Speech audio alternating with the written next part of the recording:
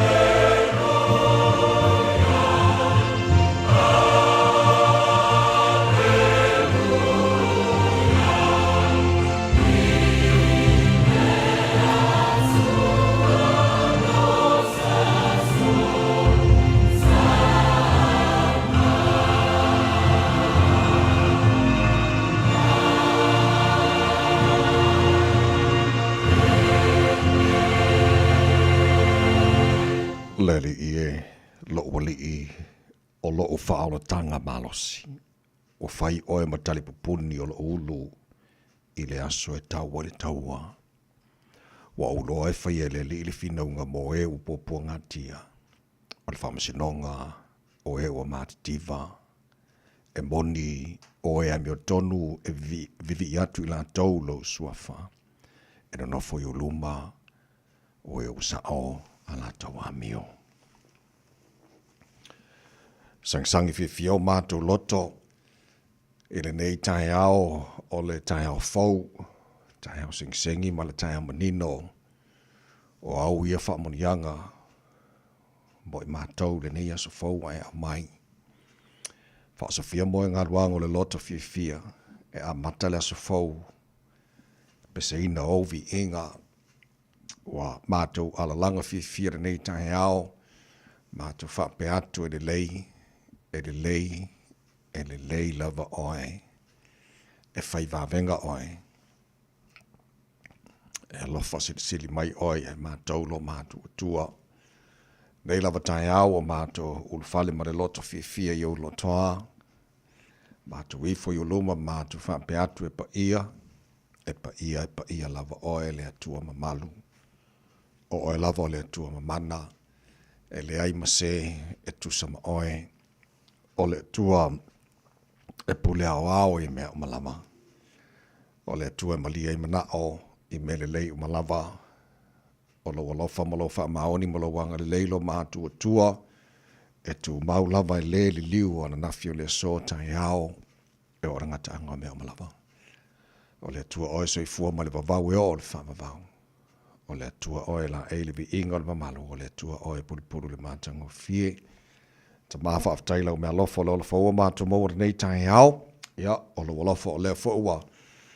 Whapopo le nea so fau, I le soi fua le tunuu, ma le mātua ne yola. Ia, o le faua, ma le fua mainta pa au ma inga, ma ala whai whangunga le lei o au auna. Ia, whapena fo I mātou, ala mai ma le Fiafia nei Taeao. O au whamunianga lo mātua tua ma mea uma o e whaia mo I mātou. Lau pule lea. Ia, o le mātou malanga o nei aso.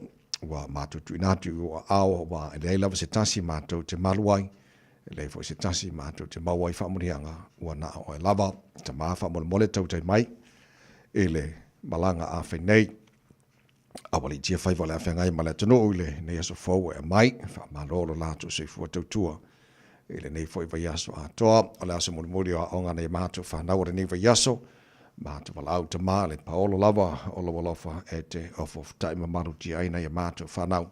Ia o sa edil ponto e ala ia o onga, whamonia fo I whaiva, ale I matamata e whaia onga, ngā whamale o oina na ia mātou whanau. Mana tua pele atinu pele I Samoa le mātou te talo, ia yeile manuia o lo fio lo mātou tua, I te tai o le atinu, ia ma le atinu a toa au iei pele lana taringa malo, le nei vai aso a toa, manuia na ia mātou a inga uma, ia whapenafo ina ia mātou tangata le ngata I Samoa, a o le lalama le papa awai iso se tafa o le nei kelope, whamunia fo le nei atunu o New Zealand, o lo mātou nofo maama wain, whapenafo I atunu uma o le nei lalolangi. E le mawhana ngalo le mātou te talo, le tuimalu mo le panga ma le tāpua inga o le whaafonganga foi, na ia mātou mātua tua sinsino le atunu I maru maota malawa ni yaso, ta mafa mo mole, tai to loina la to mafa na fana lo lofa ia mafa fo sia pela la to se fo laude le tino se lava ele anganga me o mola fora ma to fair ne so fo e mai le ftalo lo ia le tunu mo tangata mala na fai ia fair lava ina ia fo ia vi inga ia to oi fa mo dia mai ta mafa mo mole ele to tua a le radio Samoa ni yaso a to ma to ole ma to au I nei me malava e ala lava le swafa manu malo Yesu ke riso lo ma to ole I ma to fa ola. Amen.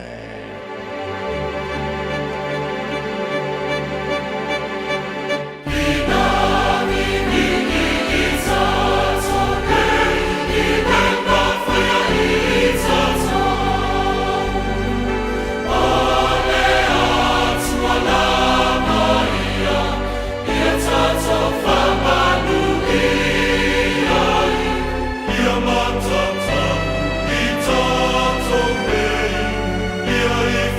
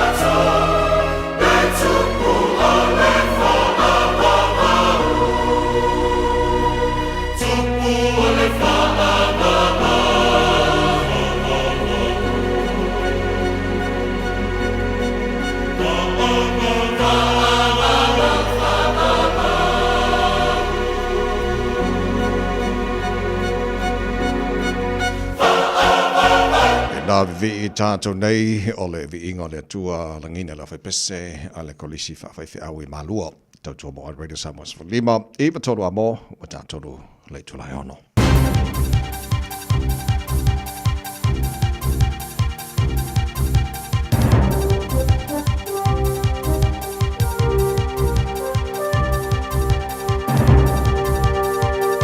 In this update, it's more about society than public transport. The Bus and Coach Association says a fatal stabbing on a bus in Auckland's Onehunga is not a public transport safety issue. Charges are yet to be laid against 37-year-old Taeao, the owner, after a woman unknown to him was fatally stabbed on a bus on Wednesday. He handed himself in to North Shore Police Station yesterday following a 24-hour manhunt. The association's chief executive, Delaney Myers, says it's horrific, but reminds the public it's an isolated incident. It's not about buses. This is about the broader societal problems that we're seeing playing out all over the place. Much of the country is in for a wet start to the long weekend, with police warning to take care on the roads. Orange heavy rain warnings are in place across the west coast until later this morning and will stick around in the lower North Island's Tauranga ranges until this evening. Police say traffic will be congested around the main centres as people take advantage of the long weekend. Met Service meteorologist John Law says heavy rainfall for much of the country won't clear until Sunday. Those northwesterly winds pushing that rain in towards the eastern parts of the Bay of Plenty, the Tauranga range, Mount Taranaki again catching a fair amount of rain through Saturday. So it is going to be a very unsettled story. And some of that rain will be good news for crews working at the site of a massive fire in the Whangamarino wetlands in Waikato. Drone crews were operating overnight to identify and monitor hotspots. Incident controller Mark Tinworth says the fire's nature and its location means it'll take some time to extinguish completely, but it didn't grow further yesterday.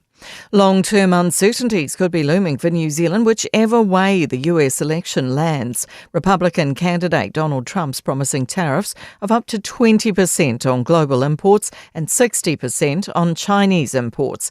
NZIER Chief Economist Chris Nixon says the stance of Democrat Kamala Harris is less clear, but tariffs from Trump's presidency have remained in place. That's news. In sport, Indian off-spinner Washington Sundar has helped dismiss New Zealand for 259 on the opening day of their second cricket test at Pune. His claim figures of 7 for 59, his best innings return in 32 first-class matches. Devon Conway made 76 and Rachin Ravindra 65. India are 16 for 1 in reply at stumps. Six-time Olympian champion cyclist Sir Chris Hoy has spoken for the first time since announcing he has terminal prostate cancer. The 48-year-old wants to help others dealing with stage 4 of the disease. It's not the news anyone imagines hearing, and it obviously came as a huge shock. We've taken time to process it as a family, and I now have a deep resolve to turn this incredibly difficult diagnosis into something more positive.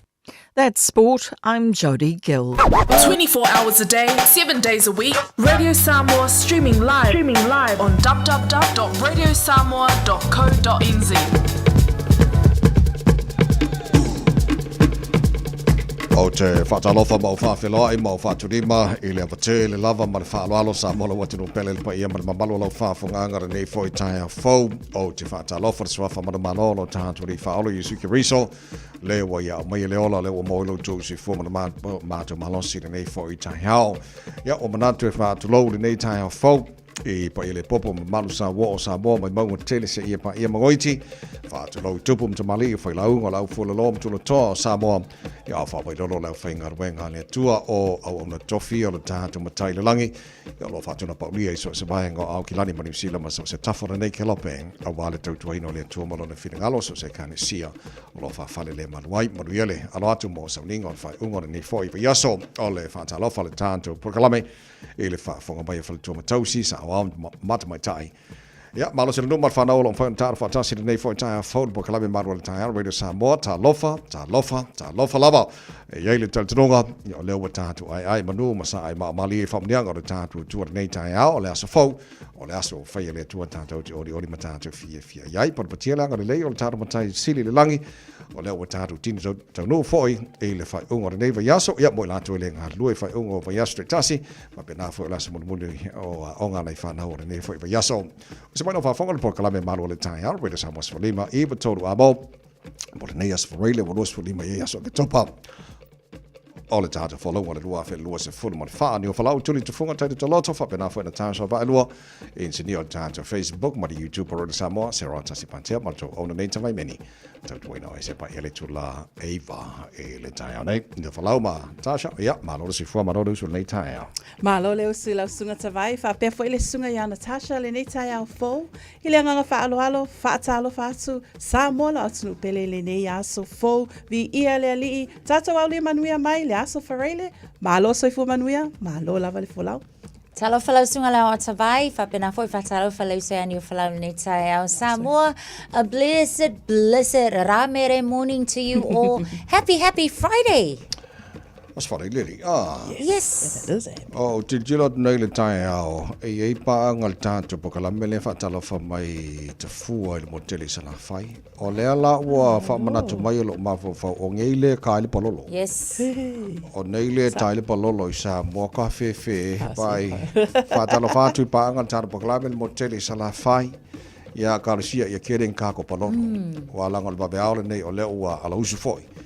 E ala tinu se tali leia langa e pawane o le taimi o le tausanga ia e mauen ka ko palolo karsia e kele tavai ia langa le funga maka nga fil kau faali mai ele ale of palolo le ka kilo ti so kau faali di dong e ka so ko aka ka faali mai pa ko ma fa o mai ia le na o le tulanga na o te lo fo se tai o se nei le tinu i Samoa le ngata o lana talinga malo lo fenga ia ia le fo walo su kalo sia o ave malo ia mai o isia kungu se i fa sila i le ka ingal malo io o e fa ka e le sami spesiange ahora ver kupu ke o le angelo a e se apu o la to off mai ngar nei aso wa makua ia ta mai te lo to fo fa awa ole amatua i long weekend ai kai amu ia foi o ko wia ya la ya la late ma lo fa tai le tino nai minute ole lui tau mo oi e tau lunga ile neva yaso o le tau lunga fo le neva yaso le tana pakalame a reto o le ola ta to malu o tai fa le nga fo ile na ile kwanta ile fitu ile sunga pasta la fa le copa tarup so tainga masani malsunga malefionga ngan mana tu marvao au tanga vai tipe au tanga vai au le taina le fitu na so ele matatu telefo ile ngana protani oli sina tarup kalame ya mole tu ramo more nei o le mahanu le Taeao Radio Samoa ta to report ya mata mai ngona wala o le nei foi Taeao Whailoa mai ele waka kotahi Auckland Transport le nei teimi o le Taeao o loo mā le pisi lunga o tātou Aoala. Tāla Fiafia le ise whaalave o loo whailoa mai au le tua lalo lava tātou polokalame ina ia usita ia taiala matula whono i lunga o le Aoala. Ma ia manatua whailau fuspau i oe make it click. O le tātou udwa ili poti le nai lunga o le Aoala le nei taimi o le Taeao tautua Radio Samoa tasi lima i watolu amo ina ua tūlai me le taimi lea ua 8 minute te ai le ono. Malo soifua o le Fofogamua Samoa Radio Samoa tasi lima i watolu amo se kia Radio Samoa. Ua mawhai an awina atu le tala o le tau i aso taitasi o na o le langolango mai a le Pacific Finance Limited. Telefoni o Varselau fitu whawha lua fitu. Sa whaloma lua o lo iele malu lua le ea i tamaki makaro au kilani no whango whaasalanga Radio Samoa le bainga amatara nei le tala o le tau o le nei fo i Taeao fau winga whama wino le tau le so o le whaasolo ina awa pa u timu i nisio taimi o le Aoauli whaasolo fo ina langi le lei i le tele wahenga o au kilani. Ngi mari mo sabili mai matu lua se fulu mo tolu mo runga dal mafana fana le emo tanto le so se fulu mo le ono i lona mawalalo Taeao pe Aolia o la fasolo pa o timu telo vaenga au kilani lua se furu morunga ma fanfana mo au kilani e le aso Taeao ba ingo yon tuato la fasolo langi de leile aso sa langi de leile aso fua o la fo labor weekend mo tato ni sila langi de leile aso lua ma so lulu pa o timu la stofi o vayaso o luma na yatu o fa monga o mai la mai tau ia o tuna mai e le ne fo e Taeao fo Wa loa tong tua le Pacific Finance ino no ngā tupe mo so se wha moi moi. O te pena sau wha i poiponga so wha nau ma liu tala ngā teu po se wha tasinga lo ainga. Aia se tawhaunga i au se tānia pola no tonga i le tatala i o borders. Apalai nei loa i le pacificfinance.co.nz. Bevala au le ovalu se lau fitu wha lua lo fitu. E tālo sanga sau no ngā tupe i le vau le 5 se lau ma le 2 se fulua fe tāla. E lua milu te wha atali lau tālo sanga online. Ai tasili tūlai wha atali ai se tali. E ia inga wha bitoa. Wala au le Pacific Finance Limited. I le ovalu se lau fitu wha lua fitu. Follow o tele tulai ono o le tau mo ai.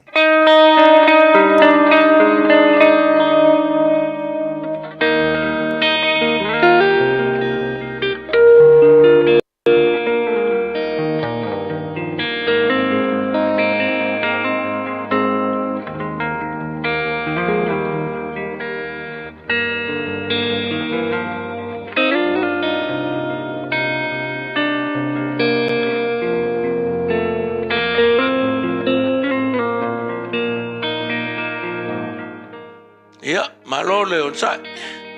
Alo fo le malang manuia malo sopo. O pongo tato por kalame. O le lutau mo oe. Fiafia wina le tala la apostolo Paulo le kalisi Tesalonia. Mo mua la Tesalonia mta po fa. Al foi po sfuma fa, fai mai. Awa a fai tato titali tonu. O maliu Yesu mo tu mai.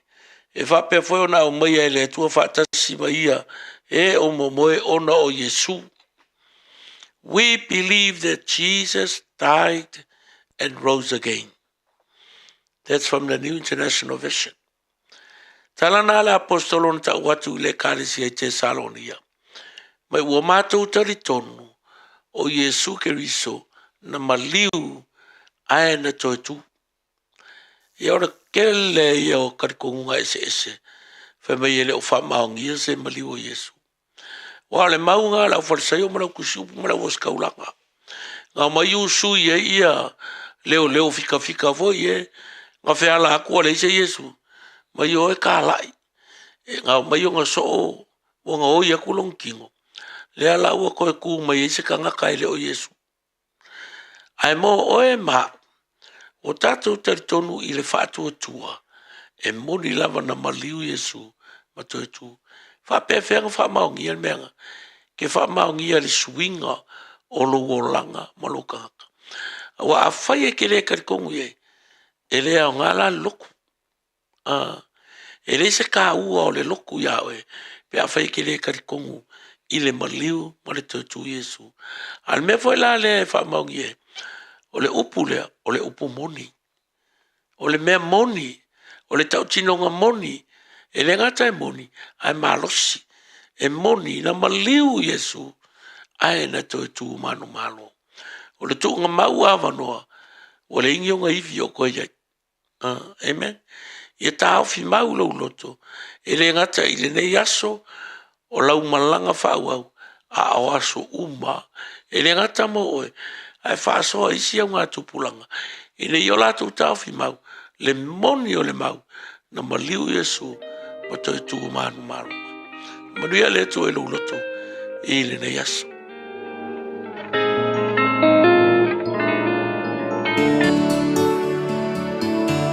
Yehowa Shama, Exceletu Alu. Yehowa Shaloma, Letulo Filemu. Yehowa Nisi, Letulo Manu Manu.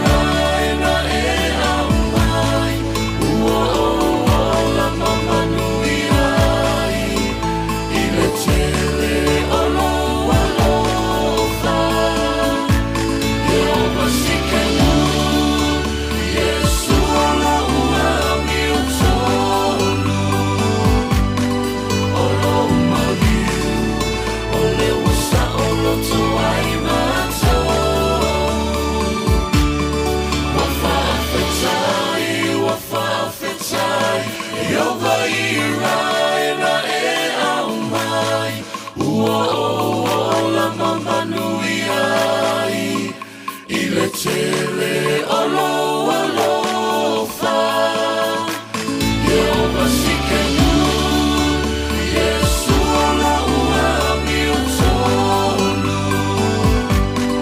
Olo umaliu Ole wasa olo toai mato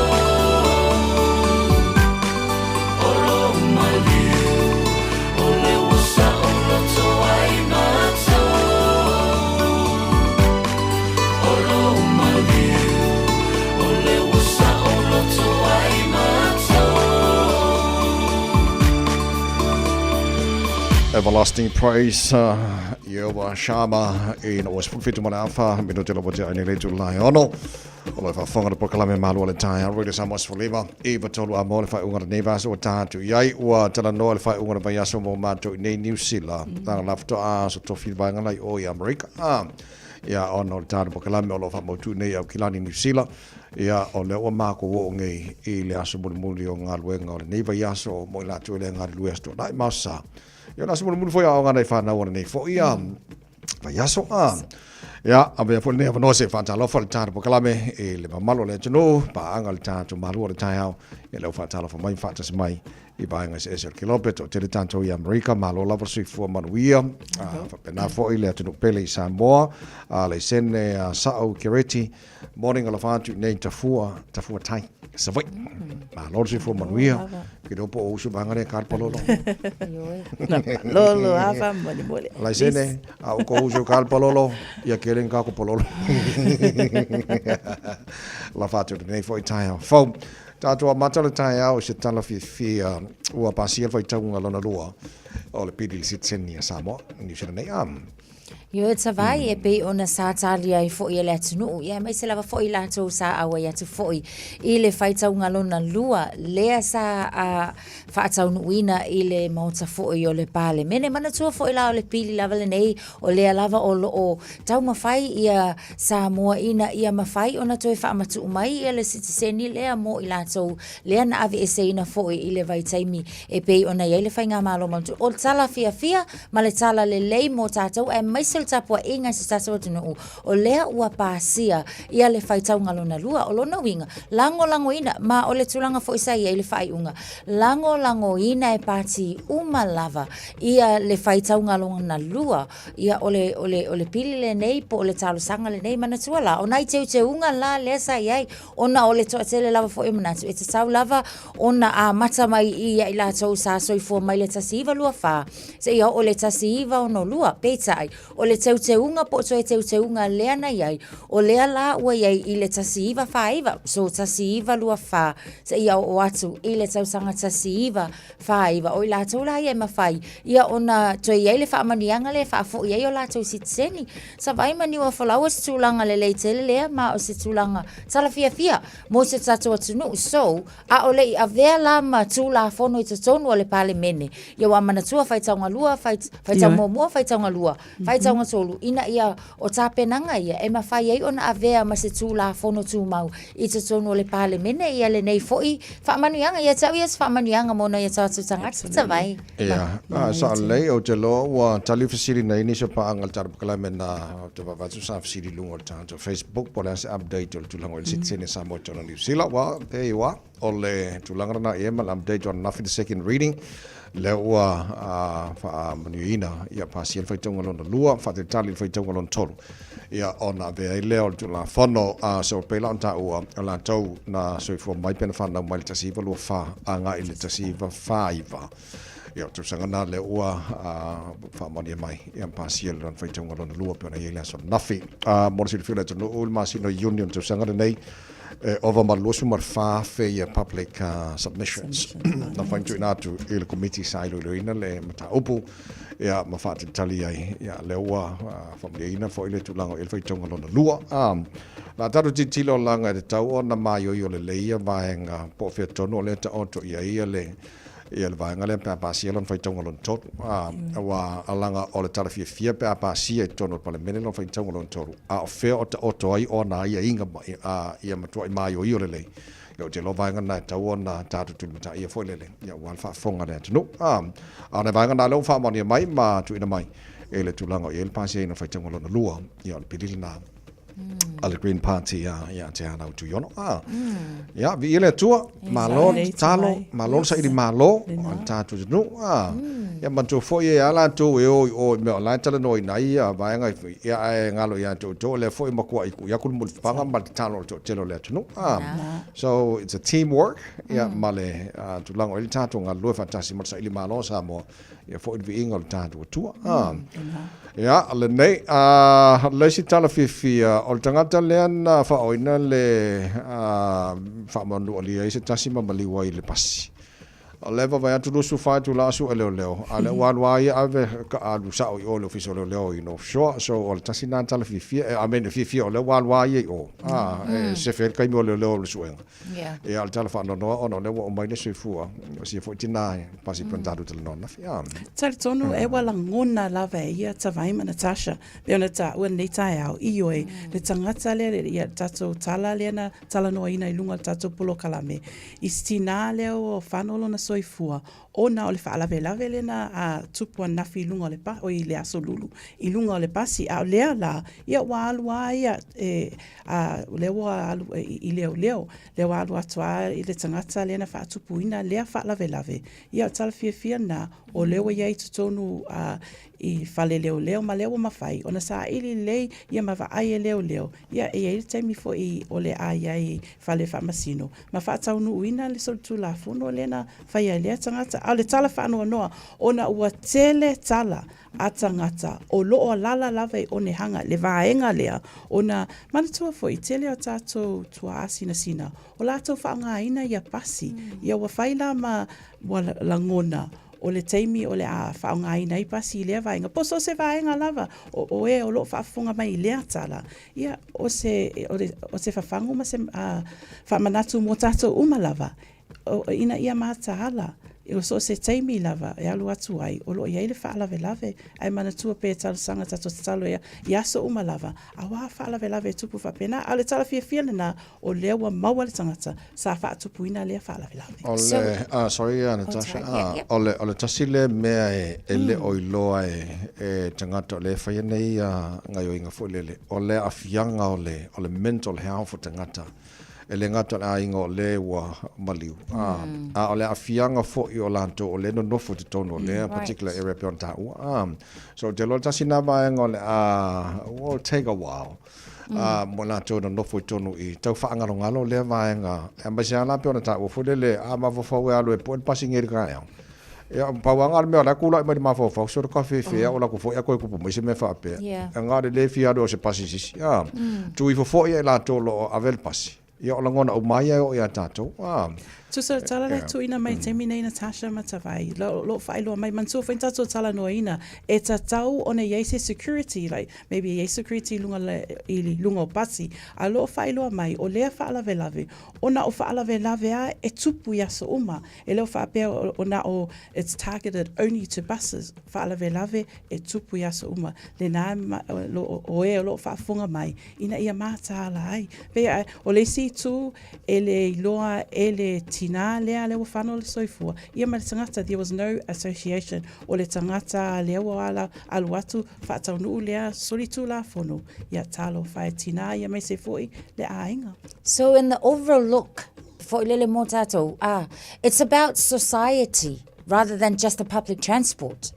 O le tā ua le saunga le mu fo ile mo tangata lau tele, pe ona sau no fo ita vaile nei Taeao, e a whaina tangata uma lava, e ui lava fo ila o le whaalave lave watu lai mai lungo pasi. I le taimi lea, male no whaanga lea, ai o le mawhau whango tangata uma, wha amakau ke koe sefe pe a o walu le pasi, pe a o whaonga inga trains, which is o le tūlanga le leila, le watu lai mai, o le tā ua tū lai mai o whaalave lave nei, o le toi whawhango e fo ilea, imtanga ruenga e mai se lava whaala patonga. Peila o le taimile nei, o le ua iei nisi o vaenga, le ua whaatau nuina, e le Auckland Transport, ina ia mawhai ona iei le support fo ilea, ma le sosoani, i ave pasi, a le ngata le nao le whaau popoina, peila o le vaenga lea, all buses are fitted with CCTV.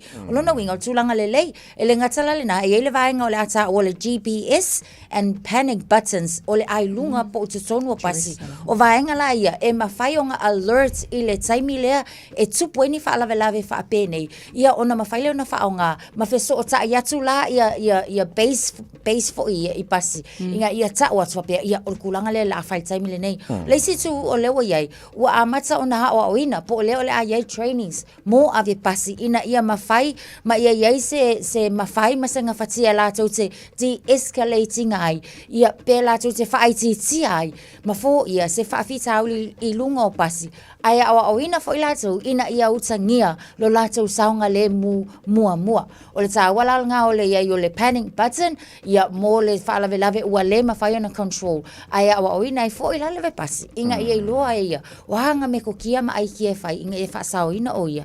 Me seo tangata i lunga o pasi. So e tele o vaenga, o lea ua tau mawhai le Auckland Transport, se whaatau nu ina, mō le saunga le mō tangata lau tele. Wa levan tau na whai.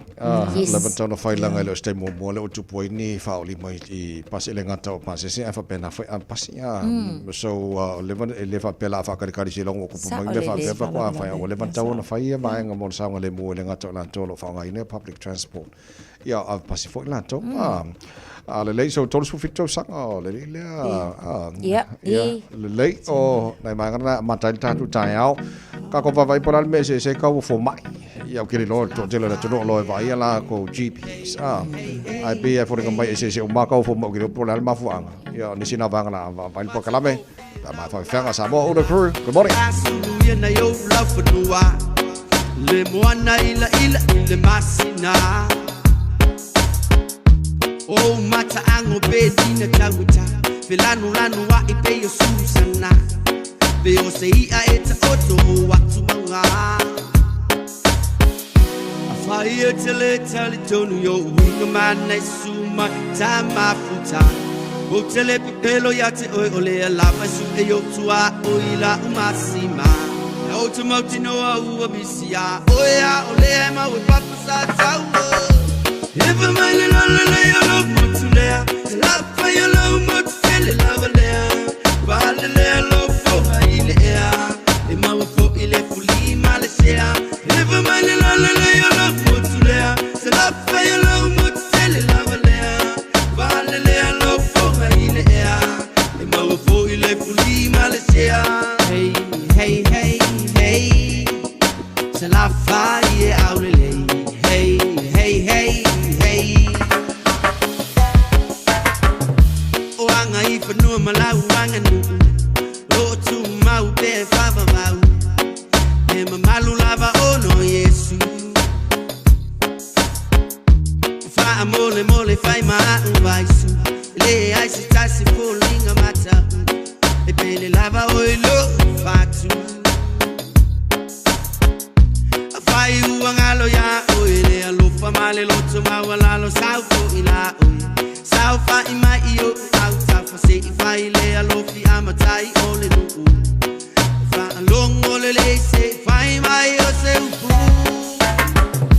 if I mai le lay a lof to lea la fa yo lo mot fele lava lea va le a lof fo ile ea e ma fo ile fuli malesea if I mai le lay a lof to lea la fa yo lo mot fele lava lea va le a lof fo ile ea for ile fuli malesea hey hey hey hey se la faille Aoauli hey hey hey hey oh se ngofo mai I lalo malola mai le kipi ai awe ke ka alo o ka mai ki o mo kele mena ku muli fa alo malo mo lalo ai afa ya esasi winga la ka ko fai ku fafu ai mai o pule o uma vai ko fia ia le fue mar ko o laula ngai ko si ai nga mo mala fongo o malu mo pa ia e fa me melo ai le loko na ko pala me fa so sa ko la fai mer ko o nga fui fa sale le anga la ko pule nga wa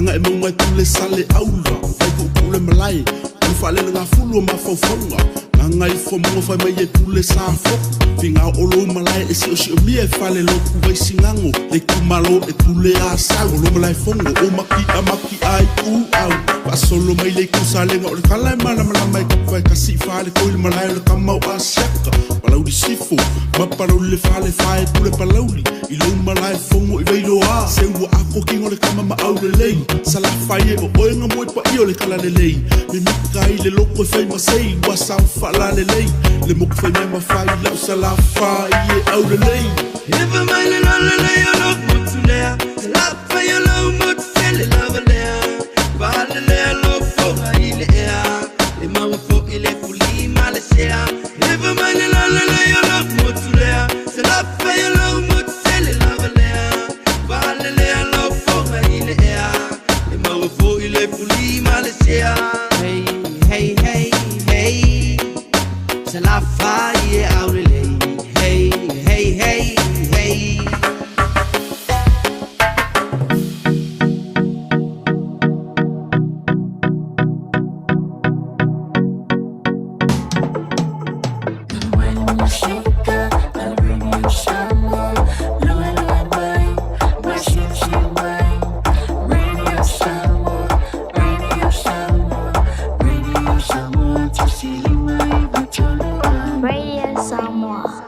Ta lofa sisi foi. Wo mai le taimi te whaatou whai I whailonga mo lau pini la pisi. Mai le aso mua te sema. Lua a whelua wha.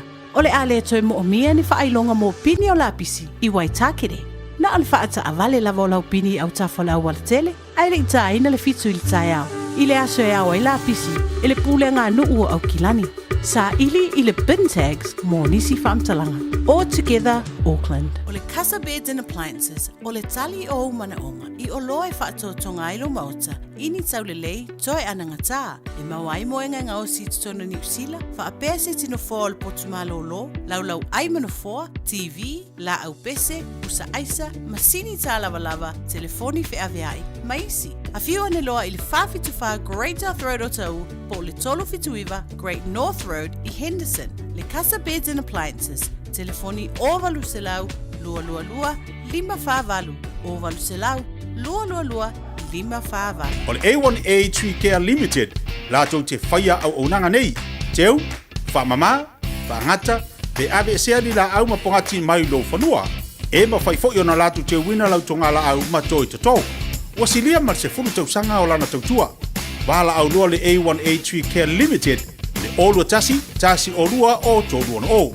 Olua tasi o lua o tolu ono o. So lua se fulu maleono mito tolo talo le tula e fitolo fa fonga le proclame malo le tai ala radio Samoa e le nei fo ia se for rele malo fa tai le tino tele o pa angal jar proclame le fa talo fa mai timaru se fulu liu malo se fo manuia America Samoa va se tangwai malo fa tai fa se mai nei tai fo I think e pa angal le fa talo fa mai sia mani guten morning to mai ma futatu from Germany toso aquino malto telo pa anga so se vai ngo America lo pa se mal tar proclame nei Taeao fa pena foi Colorado USA telo vai nga New Plymouth yes telepa al update le mai se foi il kako palolo pa kar pa so kikila ko le songa ya setu seve Yeremia good morning setu ma lo fa time all update fa fonga foi la fa mai setu good morning ma no si fo manuia le lo fo le le Taeao fo fo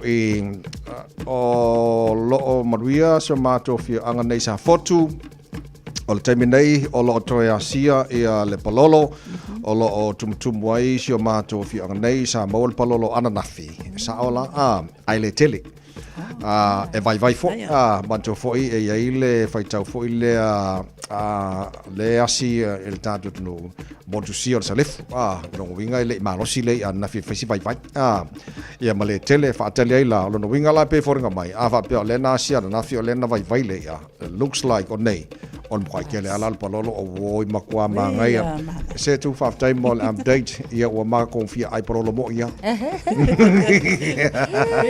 Kale kufa. Ya la ngala. Ya so update la tamalina tulango ia le afia ngo sa fotu mo tele sala fai once again setu malo fa tele lava ia mal to tele tanto lo fa mai mo tele sala fai ni kai au ngo ma pa kul pese mo to na le sala fai au le le que le foi lá al palo la pretty sa wa le e foi o tele lo la tunu o fai mau e vai la to for mai Peter tu so matau for mai but looks like lo titilo tu ni soli poti e pe ia for nga mai ese o makau for mai toro ni silo ke lo pola ma fuanga Io e tawai we ta ualea I tu I for mai io e moli si le fia malo le atunu Pela tato o atu e asiasi I le tato for mai e la va le tau le nisi fa pe le va aina I le ta o mai lunga tato tala ni Taeao Ponsonby Medical Center o lo ta o fa pe iva se fulu tala o isi tu fa pela o isi Family Medical Center luas fulu iva tala o isi va enga fitus fulu tala a lo ta o local doctors luas se fulu tala oka matua tele ia tau ai se a o le fisili le na mo le ni Taeao O lo whailoa mai e ese iei vaenga ia o lo whailoa mai whapea o tai ala o loo whaonga aina ele pale mene o loo mafua ai ia tau ia ese o tau a wafoi e ese criterias o loo iei mofo mai umalava ese o o loo mawhai o na maua funds le mua le na funding for typical patients o loo iei le polokalame lea o loo ngā solo ele pale mene ua whaingoa ina o le capitation rate kusa o le rate lea e mawhai o na maua e clinics I tausanga taitasi moa lato patients here e enroll ai e va ai le tu lea o le patients age ma gender o vaenga mo le na mo fundings e mawhai o na maua mai o le lona lua e iei le fee fee le tu ina mai whailoa mai the increase is capped longo winga e iei te mea whaatapula aina ai le tau I totonu lava o clinics malona tolu o le va ai lea le marketplace le tau o lo iei le tamau ainga totonu lava o New Zealand mantua foi o all clinics have to pay rent e pay a lato accounts mo mea uma lava e totongina billion mo li ma mea whapena pe o tu langa le nā Natasha Matavai o lo whailoa mai lunga tato tala lea pe aise a ese ai tau pe a whai e te alu atu e asiasi atu I laufo mai pe o isi na o tu langa lo whailoa mai I le nei Taeao o le isi tu low cost healthcare leo te loa nisi o o lo o atu I le local doctors le totongina le lua se fulu tala longo winga o lo iei criteria le mawhai na maua mai ele funding la lea le mawhai o na fesosoani mo lea lava clinic Tato tala noa I government fundings. O le tulanga fo ele tilo iai fo ele malo. E pei lava wai ele ese uma I tu malo uma. E iei tu malo ele leile te mau ainga ma I datas o loo iai. Ele leile te mau ainga o tangata e maise malalata o income. O le tu fo ilale na e alai ona pei e tau ngata. I le tilo la ni si fape o. Lai kau ngaka I o le fo ma I le vaenga lea. Ona o leisi lai tu o facilities fo I o loo fa o ngā ina. O leisi tu le na au maila le funding ale malu I totono se clinic e fua uma I vaenga taitasi uma lava ia po o taunga tale ia facilities ia whaonga o ia mea o loo whaonga ina e whapena na talia tuai I tangata o lea o loo ngā solo atu o leisi tūle na e alai o na whaavasenga ele malo I ala tau funding au isi la vaenga e whasea aila ona e iai tu malo o loo iai I lato o le majority o lato o low income earners or average income earners ua leva o na pangatia tangata I le tau mawhai fo ele ina ia mawhai na survival lato ainga ai a koe whaapopo la iei le tip o le cap lea I le tau ngatala I kikia kwa I lunga o le tau e wa aile fo mai o le tūlanga lai o ina o iei pe au tātou tue tilo e a whaina lava la tātou atawai Tele la whaina o tātou I lo utal te nunga mala o tilo e mana ia le malo pe ana whaalaunga tasia o maltu lava ia tongi fo mai se vangana pitonu se wa se pitonu pa te tengo tanto eu kilani ia fo ia fe ngofie fo ia isi fo mai fo le se fe le travel ka a se foi pe con foi sima mau me vai lá ko fo mai ia te lo ka u mo singa ka u se lima ka la lunga ko se but al me kongwa e ka kawan malonga se le coste vai fo mai uma I toro ni sila ka ilo ye ka se foi mai lu po le sa mo ko mo sumo sa ko le ya la tulanga la tona ia tato e mai se la tolo o ngā lulu e te tonu tanga wenga lava ia we need to advocate for policy change wa le ma fai nga suia se mea pe ale suia ia policy se tonu le malo so o kulanga la ka nga ye ka ko fa malo si ia tato e mai se lava ila to o lo o fai ma fa au lulu ngam tanga wenga so fo malo le na to se full maleva minuto lo talo le tula e fitu malo fa tele no malo fa fa nga ne fo taia fo le se tato le pote mai nga wala la so ai pa mai fa nga man penino te fau ona pato lo tato malo Taeao fa ne nga a reto le ola tau lunga le vai aso mai a pasta la fa le copa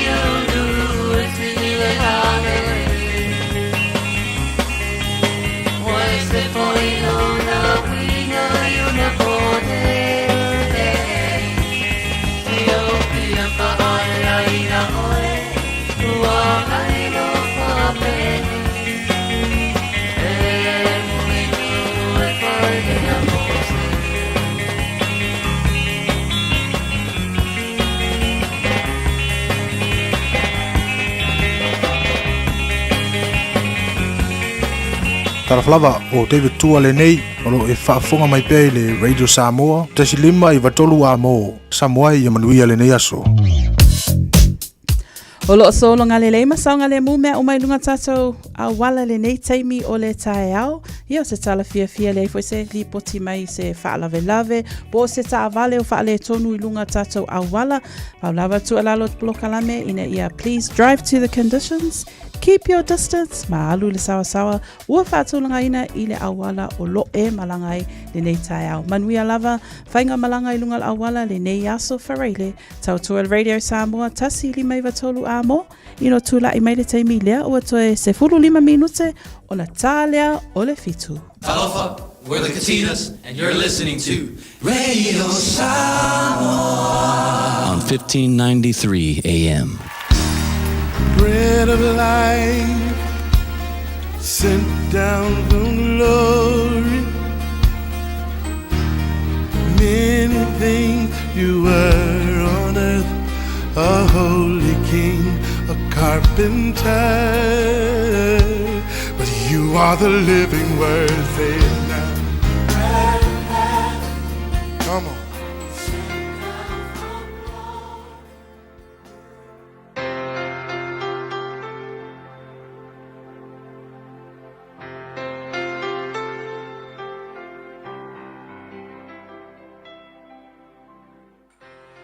Arol soi fo manuia le tatou atunuu ia o te fiafia whawhiloa ia te oe mo whai o na mafuta ma whatasi mai tatou polkalame le nei aso o le a reto le ola.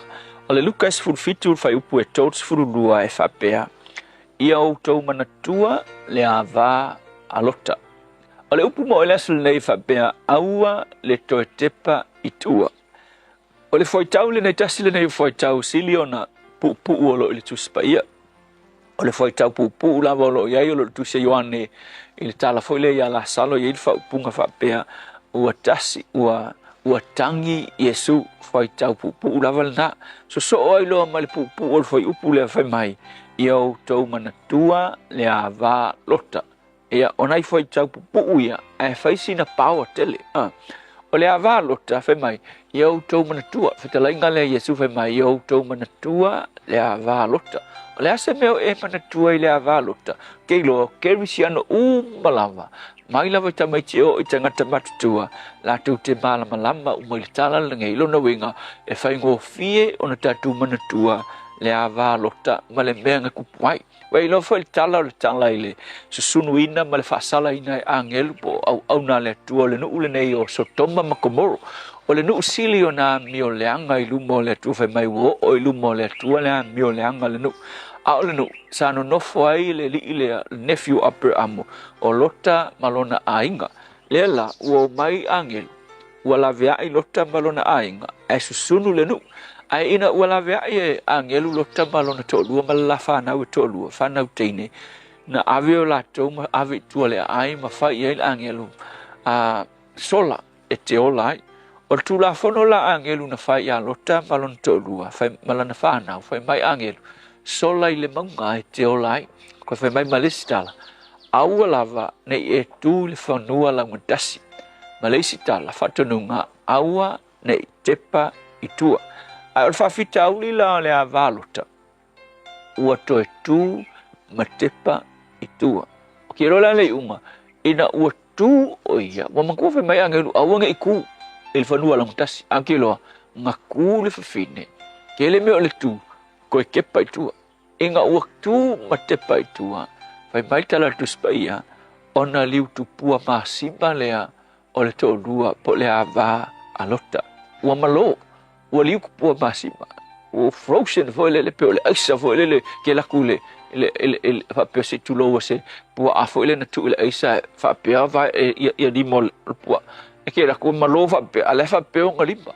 Whai mai le atau rin mele le vai ai le na tupu ele me o mal temin le olo ele me pise papa tupu masima ai ke lo puse menga faces o le akor fa finge le pi fa pe ia male ulu le fa pe o malo foi le so le songa foi la e tele ia kerisiano o le o fa pe ku pu masima kerisiano ai kele kerisiano o malo e pe o le to o lota no venga o malo ma o ku mau kerisiano foi le o le ata o kerisiano o le ai sia nga iluma ma fua mai ua tele le tu ma koe kilo I le olanga tuai sai ai.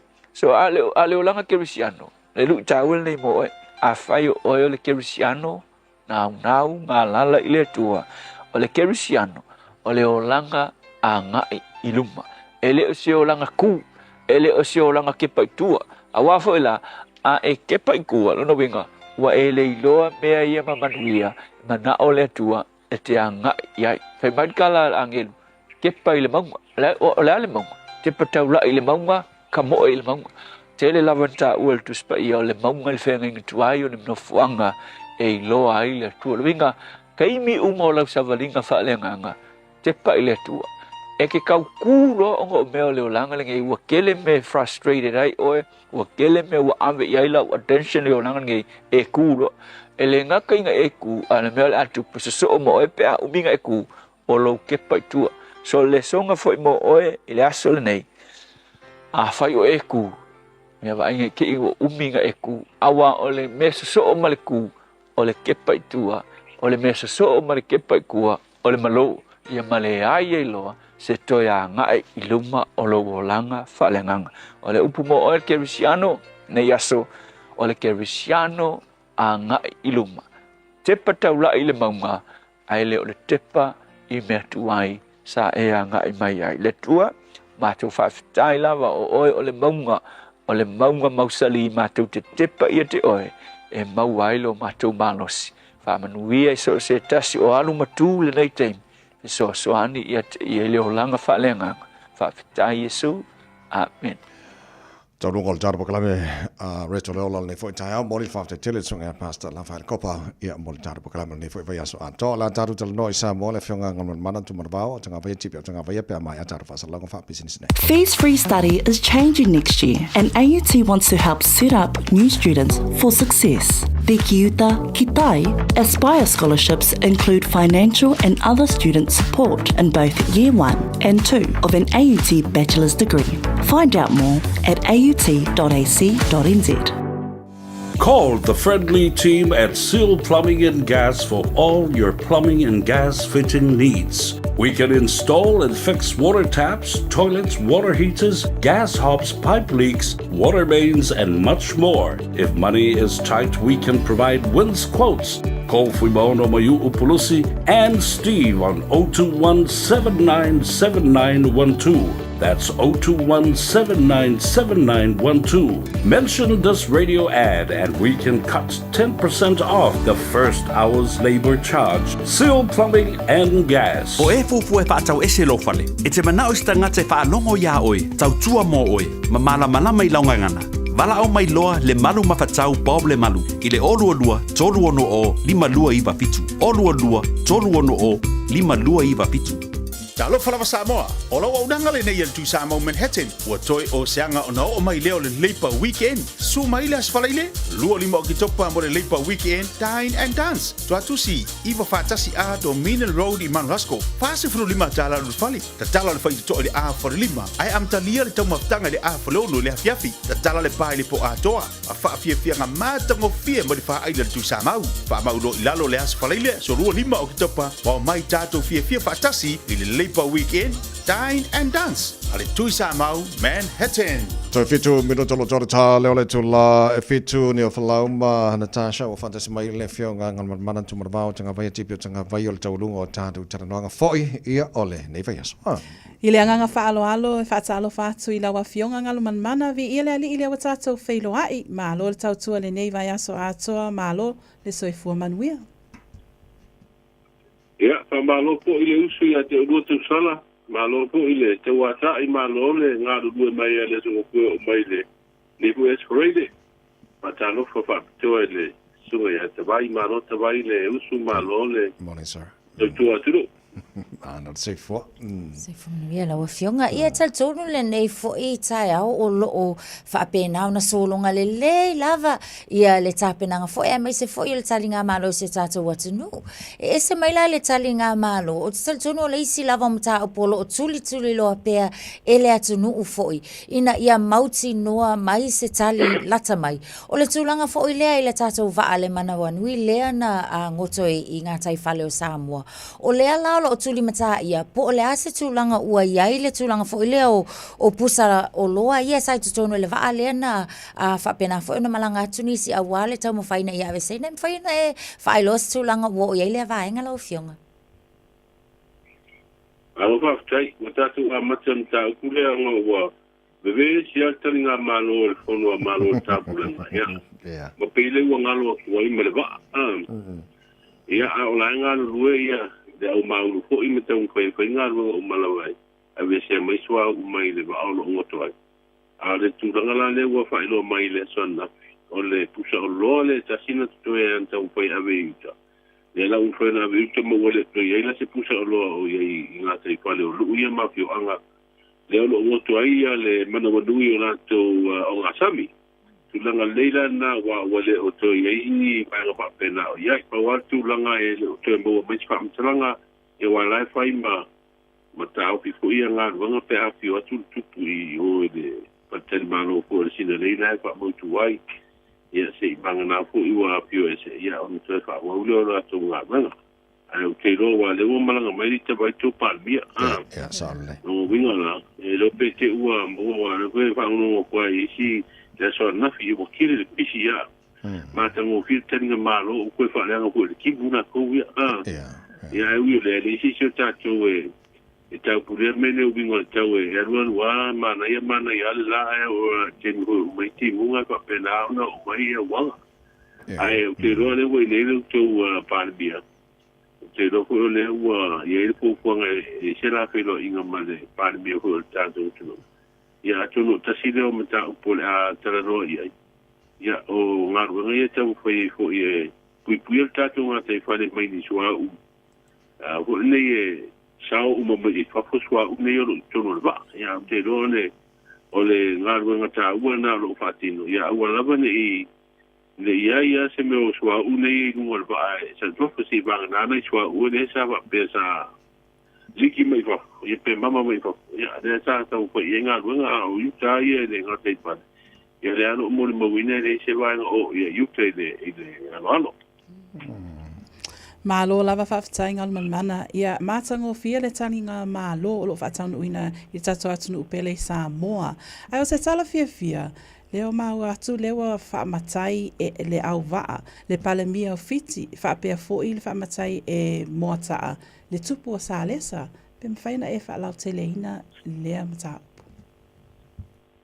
Ia, masano, sa amatama ia, ka salunga fo'i ma tala o tāpenanga e mua whaasala ule tāpenanga koe le whianga si umbo i eise whaanoano whapea se suapa matai e pae e tupu ia rua ia le ua mua ia pae le matai o te pae mi o fiti le tauru mai ho le vai ase le sururu pae e le matai ia anafi le pae e le matai o le tupu o sa le se I le whianga matai na ua pia fo'i e lana mai e stete mana na masiapo I se vai ngor po kalame la se singa te woro mai le sino ya te le isi tata mai fofu ave ai matai ata bai matai sal ya ata te lo tatu panalo e go inisi manatu papel o tatu mesina ya ngor tatu panalo ai te ona ave le te ona ave panalo te lo ko ina na ni matai ai pa ya o isi tulanga umai pe ona yai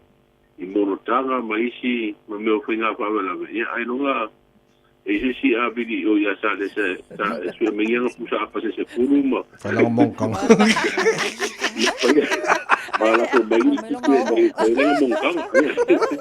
Whapena whaila e lila e pari mea piti. Ia e se nuku vidi e ia o le whainga magi o lisi kako makaika. Wale kaunga mai se Tau sa whanga I o lea kai lua ia kele ma le ape kala makai. Ia tātou whāloalo pe o le pine lea o le tātou lea tūma lea nganu pe a pea o tātou kanua ko I e malo tauroa. O le ape o le tātou whāloalo lea ia tātou. Ia e o te loko se miti mitanga lea tātou te tau ave. I me Fiafia I pe ko ora kama Winston Peters ali vasa mama ai mama I mama vasa mana kasingali ia io kasingawa vasa mana io le mai o maku malo isa ba ngai pe ba ia ngai de sanga mo kanga o ngawar wa ku ngale fogo fa mo sa ko angi ia Tāsia o mawai I makai o ngu se ia be se me ngu le no ka wa I so le whaalolo le wa al swafa matai tangaloa I think whanga mana mo le palmeo fiti Ia o tulanga na o so tangaloa le fa e le palmeo ko fiti o se no pa o tana pio mai rambuka e le iso na manatu sa pa pe ia ia e kilo inga ko ile ile fio anga ma ko isa na fa tai te unga ko I fu o piti dai pa pena ona au tu ho ia pa mata ngo pino le nu ma pio anga ma ai o wa ia wa pa to a si pia ko e piti e le la pa e on papa so po tero lo il pa no ko ele pio anga o le wa ia ta wa ona pi o so pa le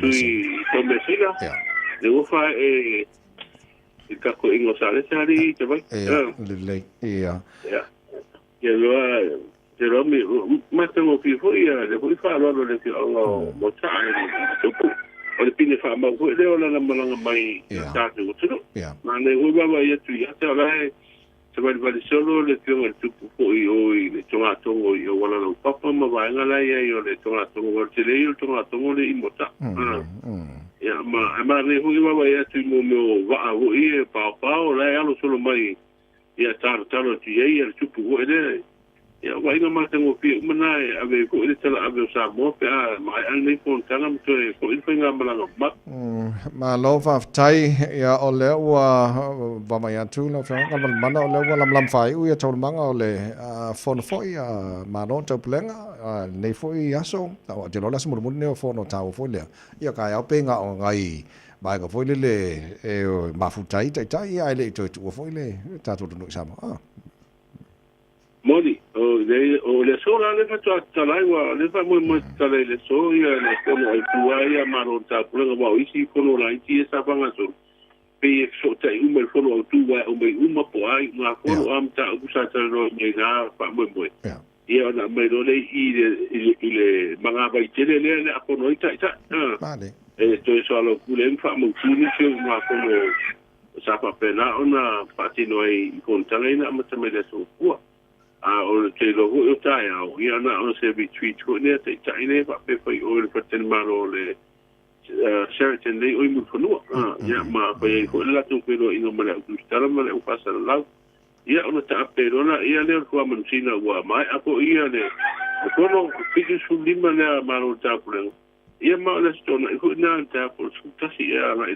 su ue e tu va e se mi Samoa ia le tu ko mala na so ko mai apo fa mo na mala mai ta tu tu ia ma e wa pe ia stimulen tau tu ta ia me ia tu la no ko ta tu tenga malo la so na pe ia o de uva va e tu de so yo le ko ia ga le mai wa le ko fa tali po la se ta el parolo ko mo ni parolo pe le ai fo manuala we so no le pololo le na ma to fa tau nei li poti mai sa fotu mo tele tala fai na sia na nafi fasi vai vai la titi ale ya la el te tunga o le amato tele nei ya ala sa o ka fa fonga ke ngan ya tu ya o te vai tu po ile video le no mata ni Taeao sta si po yo tamani ya o ma na ia wa ku le kudu mai o wa kai le la te le ama o le o ngai le ko ngai sa po o ko vai ku mo wa kumu me ala wa ala papena ona fa au ona ia to tele ko la tapalo no vinga i o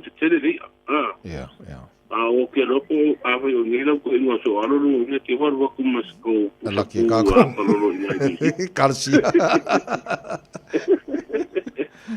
a tu langa na de pololo de se fa tele ko po se si vole van kangia nga ko pololo i te usanga ku ko i luha pe mai te fieta la te o pololo ai lo la e ko pa ni te wona ko pa ni te ngate lu el mero so to mi asale okay le ole na so no fo i le timu o amal tau nei ta fo na sama ole tau nei de Taeao no fa mo i de me a por lima no fisal tau ole ono fa pe mai se va nga fa tu pula ia o petea ingo sa vidi mati mungo lo ta otone i sau te le tunu. Pei ta i o au sa vidi mana no se tua lo. O lo ufiti ai Samoa. Ia mai au mai a timu ma sa vidi pa te ta uni so temi. O lapta ingo timu ngo ma mapa. E sa fa maru si mo le tunu. Ua fa lea nga. Fa lea nga ina. O lapta ingo fu lo longa sa fa maru si a mo vei tape. Ma no fuanga umae. E a fie ngo fie. Fa pena fu inu fa lea nga. Fau tuanga o timu no mafa, o lo wha amano si a pēr mō vaenga umo Samoa. Fau tuanga o samili mana losi, o lo wha amano si a pēr mō no fuanga mau runga. Ma pēr vaenga i sau te o tātu mutino. Taulungo lau tautua ngamlan mana le tunu e taru tala mai Samoa pe tala valu ia matu le no se e fa ilo fo le tunu ta pina fa bon mole wan fa fonga Samoa. O lea ua fia nei ia Samoa i le ua i Kalame skorsipi le tupu o Peretania. Ia ma o nafi le tatu universite po i le papa i ngala le universite o Samoa. A pena na fa lawi no pe lo sai ia le Kalame le tupu te le apa na ura o ngai le universite ia fa pe po i fa na ua Pacifica ro a o ngai le universite po i Pacifica ia le fu sa awai i le po i fa mo ta ua ia ma o te ro kasi le ava no ai fa lo te nei le sa i ringa fu i su e ngalu fa na ua amanu ia i le Kalame skorsipi. O lea ua taunu umata ta ima fa au o malo ta pulenga ia mo usauni wan tele no le fono lona fitu sulima a malo ta pulenga pe no ku koina e te tala i se temi o le Taeao nei ma wa et ku i tawai le fu i to te le ani so ta i sa fi fi fu i palota la tu tulu e pandemia o Peretania le fu lo malanga mai le fono nei malo ta pulenga ua te tala e lana mai estete le tupu o Salesa, le no whanga po i o tangata lau tele, i tongitonginga, ia po le pupu kue National Park. Tasi leo no whanga te vai e to tele a po i o tātu tangata tāpua mai e anga iai a. Ia masapa le tonu al no whanga i kale maisi vanga, maua mai etu lai le toe whale leia no whanga atoa le ana tana tupu le son, le pia wa ma ngi ya ta sine no kwanga le ya pe ku ya ta tu ngata malo mai ko pe a wala ta pa mai ya le u to fa ino mai le pa tu tu nga pa ai ro ta tu tu to le sa nei la tu sa ringa pa tu le mo tanga tu ni i si ta ko in le a po ye sa ringa na la tu man ta ko ai ja pata mai pa pe mai le sa ringa le fo ye le sa ko wa tu se la u tu te le la o usunga pono mai kono lea malo ta pulenga na wan Malo fafte tele ngalon mana fafte mole au nanga foi male tau mole na vanga ta tu ngal venga nei ta mole neva so ato ia ai ia foi se i alo fai le polo ia lo fionga a ki a mo so polo ia mantul pese sul vete kurene alo fai o tua ia la Hello for mai. What's up, right? Just vai me do sala. Yeah. Es el maior pese Silvestre Curren. Yeah. Capo Fiafia e pese. Yeah. Aoauli makuane sa varia i. Ora meri e o ka ko mele le la waro tulu wale tulu pa. Malo lo kwa oi. Ya. E o le la waro ngalo lo matua oi. Ya ai tarsia. Tarsia ia vai o pa ko mai la to ko o pa na manuia na to tanga palolo e le ia. Ia wa o le tere tanga palolo mi o to e mo o atu tu fo ina a ma ko le. Ia ngar kaurangi a mai sa ke le fea. Ia le lava la ka peso o le fa ta o le palolo. Lima seguro palolo suntala. Ia tere pa ia se palolo. Asa. Wa ko inga me sa mai o tatu ai no i no i ta palolo e. O mai palolo o le ai o mare ma corpo ma moi ma suka me pla ma ta ma si ma mola e o le ko pe na me nga so o ko ku sai sa mo ai o fa ka ku sa mo tu wa va so ako o so ma love of time nei time nei versa to mo di nei so mo foi le fa ngor verso ia ma ni foi te vai me sala le fa ngor vai so ta te ma pu te pe tai le fionga ngal man tu marvao tanga vai tipi tanga vai ma le ta tu tara noanga fa o mai fa i le nei vai so ia na fo va tu tar headlines fa lo tele i lana tu tu e ta tu tala mai sa mo pe a ta le tu la Malu e le Taeao nei usi malo fa fo ta tu telefon le ngal Britania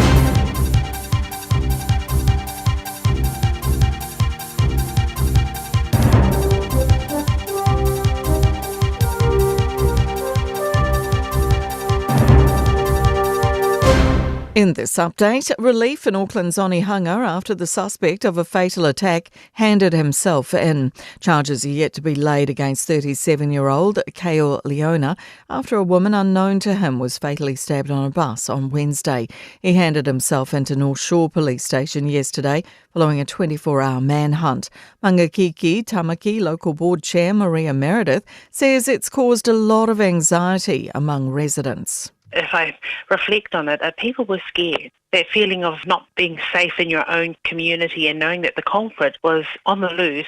Oranga Tamariki says it's learned lessons following an abuse investigation involving 4 children.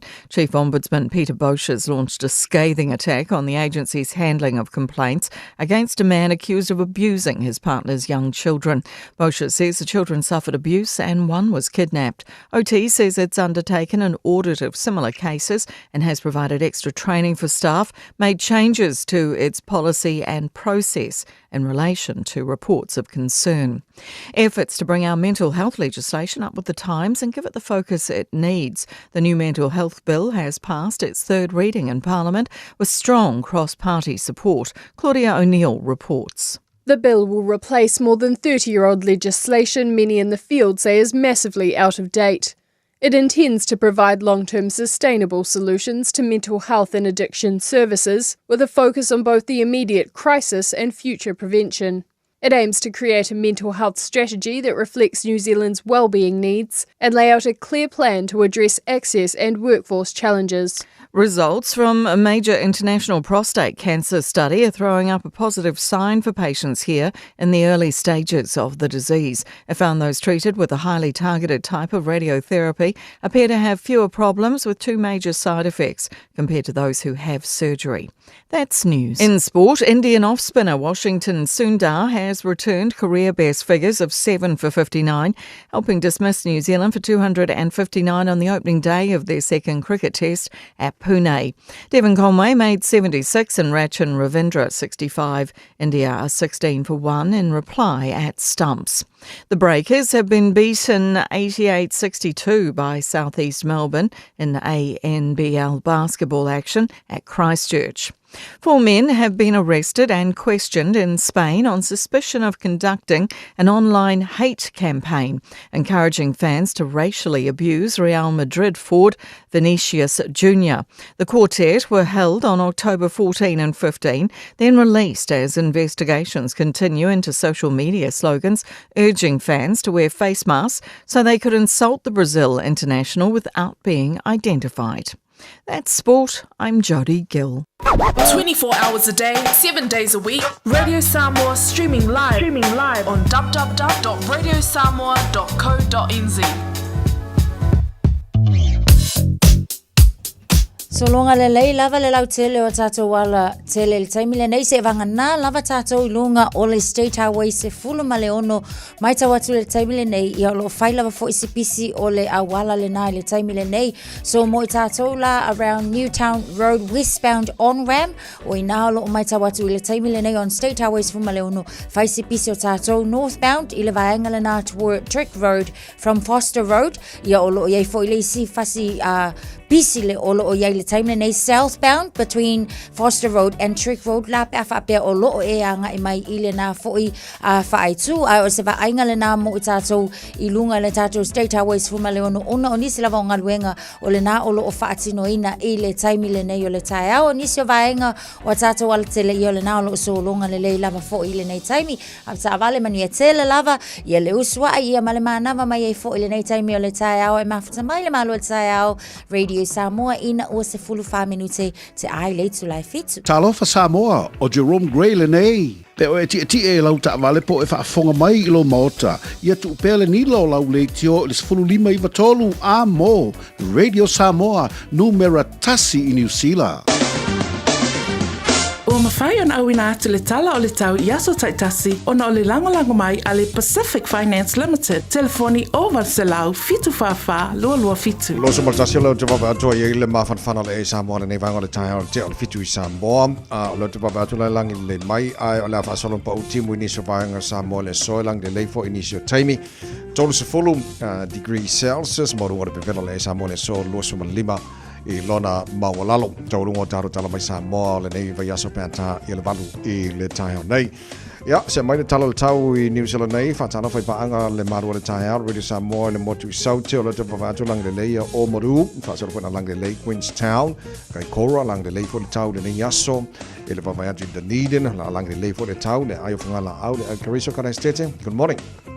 Lang le lei le tau la whaasaron pa utimu le Fiafia na nei, loso mal tolo mo ngana o le mafana le ea ia po le vela fo I mo tolo mo tu saute loso tasi mo ngana mafana le ea kai tair pi tola belunga o New Zealand la fason awa pa utimo la mo Wellington ma lo la po se fo mo ia pa angal tar ba kala la fason pa utimo mo o to yang ma lo si marsavili mai ma tu sifo e foi na o le malo si marsavili se la 2 km le tu la e ni so taimo le so se fo mo lo mo ngana le malu le ea mo le la mo Wellington e fason awa pa utimu nisho taimi tauranga whaasara poina awawa pa utimu tera vaenga o Taupo rotorua la whaasara poina awawa pa utimu le Aoauli ma le Fiafia na nei o la whaasara na pa utimu le tera vaenga o Palmerston North awawa pa utimu nisho vaenga o New Plymouth lang le lei tau nei pia le so whaasara na awawa pa utimu ma losi Porsavili mai matu si sifo nisho vaenga o Masterton le so luas fulmolunga ma whanawhana I le tele vaenga o Hastings o la lang le lei le tau awawa nisho taimi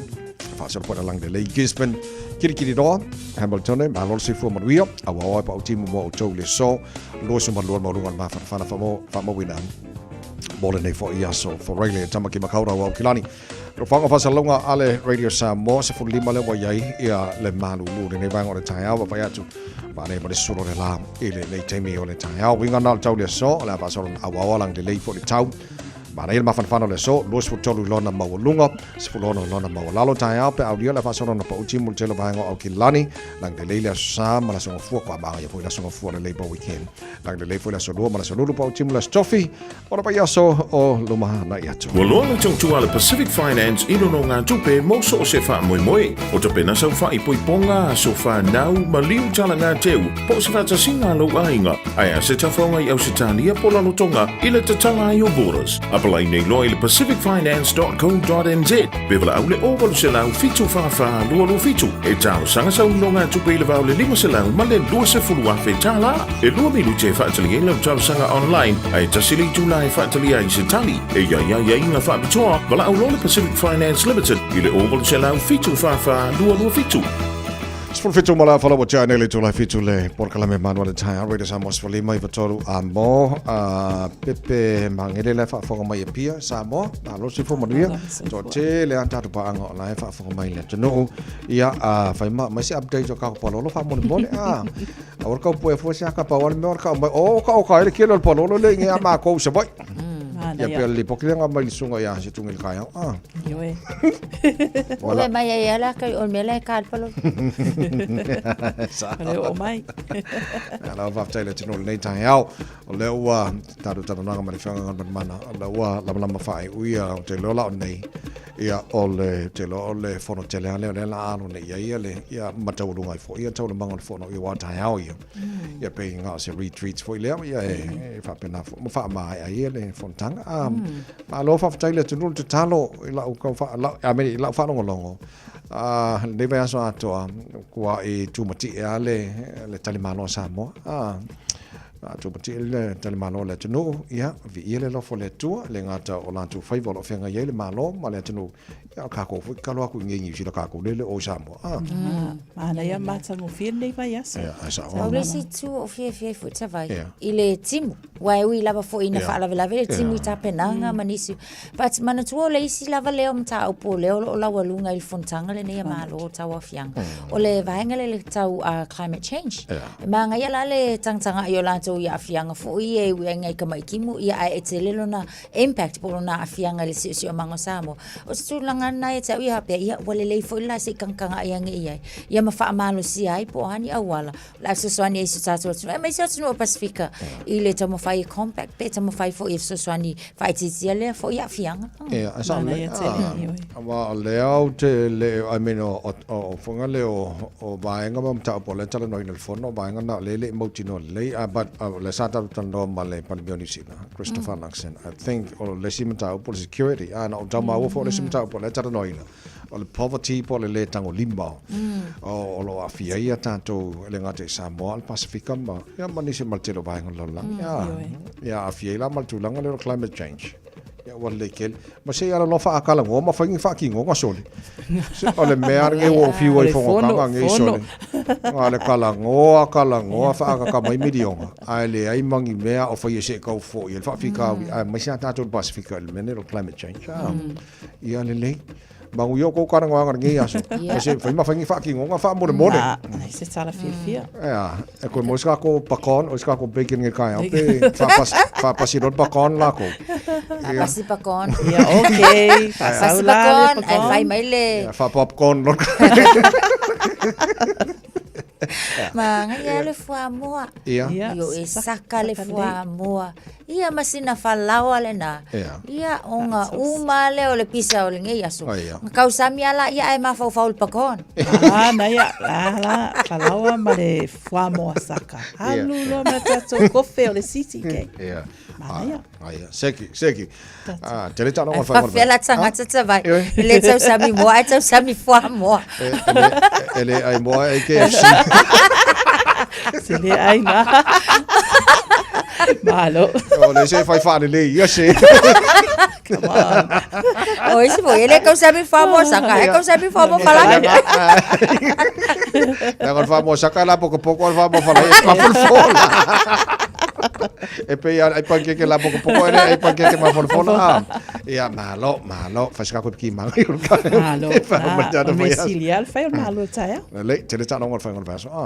Io e tavai o lo sauni atu tato au malo si le All Blacks le fa tau wina la to talonga le alo atu o talonga ma Japani I le aso to nai le aso Taeao taimi e tatou fa tau wina ai le talonga o le toe se fulu minute tai le fitu le aso Taeao ta wai le tato au ale All Blacks lo le te lo fai la película la fanga solo. Io e tawai o lo whatau wina Bear 2024 Pacific Championships draw o lo iei le ipu lea Pacific Cup lii o le aso sala o lo o fuafua e ta alo e tato awa New Zealand. Ia ma le awa Australia whatau wina lea I le aso sala ta alonga lea I la lo I Christchurch. Ta alonga lea le ipu. Naia. A o le au foi na tamaitai e whatau nuina foi I le aso sa ta alo lea ma Australia ta tau New Zealand ma Australia nisi na ta alonga la whatau nuina mo le tato long weekend Ia lelei manuia lea ona tu foi o alo Samoa o papenao na ta alo telo au mes mo peleki man ka ko riki foi la ko ma ia sole ia lelei lo su tolu lo tele tula fitu tau rungan leva yasol po kala mengal po tania think a minute on so ai da mai fa fanga mal tanti ana band lo fa fol po kala men Malu le Taeao le sa mas le mai po la molo lo su le mani aso ke topo ta po la ngore lo afe lo se fo man fa yo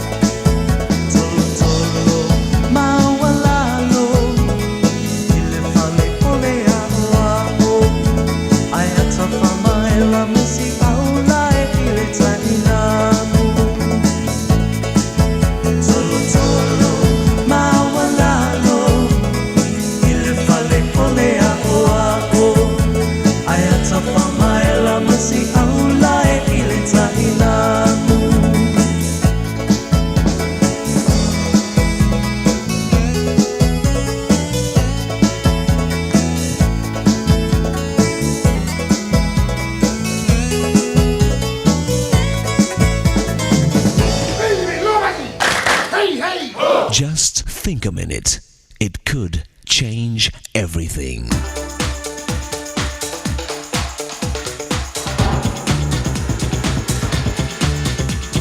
Think a minute. Who said life's fair? I heard my grandmother say that 1,000 times if I heard it once. And there was a reason she said it a lot. When my grandmother was a little girl, one day her father just left, her and her mother, and he never came back. So my grandmother fought that feeling of rejection and unfairness all her life. From an early age as a child, she learned that life isn't fair. And my guess is so did you. Oh, hopefully you didn't experience such a painful injustice as that. But as a child, your father punished you for something you didn't do. Or a neighbor blamed you for something that was someone else's fault. Maybe you had a teacher in school who really treated you unfairly. And now that you're an adult, your boss is unfair. Laws seem to discriminate. Even your wife or husband may treat you unfairly or accuse you unjustly. Who said life's fair? Because it's not. So what can you do to handle the unfairness of people in life? Once again, there's a person who has an answer to our life's toughest questions. Talk about unfairness. He's probably the #1 victim of injustice in history. Even people who didn't like this man admitted that he was the last one in the world who should have been executed and killed as a criminal. If Jesus Christ was not a good and innocent man, friend, no one is. So next time you and I think we're being treated unfairly, just tell him about it. He knows exactly what you're feeling and going through. So how do you handle unfairness in life? With Jesus, you can handle whatever life and others do to you, since he's already cleared the way for you to follow. He's been there, done that. And he gives his same power to anyone who will ask him to take control of their life every day. His own inner strength and peace that doesn't let the unfairness of others keep you down. You'll also be strong and free enough to forgive those who hurt and treat you unfairly, just as he forgives you for the times you yourself have treated others wrongly. Jesus' love and power is yours for the asking. So why not ask him today? Then no matter how unfair people are to you, you'll know that the one who's in control of your life will always be more than fair to you. Just think a minute. If you'd like a free CD of our top 40 programs, write to us on the internet at www.thinkaminute.com.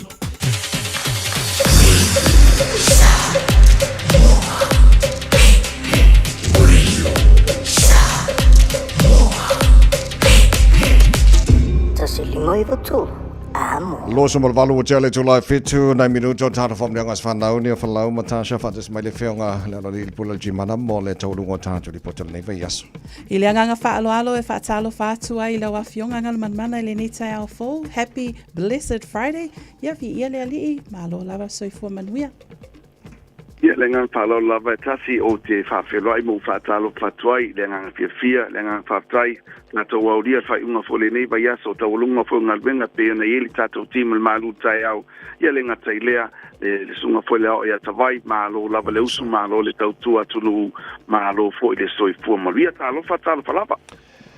Alo, ia. Walo fo mai le tua an tatou ni kai ah. Ido e tawai, e lava matan iai.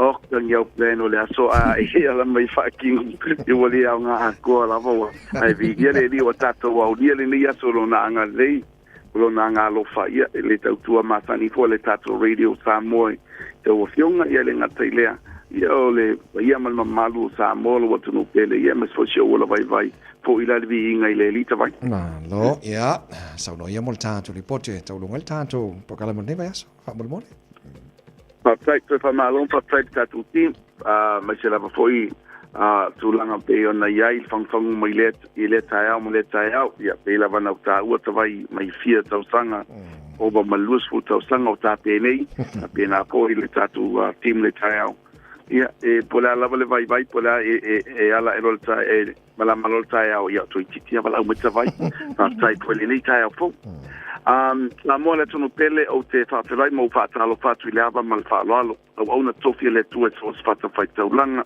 a pio foia fionga I pātele tamai taisa fionga I whiwhelela I le ngata I lele suisunga I whawhengainga sunga I eo whalpenga I le ngata fuilea sui e sunga I Elisea whapefo I pikopo I malu te kasi tonu e kalesia malo lava le tau tai malo foi le tau tua i le atua malona pina ngalo.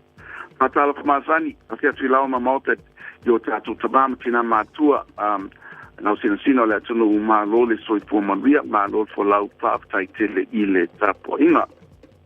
Lungo la tele tonu fo whengalwenga e se foi la tau wa mana wa mai, mai se foi usau diatu, ia lau mauta le tau singo tato matua, malo lava wha malo si le nei vai atu, malo le tau si a inga.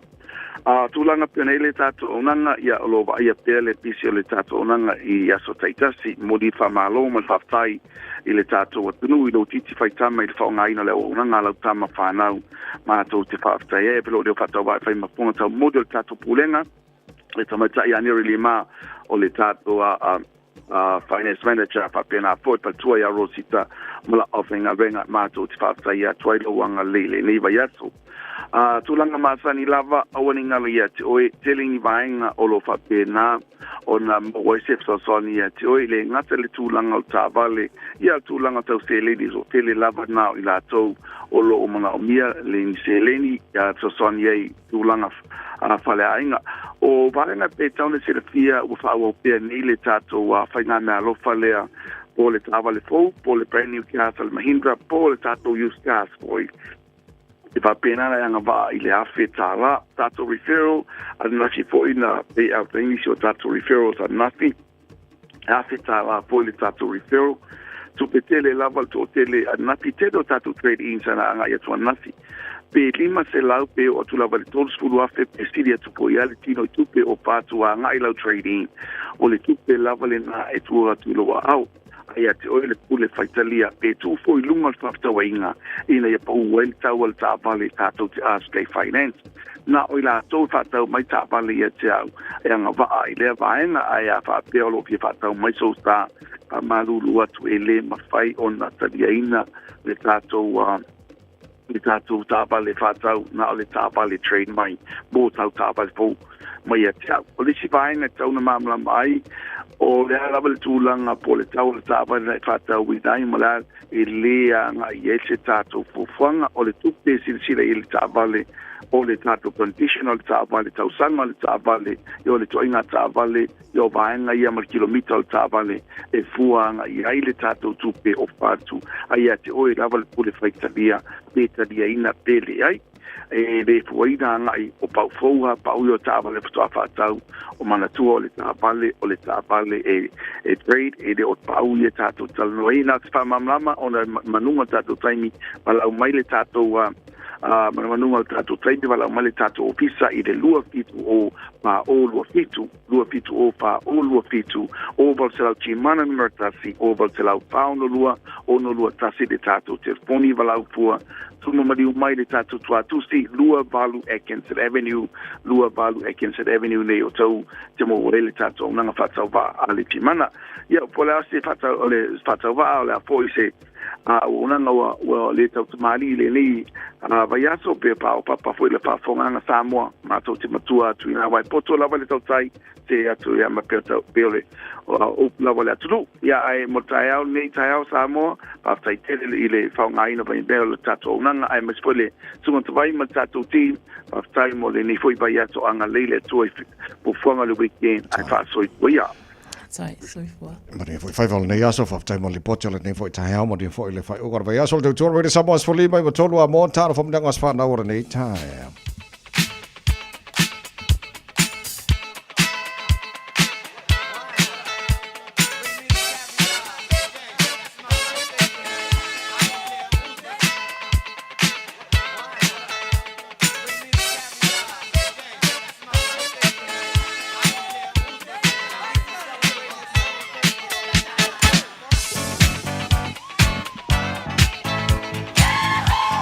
Tolu fitu tasi lima e hiva tolu le telefoni o matala pea wha pea e fi ave se whamanianga a se whanau se tasi whamna pirona a se whanau le se los lima nei o ke topa ala fo ea manual tato i meli Ile on air at radiosamoa.co.nz. Avano for tātou Facebook, mari YouTube o le Samoa, e tātou amata malua pito le Taeao. Ele lei tawai o lo iai tātou whaamanianga I lunga o le emaili. E whaapea luna a whaitawina. Whaamania atu le iwa se fulu valu le nei o se o mātou tamā ia aelu mā whale matai whaala si o si peni o fusi sa fotu la whai savai. Ia lofangia pea e tamā Ia lofangia pea o e tamā e le atua fua I atu le malosi malana whaamalolonga I ate oe. Whaaftai mo lo soifua tautua o lo o whaia pea le ekalesia ma le nuu. Ai maise si o tātou ainga. Whaaftai fo I mo au tālo sanga malau anapongi mo I mātou malau whanau mau ainga malava. Happy blessed 98th birthday papa. Ia o le whaamanuianga le na e mai a Leni family vai otu family o Papa Toetoe, ia mau ainga malava I Samoa ni Usila whaapea au se tālia. Lunga tato apia fōlinga, Losalina Asiata. Whaamanuianga o le aso whanau o Linda Tuimalo. I le aso le nei 25 o ke topa lua o lua wha ua atoa ai lo se fulu wha tausanga. Whaftai le atua I nei tausanga e tele ua e aulia mai e wha o popo I aso o lo wola. Wha mua le atua I o wala uma ona e mawai lea o le manuia. Happy birthday once again. Alofa anga mai au ainga uma o lo iai Samoa ma New Zealand nei. Leisio whaamanianga lunga le api fōlinga me a Pelenise o Sovale. O lofa anga ma whaamanianga mo si o uso o ala whau iu. O le aso 25 le nei o ke tupa wa ato ailo na ono se fulu tasi tausanga. A lofa le tama o le langi to e whaao poopo nisi tausanga se tele mo oe si o sister whaaftai mo mea tele lo e whaia tonu el tātou ahinga. O oe uso e le whaapito loa lofa I se isi. Tususa uma ia oe mātou uma. Sister ia tō anga te talo I lo tamao le langi lo e mawai le ola ma le malosi. Ia manuia lava lo wasa soifua sister o whaamanianga na e avatu ia hao si o uso o Pelenise ma si o tō alua o Taeao o Sovale. Ma le whanau o mafuta mai Samoa au se talia ma New Zealand whaapeo ainga malava. Happy birthday sister. Love you. Whamanuianga le nei mai a o lepa leo. Vi ia le alii ua aulia mai e oe le tina losa leo o Island Bay le valu se fulu fitu o tausanga po soifua le nei aso. Alofa anga mai a whangafua leo ma le whanau. Manuia lava le aso soifua le tina ia losa leo. Whangafua leo. Leisio whaamanianga lava I lunga le apia fōlinga e mai ia KM Wong Chiu Mataia. Whaamanianga le aso whanau. Happy 22nd birthday to our kind and beautiful daughter Alicia Charity. May God continue his blessings upon you and guide you throughout your journey. Thank you for supporting our family and we miss you every day since you moved and settled in Townsville, Australia. Enjoy your birthday today, our dearest darling daughter. We love you, Charity. Olo whaangana Mailonese, Saha Mariana, o uso tuangane Aisiliai, alo whaanga mai o mātua o Meli Masavelio Mataia. Kakoga. Beiat. Nā tawai, Malo, whaftai, ia lelei, tāra whamunianga manahara ni fo Taeao fau. Ni whewhala nei aso, mala weekend ni whala. Whaftai lava tawai, malo lava tautua ia o lua, ile nei vai aso atua. Samoa lo atunu pele, whaftai tele lava, le nei vai aso atua. Ia manuia tele lava singa, o le nei aso, ma le alo atu, mo le tato long weekend, mo le nei taimi, alofa tele atu. Soifua ma ia manuia. Pesa mala sangala sisters fa mulia trade pulenga mala fenga rega rega Samoa mal tara proklame malu le Taeao mo to wasa fa na mulia tele lava le lofa mala anga le leo tara matai le langi to lo se fulu. Mino to lo to talo le to la.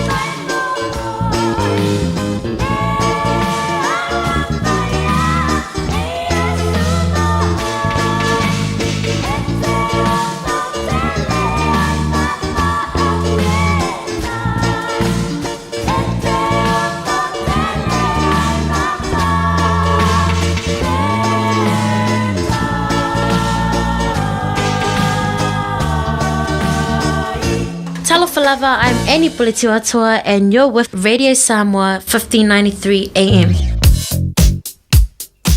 Na ola tātou State Highway se fulu ma leono lava o mai tau le taimile nei o lo whai lava foi ia si ma mafa mai e o le traffic o isi vaenga uma o lana tele o lo so longa le lei ama kilia flow le lei tātou traffic westbound traffic mo ila tau o lo anga iatu mai St. Luke's anga iatu te Aratu interchange o lo ma mafa le traffic mo tātou southbound te Aratu south o lo whapena foi na mai tau atu le taimile nei o lo o iaisi o lo ma mafa lava le traffic as well and on eastbound traffic mo tātou loanga i atu i le Waterville interchange o vaenga na o le ala tele i lunga o le tātou State Highways fun maleono mai tau atu le taimi nei ma mawhai le traffic whapena fo i la tātou i Pakuranga Road northbound and southbound o lo mai tau atu i le vaenga le na anga i atu i Pakuranga Plaza i e whapena fo i la le anga i ane i Botany Road o vaenga na o le na o lo ma mawhai lava fo i le traffic i a matau slow mai tātou i le taimi le nei o le Taeao ia anga iane ai lava le ti Rakau Drive and Chatstone Road.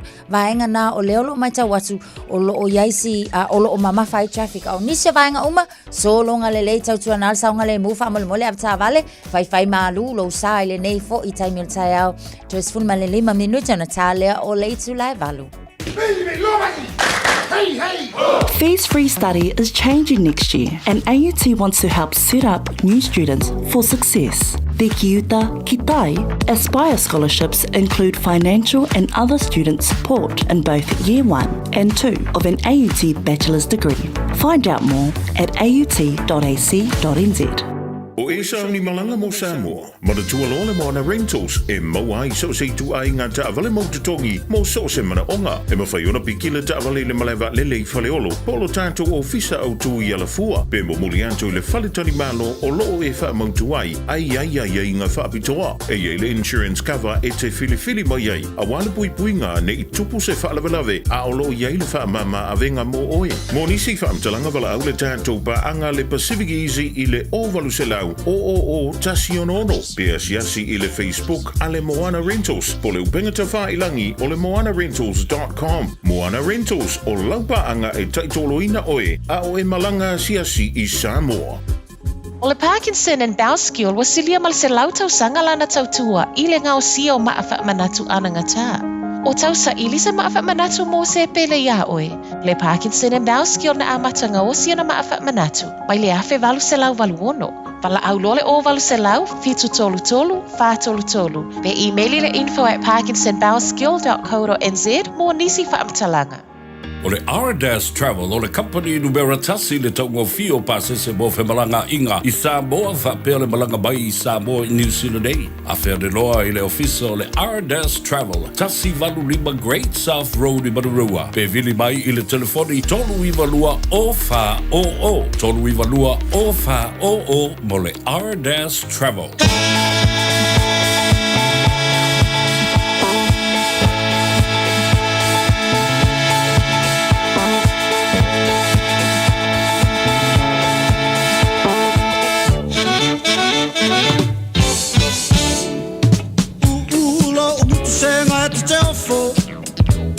Si paka o umata wa umala upoto I tau mawhaine o na po Tata mei a whea tawai I tau popo Eleni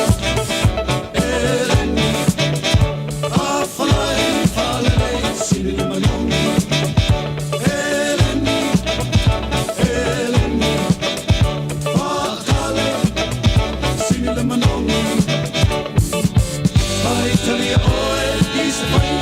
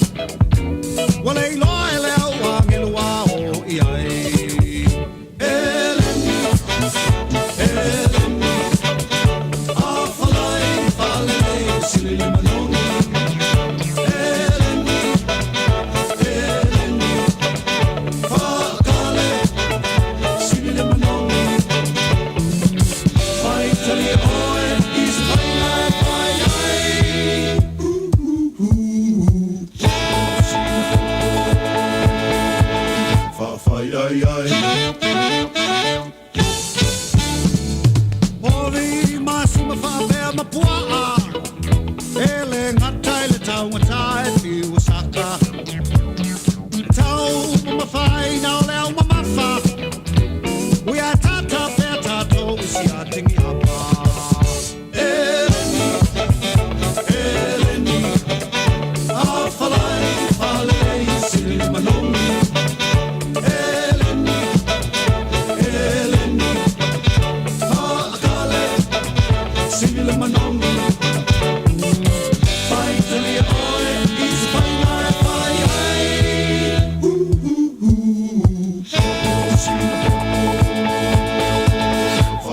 Ay, ay.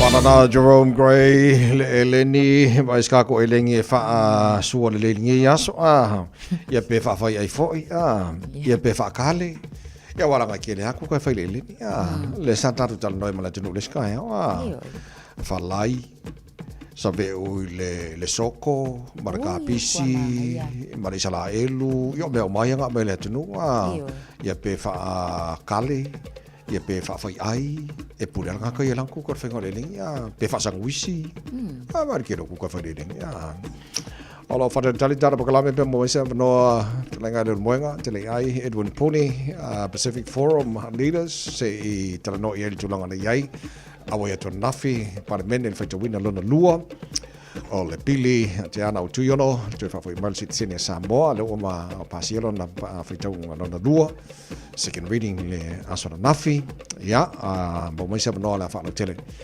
le ftrenga ya tele ai Edwin Puni mo tanto nei Taeao tele taru tele no ila to foi o vai mai vi tanga lenga malo il to telo la to fule le au tele lo pala se manga tu per malo o fa alu ile sfulo masina talu ona yel banga le ole ave sei na mai po le vai o to telo la to mai ngarwenga im tanga lenga malo Yo tavai ole ele o se tupela ititi fo ile tilsilo yel time le nei awal mai tawa tule wa ye valu se fulu miliona tala ole tupela na ole ua mai tawa tu ua mafaiona ua faaluina fo ile ona o tamu fai ngale malo ye te o ye tamu fai lo ma fo fauta vai fa senga fai mai e sefe ia tupe faalu ai ole totongina la ole o tupe mo tangata nei o te teltonu e fa ki kanga ka fai ngaluenga ina ia sefe ai ma ia fa Aoauli tulanga fo ile le fa ITT o tupe alu ile songina la o tangata fai ngaluenga pela one ia ile time le nei mana tuala ole matati o tom fai le malo e sefe ina ia o ia e ma fai ona sefe ina le fitu tesima le 5% ma ola la tom matati ala na o tom fai tule time le nei se la wongo su markasi fa la potspotsonga le we ye suinga ia ma restructures ia mala to tupe ia na to tong ia more redundancy ina ia fo ile fa ITT ai tanga ta fa ingalwenga so o tulanga la na ia aku fa kasi umala le la ma waile valus 4 million na tala na ta vai ya pe on ta wele stupe la titil na tupe fo le pe a titilo tarsiala ia tele atu tupe maua ma fa sa ina mai ila to ia wa vai mai la to ngol folele na lo tupe le alu tonge ia redundancy la to ne o jelo la to manolotina le tutuli ia tele tupe sefe ngai lo kupe le fa alu tongi no la to ne wa ia la ka ko fa ka dia ki di pe ia wa lo fa fasili la mana tuala e mana na ole malo fa ITT tanga ta fa ingalwenga fa ITT fo ile fa alu le tala fe nga yo tupe ila la to le na mai tau ia taula fa amata e tala fe unga la le fa ITT o tanga ta fa ingalwenga ma le tau mafai e ia ile pa lengi ile quality of service mo tangata lau tele manatua la o le kelei o le afianga o le oranga tamariki le ngata le na o le Ministry of Health, Ministry of Social Development o vaenga ia o le ko kele kangaka ma tele foi le mana o mia ele atunu o la lato service fa makala ma fai le valsful milionga le o nga sosoangi e improve the quality of service o le provide mo tangata lau tele Ia, sawa le lei o la tatu wa vai pe a le ata la tamaile na ma fa ma nga o tu na mai le tatu ofisa I le tupe ua whaalo le malo se fulo masina talu ai talu ona tu le mai ala tu fufuanga ma mao ia e vai al tele o tangata whaingaruenga mai matangaruenga malo ia ai whaasao la ko kupe kaul boros fu milion oka kwa kiri nga ko peri le lei o le aso le utau whai ui le fontanga chau ko mo lua felusu ma whai Samoa malo whaftai le tanu le mori tau sang foi mutu ina tu Samoa e lana taringa malo o le ala alam whai ia wa o le fontele lava o nei o le atara noi nai telo mata upu ia o na wha mai alo le so ia ona arolo le mo le retreat te tai uma malo fai I le aki le I mo fanua ia ma fa mai ai lo ia le choko mo lo fe su ma fala to ia a ni sina vai ngau te lo la fa lo te mai ta to la ma sa mo pe tan valu I le tai nei ta se vai ngau le te va vai nga ai au il pale mio New Zealand sa ta to la noa ai le malanga I Samoa singira compensation po o se tawi mo afi anga ia o te lele fine fo ile o le ai fai mo ti lo mo fa longo I li poti a mai nei o le tu ma wale fina ngalo le palemio New Zealand ma a mes foreign minister e le isa fai na o le asio manga o Samoa I banga le o ti lo mo fa pe o le alo ina ia wane ia se tu pe fo ile tongina o se tawi po se compensation e tongina mo la to a fa pe le na mo na ma o li poti Samoa ia Lua se la wa felita so ule wa fa pena ona fa le ngai nai telo ni si mai ya la e mo le mau o la e mo le mau o no winga la e le se mela fa mai e le se fa ngai na o se manga sa mo se tala fa tai fo le ma fa ina ia I ama fi ngotol sami ya ma le mawaia no afi anga sa fa mo sami mawaia na I ama ngai vai ngai fa ka mo ku te le la fa ina il tulanga le so e mana ia ni so le potina o di tilo ia le sunga ia Dr. Yati University Saute o New Zealand kama fa New Zealand as a cover up vai ngai fa me le siswa then o sem kwai vai ngai se ama le ami tonu le o New Zealand il tulanga ia and yet o la wo mana me lipoti o la fa ina le se manga a me sel tal fatai e tu langa iswa o va ale lo la ere ia besele swa o kele la iko ia talusia lava fo ia le leima mau tu le lei ia report ia wa te tau ona fa mau tu le lei fo evidence ia po vaenga le nai fa alia ia le fa mau ni o li poti ia awalanga a fa apela o la afia ia e ma afia la le si marine life ai mai se la wa o te man so fo ta vain sa to tala no le na ia fo i taimina au mai li poti e nei pisinisi sa tau fia fo ia lato operations is a taimi ina ua fato atu la ile fato le fa le tonu le po fa le lona winga la o le tupe mau fo ia le na pisinisi ile na fo i taimi sa e te tau lava fo ila ona to compensate tu la e ni usila o tu langa la na te tau lava ona le lava ia le au mainga ma ia ma losi lava le finau ina ia fa pena na mafai na mau le tali mo na fo na asawa te lua mino tolo talo le tola valo la faltara fa malstino tau runga ne vai aso mai alolea so mal tau runga talo mai Samoa o le nei fo i vai aso ia le le se fa malo lo se fa malo si kingo aso fraile fifi ia le ka ko wo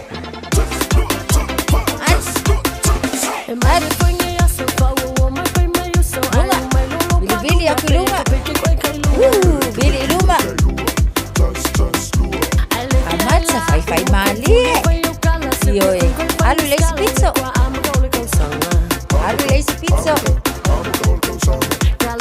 aia lunga Samilo aia alu iluma aia ya tasala tama ilima aia lunga awawai luma alu das, dua, das, dua. Malu lunga. Iya. Iya. Lalu. Luma. Anu, unga. Ioi, oka. Dua. Sabali, sabali. Dua. Iya.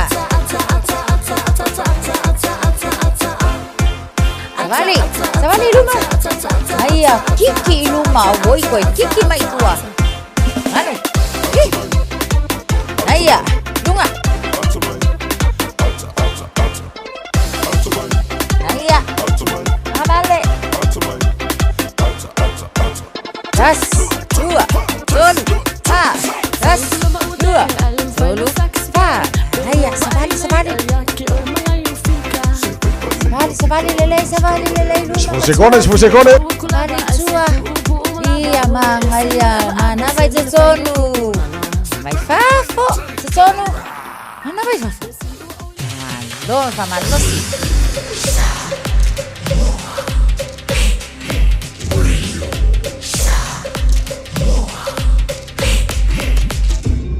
Moi votu.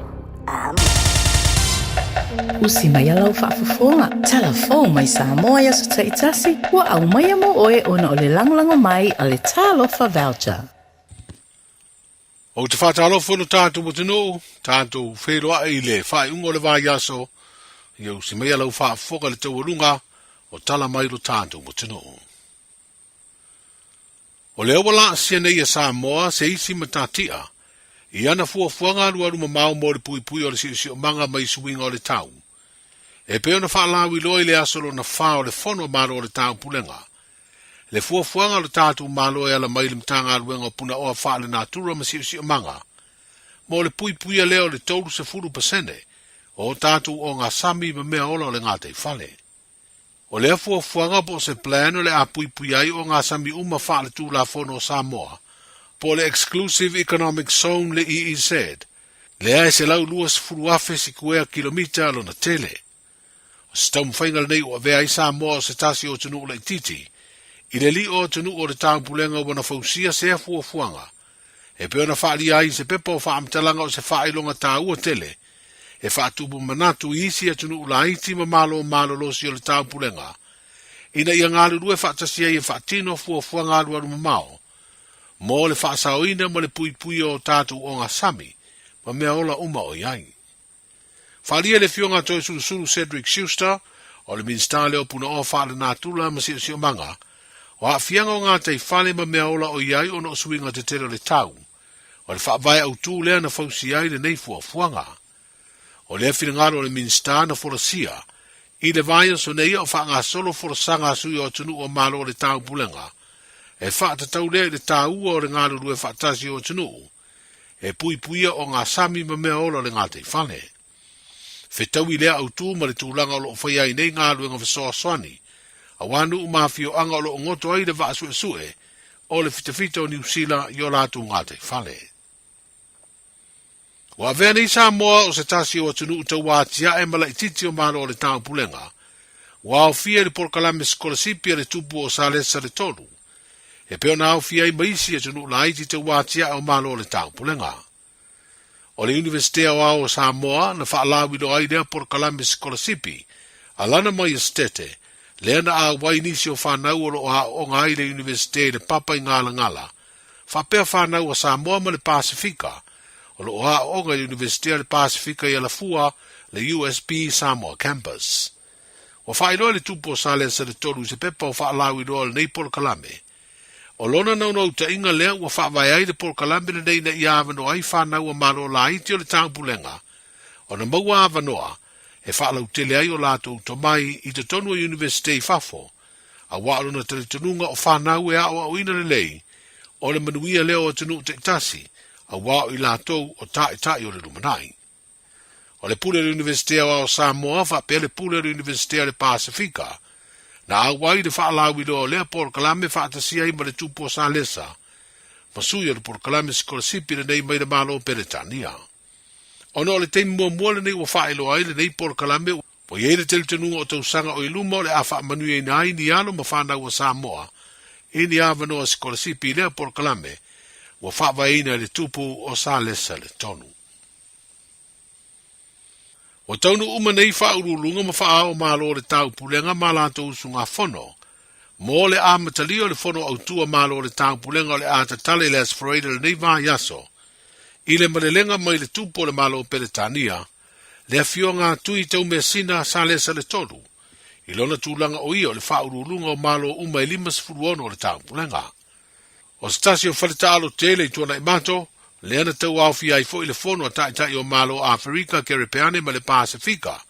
E pena sasaini ai le tau sanga umawai le marienga, ua whaafoua ia malo ma le Uni Europa ua whaingoina o le Samoa Agreement.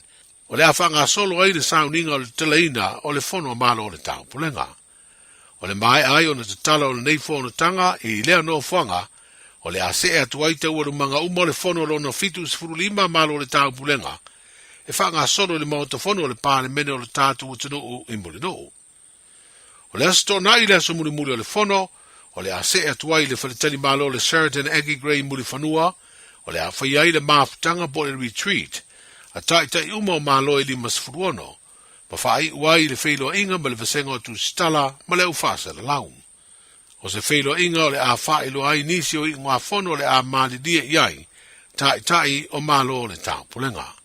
O le a whailo ai fo i le atunu o le a tali malo, i le isi fono o so ai a malo o le tau pulenga. E uina to uruti munga ma sa vidi to whaatau tau i le aso mua, o por kalame le ase singa tau walo i lo tātu utunu o le tupu ma le masio fo le malo Peretania. Ai sa le wha le tonu ai le wha ngā solonga o por kalame umana te pena lo tātu malo. A mata mai lava le le awa wha tupu, so ai maisi por kalame, e peo na awhi ai le fio anga o motaa, ma fio ai le tupu e sa vali le no whanga wha sao to ngā tongo i lea nuu o le tu malo, o le vai maunga. Na maua si masele le Aoauli, ai na toe palasi fo i wanga i na ua wha solo i le fiafi, ai na moni mawina le lau Fofoga Fiafia peo le tupu malana masiofo, e peo na awhi ai tongtonginga i le anga i atu le i whale alili, ma te tala aloa i ai e le tupu le toe fausio le no whanga mo tangata lau tele, le pupupu e National Park. Na asia si ai fo i le tupu le nei no whanga, se ia o atu lava i le vaenga o lo i ai le afu. O whale maisi vaenga umai mena o mia no lātu whaonga ina e tangata, ua mai au na toe fausia. Stasi leo no whanga peo na si le fia to tele tūlisi tā whao, whapea tangata o le tātu utinu o e a whea mo tā whaonga, ai maise lava tā elenga i le afu o lo iai. Le ala u toi te tala ina ua mai a fausia, ma te pena vaenga uma mo le whaonga ina. O le talaino lea no whanga le tupu, o le polkalami muri leo le asia singa tau aloa mai i Samoa. Le asfereida le whaingo le neiva yaso e Aoauli le tupu malana masiofo, i polkalami o le fono malo o le tang pulenga, ma toi tu uai Samoa i le astonai, pe a mai a se whailo inga whapitoa me le fio anga si umu, leo lo whamautu uai le whalitali malo o le Sinalei Resort. O le asa mumu nei e whai ai le sauninga whapitoa muri, a le whatuatuanga pahai i Samoa ma Amerika Samoa, i le mota tāpua i o le whatuatuanga i tiapa pata, e whapitoa le i tangata o isi lotu ma tāpua inga lo Aoauli le fono malo o le tāpulenga. Wa whailoa le whatuatuanga pahai, i se pepo whamatalanga whaalawi loa, o le tāpua inga whapitoa le ana whaia le asosa o mawai, e silia le tolu se lau i la tauna Aoauli, ma o se sauninga sa whaonga aitu isi tusinga pa ia mai le lotu Kerisiano, o le tāpua inga Mosalemi, o le lotu Utaia, lotu Pura, ma le Hindu, ai na whaonga i fo inga ngana pe o le whaperetania, o le ngana Arapi, ngana Hindi, ngana Farani, ma le ngana ua ua o le Tok Pisin. O le au tasinga o tangata mātunu i lanu ma ngana ese o se tasi le o sini tā ua, e ngā lulu e whatasia i tangata umai au sia manu lau tia o fuafuanga, ina ia sa idi aini fofo i whaafitauri o whetaia i nei malelalangi, ona o swinga o le tau, se tasi leo au tū o nei sauninga whaapitoa. Manuia tele le whaingo le vai aso le tātu utano o soifua. E silia mal se lau fala oloa I Samoa e mawhai ona whaanga I le talofa voucher mo whaatanga alu a inga. E le atua lava se 5 milu te lafu antuai mai New Zealand, Australia, Amerika, mai si antunu. Ai tau nuu I telefoni maolo e whaanga le talofa voucher e whai e le whaatau. E mawhai fui ona tungi e tuai le cash power wha pēle pili o le vai iso o se taimi. Anga iloa le www.pacific40.com e lafu ai se talofa voucher mo lo a inga I Samoa. Mo nisi whaamtalanga vala umai le olua tasi o valu tolu lua tolu po le info@pacific40.com. Talofa, we're the Katinas. Talofa, this is Pat Lamb. Talofa lava o Aola Pi Marina, mau pela o litio. I le radio Samoa tasi lima iwa tolu amo.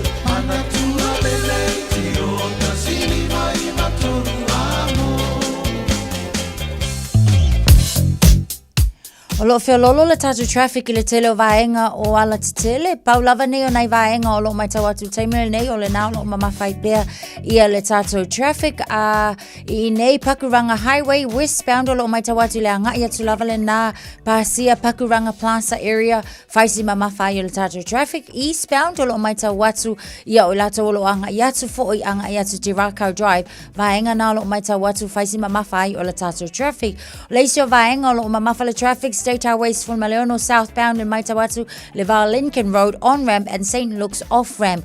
Vaenga nā lo Maitawatu mamawhai traffic northbound, Maitawatu from Westgate on ramp, anga iatu Central Motorway Junction. Vaenga nā o lo mamawhai lava fo ia le traffic I le taimile nei so av tavale se tautua nā nei nā vaenga o le ala tele ina ia whaau tautua Captain Scott Road I lo Maitawatu taimile nei faisi bisi mai ia mo I lātou o lo anga iatu Glen Eden ona o nisi o vaenga fo I o lo whatau nui nei lunga o le ala tele vaenga lal nā o nā le vaenga nā o le awala o lo faisi pisi taimile nei mo I lātou o lo anga iatu e wia Glen Eden I le nei taimile Taeao mani e tele av tavale lau mafta mai I le nei fo I taimile Taeao le malu o le Taeao le Radio Samoa sful matasi minute te ai le tulai valu Talo fa Samoa wa ule nei o kasputi alu a wale suia le ngila o le kio a eva mai ina se fudu lima iva kolu amo Radio Samoa vevela O mawhai an awina atu le tala o le tau Yaso Taitasi ona o le lango mai a le Pacific Finance Limited. Telefoni over se lau fitu whawha lua fitu. Loa sumar whālo te wawai atua iere vevela le Samoa nei vanga le taha lawa te valu I Samoa nei Taeao ia o lama whai ufoi matawalunga ia le Fontele o te tai o Malo tau Blenga tali Malo le tatu nu le chakom lua afe loa sumar wha ia o winga whamawina le tau mo Samoa tu mau e whasoron pa utimu nisio taimi langi leifo I nisio taimi I nisio paenga I Samoa tu mau le tolu se fulu degree Celsius morunga le vevela le Samoa le so loa sumar lima ilona maua lalo Whatalofa I paanga le tatu pakalami so sa vaenga Australia le Taeao Malulu ia le moi Canberra ni vaenga le Taeao lua lo il Malulu o la matele na Aoauli le tau o la fasolo ina o atu le maulunga le Malu le Esfriva lona maulunga whalona maulalo mo la moi Canberra le so Sydney Australia maloro si fumo ni le Taeao sfulu il Malulu ne vaenga le Taeao la fasolo na Aoauli le tau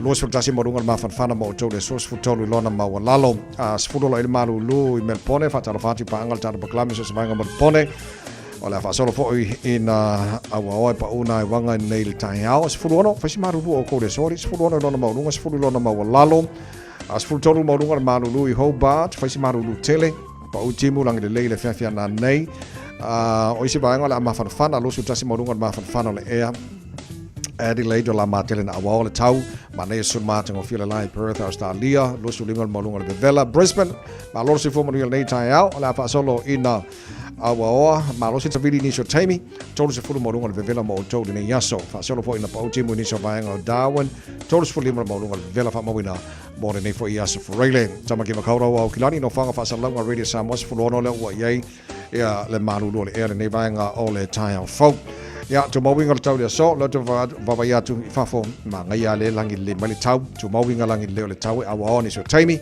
tu mau lusu malua maulunga ma fanfana mo tau le nei aso sfulu no lona ma walalo Taeao la fa solo pa utimo te vaenga o ki lani lang de leile sa so fua so luas lulu pa ujimu la stofi ora vai aso lo mana ia tu. Wa loa tau tua le Pacific Finance ino no ngā tupe mauso o se wha moe. O te pena sau wha i poiponga so wha nau ma liu tala ngā teu po se wha tasinga lo ainga. Ai a se tawhaunga i au se tānia po lano tonga i le tatala i o borders. Apalai nei loa i le pacificfinance.co.nz. Bevala au le ovalu se lau fitu wha lua fitu. E tau sanga sau no ngā tupe i le vau le 5 se lau ma le 2 se fulu a whi tala. E lua milu te whaatali e lau tau sanga online. Ai tasili tula e whaatali ai se tali. E ia inga whaapitoa. Wala au le Pacific Finance Limited. I le ovalu se lau fitu wha lua fitu. Suma whala wa tele tulai valul pokalame Malu le tae radio Samoa Sfalima vitoru a mola talanoa atu i le talenga e lulmoenga. Tele ai Edwin Puni. Tulanga i le second reading por whaita uangalonga lua o le pili. Te whawhoi mai le sitene Samoa i Parliamene New Zealand a Saranafi. Te mai a whawhiwhianga mai le 5 stars and le Taeao. Whawhtei le whianga kamar mana tumanabao tangawaia tipi o tangawaia. Le sura radio Samoa i pia malo whawhtei mo le tautua. Le Taeao ma le neiva yaso atoa i a tātou tala mai Samoa.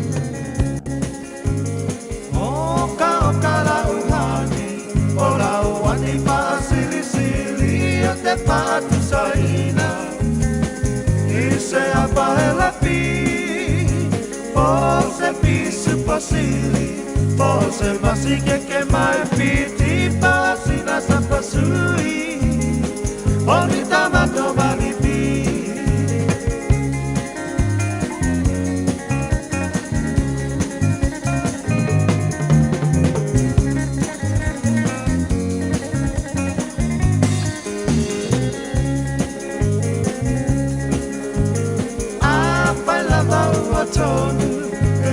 Tony lau pinangalo tapa ai poipo avane ile malo ele anga ole tatua etele ai ole ti akolo pe mai sa pepe ole po.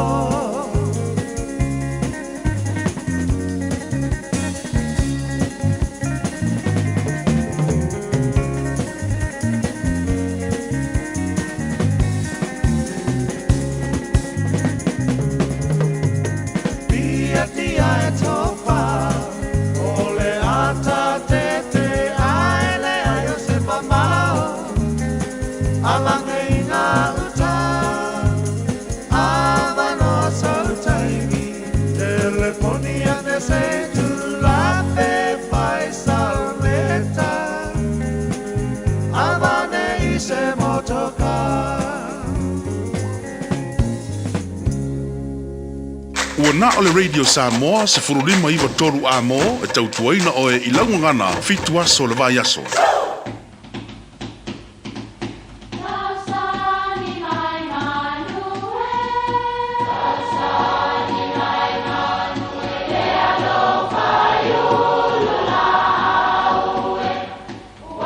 E o whanga manu i ululu o la au, awa e whawhanga i funga o la au. A o le tangata, e whawhanga i upu matala. O le mawhileo o alanga upu mamuanga ngana Samoa maona whaapongai, e a fua ilo na sio mianga.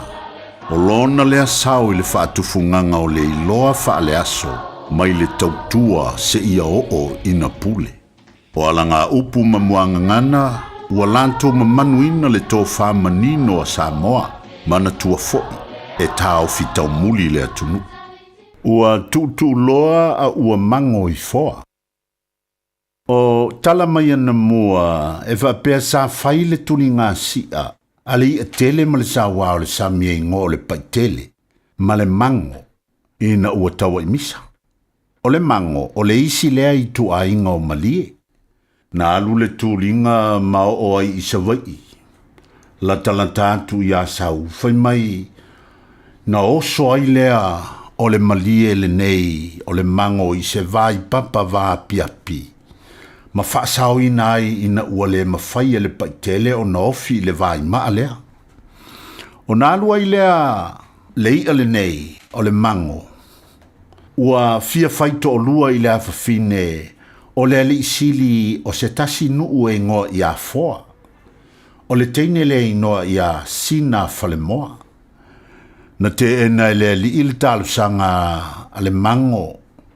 Ona matua whaanoa ai lea o le malie, mai ua I lavalo na ola I le whaanoa. Ona whaingo ai lea o le malie lea o le mango I foa. O upu e whao ngā e wha matala I se wha moe moe na tele ni tāpenanga na whaia. Ai wha tino ane wale manuia lo ni taunu unga.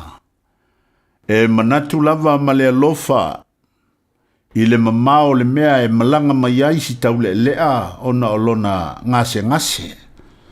Ai ole nei ua silinga tali I seu se swinga ma ua na ole wha sili tofo vai le tau la sea. Ua moni ei le upu ua tutu loa le mana o leia ai panga ua mango I foa. Ia manuia lau whaasonga le ne yasu. Malo waftai asiava mole tapene ino tātou mawhasa mole ngatalo nei Taeao ar nei foi vai haso a toa whaftai mole foi tautua mala unanga mole tunul tautua mole mele Samoa sfalima iwa tolu amo ina o se fulu mala iwa ua te anele tu la evalu o le aso na nafi pei on silifia le tunul second reading o le pili foi lea membership bill te ana utui ono ile toi whafoi mai o le tātou sitseni. Tangata Samoa Fiafia nei taimi o le Taeao whatis mai I le te whono o le Pacific Leadership Forum al whatarenga leo moenga te le ai Edwin Pony lea sa iai I Wellington lea sora nafi mai se au te lenga o lea fo I tulanga peo na iai lea sora nafi te le ai whaftaimi o le taimi nei Taeao malo le sui fumanui. Talu whatu ta vai ia mai se foli tapu inga o le tātou tanu malo sui fumaua. No whaftai mo le nei Taeao. O leo maua le tunu pasi alwai taunga lona lua I le palemene a nafi. O le ase vainga na I tono palemene le son nafi. Ia, ma e ua foi ia le tau o le nei aso mai e le nganta o le nauna watu le tātou tunu le asio atu ma I vaenga ese o nisi le nei. Au tono al palemene I saunoanga ta vai o le sile mea sili o na taua. Ia o nisi a whai pule na tutulu. A o sau noa mai e mawhai ona mai tau ai lunga kole o le TV al palemene ia lanto sau noanga.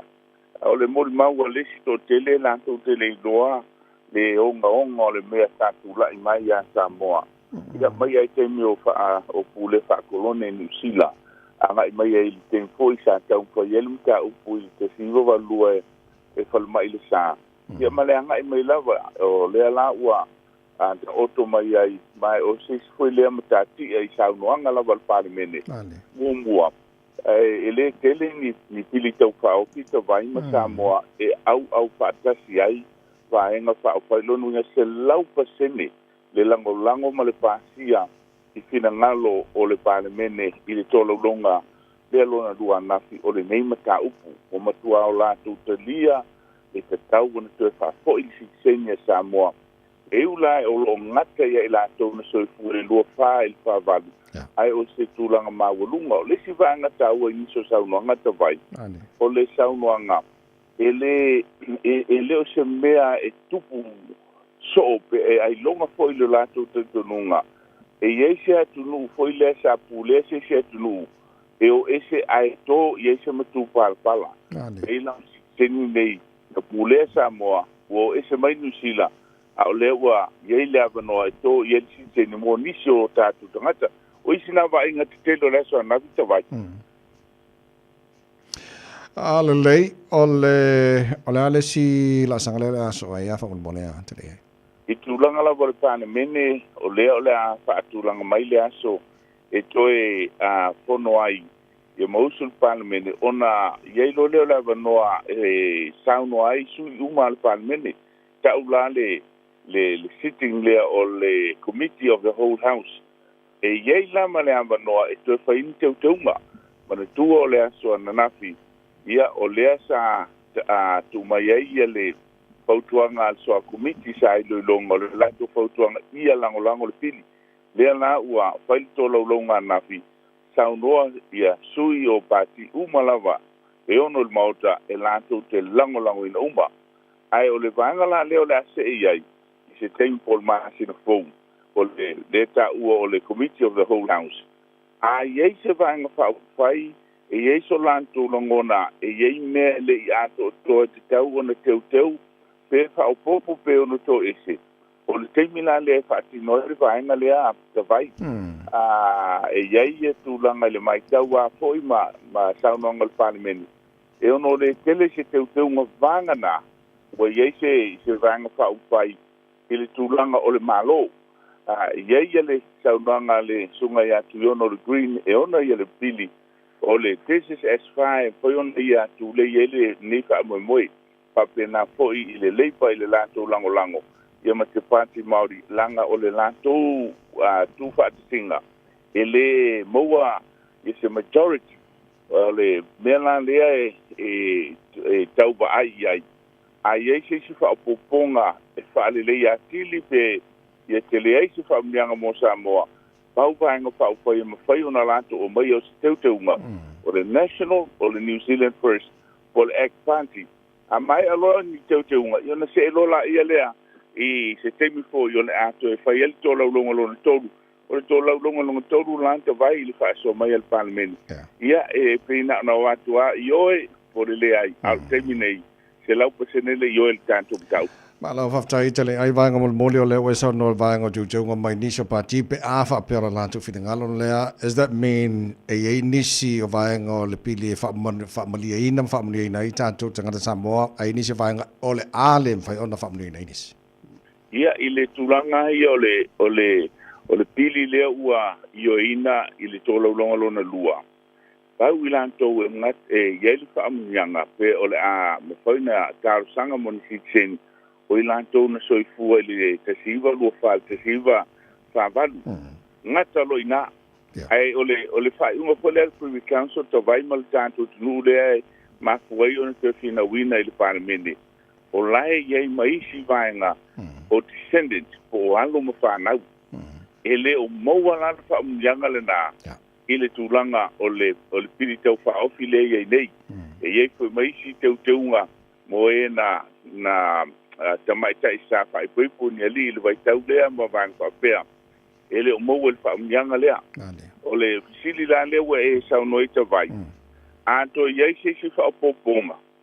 Paulo le taimi e mwhai ona to iei se whaapoponga.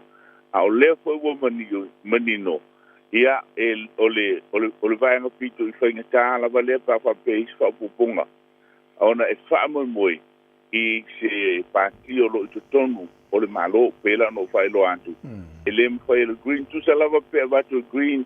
O lea manino li poti, o lea na whinau le green, ma le leipa. Ia o fia i maalum whanau, descendants. Ai le pāsia langa le mo se majority. Ai a whai ai o atu le lesi saupa inga lea, ai au mai e le national, pe a mai e le New Zealand First Pole Act. Paula le nā le vaenga i loai, e iei lale me whai ona toi sui, ono inala o le a whātu a mo se majority, e ono pāsia e tutono le o le parlamenti. Ia, ele i uma, ia tāmusanga ta vai tā whape tala no poi lea. Ai, ele oni tāmusanga whai ngō fie. Ona, wa uma le teimina a mai e mo fina ngalo rau tele, tātou submissions, o lono winga, e opa ia tātou. Wa uma le avanoa tātou te tūtui ma vatu ni finaunga, le wa uma le reporti, wa mai le reporti, e lango ina, mo e na soifua, ai le lango ina, i lātou na, o na whana nau mai, ia e na soifua po descendants. Vanga nala, i ese si me toi tupu valea ta vai. Malo, talenga le moenga, tele ai Edwin Puni, malo fafte tele malo sa ili malo, ia fafte mo te mil nei Taeao, mo ia fai volnea sa mo ia weekend. Kapena ion fai, mo ia fai o le te fono o le Pacific Leadership Forum talenga le moenga tele ai Edwin Puni, ma le taranoanga de nei fo Taeao fo le tautua mo le radio Samoa for lima i vatolu amo Tasha malo ia nga o fa fonga kula ku ngi ka ya le o le ufata se mai senta wo Chris ya mo tau lunga nei vai asa fo yo ka ko por kala meri ya malo lava Chris ya o mai oe Niele lo fare tura wo wa meo tau ni fitao iele lo fomnanga lele tu ni fitao matangu fitao lele lo fare tua dele fai mele maude mo tatu ni fitao a fai mai wata tau malo ia I nei me o malava ono o ia ua lo fa mai a tatu wodi fina to mea mai ua tatoa man malo iai nei me umalava ona ai ona ho ia walo fa mai ati tato what different na no winga different na tato man malo fatasi male atua ide aso ni ya fa me sai me ni tato man malo fa me o tato man malo iai nei me umalava ona o ia walo fa mai ati tato friend la onga na mo tato Taeao ni tato de aso ni tato ido wa tato wa man malo iai ono yo wa alofa mai ya ti tato wali friend ya family tele tole tu ni Taeao yo de mauna pole onga na mo tato ni Taeao family tele tole tu moto bes la friend ni ya so fa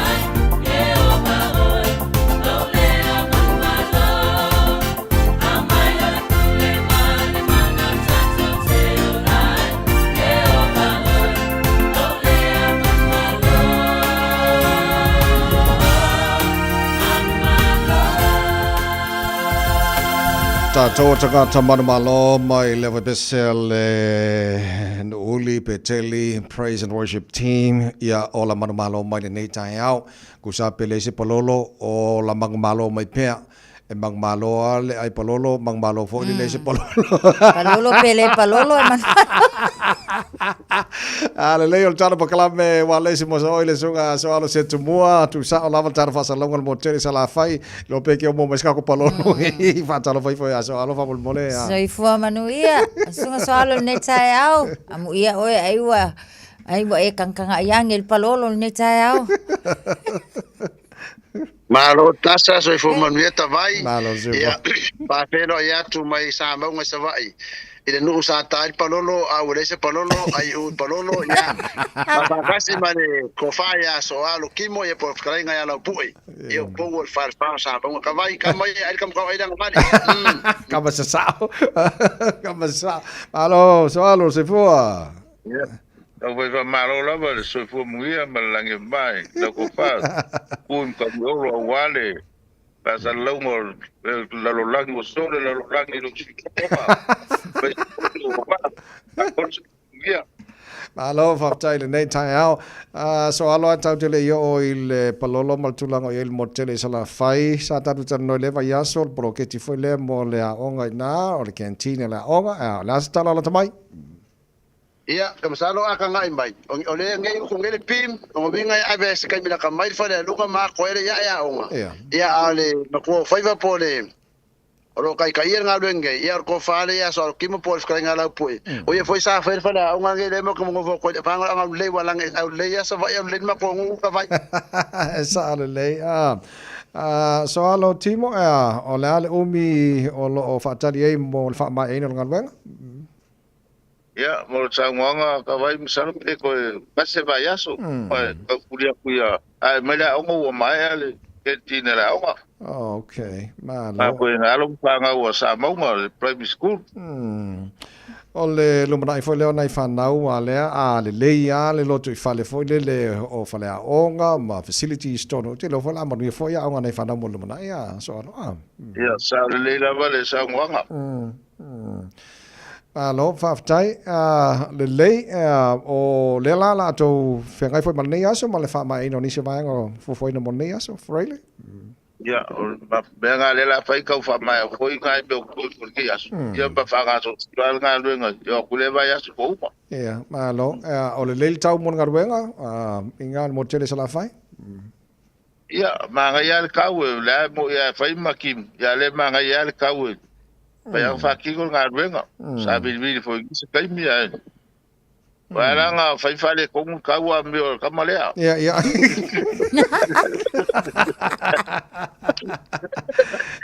Kasi lima sa wa ko lima na foi. Sa le lei mai se lua sa nong foi na mai le pololo na sa maunga mal mo tele sala fai. Ya, ma kaya mo fa fit. Ma ngaya le pololo. Ba wal me. Ya. Alo fa ku ngala ka mai. Ia mangu pai nga mau akse of pololo ma lo tu foi ma o barrias. Ma wa pa o kera la inga ya. Ma foi nga pololo la inga. Okay. Ma ngaya. Ia. Ma lo fa ai ska ka lo fa ka pololo ngari ya. Yo ko ka yo ka wale ya lo fa ka. O mau la. O mesa pelo ai ngai la so a gole ko fa penga ya so ki wo super kupenga mali malo fa tele so alo ya le lei ya wale la wo mai ala tanga nei ya ke topo ki loko kasi po novema sa le so ano ina sa ya o novema le si ka ngale fa ka ye mol masinga fo ya mo masinga nga pe o por wai ya ma fa ya novema okay ya o lela tau fa ui le fontau fo ia te tai o malol tau pulenga na I Samoa o le ase fa ingal tele mo tele sala fai ma ko le sa kala va fe malo I ma ko ya awala nga ka ya pier kup ya me sidi wa o que vai ko ese le relax o kup ori ka vai ma batasa pia como sal pa que mi ka apta tel kup o mi ken la ngo ka ko wingu ka ko ava ele fa pupu ele ma mas kamalo ai ava pe fa se mon kanga fa se makai kup ave ma la nga fa la mon kanga ale sa mon kanga ya le skalaro mo ka ele le fa ma la mai la ko me singa na ku me ya Ia. Ia, ora ka ko ku ai fio anga lo nga fa mal vai ngol kupu. Ia, mo li fa ska ia fio anga ia ta vai sa fa masu Samoa. Ia la ko fa ki ngor ku manga Samoa. Wa fa inga kupu le. Le rofi foi pe nga ia. Ia, ai me se fo kala le mo Samoa vai me la langi ta vai. Malo fa tai so alo le mai se tala ta tu ko nga ku kama ma mai si va nga uma fa mon mone. Fa mo palolo ko alo asi ku kama wa ko ku kama ka ko mo se palolo. Ia.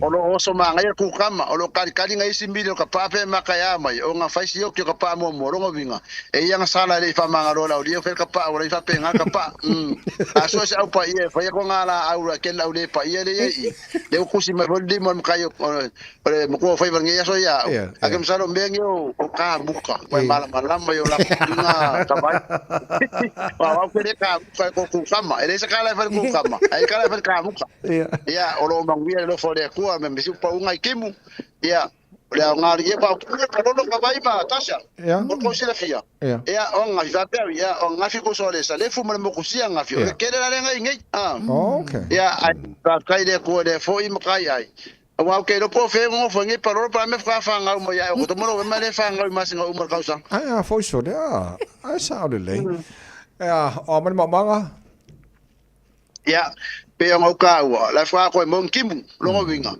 ano ba yas fo va son ko ka fa sko ang fo ka fa ko ang lang e fa fa sko ang ke lo munga langa ya fa ka do ko ka mo si lang me makole o le vao e ang ko ya makahoro ngai ko ang ai fa ka ile ko lo mo per malos mo fo ngai ki mo so so ngi kai me pe ka ku pu fa ko ka vai wa o la ya sa ko kim lo winga le lu ya le ko pe makai sala mo ka pe umilla okay le o maul market ina sale longa na most time foi tele se me mata ma ai porque no fia le me mata wa ku na ke le fa ka lo la ke ya fa ka lo si la ku ke lo ka lo le ma ke ya o me se fala o ke wa fu fala fa me ai ku kama o ka pisi o mau kengi fa me na ko ele ka manga va venga ka ke fa ma singa el kalo ya e fa ka le o ma singa fiku ma singa ia ai pura kama lo ma ko la ngai me ko ka vai so se me ka ua e ko ilalo wa ga pisa la ai le ko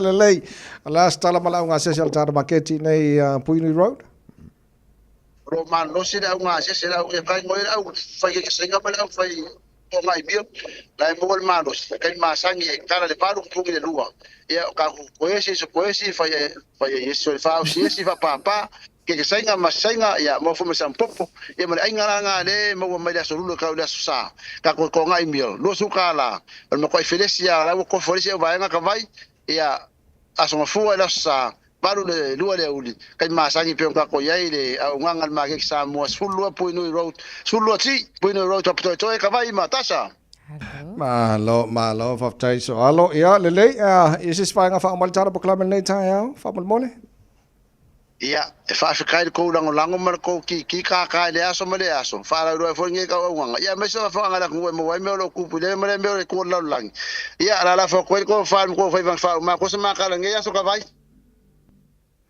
le saro ia so alo timo ia fa kai ya mo la ngo o fa kai ke le la vai lo sun ka vai foi lo malo lo ko ofisa pusa foi male pasa lo ngo me lo si de fiere ko kai ya wa ve foi le la leo e voi la lo ai le ko sa maunga ya me se foi se ngai foi so alo le male akinga e me foi akinga era o ngo pe ngo ba ko nga lu ai fa kai ya mo lo ko nga luenga fa ile aso male aso ka lo ia wa so ai ku fi le la lo ra ki ko ni o sa maunga afkai ya mo nga luenga ngi aso me se foi le ngai lu mo pelo so i fu o po ki aso so i fu ia wa po se ngai ba nga luenga pa malo lo nga ko le sunga ya me se foi lo ko ofisa Malu me se le ala le fa sa la pa ya mo la ko Tai lava so ala temo mo ni foi faiva mo ni le fa mai na fo nga luenga wa ia tu lango ia fa le onga mo nei fa nau pa to ya na to onga so alo tar filo ya tili le va ya so pa dia ia ka ko fer kala surua ko fer kai mengel va so le Hace bozo. Va que surua. Tara maklame wala si mo oi malsunga soalo se tumo pena foi le to fai a soalo timo tu sabai e le afianga sabau con mochele sala fai le nei Taeao no to is fitu leiva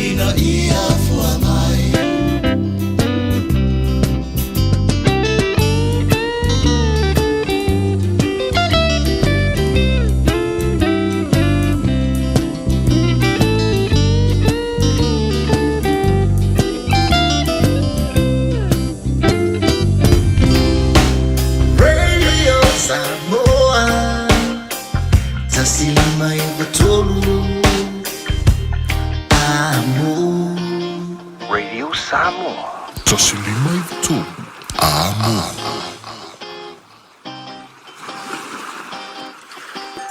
Talofa Samoa. I mawhai na fisoasoani atu Dr. Chen pe a whai te a fiele mai suka. Tauta mawalunga le maua se whanau. Mai sela, fatunga o, ti ngā le ua po tuli. Whaalusi le tino puta, kānesa, ma le tino mangeso. Maua fo'i le kulimi fulunifo mo nifo ti ngā. Ma toi whaafilesi ai lau mānawa.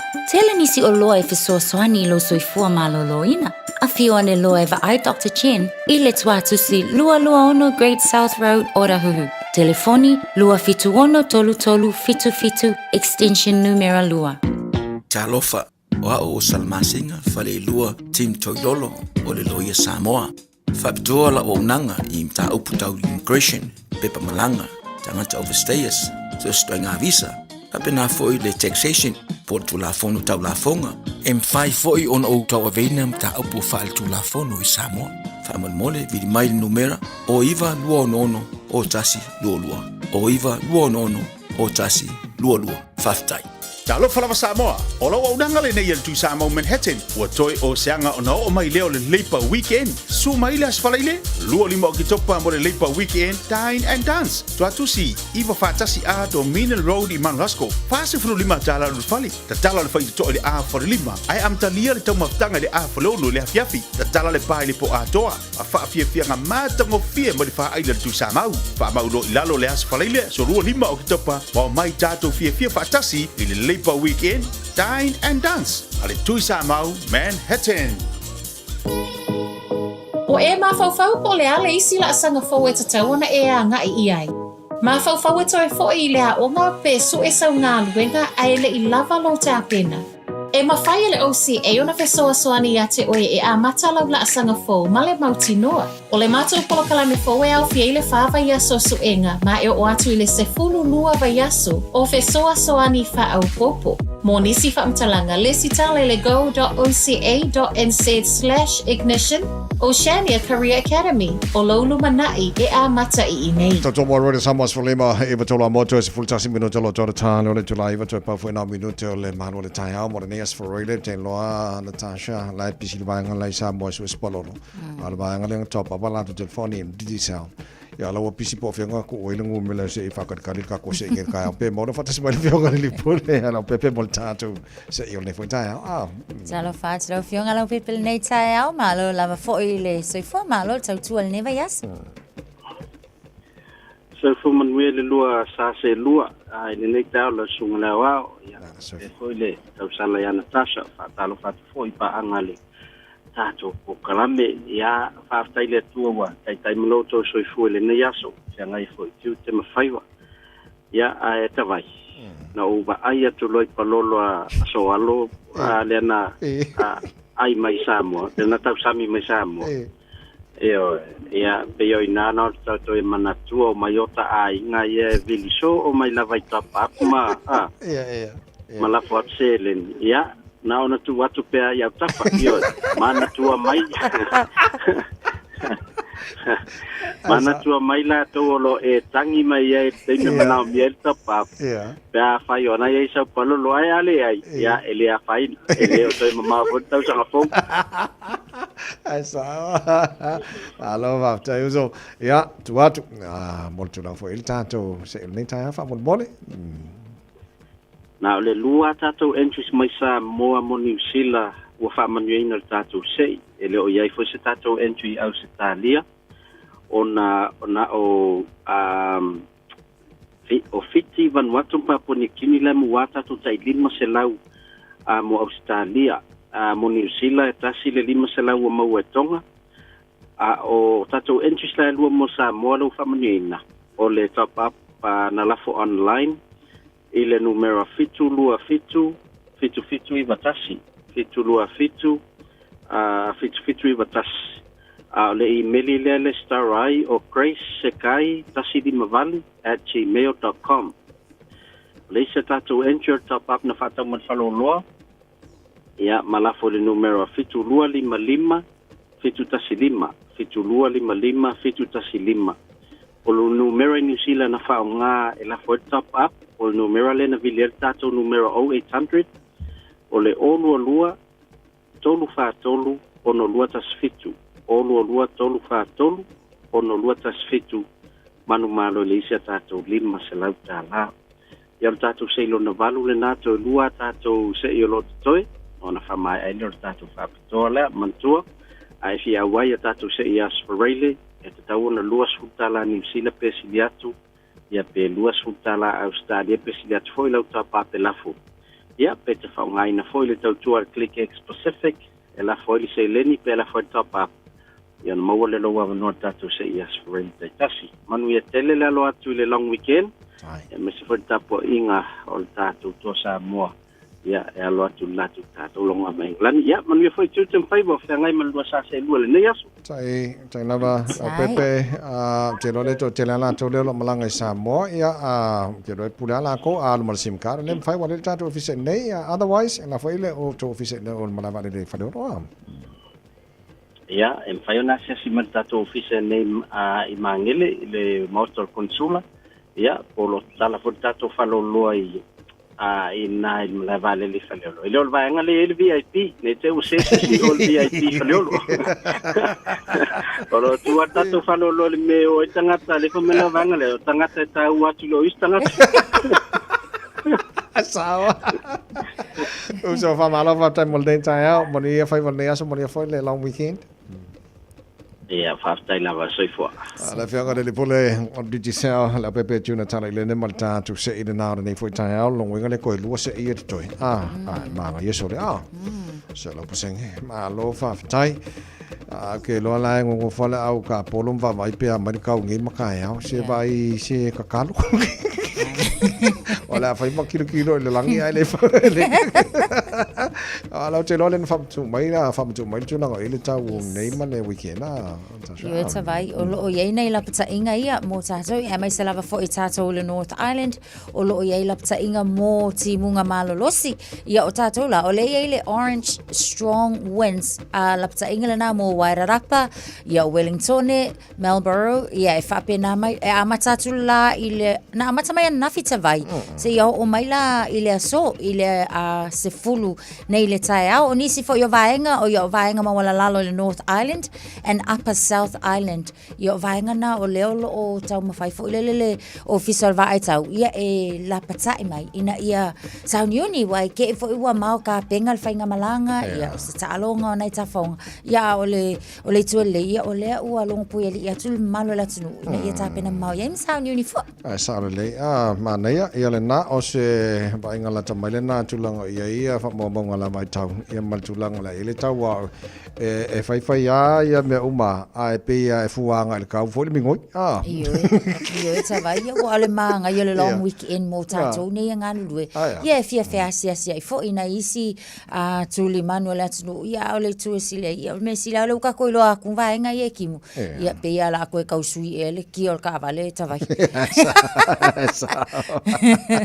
ai anga se pa u mai ala va pe kalpa lolo ai ile kai anga fo ile sa de lei o le fatu le porque me maro le Taeao mo fa fonga le tunu nei fo i Taeao fo ni sino tala la falo tele taru tal fo me sa va pe tala i vale Taeao nei ta fie le na ia fa o le o ti sta mai ta i lungo de pasi la tel todos fu fenga malanga le tonu on no sa vili manosi Wellington PC le long weekend Wellington pe ta yo ale ini trains Fiafia pasi el foi tonga lona lu le pili e to fa foi mai e sit seni ni sila tangata Samoa mo siel el tise e Johnsonville so taro manalo te pena mai sala va ma simino fa tele e taro tala la so il tari val town era to il taro baklame e le Fiafia mai le songa tia fa lo tusti tia ia wal fa wa wina o le tautua le rida Samoa ia ai le atunu la sematu fa mtalanga o pa la fa fo mane ta mane va so ato ma lu va fa fa mon mole portal tau tai ai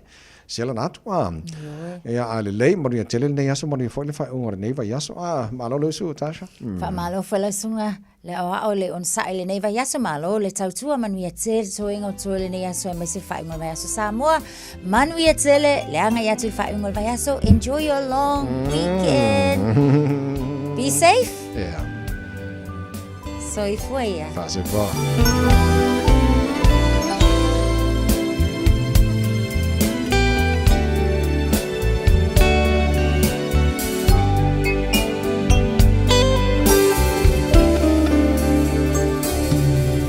Manatu le mafutanga o Malu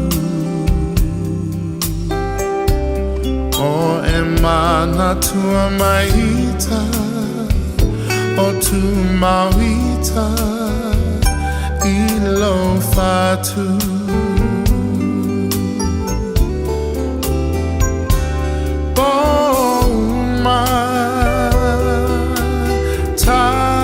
te tala no ai Momo sao se haso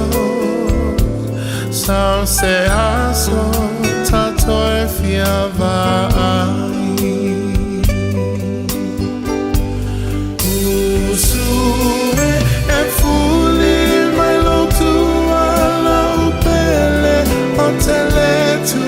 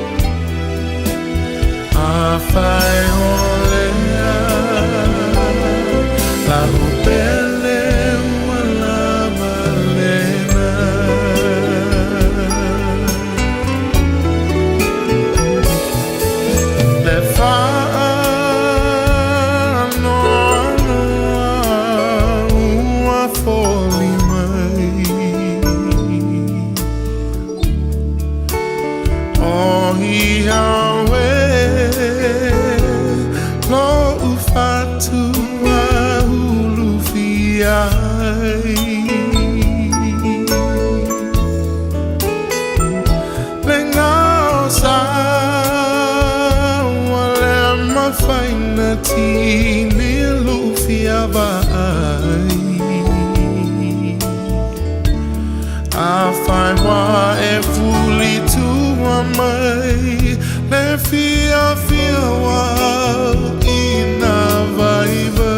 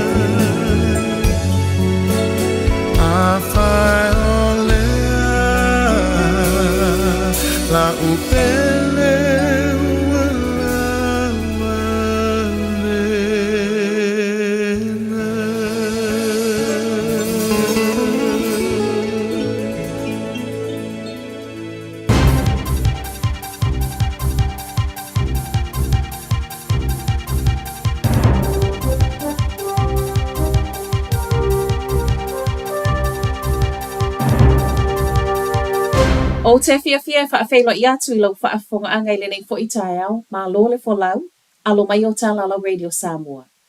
Tomua atu I tala o lenei fo I asu wharaile, wa pāsia le whaitaunga lo na lua o le pili o lo fina wina ai le tatau na toe whaafo I mai o le anga vaa. E mawai avanoa siti seni ni usila o tangata Samoa na soifua mai le vao le afe iwa se lau lua wha, ma le afe iwa se lau wha iwa.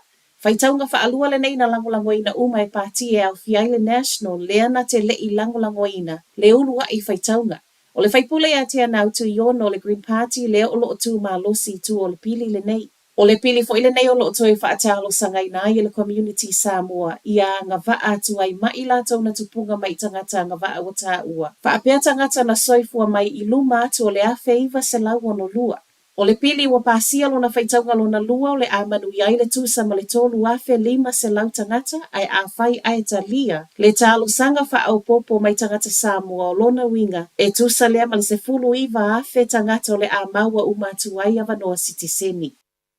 Tolu sfun ma le fitu tau sanga o le ali o lewa tau fia e leo e feso o tai ma le tamaitai lea na tatui tu low I lunga o le pasi le asolulu I one hanga I au kilani. O le Taeao ana nafi na whaasala wai e leo le ata o lea li I peitai e o ana I lea fiafi o toi sau reporti o lea na alu atu lava ia I le ofisa leo I North Shore. O lea wa mauma wailo na soifua I le nei oso whainga. O lea sano nofu whaatasi ma lea wa tau fia nei I lunga o le Pasifitu wha. Mai leo e talitonu e le masani. Ona o le tūnga tele o manuanga o lea wa afia na maliu ai lava I lea no fuanga. O lea wa tau fia wa whaamaunia mai fo I leo. O se tasi la tau te iloa. A o whaawa waiso e so e ngā leo mai le Auckland Transport, o lea fo e wa whaau popo sui o lana au whai ngā aluenga, I awala ma whale whaatalipasi lea na uia le Pasifitu wha I le asolulu. E lata I le tolu se fulu whai ngā malanga vaalele whaalea o ngā ina na pō ona o le malo losi o savili o lo o haafia I Wellingtone, e se ile isi se fulu lua I le Taeao nei. E tā ana le iwa na poe luas fuma le valu whai ngā malanga taunu watu ma o ese mai o whaalea o ngā ina uma. A o le Taeao nei ele I tā ina le fitu ai o se fulu lua malanga le o e tūsa ma whaamauninga mai le sui o malai vaalele. O Wellingtone, Wairarapa ma Marlborough Sounds lea o loo lanu moli lapata ingo savili malolosi o loo lapata iai mai ana nafi. Se ia o mai le tūlai se fulu I le Taeao nei. O le fautuanga o tu ina mai tangata whe malangai, Siaki mua feso ia ingo taimi o vaa nga I kamupani va alele o loo fai malangai. E se mai le a ayo Wellington fa apia fo ile telo vai ngole atunuu, mai le ofisa le va ai tau e fa a wau atu wai I le aso a Taeao. Ona o winga lolo wau le tau o a afiai Wellington e ta ua mai fo I esilia mal se lau 5 fale o ainga le aise ele tise Johnsonville. O le se lau 5 male fale a afia e fa apia o lea fa ato a motu sia I le tau nei. Mai le Wellington Electricity o lo ngalu lo nei le vave to e fa aolai I se taimi o le so. Matala fa ai tele polo kalame o le nei long weekend I Wellington e peitai o le ale ai ni trains whiwai. Tele fa Fiafia o ta alonga ma mo li o le Diwali wa ta pena mo le long weekend o loma. Ma o le afo I wa ta pena I le telo pisinisi o se ava no le lei mo I latou. Peitai o le tala fa noa o le ale ai ni trains whiwai ono ngā luenga fa le lei e tusam fa mtalanga mai le Metling. O fa asalalonga le nei mai le Metling ki le aso lua o lo ta wai. E taha tele aso nei e tolu mo ngā luenga wa levo na fuafua mai, ma o lea fu e iei nisi o tangata malanga mamau mai atu no I fafo, fa apitoa mo ngā luenga fa le leia. O fai ngā malanga Masania Trains o leo le asu ie basi. Fa ai ua tuaita lala Radio Samoa, manuia le nei Taeao.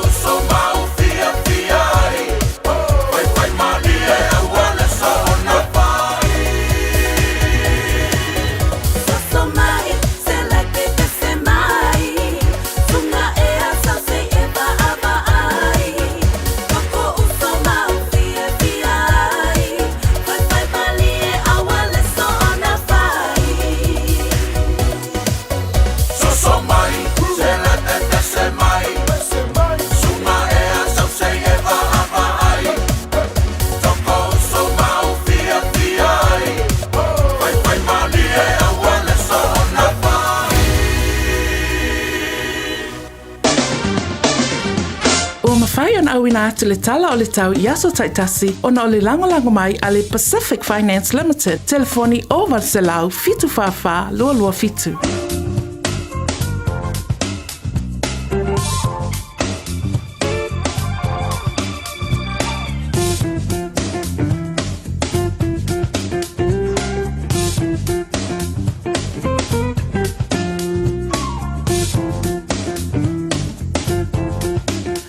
Ia, te mele wate nei vaenga le Taeao leo ua iwa minuto te nei ia leitu lai iwa ilunga pakala me le Fiafia mai le whawhawhoma le tātou wātino.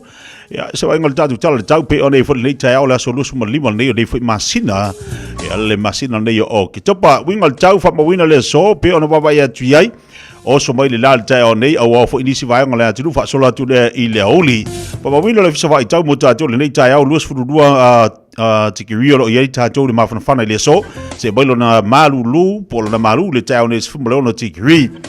Luas fultolo te ele tulai ono le Taeao nei le ua whaido mai le fisawai tau o lena o so e la ngoto atu nei le Fiafia na nei le toa sfulua minute le tulai valu i le Fiafi. Wa ingol tātou tala le aso a Taeao, tātou tala le tau mo le aso a Taeao pe ona whamawina fo le fisawai tau. I le aso tona i luas matasi o lo iai tātou le mawhanawhana le aso a Taeao se bailo le Malu le sfumale whati kiri. Winga le tau le aso a Taeao, o le apapena voi on malosi i le angi mai o Savili le aso a Taeao. Tolu na iwanga, pasolo atu lea i le Aoauli. Luas fultasi te ele tula ono le Taeao, le apapena na oso ele la ngoto atu le tua sumatasi minute ele tula e valu i le Taeao a Taeao.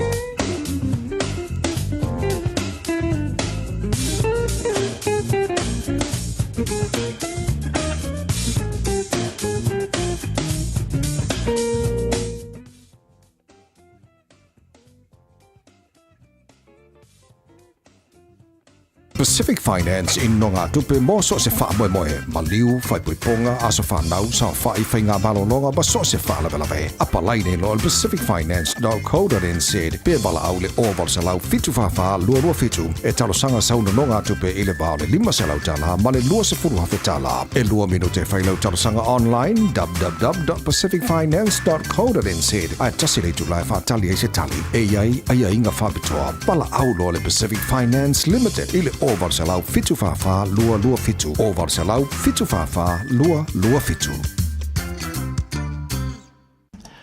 Ia, te mele wate lea ua sfurulua minuto tia nei le tu la iwa. Malo atu le tātou wa tinu malo le mafta mai malo fo le saitu te mga luenga. Pe ona ele ni ians fōmal ni iaso mātongo fia le lofa maleanga le leo le tātou te pausi le langi. Ia, winga fo le tau pēna whamawina le so mo tātou le so lusu ma lima le nei. Ia, o loo tu ina mai ai winga le tau au au nisi vanga le tātou wa tinu. Ia, mese fo le Taeao nei le sul mai pēa winga le sul mai pēa le la. Pa solo atu le le ule le so. Ia, uni ipopole le a fo o loo tu mau pēa le anga le leo le tu mo tātou. I le sfumale ono lo iere Malu le Taeao nei se mailo na mawhanawhana i le lua se fumale lua ti keri. Ia, o winga le tau nā pe ona whawhongwhonga mai ele tātou wa tinu umale nganga Fiafia fo le nei Taeao fumale aso mātongo fia lo so longa le leima manuia mea umale lofo le tua. Ia, tairi mafta mai, ia au whangasolo fo iniso tātou pokalawe mo le nei Taeao fumale nei aso mātango fie. Ia, pe ona tātou wauria mai ele nei Taeao o le as whalaile. Waloa le tautua le Pacific Finance ino no ngā tupe moso o se wha moe. O te pena sau wha i poiponga so wha nau ma liu tala ngā teu po se wha tasinga lo ainga. Aia se tawhaunga i au se tānia pola no tonga i le tatala i o borders. Apalai nei loa i le pacificfinance.co.nz. Bevala au le ovalu se lau fitu wha lua fitu. E tālo sanga sau no ngā tupe i le vau le lima se lau ma le lua se fulua whe tāla. E lua milu te wha atali lau tālo sanga online. Ai tasili tūla e wha atali ai se tali. E ia inga whaapitoa, wala au le Pacific Finance Limited, i le oval se lau fitu whawha lua fitu. Radio Samoa. Taslima i watolu amo. Fees-free study is changing next year, and AUT wants to help set up new students for success. The Kiuta Kitai Aspire scholarships include financial and other student support in both Year 1 and 2 of an AUT bachelor's degree. Find out more at aut.ac.nz. sunga o whenga whakao elo ka wale fo maunga Max Ila. Senga uka amilo e o kilangi. Mo koe foi mai lava i o tara i le Taeao World and Auto Limited. Le ai mau aiso skoi ngā meg ma pa uka wale. A ole me piko sidi. E ngā le lua lima ka alalwa ia so le kokong. Le Taeao World and Auto Limited e te maua i ta wale ma pa utau ngō fia ia New Zealand antoa. Mo fo i se ti mag wheels mo so se i tu ai ngā ta wale ma le telo isi au unanga. Warren Up Fitness i le na ole se fulu tala pia i wha i lo i eina e wha afafonga le Radio Samoa i nei wha abitoa. Talia wins quotes, cue cards maisi. Walau lo le Taeao World and Auto Limited i le lua fitu tasi tolu o mo pa uta avale. Po le lua fitu wha tolu lua o mo le whale inisinia. Ever dreamt of winning big cash just by receiving money? Now you can with Mtala's Win-Win Hooray promotion. It's simple. Tell your families and friends residing abroad to send you money through your Mtala for your chance to win. Receive 300 Tala or more through Mtala from any of our international partners and you're automatically enter for a chance to win 1,000 Tala. The more you receive, the more chances you have to win. Take advantage now with Vodafone Mtala Win-Win Hooray. Register, receive, and start winning. Promotion ends October 31st. Terms and conditions apply. Vodafone, together we can. Whai mea alofa I a inga mawo I Samoa, e ala I le whaatawina o se hotel ta alofa voucher. E mawhai ona whaongaina mo aso ta ua whailongaina. E pe o aso whanau, whaipoiponga, pe whai malolonga mo ta whawhawai whaiungo vai aso. Whaatau e oi New Zealand nei, a e piki elo a inga I Samoa. Tanga I ane I le pacific40.com/hotel. Ma whaatau nei loa. Pe wala au I le o lua tasi, o valu tolu tolu, lua tolu. O lua tasi, o valu tolu, lua tolu. Whaitawina le upole poto no le tautua matavela linga Fusi and Sons Funeral Services I mangele ma Samoa. I taimi o mawhatianga ma whaanonoanga ona ole maliu. Mana tualinga Fusi and Sons malana au nanga. Ole a whaamama avenga atu mo oe male a inga.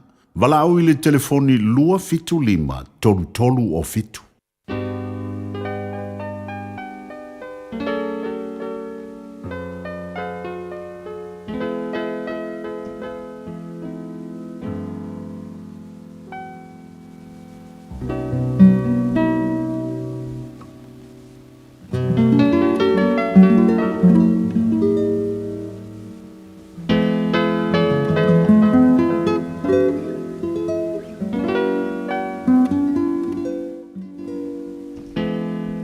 Whaitawina lau pole poto le nei Taeao. Mo mai lau tu sel whaata auto I lona mta upo e luas fumalilima. Usmai al whaafonga. Whaamanuia le tua le whaitawina o lana fionga pa ia. O whaata auto fo nei a Solomona. Na si itia mai e tangata o eskia le tupo Utah. O le mamalu o le tua ia nati ai mea. Ale mamalu o tupu ia su e ai mea. O le langi e mawalunga lea. Ma le lalo langi e mawalalo lea. O loto fo i o tupu e le ma su e ina. Ia whaate ale o toota I le ario. O na maua I lea o se ipu mo le tufunga whai mea ua mea. Ia whaate ale ua mi o leanga I luma o le tupu. Ona whaatu mawaina I lea o lona nofo ali I le hami o tonu.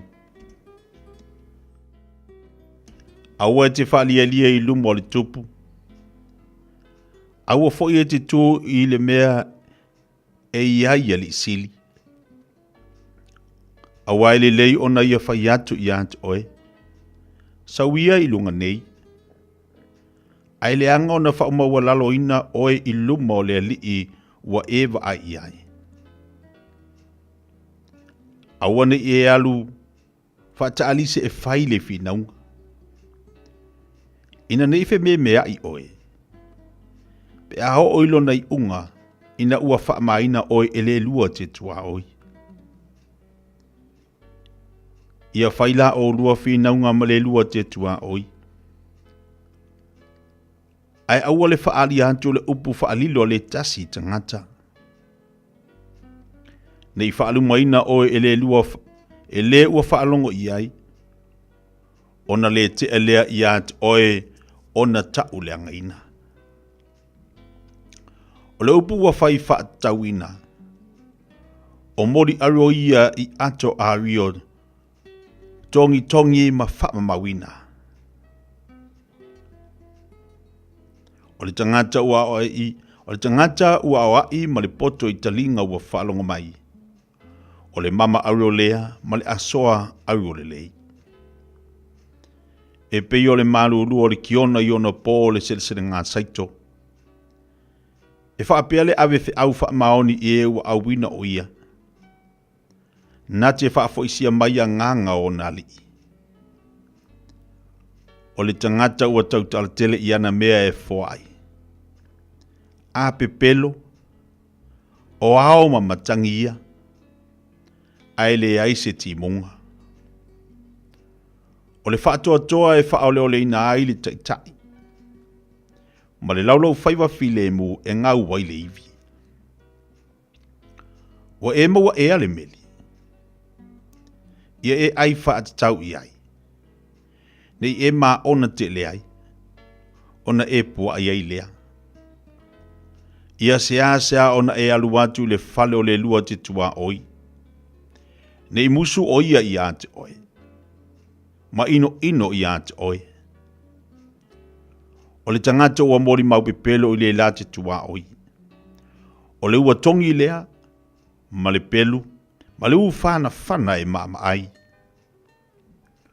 O le nifo ua ngau, ma le vai ua mapeva. O le whaatua lea I le tangata pepelo I le aso vale. O le ua avi ese le ofu I le aso malulu. I le malewi neta I lunga o le neteri.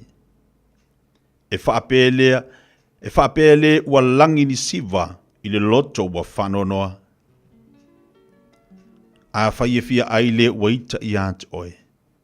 Ia e whawhanga I ate ia. A Fiafia inu o ia. Ia e whainu I ate ia I le vai. Awa I te avae ai malala ola I lunga olo na ulu. E tauia fo I oe I ova. O le matangi mai le itu I mātu e tupu ai wanga. Ma le laulau whaiva whaatua upua e tupu ai mataita. E le leo na nofo le tumutumu I lunga o le fale. Ai le anga na nofo ma le whawhine whaamisa I le fale tele. O le vai malulu le tangata ua lai loa I le fieinu. O le tala le leilea mai le nuk mamau. O le vai puna ua whaanga epu. Ma le vai puna ua whaaleanga ina. O le tangata ami o tonu le ua pa oi luma o le ua ami o leanga. O le ai tele I meli. E le leilea. O le suenga foi o lantu mamalu. O le mea e mawhati ai lea. O le ai ua sofa ia. O le ai se pā. O le tangata lea na te le matau fia alona loto.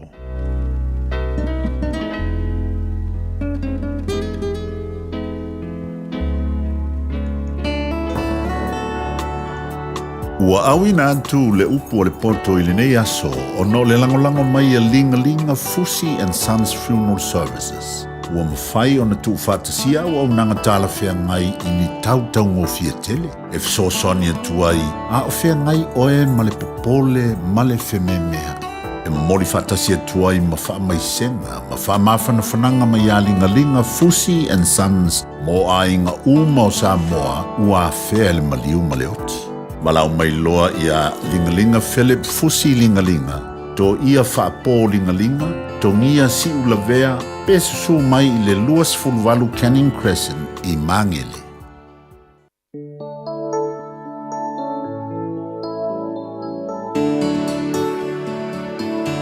Jehovah Shammah, excellent to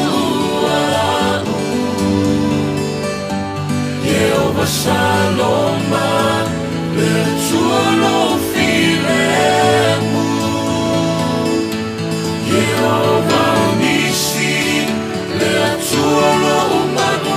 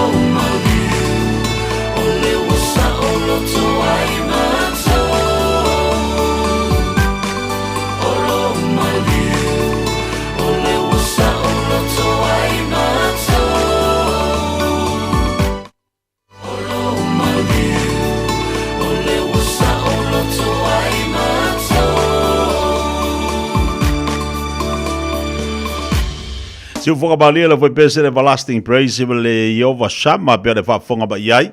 Ile nei foi Taeao lunga le tātou poklame le Fiafia mai wha mai atuai le polpoto le tawalunga foi nao le nei poklame mo tātou nei vai yaso.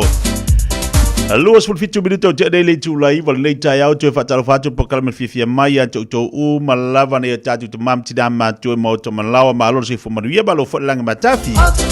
Le ngata fo ilea fa afido ya tu na finga luenga tofia le tua malo tap tap wai malo folau malo mo ngaluenga le lei me se fo tap inga pe ona mo te malawa ya loa fa tini fo i tatu fo lau nga maliva yaso o le inga me fa te le tua lo na nga le malo na lo fa ya ti tatu mo tatu malos me se fo fa malo longa le ya ti tatu le o tatu te filo me tatu te mafuta le Taeao fa nga solo pe poklame le Fiafia mai mo tatu le asfali le nei Pabalo tini so tatu pa nga malava le lo nga lu e tolo la twa finga lu nga bise putanga lu nga malo pi sinisi mo company te chansi patalo fatu le Taeao fa le ainga yo ila tu fo lo nga lu pe tolo moto malawa fa malo atu po kala me le Taeao ya te to malo hale usu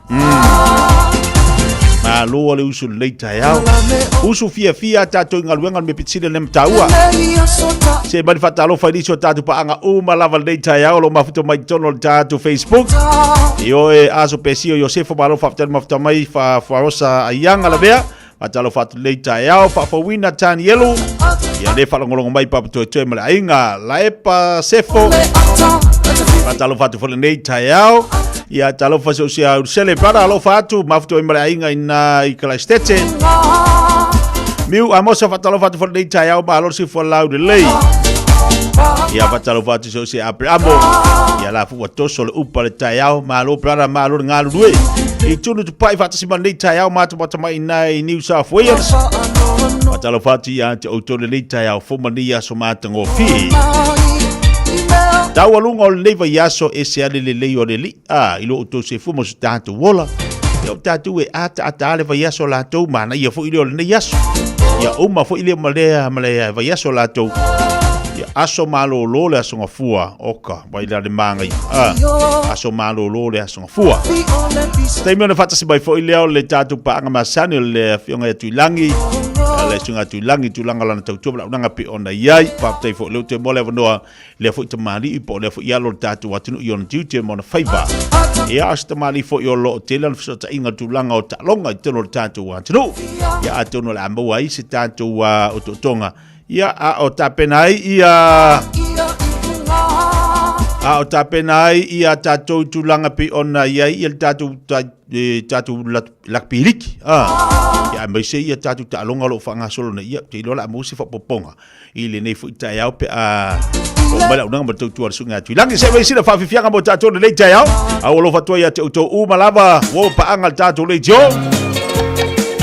pa talo fa te vi se ofisa balo se fu po le Taeao fo fili la vea malo fa tan mafta mai Patalo fat se usia pai au sia prada. Yo tasi le fai va.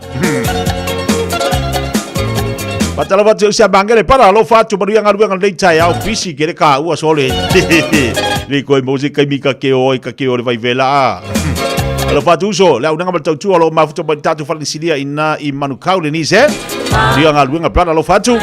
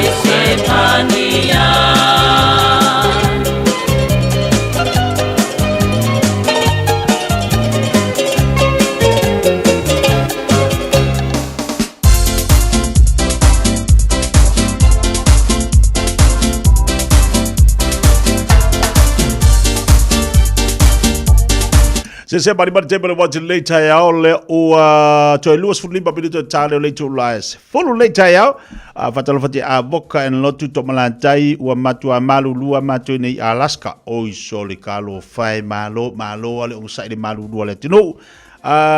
Li o ainga apre amo le fale tangwai malo fatel maftamai se ki mali avoka Taeao fatalo fati a kenese matayo malo se foporia le ua se maile sa o le sunga fa ia tu ilangi le Taeao tasilo to mari o tatu atunu olo ia ini se o nanga matautua olo ngaluanga ia i tono tatu community ia po tonu fo io tatu ainga ma tono Pasifika te lelo na sao malana unanga malana tautua pe ona ia le ngata fo ile no fa tatu ia te uto matanto uma te lelo so ta inga le fo te mari o tatu atunu tulanga tauta longa so se ta longa tatu Samoa o le olo mafai ona i fo le tautua ma le tau au ia le fo ia lo tatu atunu tulang so ta inga ia ai me se fo oni so vaenga o le olo mafai ona so ta ia ai ia o le fo na mola laf so ta inga male sunga la waki peletania a o yeli tatu to Samoa o la tele ngana vaenga umo la fai on falo tele la una mata tu sunga tu ilangi lo se melon sali Taeao talo fa tu ilangi malo se fo mo ni Taeao fo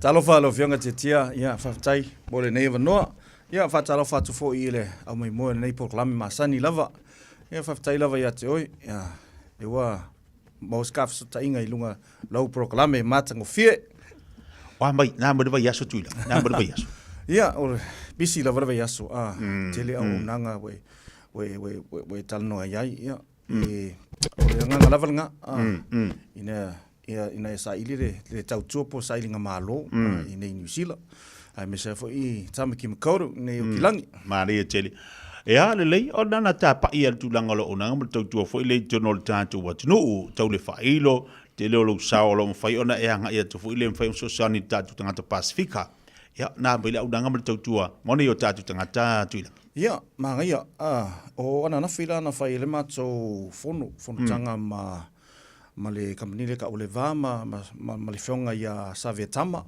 Ronnie Clark o ia fai masui le New Zealand Rugby o ia foi lai taitaina le mele ta o New Zealand Pacific Strategy in Rugby Union o le matu fongo ana fai ngafi ngai ia nei service lai o nangala ia mo me social workers mo me counselors mo me drug and alcohol addiction company lai ia fangali e actually le fono lenga fai ia mo mele pe Fiafia Aoauli i mo me o tangata Pasifika how do they engage with Pacific people langa o lako sui so enga malako ngale i kongo lava lako ngaluenga e fiu e mawangi i tatu tangata fiu fo e tuli i lato appointments fiu fo e sui ia langa o tatu tangata pe ngale ale fia ele fata wina mele lo so fo maroloinga ele fia wai fo i meia talango me mo fo mai ma me counselors langa te ufa pe vai fata ufa ai ia tatu tangata ia lato so ole mato fa songa ngafi ina ia Aoauli ni awala mo company la ia e Aoauli matatu tangata Pasifika o Portugalia to values fulu tangata ngai au te loa e lunga ku le values fulu pasenge o tangata i le ongi Pasifika mo meu paralangi mo meu Mauli mo meu Asia Asians so mangai le mato fa so ngafi mangai fo le vai atu o tangata la ia mo meu paralangi ma Mauli ma Asia o le fangale o le manao e atu e mo ini o inga mo e fa terina la to fa ta inga ma tatu tangata Pasifika ia ngalwa ngamato fa so i le mele o le taule alanga upule ole i o mai o Samoa le maamala tati anga o le la au malanga tunglanga o le tangata malanga fa singomanga mari ia a fa palangi. Every stone has its place, every tree knows where it stands, and every person from Pacific or from Samoa knows its village and its surroundings. So, a se i mai la lea au tangata mai o ilana whaasino mana, ai sau i nei New Zealand to toi le elelengi, e lea mana ia le mea lai tupu o tatoanga nui o. Ia e whawhanga tāranga ka tupu ae ia, i lea ala lea se mele lei. So ina, le wa amatana tatu tala noe mela ia sa ilinga o wala i au nanga i mo meo service ia. E serve i tatu kangata. Yeah, so singa whaapupu nā le mātou whaasoa ngafi, so it was good. Te reira le fsuasani wā leo mwhai on tau ngā lua whatasi manisini atu mari i maru whāna o le tātu watunu. Yeah, e te le lawa e tāua foi. Lana a vai atu tātu tangata. I le tasi, le census la lea na whai le tasi awhi walu se lau ea, nga i le tasi awe i e lua whimulua tasi. Wa whaate le ina ma whangale, whaavave i le tupua e o tatu tangata. What that means is we are the fastest growing population in New Zealand. So we almost doubled our numbers in the space of 3 years. So the census, lenga sau ia ngumelo census, we're up to almost 500,000 people that are Pasifika. But avai fo I winga o kakokangaka. We're not those type of people to go and fill out census. Longa winga, e ke le fo ngumela e le ia o whai I kokongole ole whai leo le malo. So we could be more than close to almost 1 million if we look at it. Avai la leo whainga o kangaka I ngai New Zealand. How many is it, Tetia? 5 million. So if we're almost close to 1 million, like this year, that means we almost cover 20% of the population. And we are the youngest. O tātou lea, lewa ai mai New Zealand. O tātou lea la whai matangata whanga le, sauinga le pensionga mo kakamakua in 10 years' times, because we are going to double in numbers. So e tāua la le whainga o mea le whaasoa mo mea o ka o le awai matangata Pasifika, engaging with Pacific, because a lot of our people are going to be the population of New Zealand in a couple of years. So that's why that program we ran yesterday is very important. Tāua tele. Mana ia, tāua ia whawhawhanga le tātu atunu ia ole vaenga tāua. Olo mwhaion sosoani ia alum tam whāna o le tātu atunu. Ia a whapea fo e te fia iloa tilima whalau tele la unanga mele tautua pe ona i fo le tautua le sunga tuilangi. Whai ana e fso taima iai ia talanoa le tātu lava ngana e whai ona mamalama whalau tele e ili mamalama tili. Tulanga fo la tautua mala unanga pe ona. Iai tātu se e mali tulanga pe ona i tātu talonga tuilangi. Whailo le tātu atunu tulanga o lau fo I lea pito lau. Wau te ilo, tele i o pūlo o le te pūlo o. Ia le fua e lea fo e te au auna mai tautua. Tu watu lau tau au. I tulanga o tātu talonga. So se talonga le tātu atunu.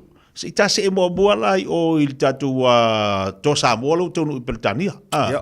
Lena maua lo so ta inga fo I Malawaki. I o I Britania. O la se tulanga lo yele tapenanga le tātu au I Britania. Ia, o le tala la valawati, o la emanguia o taunuu ia tātou tamale la saingia la stona I o I Pelekangia.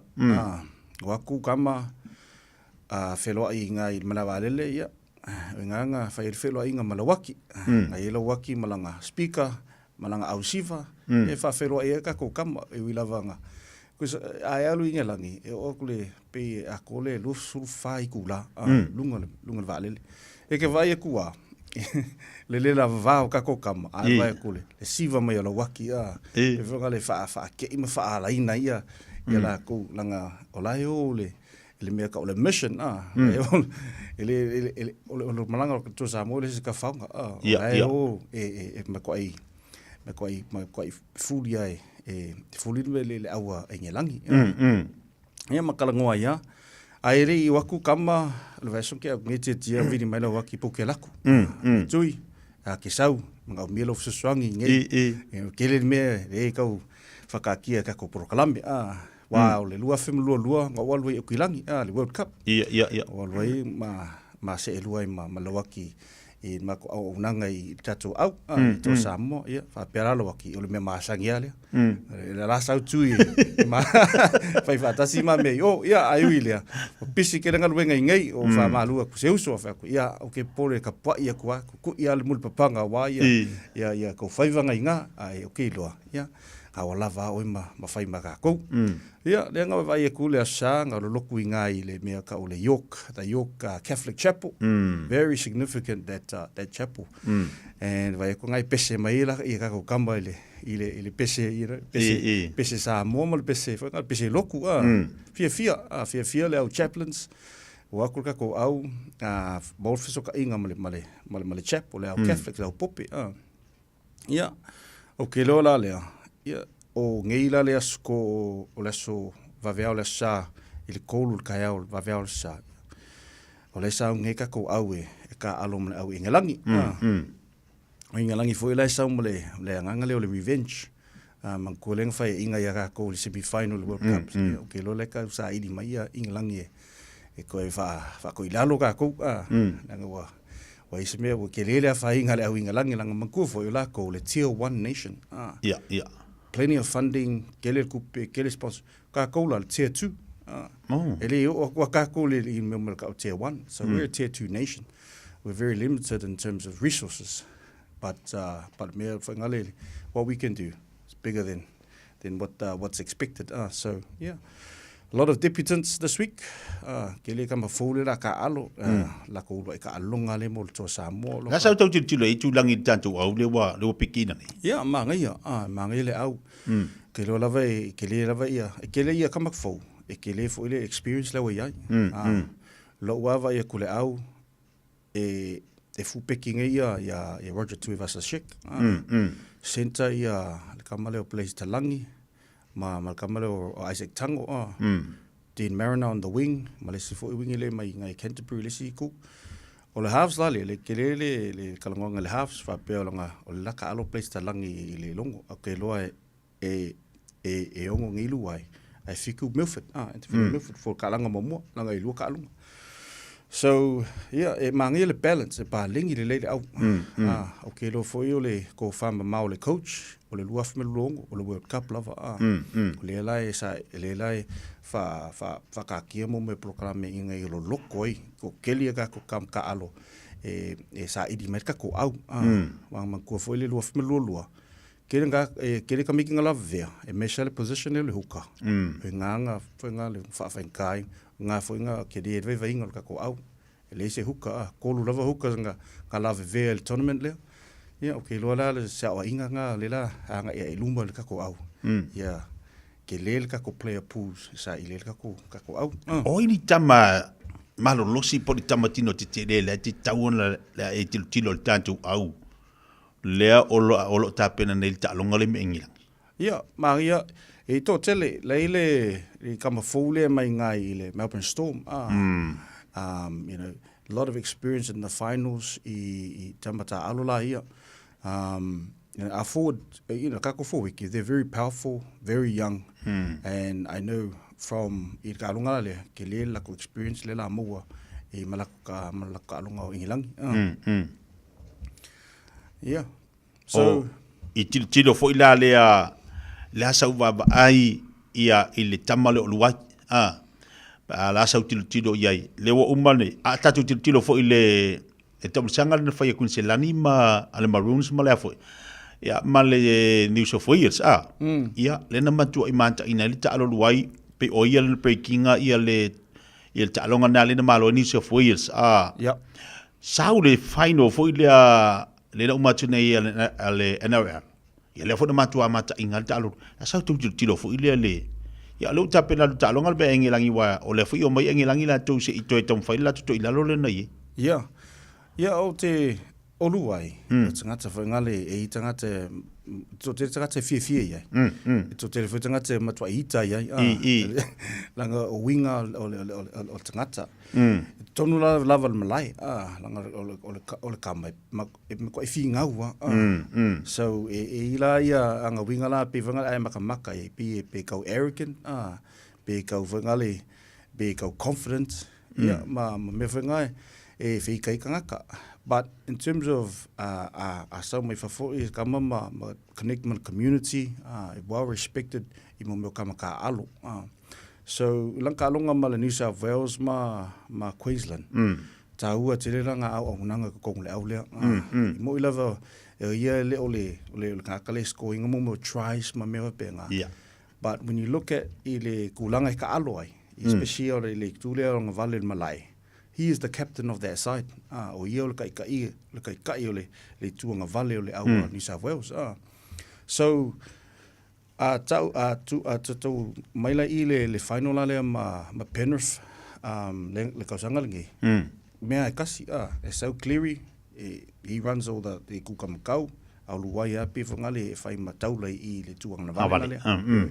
o te leo la lea le experience foi le wa maua ska mau luai I kongo au te tele la ia I New South Wales ma le au leo o le Penrith ma tu le o fa ni sampingi wa o malo I luai I au le la le au West Tigers a tatu talanola I ya to Samoa te le level experience le meo le leadership e vatu I luai te tonu le tatu au lua fima lua fa tau sanga au I lua tau sanga o lai develop alu ai in terms of his game pa le la o te ulanga le o sidi kulunga langa experience o sidi kulunga fo ilanga ta alu ia o inala e mana o mia te le to Samoa is tangata e loa tai tai le au me se ta alonga le ma ingelangi ma kwai manga ia fo le au ingelangi le experience kele I ko lua ia kama Australia le waku e fa ato le au ingelangi o te ro foi ia o le coach ale kasi le nga fai inga le lua fme lulu ke loa te le lava le awa inga nga mo le coachinga in terms of this game so yeah be good mangi ka kalunga la so longona e ono malo tatu ya ngilang fa venga ta moni atua a tatu malo ele te lini ai ke malo ai man jo voi lua fme lua te le tatu funga le tatu expectations I tatu aunga ai uvo pe fa ngwe le ai po le fa vengale o tatu atu maloto ina mo lunga vengale bawa tauna mo me le ai ba ya ma to I leanga men tu kuna so malaya au te loa ya ma rota tu ma rota tu I lua talunga au te loa 2 games we're going to win I totally believe that so yeah seki malaya fa fa mbal tatu atu o le o lo mo so ta inga le singa tu langi male afianga le waki ia se tasi fo tomali o tatu atu no leti sila lingo penga te failangi o lo faiona so sani le tatu to Samoa I me o api ai po le o lo tonu ai engelangi ia ila na fo tau tuma launanga ia tonu ulo se awal man Samoa po to Samoa nga lue la versunga la waki ia ostangata fo boilonga I tono pel tania ila na fo ia una mal tau tua o le fetu Samoa ta sila tatu au le matu amata ina tu langi le anga I mai li mo tatu au le yes ia fa malo tu tatu au tu Samoa le na malo le au tonga I version te atu nei me se tenei o Lindsay Toa ia male tenei o Jessica Patea ma ia la to alu ia ole kuso le maf ole tau ole malo talunga le matonga ina ia mo se vangoa I le World Cup 2026 ile au le tu Samoa to tasila ta onga le mana o mia tu Samoa ina ia qualify lo male mal World Cup la le o le talunga le vayaso le tolo November o le aula ta alo mal tu Samoa ina New Zealand Samoa so vangoa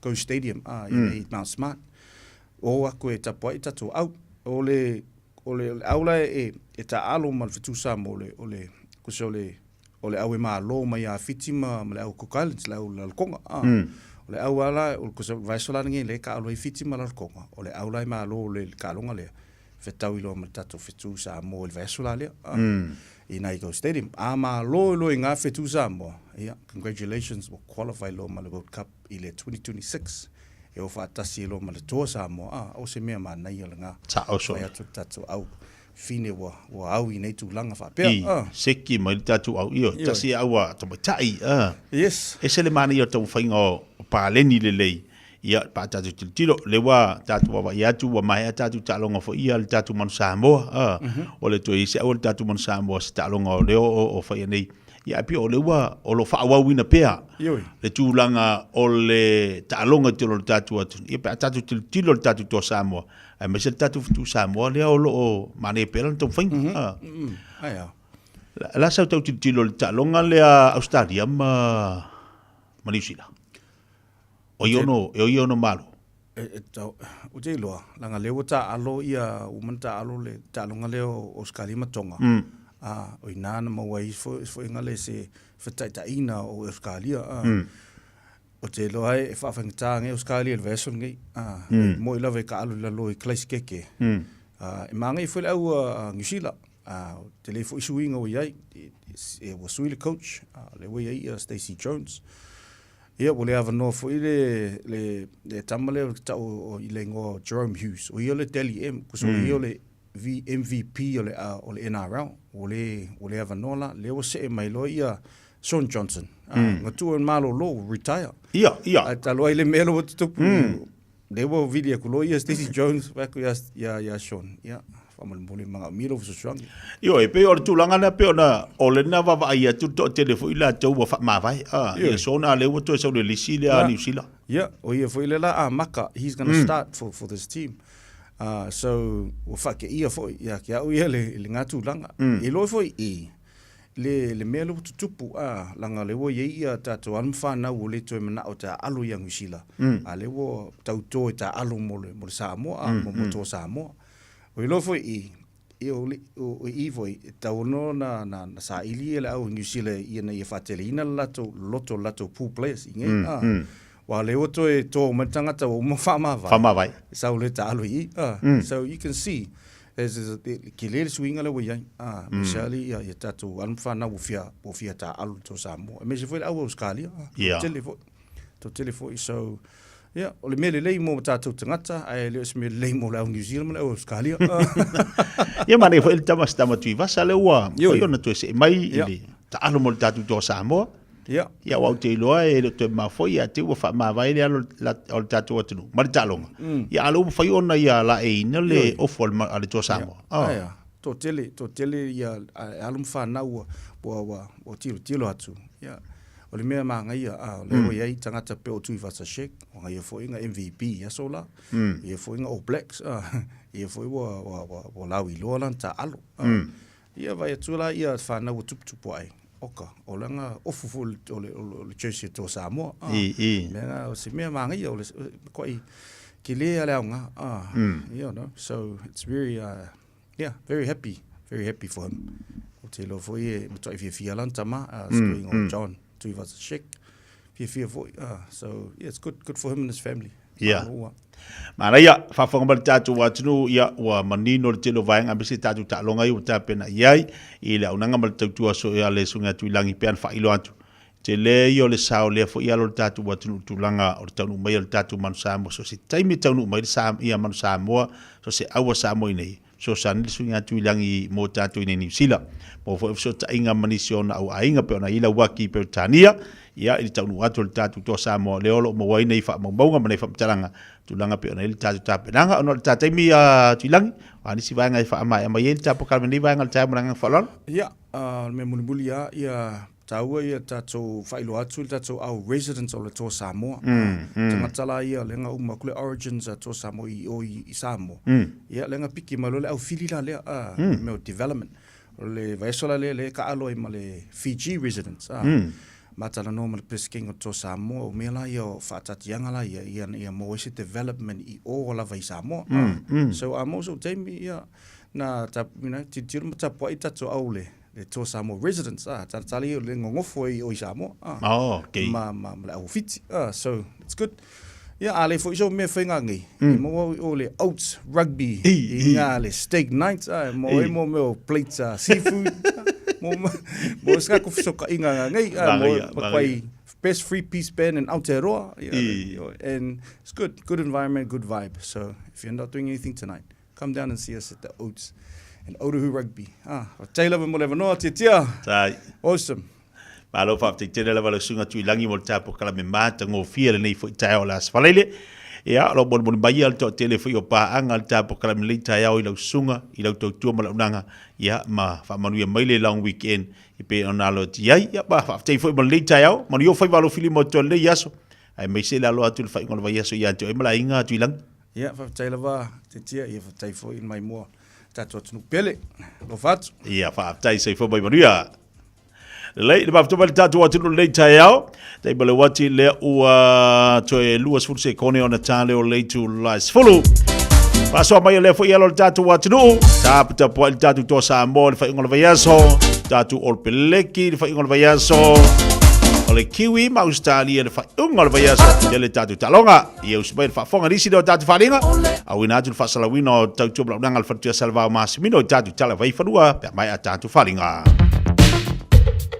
All I hear is Radio Samoa, Radio Samoa, Radio Samoa. Tasilima iva tolu amo. Radio Samoa, kasilima i vakolu amo. Kia ora Westies, it's time to say bye-bye to your bin tags. From the 1st of December, you no longer need bin tags in Waitakere. Simply roll your bin to the curbside on your Auckland Council Bin Day. Search bin tags to find out more. All together Auckland. Talofa o Aoauli lani. Mātou tena rofo whaatasi malau to olua le mawhanau mana i o mātua. O te pala au I le Healthline pe a whaia langona le tino mai e se tasi o I mātou. E le ai se totongi o le nei au o nanga, mai mawhai ona o tala no e se tausi mai mō fautuanga, tau soifua maloloina, ma whaamatalanga I mea te tau ona whai. O te wala au iai ai le tinga ina seisi o I mātou. E awa noi teimi uma, lua suru whai tū lao le aso, mo aso umo le vai aso. E maua fo I le fesosoani mo se whaamatala upu, pe a whai o e fia tala noa I lau lavanga ngana, e le ai fo I se totongi. Wala au loa le Healthline I le o walu se lau, ono tasi tasi ono. O e mo mia sini fu aro po nini fu whapii. E mawhai ona fsosoani atu le Chapel Park Dental ini tau talawhia ngai. Tele au wala e mawhai ei ona tongi le whainga o awoloa. Se fulu I le 15% le pa u whapitoa o tai ni fu whapipii. E maea I le aso tolu 10 Novema. Wala au mai loa le Chapel Park Dental I le o walu se lau, whaatolu fitu, ono whaalima. O walu se lau, whaatolu fitu, ono whaalima. Pea fiu mai I le tasi fast fulu Chapel Road I Flatbush. Pe tanga I ana I le chapelparkdental.co.nz Musa appointment. Wa valu tausanga o lama tautautua mo tangata Samoa. Mga umia se maafa mga kosyo kingalay Samoa. Sisi le Lifestone Headstone Life fai le lako whaapikoa mo maa e lalo mai le 5 Afrikau. E mawhai fo inga lafo I Samoa. Vili le ongu se lau kasi valo 5 po o le website o le lifestone.co.nz. Wha iloa le Lifestone Headstone o le Radio Samoa na e maua ai le nei whaasalaunga o na lafo lea o le maa whaamanatu I Samoa e au noa ma se tongi. Lifestone Headstone le au nanga a le Pasifika. 24 hours a day, 7 days a week. Radio Samoa streaming live on www.radiosamoa.co.nz.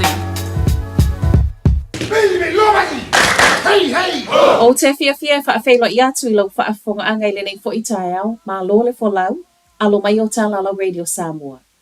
Tomu atu I tala le nei fo I asu wharaile, wa pāsia le whaitaunga lo na lua o le pili o lo ofina wina ai le tatau ona toe whaafo I mai o le anga vaa. E mawai wanoa sitiseni ni usila o tangata Samoa na soifua mai le vao le awhi iwa se lau lua wha, ma le awhi iwa se lau wha iwa.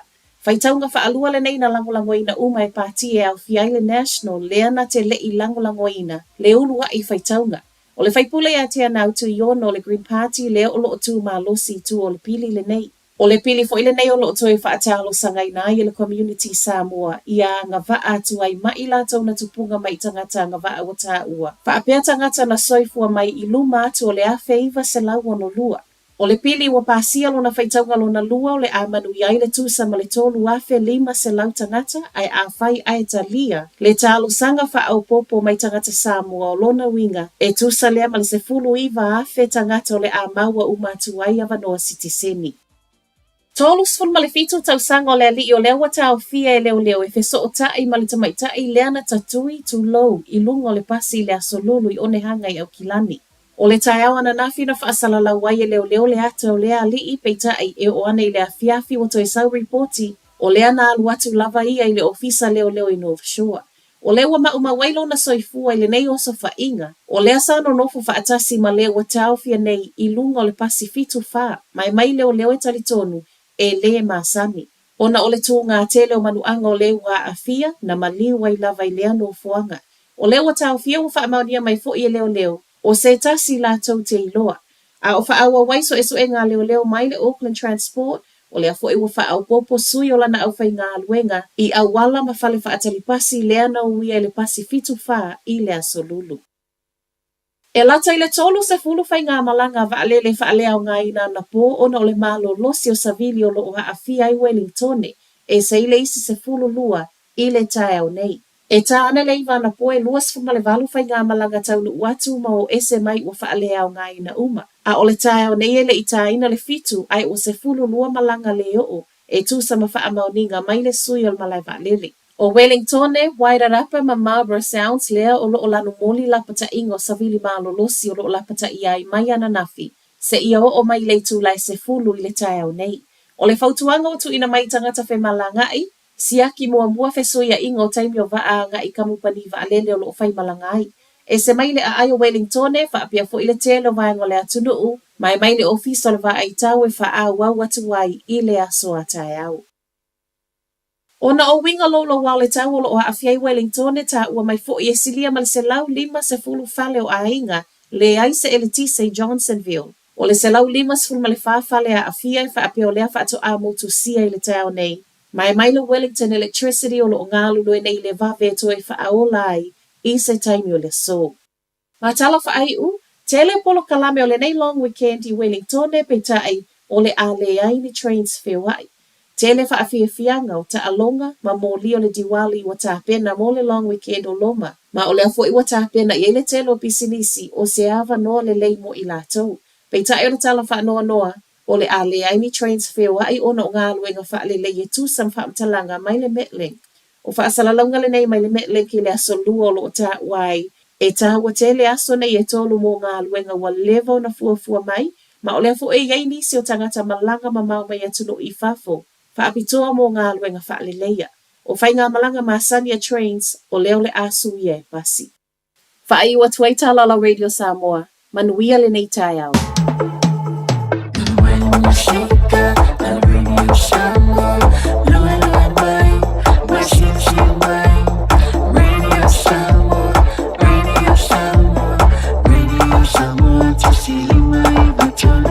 Radio Samoa.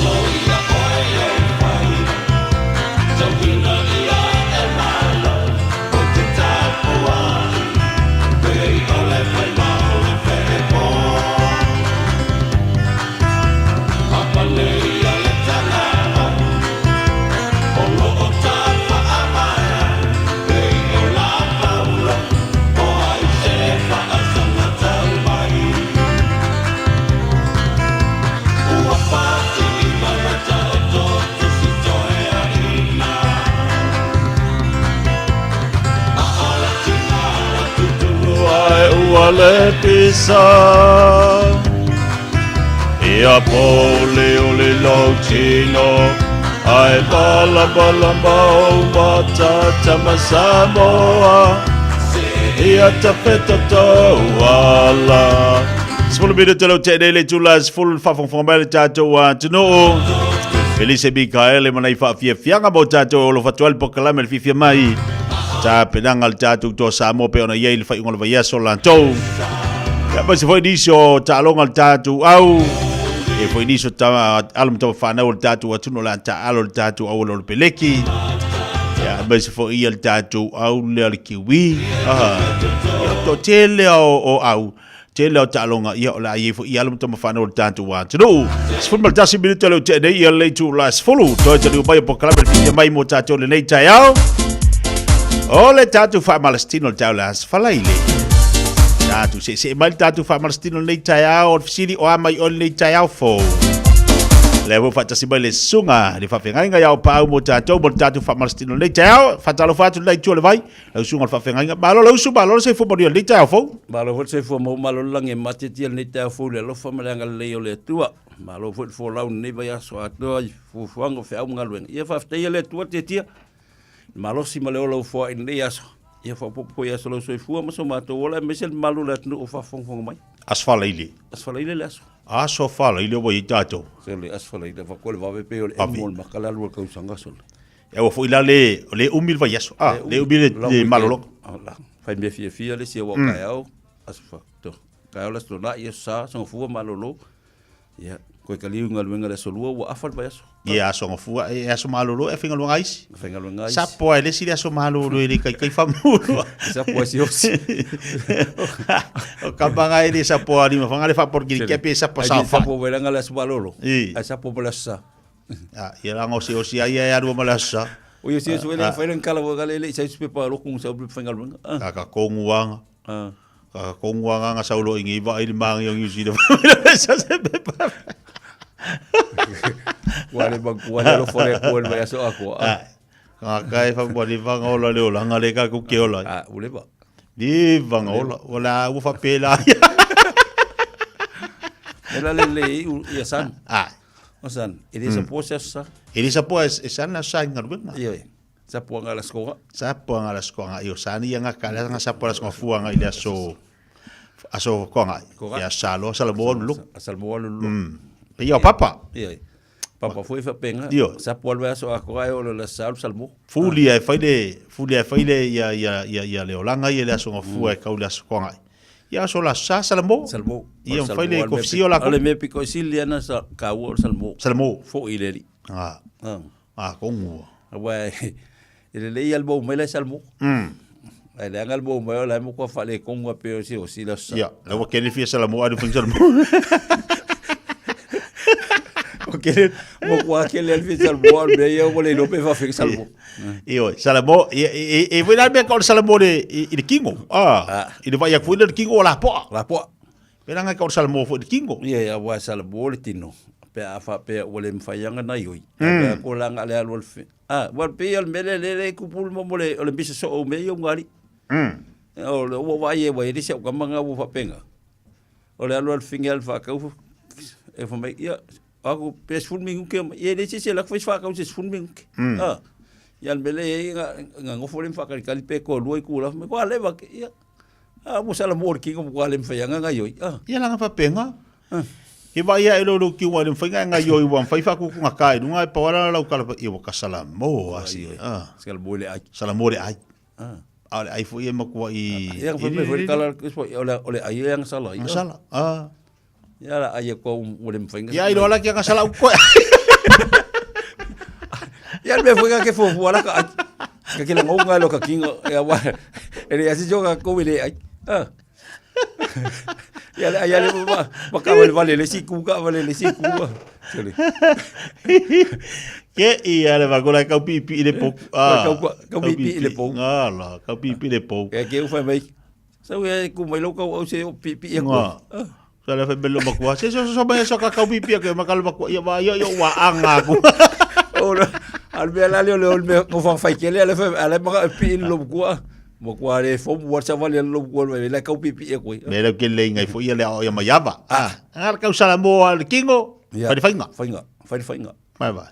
Well, le Samoa e ia banga mo kwa faifa le fainga e. Yo, ia ba ia Samoa ia ko kuria kinga. Ia.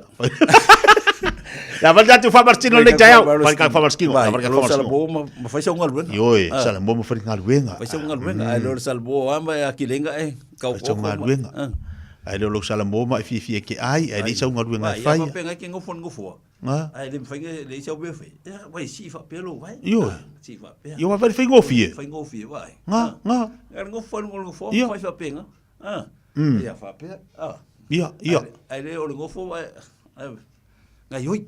Kom fai ngai hoi mai lungo fo ngai ki sa fai po le wheelchair. A fai ngai. Ia, le la to fai tu tatu fa martino le Taeao le mafuta mai le tatu want to know. Ia, fai lava na te mafuta mai ai.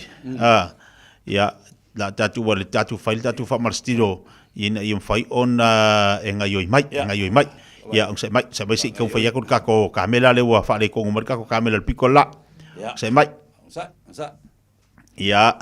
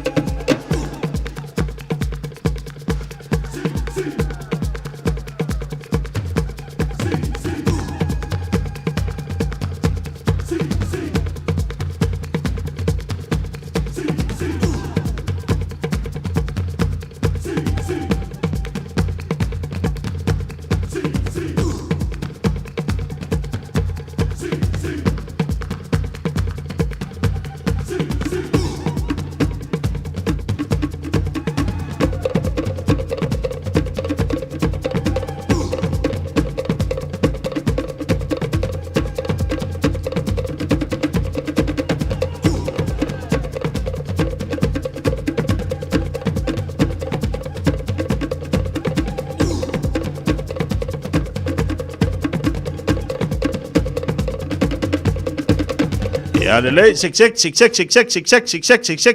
ya le la tatu tu atu lo tatu fa yaonga mo le tatu fa marstil le Taeao ya la yo fa yaonga lo se ki fa yaonga ka ko kas rua ya fa ya mangaya ai ko au kas ya seki fa lima kua fa la po kas kolu fa lima fa sa o lima al luma kas lua kolu fa lima ya lunga kas lua kolu fa lima au ya kas lua kolu ayoi kas lua kolu fa lima tua luma la ia tatu matua fa mali au fungari kas ya le lua fa pe tau au tatu matua lima kua kas fa le mu fa pe kolu fa lima ya maraya halfway kas lunga lua kolu afa fa lima au kas afa lua kolu tonu fa lima lunga Aya. kas lua kolu fa lima lunga sa au kua urei luma ya kas fa mali luma tatu lima ya mali luma kas lua ya lunga fa lima lunga fa lui ayo yamba musebe upo kingo ya kua ya kas lua kolu fa lima luma kas luma kolu fa lima kas lua kolu fa fik palu ivo fia tatu tanga kas lua kolu fa de mulunga fa lima de mulunga anaya kas lua ya sisi kawau fa lima kawau ongo ya ya si sa o lima kas lua kolu fa yoi o tau nga yoi kas ya tau nga lima ngavale nasi falo lima ngavale nga lima tau ya falo kua lima kamkau ya kose kas kua lua kolu Vale. Kulang vale. Kas lua kon luma. Aya. Kas lua luma. Lua. Kas lunga. Kon kafa. Tamatau. Kas lua kon esiku. Vale. Lua kon kua. Naya tose tua. Kas lua kon ya. Ua kasi o ao. Ka phrase. Kasi. Tu sa lunga. Lua. Ya mo tatou ia vai. Tamam tina matua lea. Fa. Pia fa pia. Lima kiki luma. Kas. Alo luma. Lua. Kon. Vale. Tamatau. Lima kiki au kafa. Aya. Kas. Tafa. Lua. Kon. Skosi tafa. Lima kiki kua. Kas. Lua. Kon. Fa. Lima si inungal vai. Kas. Ya. Si Lua. mari. Kon. Si mari lu vai lunga e. Lima. Ya. Au kafa kas. Lua. Tafa. Tatou fa pia. Fa. Apela tino fo lunga foa ia na fa pia tatou. Bali tol bali. Ya. Fakafa. Halu ka ko ana. Aoauli. Sa. Sa o lelo ko au. Fai le mua. Ya le mu. Tua aoauli soonga. Alosi va vai. Very. Go. Kas. Lua. Kon. Fa. Lima. Ong. Fik. Pan. Iva. Sun. Kas. Lua. Kon. Fa. Lima. Ong. Fik. Pan. Iva. Sun. Kas. Lua. Kon. Fa. Lima. Ong. Fik. Pan. Iva. Sun. Ya. Waban ma. Kas. Lua. Kon. Fa. Lima. Ong. Fik. Pan. Ngesi atu tanga ia mo tatou Lua. matua. Kon. Fa. Lima. Ong. Ngesi atu tanga ia. Iva. Yo ia tatou. Hok. Kas. Ya. Lua. Falava fa pia. Falava. Lima. Ong. Fik. Lava. Pan. Iva. Sun. Lava Kas. le lima. Lua. Kon. Fa. Lima. Anaia. Ong. Fik. Pan. Iva. Sun. Ya. Vale. Let's go. Liu tam. Liu roi. Come kau. Kuda. Fa sa rumah kau kau. Ready. Go. Kas. Lua. Kon. Luma. Fa. Lim. Ong. Yoi. Ngayoi. Ngayoi. Iva. Sun. Kas. Luma. Lua. Kon. Fa. Aya. Lim. Ong. Fik. Pan. Iva. Sun. Ngayoi luma. Kas. Lua. Kon. Fa. Luma lima. Ong. Fik. Pan. Ngayoi Martino. Sun. Kas. Ngayoi Martino. Kon. Fa. Lim. Ong. Fik. Ngayoi Chino. Pan. Iva. Sun. Kas. Aukafa. Kon. Fa. Lim. Aukafa. Ong. Fik. Pan. Rossi aukafa. Sun. Kas. Lua. Kon. Aya. Lim. Ong. Fik. Pan. Iva. Sun. Halo. Vale. Lembang aja. Vale. Halo. Halo. Ngayoi. Luma. Ready. Go. Kas. Luma. Kon. Fa. Luma. Lim. Ong. Fik. Pan. Aya. Iva. Sun. Halo, Kas. Luma. Lua. Kon. Anu luma tamatau di mga Ong. vale di Fik. tamatau. Pan. Iva. Luma. Sun. Ui lalo. Kas. lalo. Kon. Fa. Lim. Ong. kongi fo di lalo. Iva. Sun. Kas. Lua. Kon. Kongi Fa. lalo. Lim. Ong. Fik. Pan. Iva. Sun. Kafa. Ready. Go. Aduh Kas. kafa. Lua. Kon. Fa. Sa kafa. Lim. Ong. Fik. Ya itu Pan. angai fe Lim. lima Sun. je fo ya be Kas. kau Lua. lalu. Kon. Fa. Aduh Lim. kafa. Ong. Fik. Pan. Iva. Sun. Aya. Ready. Ya. Sa o luma. Ya. Ha? Sa luma. Ulei kua. Omi kua. Vai mea ie kau. Ya fa. Fa lusi. Ready. Go. Kas. Lua. Kon. Fa. Lim. Ong. Fik. Pan. Iva. Sun. Kas. Lua. Kon. Fa. Lim. Ong. Fik. Pan. Iva. Sun. Ya. Kau au. Ma losio kau au. Kau au. Ya. Ya. Uva pea. Sa o le lunga. Ready. Go. Kas. Lua. Kon. Fa. Lim. Ong. Fik. Pan. Iva. Sun. Kas. Lua. Kon. Fa. Lim. Ong. Fik. Pan. Iva. Sun. Kas. Lua. Kon. Fa. Lim. Ong. Fik. Pan. Iva. Sun. Ya. Ya. Ready. Go. Kas. Lua. Kon. Fa. Lim. Ong. Fik. Pan. Iva. Sun. Kas. Lua. Kon. Fa. Lim. Ong. Fik. Pan. Iva. Sun. Kas. Lua. Kon. Fa. Lim. Ong. Fik. Pan. Iva. Sun. Ya. Ya. Kafa. Ready. Go. Kas. Lua. Kon. Fa. Lim. Ong. Fik. Pan. Iva. Sun. Kas. Lua. Kon. Fa. Lim. Ong. Fik. Pan. Iva. Sun. Kas. Lua. Kon. Fa. Lim. Ong. Fik. Pan. Iva. Sun. Kas. Lua. Kon. Fa. Lim. Ong. Fik. Pan. Iva. Sun. Ya. Aya. Kau. Akayoi men mga bawa le fela ai le weekend.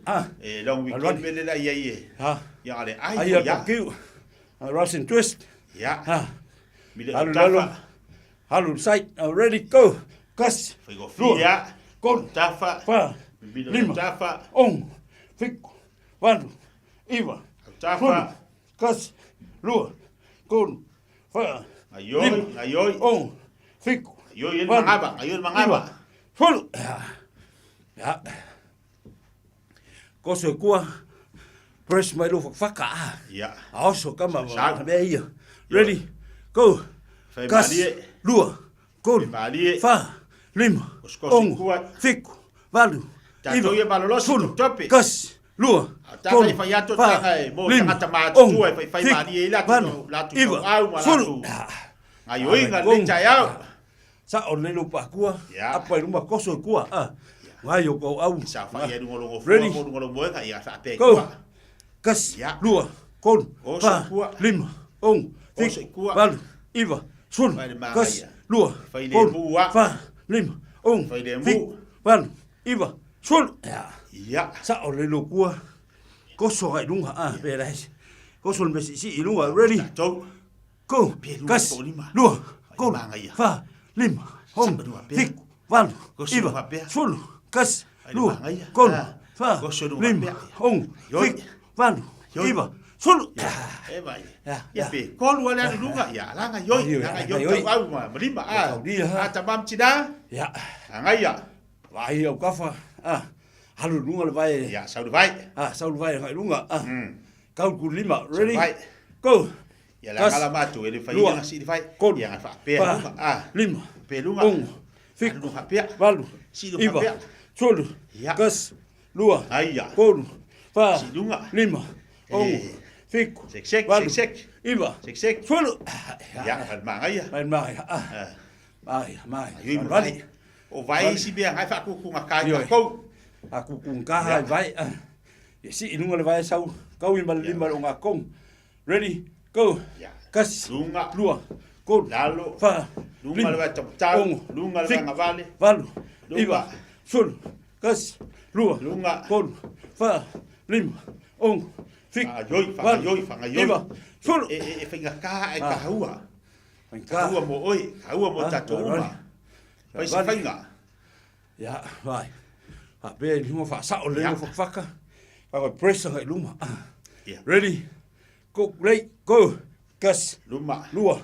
Kol. Luma. Fa. Lima. Ong. Fik. Van. Iwa. Sul. Kas. Lua. Kol. Fa. Lima. Ong. Fik. Van. Iwa. Sul.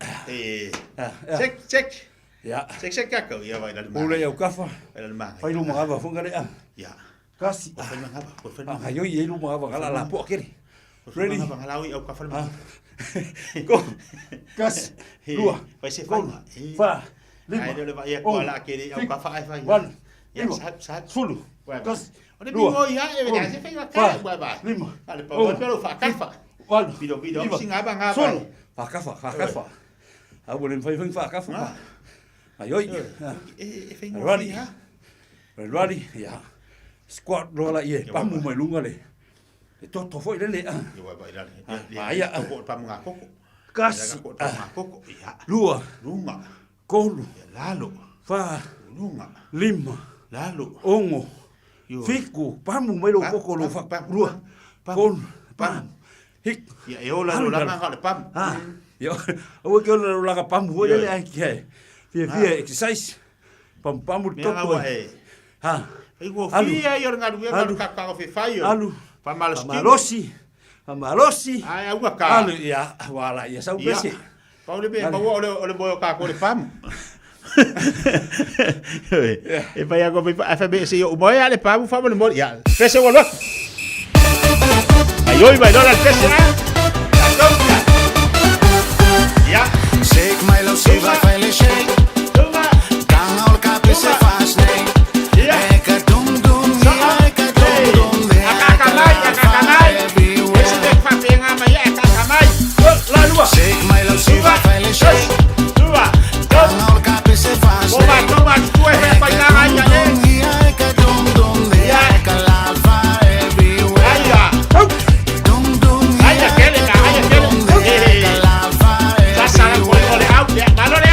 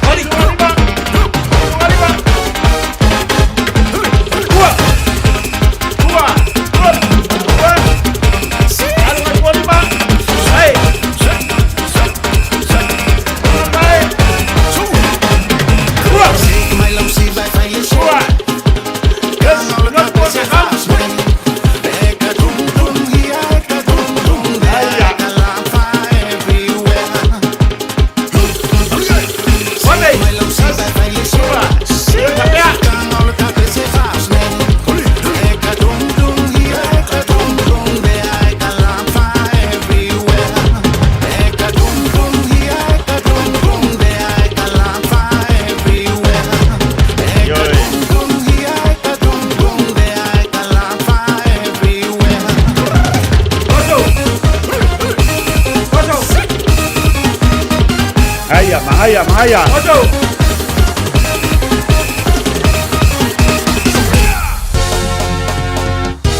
Ya. Halo, tabab sinama tua. Takau mbe yang ayo mai. Kafa. Mana ya foye bana le olanga. Sui. Afuli ai le tele otanga. Kafa. Ele no aseme a wolo fata chai mun muriano toyo mai fale. Aya. Au wan me ayo. Ayo mai. Tuma. As. Aya. Yo gata si uba otanga. Ayo berkigo, ayo berkigo. Pape yo le angan sai ngai lango lango le fai tangi pe ta ua o le pelo o va se. Aya, ayo. Awabluga. Tuno fumba fa fa o langa. Koso. Chalu ya America. Aleluya ya. Kafa. Tele foi America tau si ina file bu po samba tele o la tau la. Aya.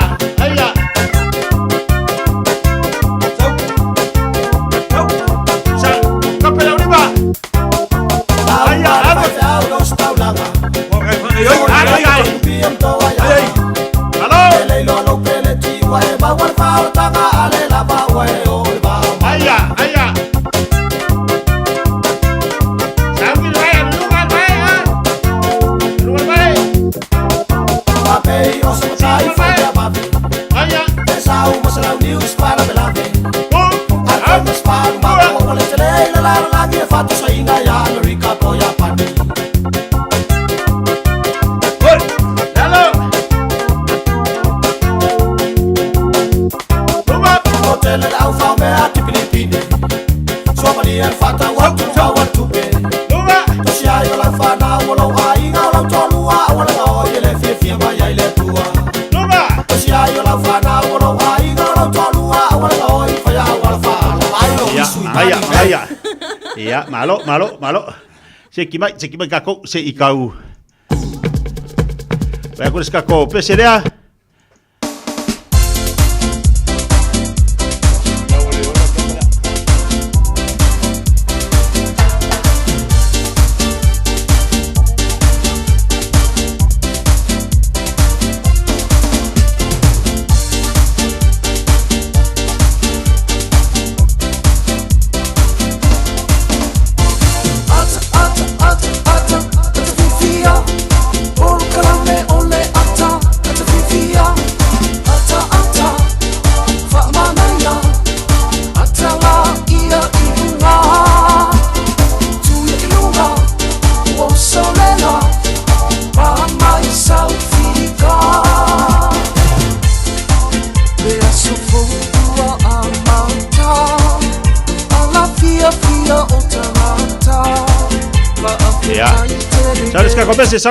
Saruska kopese. Kau fai fale ko masia ka kwa mioria. Lunga.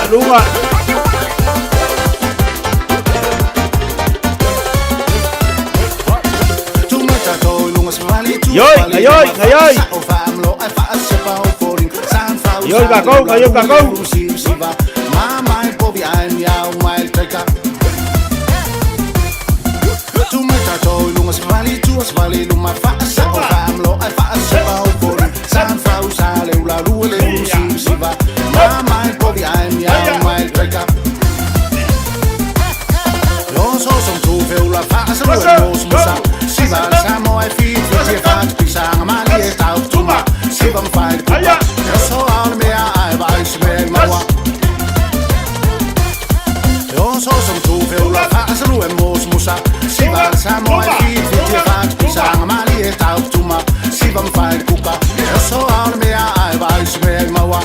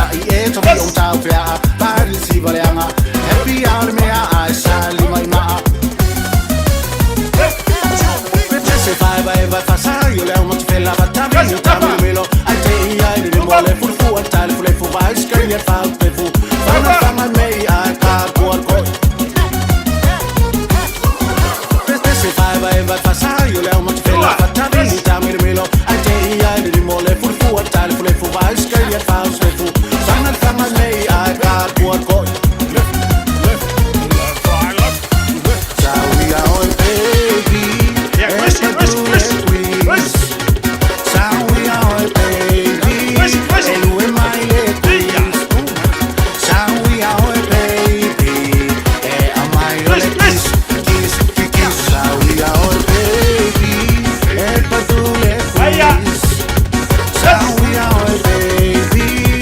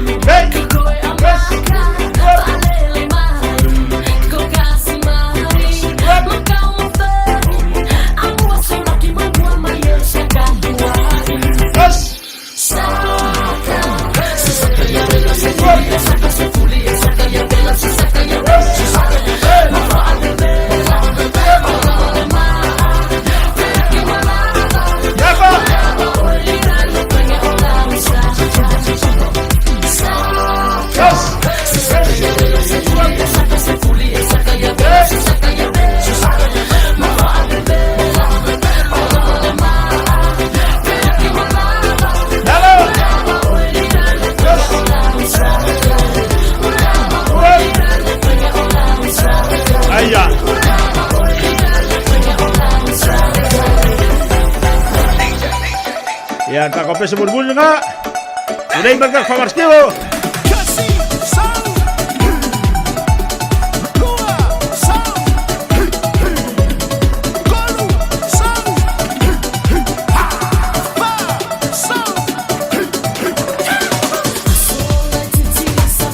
Ayoy, ayoy, ayoy.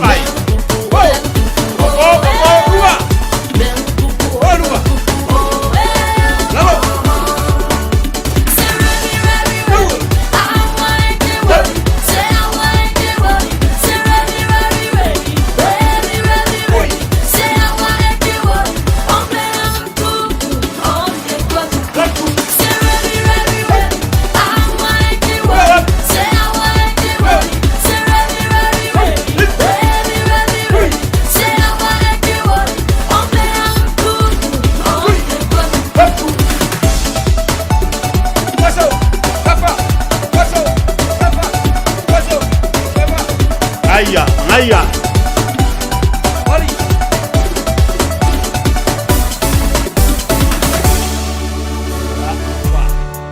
Ya, no tatu Jamie, na suka pasta.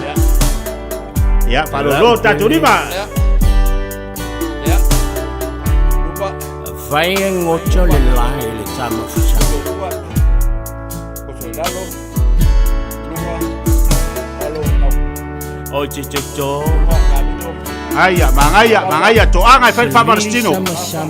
Tahu tele mo, tahu mo tatu uma. E fai le mama. Olha lofa. Apai ai mucho. Ene yola. loa Olo Manganga Ruma o na fai Waja uatala Oche chota selili sama sama iyo Tafa Afaila foyele Taeao I ave olela Nama chala lona funga Ua umena Malesinga singa mau eia Tea ia so uma Depois leo leo Maoi a uto Yo e mana ia le wha malastino nei Taeao seki mai tātou ia wairale mana ia e se le tāua le whai o lau wha malastino ia tāua te le leo mbolu sui fua maloloina ma tātou uma nei Taeao ma si tātou pati vi ele li malo mai fu ele tua le poto ia tātou e whaatino nei o tātou fuafuanga ia ma se le mawala tātou malo si o pau Yo e tia o le ata mai o le poto o le malama o le mea mai le tua e luka afta le yellow tino o wala le mea na ba ai le te malo kalepo o lona tino malona soifua maloloina langa ia umi lona soifua lona au nanga i le tua ia winga e le mafaina umi o tato waso lungo le funga ile eleni pe ai le kango o luka afta o e ali tetia sa o le le yoi pe le wa o kikilo pe o kako pon o ulima o la yellow wala o wa au o foi na yei le maloloina le o tino lo foi fa soa ia me tau mafa me tau sam mo lo foi maloloina le tino ari ngadu ia o la vai me tau fa marstino lo foi fo maloloina le tau le ona mate tu mai mantala le yai ia o la songa fua le statu sumpo wa le aso malolo tatou fa tatu mo tatu fa marstino las fa le vas fo ia I want it to ai le fa ia la o fa marstino fa ka ko supa la songa fua ka ko supa fo fali ia fa sumpo fali ila kula eval vai mai o le la mi mai duma o le vat le la me ya kula kiki ko wa fiku sei al valu nga a makaka ko sumpa a son fua la somalolo ia ele fa ia le Fiafia fa le valu le Taeao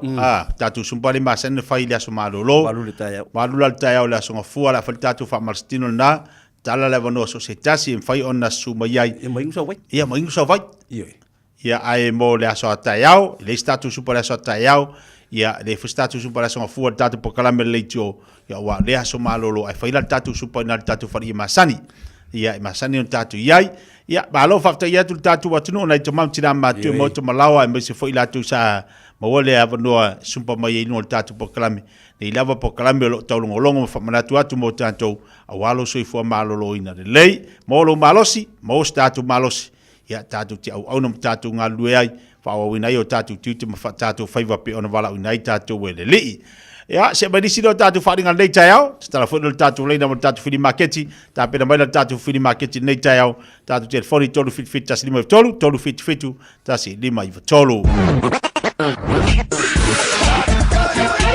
Malu soifua o se Fofogamua Samoa Radio Samoa tasilima i vatolu amo se kia Radio Samoa Finau mo so manuia i le Unitec o le alango malosi le Unitec mo oe o wasanga luenga le leile lumanai fatupla i alo to mai le architecture, engineering ma le social work a o tawina oe se matata fou pe o le pisinisi ma ona baenga ese esi dia ma le se lau mata upu e pula lava oe tusa lava pe tele i mautonu po le asau mata upu e ave sila mamao mo so lumanai manuia le sitara nei loa i le Unitec tanga iane i le unitec.ac.nz Masala ua e vaai i fale fo mai, po o taa vale ale fono ma e whape ane ua nao au nanga tau soifua malolo ina ma nifo mātau te whaia.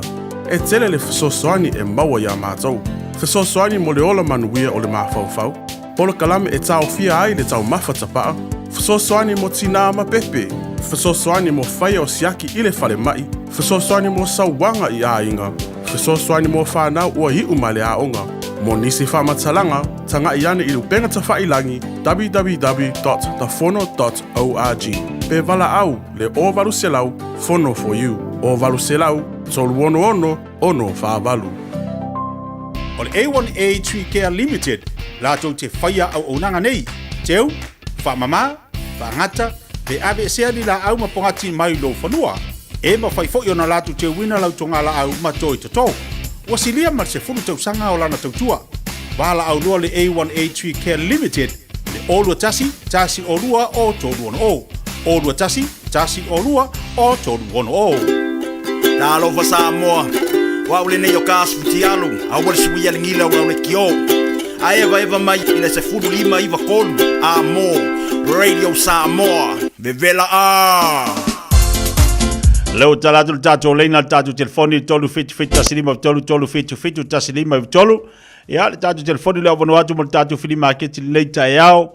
Tala le vono mo tatu olo pentu mai ya mo asfalele vastek tasi.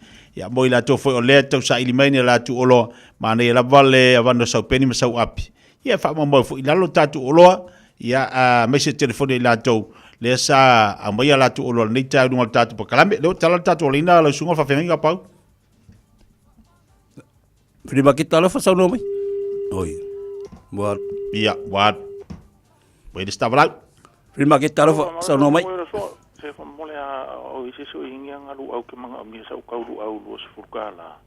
Ngavili mai le ola ngo melo le lua fitu lima o valu. Lua fitu lima o valu. Fa tai lava. Tai.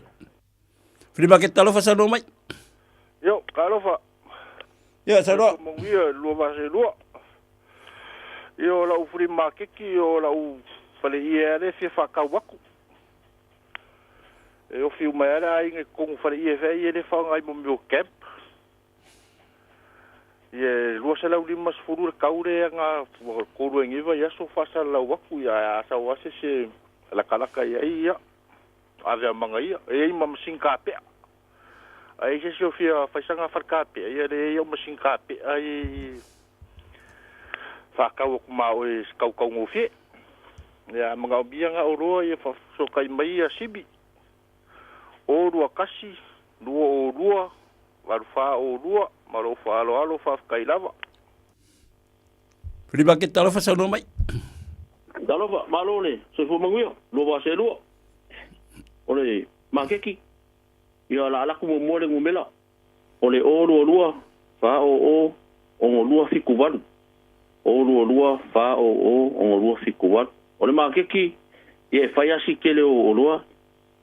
Ia ai la ngai o loa e fia avaku o maua ia toa o ulo o ipu e nga mo la ko kwa amaka inga mai Samoa o ofu o nginga onga la onga Holy Cross papatoi so lava se vai nga maua fo ime fa ngalwenga ia ai ole ngomela nga fai fo au dewa makara o kra sai o la so kaiao ole etweso le lus fulu plate pro e mangeli.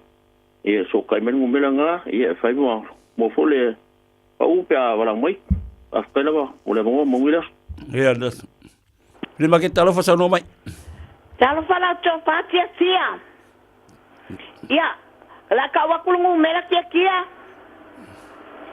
ongo lua kasi ofa ongo kai malia le lunga langa ia ola ufu kia ia sa no mai. O lau furi makeki, maua kuing whakau, maua o kikfunu moa, maua o pale angina, maua ula masooi, ula ke wila, ia o mea uma whape ngā, so se kuai ngā mea mai Samoa, o se au whangau le whaila ko business, whamole mole, ia se mga o se mea whape ngā, ia kulo wā, ia. A fia mai I se yo malau whangau e mai aka wakure kau, ia malau wava, malau whaalo alo lava whaftai. Hai. Prima kita lo fa. Sa no mai. Maruk sui kua, o pau. Ia, sa no mai. Ia, ora o prima kiki o le maua le o whakau. Ai la se si ngau ia ngau whae o keu kia le luku pa mormori. Anu mo mele lo ke fongi wala o mai ka mga o se luau. O le o lua fiku fa. Lima o kolu. Kolu fa lima o lua fiku fa. Lima o kolu. Kolu lua fa lima. Kolu lua fa lima. Waftai lava. Ia, waftai. Whiri maketi alofa sa no mai. Talofa te tia, pa mole la whiri maketi o le afia de vaa. Ia ma whenga wenga mea kaukabuka. Ia o idi o tools, ko ngai power tools. Ia mga mia, ia whaasoka i mai. Ia le orua kasi koluiva, o afika kolbarba. Paustai mo la noa te tia, Manuel Washington. Te fua. Whiri maketi alofa sa no mai. Aro te fua. Ia oro ia kia ongi mesi isi, ore ke leo mesi isi le. Ai siwi si rau korengi laka pi. Po ngisi fusuanga po isi mea. Ia, sau e whakau ma oe au mesi isi le. O ke roa skoi ngā kanga ki whai ai mesi isi le. Ai vidi mera ngumera le. O le orua fiku. Orua fiku. E kalme. Orua fiku wha. 5 o ngoi wako. O lua fiku wha, 5 o ngoi wakoru whafkai dawa. Tai. Whiri maketi alofa sa no mai. Ia whamole. Te kiki whai lalolo ki au whamole. Lima koru kupa question. O le masingi ka mea foua e iwa keiti le kele. Masingi fou. 9 KT. No, ia foi le pusalo toto e la umanga faile le tapuni. Lima fuku le umi ni ali fotola fo futu le laukele ma le mawalunga. Ia fafso taime tasi fa ivaluo. O lua o fa tasi fa ivaluo. Pole o lua tasi o lua ono lima tasi iwa tasi wono. Olu atasi, olu ono, 5 tasi, iwa tasi ono. Ia vili mai au ilu, medana e lua pa manao i aitemi ia o le misinta mea ma le pusa, waftai lava. Whiri maketi alofa sa no mai. Ia manosi fua, ia o lafuri makeki o e mo vau, mo wakusa mo vau se loi. Ia e mga ia o loa, ia mpaifunga usewe singala o moa po mea ko ia maua. Ia vai wala maile le o kasi o walulima iwa kasi lo kasi fa o kasi o walulima iwa kasi lo kasi fa tali paptoi. Whiri maketi alofa sa no mai. Talofa e ola u fulima ke kilea o le koko Samoa maka whaakau mai Samoa e kiliva kulo mauta pēna. Mole. Vidi mai tato numela ole o iwa lua tasi 5 iwa tolu bea whai whakau o koko whamole. Ia, seisi tala whamole. Vidi mai ki tala sauno mai. Ia, malo se fua muia. Ola u makiki ola u waa. Ole waa mingi da iai ia ia ma se ongo le fiku fuku le umbi.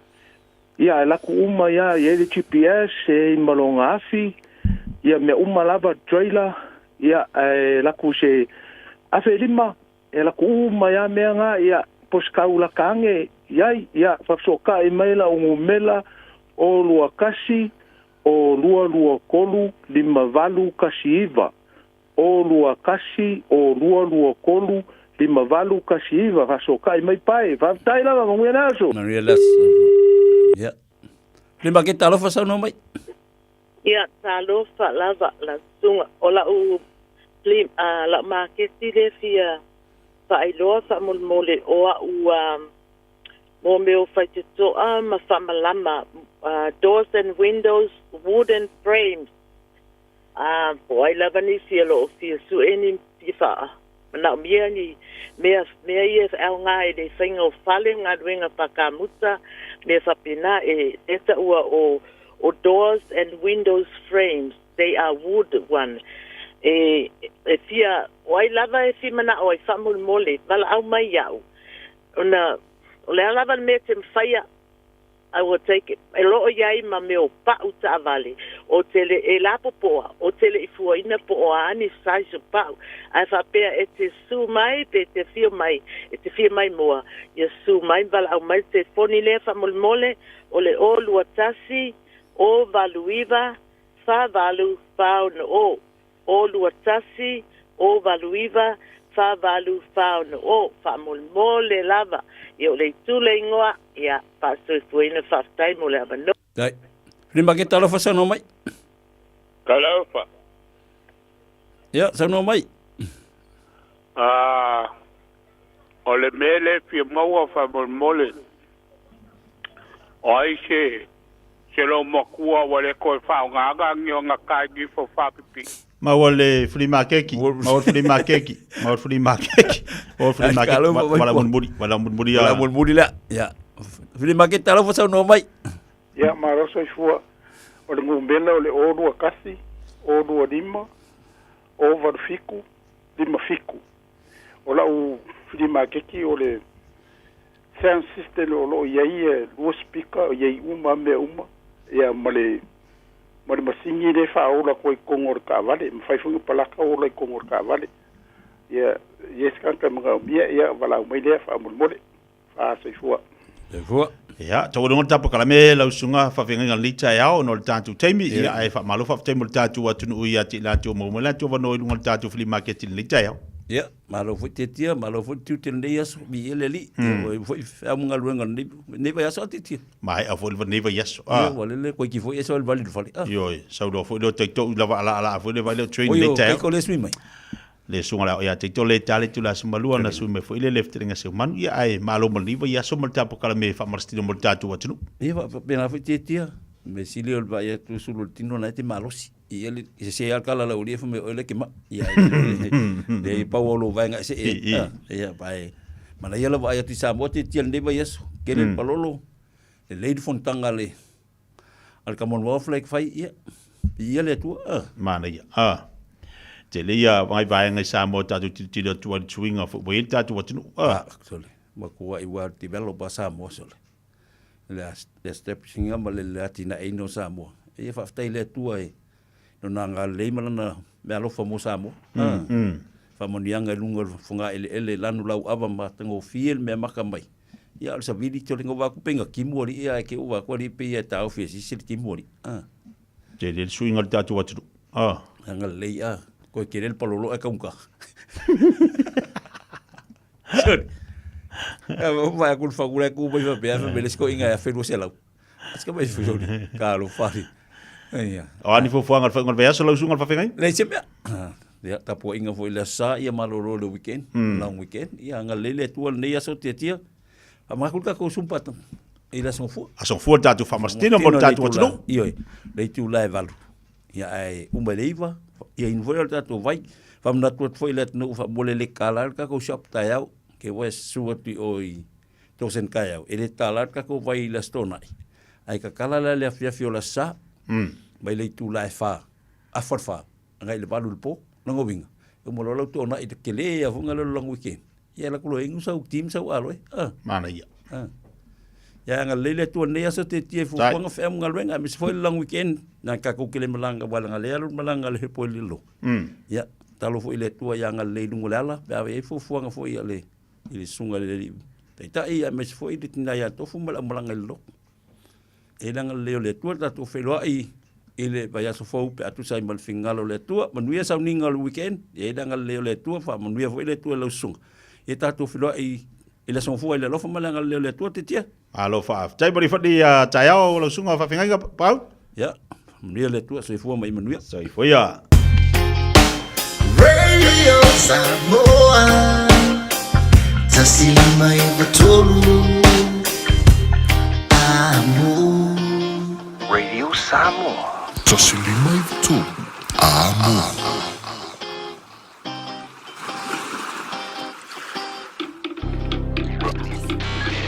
tasilima ivatolu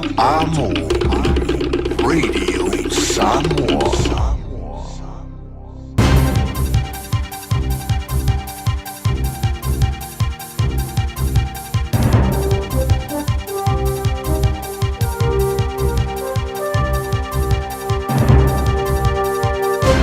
In this update, Cabinet ministers and officials are meeting urgently today as a man appears in court over Wednesday's fatal bus attack in Auckland's Onehunga. The 37-year-old man faces charges including murder, threatening to kill, assault and burglary.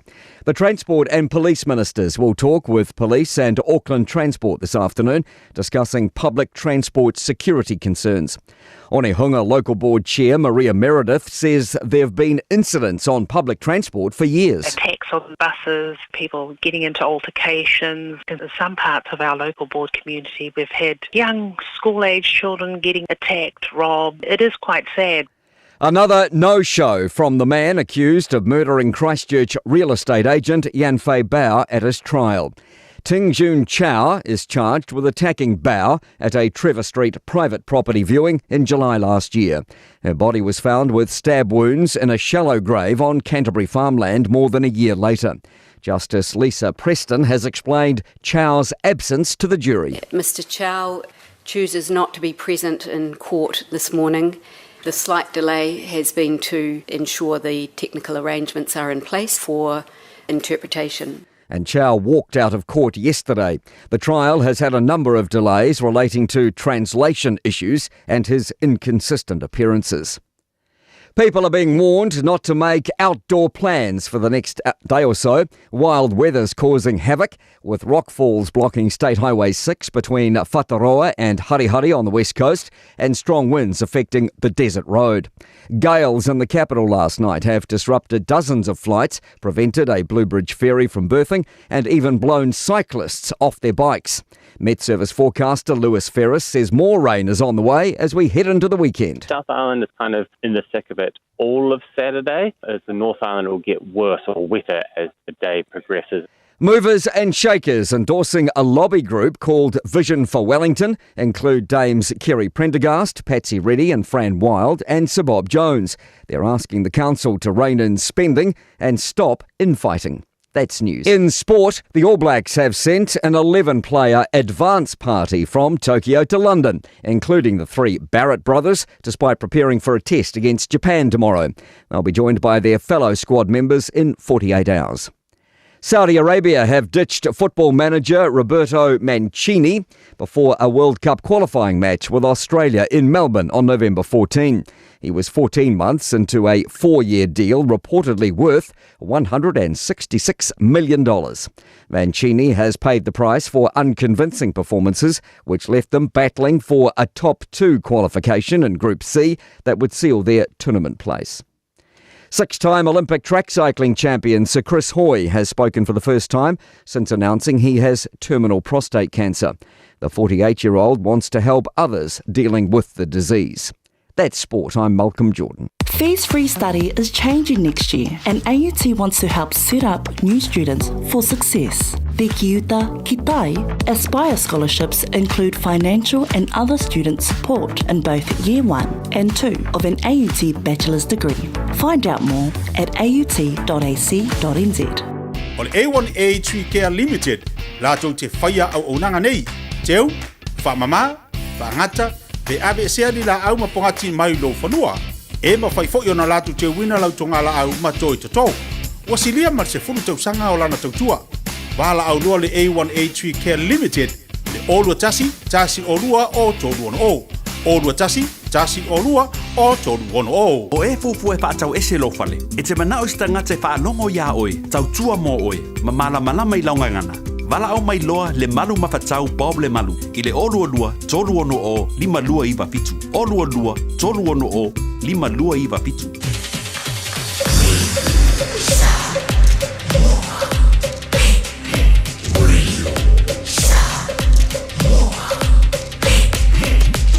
Tasilima iwa tu, amo.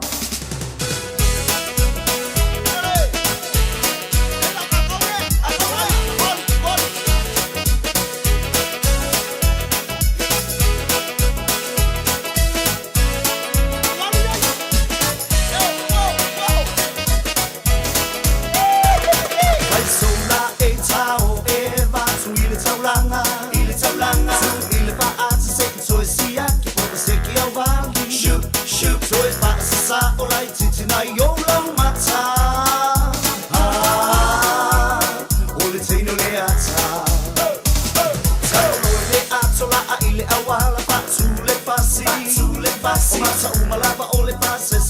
vini sama itai Shubidi-ba Le matati o atu toi whaasa sa o le ulu Ua uma upu Ole no ole le driver Ua sui fo I ana whainga Ua fo I luma le ave ma whaia na fika Shubidi-ba Ua sui fo I lana mata Se patasi I lana whaata Se I lava wa ata na oia I nona Ua so inga le kia I tai ni uma Aole musika ua mata fo I o me kiki I luna Se le Afrike si tutu mai le sika reti Oh, se le ente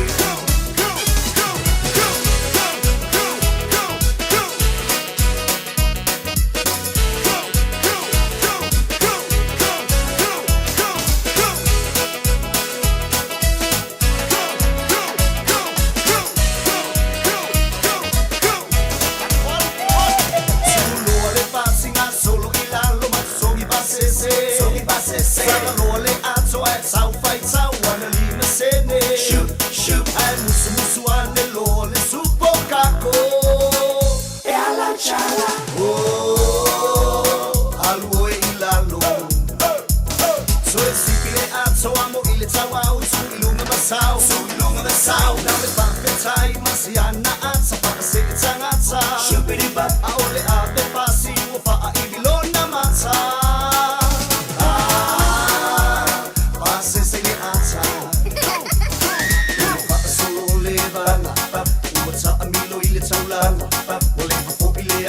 Saule mole manaba Shubidi-ba Kai musu ita tala le aso Lai au tilo mai tanata Io kolaba isa keke kua ele mawalaba Tui le la apasa oloa Ile maketi Lua pani keke ai Nule pai patali e tamaiti Tau manaba nama pakaseki emo mata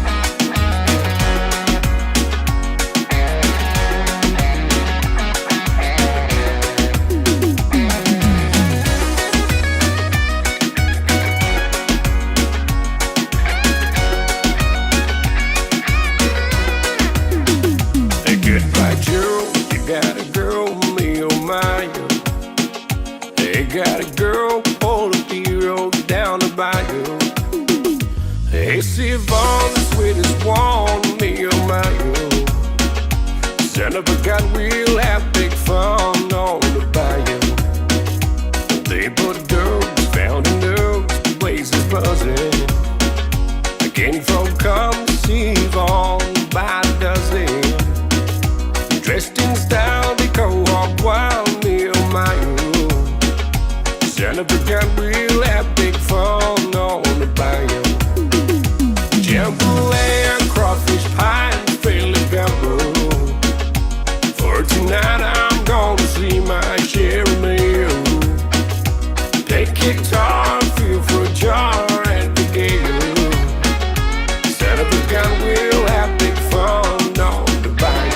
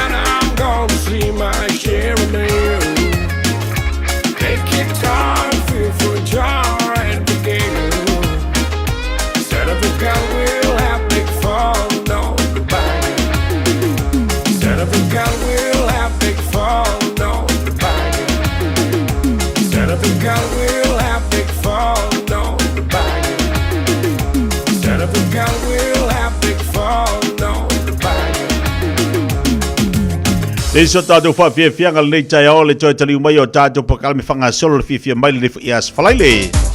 Te balawati leo o luas fultasi minute te ene le tula sumaltasi wha malawatu tātou wa tunu malol tawa tai malol wha malosi tiu te whai mga luenga pia na whianga iei ma tātou le nei ias whalaile.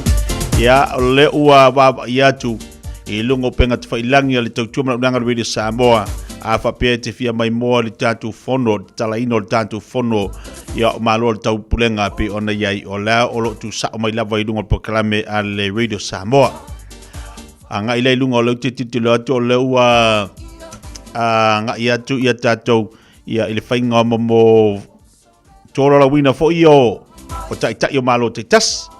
Le alaua titilo atu o lo o wa nga ia tu ai ia la tato fingaluenga ia nalo tu sa mai lava ilungo tato pokalame pe ona ye le Taeao nei ia wala te popole ia te mai moa ma sila iai te whaafonga fo ilungo penga te whailangi I le tautua le Radio Samoa pe ona ia le tato fonotanga ia le na ua whanga solo le te minei ia olo o ngā lue le tato o fingaluenga ia au te pole mea uma lava olo anga ia tato fonotanga ia mwhai ona mo ilungo la udanga ma tautua le Radio Samoa pe ona tautua mai ia tātou o whingaluenga Samoa le nganta le tātou inisinia ia Pesta LJ wata se foi ma le tausala le pokalame le whiwhia mai le unu le to whinga a Isa Hout ia wata se ma le tautua blanga le whianga ngal manmana tu mna vau tipi au tanga vaia wata se ma le whatua ia lilo mai yava mai na vai o lofa penana o to mai niso vaenga I mea lo tupu I tono le tātou wā tunuu I le so ma le whaiunga neiva yaso Tala ia inga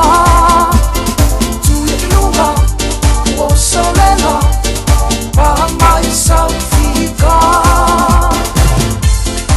Sio ua tunu pele Samoa awa e te ola whaanoa noa ata mai tala noa mai I mea umaro o mawhatiai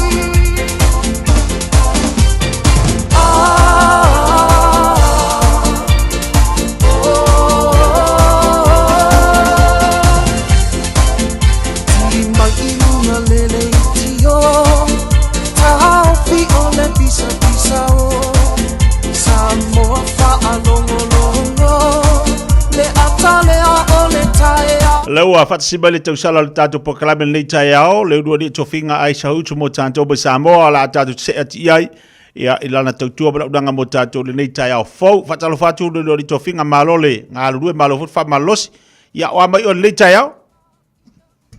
Ia, patalo patu Taeao mania lau ke talanga te le nei Taeao fau, o le asfa reile, ia o le wala mampai upo le nei vai aso, ia apa tanga sola ipo ia nisi po pono tanga o le so lea te tia le pa afino ai le pono tanga tele ia tai ia o ulu po ma lo tau pule na lima sulo na lea lo ka pena na awai mai tenei ia o lea o le nei Taeao pe na pasini ngia ia o lo malo silava ia lo ka melanga le sua ia o le wa pa wa au dia mai foi nei asfa ia o lama kai foi le tele nga luenga ia me se foi kom tanga pe ona tape na ai no tal malo ai se tato atu no O leu te wawa ia tō leu whanga solo le tūlanga fo ile le tōlo la wina o te itai o malo te itasi te no tātou mo te whonoa. o le lava ia o le temi nei ua pai lava sina suai ele o ua po le ase tūlanga ua suai ai le tanga solonga o le komitanga wa o le temi nei po le sekulita sigo skulu le na te amatalo ia ai ia le tatalo ia o le komitanga ia te ta ia ua pai lava sina umi ia atu no to tele lava o si au wai ia le tampai lava i take o malo tanga solo le ia me se po la to ngā ia esa le lava le wa mata o na to malawina ia suafa ia mata ia la to ia olo awai puntanga le so ke Mana ia, o ani me sa tupu le Taeao tono tātou atunu au tā pena ia le amtanga funtanga, ia me se foi le pisi o tātou atunu le Taeao. Ia, sa le titi ua pai lava sina pisi o le tātou o pisa nei le olo ka mautu ai ia au pasala uma ia o atunu ese ia tā pena e po iwa o le isi o vaenga le na usi mai lava le Taeao ia tā pena o mai tau po i o le patino i o pūs o la tau o pipi lea i dentista tasi i o patasinga tasi lela i aile le kontanga tele lea la ono o iai le tātou sui au wai o le tātou Radio Samoa i ele paitua i a lili mai ava mai na vai i olo awai atu ia awa koni tātou wata ia o mi kore ches poi ai le pangalo i nai le tātua pesika au te ia e tūlanga i ai le laku e tātou live feed ia wala wale mai mo se tātou atu i tūlanga i ai nisi o whaenga na amatel na whaatino me Taeao ia ole i le tūlanga i ni usila titia o le Taeao nei le ni whaatena ona lati la se singa a le afiunga palinge ia Laksin, Christopher Laksin ia e ala le helicopter le na whaatena na latu mai i Taunesina po ia nga ia tulunga le vaale o le Canterbury vessel le vaatau le o papena ona ia i temi nei le leoino le tatou atunuu ia papena ko'onga sami a'afa'agasolo ai le ponutanga tele ia o le temi nei ua papena ona lolofi e masuli to'atele ia ga'i kia fa'alogologo ke matamata mo le mauina ia fo'a ko i taualumaga ia o le ponutanga tele auli po ta'ita'i o malo papulenga leo le a'afapena ona fa'atino le so tiki O le fontanga lea e le so ona te talaina le to tele fo ila tu anga i te tonua o saule. O le lava te tia o vaenga mai ia e whatino lava na o taʻitaʻi o malo i latou uma o le a whapena ona iai uma ia ua atopa foʻi e whaapino le galuega ia e na o latou uma e gataigā e lē mawhai ona so ona sopoʻia e se tasi ia le ponutaga le pe auai ai foʻi ona o vaenga ia e atono iai lava o tatou malama e lava nisi o issues sensitive issues e o le pe maʻaleʻale foʻi ia e tau lava e ngata lava na o taʻitaʻi ia e la koe te whaalongolonga mo te tūwha e o le asisi wa e ngai la sanga nga ia ia taʻitaʻi e tau pulenga e lima suono ia o wā lava le lenga o la tōma o atuno te kasi ai mai se lava tangata lau tele puti. La sau tau tino fo i lea tūlanga o tau mafa ia po sau tau whaafonga fo i le po sau tau whaalongolongo ia i tau maftanga i whanatari malo po fiafia ia malo ia nga i atu. Ia, sa awe te tia, ia utu langa wai, ia nga tatanope a inisi, ia me se po o tala po ia na mai po inisi o sama tu paso. Ole mea lea zama mai tawina tu atilu, le fiafia o tangata po malo. talamoni lava na ke tia le lato whaakitaya mal ke tia o le au nanga ia ane se lava pergai malo o lato uma lava whale ainga ia ane se lava i lato rau tatuaina ia i tu ese e la na le tu ina atu po se ata ia po onisi po ata le runga le le Taeao le e se tasi o whale ainga po le catering services e se tasi o i leo o tatuaina le media center ia po o i nei po i le vaenga lo ka mautu wai au pasalana o le vaenga le Jack's Catering ia ele mo le talamoni lava ke tia ele ia lava se tasi o sau papena ele pia se mia ai ele pia se service ele pia se tautua se tasi o lo pai lava male ngana papitai mal pia o i la so ni le mo ela no papena tali ai ko na ali tali ni ala ia o le server ne kana ia o lo pai so i mal sama pia o le tu lava la so lo ka mapaina ia me ai la ko ta ia maso mo pio ta tinanga ni paina ka sino ta tanga mo la to Maria, tala Fiafia le na, pe na mai tau ina fo ilungo penga tawai langi, a mai seo le whaasoa ia a tātou pakalame pe tuna mai, ia i le talinga malo le tātou watunu. Mata ngō fia le tino mea pe na mata mantatu ia le tātou watunu o lo whaatino tono Samoa. Mata ngō fia le tino mea uma. Se ia o na wawa ai le tātou watunu o ilungo penga tawai langi wa o le amai sa ulunga le tautua le radio Samoa. I le whaangaso longa o taitai tōla la wino o taitai tasi ma tu watu i ai le ula fala ma tu watu i le ula fala fo ilea ia o fōringa o le whaalo alu le ala ua taualunga le wawa i atu ia o le ua anga i atu i ai ia le tupu le wanga i atu tonu ia le tupu malana masiofo ia ina ua anga i atu tonu le tamaita i parimia ia i le tātou whanatanga, e se le mana i o tari malo.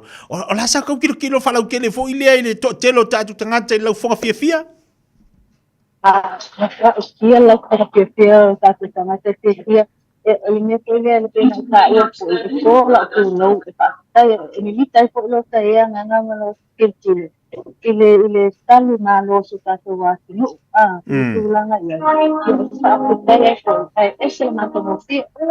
Ele yan se isi dale pia so i lunga i patalo ko ia i le na hionga le tupu ia salo tala sora na ki pena ia ko ale ko tele la to le sa ala la to le ava filo ina ya ama se ko le tuno la ko anga mo sa ia mo tele ko va ni so tele la pa na ya ona o tamato o suyo nu ta pena na patalo pa so pa pela ia se ia na ole smile la ko pia ia e whaapeinua ia tuai, ia e muse lava o tamata ise lava ia tenta au.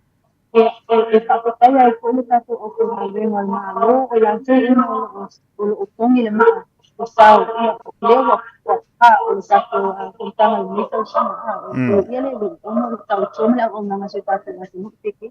Mana ia, malo whaaftai, tala o mo le tato pokalame a mese le tato whono pe ona iai, wha malo whono tau tō neiva iaso atoa, Ruali to finga ile aunanga mai o le ile aunanga pe ona e tono tanto wantulu matango fie foi watala le matango fio tapenanga pe ona e le viaso to walunga la fono nei o a nisi pokala me fata otomola Fiafia mese la sa Taeao le sa le atia yo sulama ko tanga ia pe ia lava ia pokala me Ayo ko ta ko la va ai se van na ai le la pena si no es el luncheon ale la nación ia le tulanga ia la pena no paila na reception ia era pa que lo ia la so la pena no pa no le ta i Commonwealth tulanga le da new government aids no le ole kasulena ia la o tapina na ese lunch na fatino le la nación ya ai no solo toda la inicio va en la tela de esta to para mí solo la relaxen a la tapina na ya sia tu se estación uno ai tam no ai por también si ya ola to ya to me ese so tan a la so me va le malo si la ya me le fui tu Ya, ola kapena nga e fo ia e sila mai mo fo i so vai ia ma te so la so ta tu mo ma te Malo fa tai. Ia wa tawalunga foi sau tau tu ma sau nanga mol nei vai aso. Ia fa malo fa ia faiva. Ia mal talo ia manuia faiva lo filima tato finga luenga pe ona ia Samoa. Ia un ma sau fo tu langa pe ona ia li fo tanga tato wa tunu. Ia pe ona ia ina yaso toi mol nei vai aso. Ia malo lava tawa ta malo fo ngalue. Ma fa mo la tato toi fil vaso fo de lo fo de li ia lo de tofinga.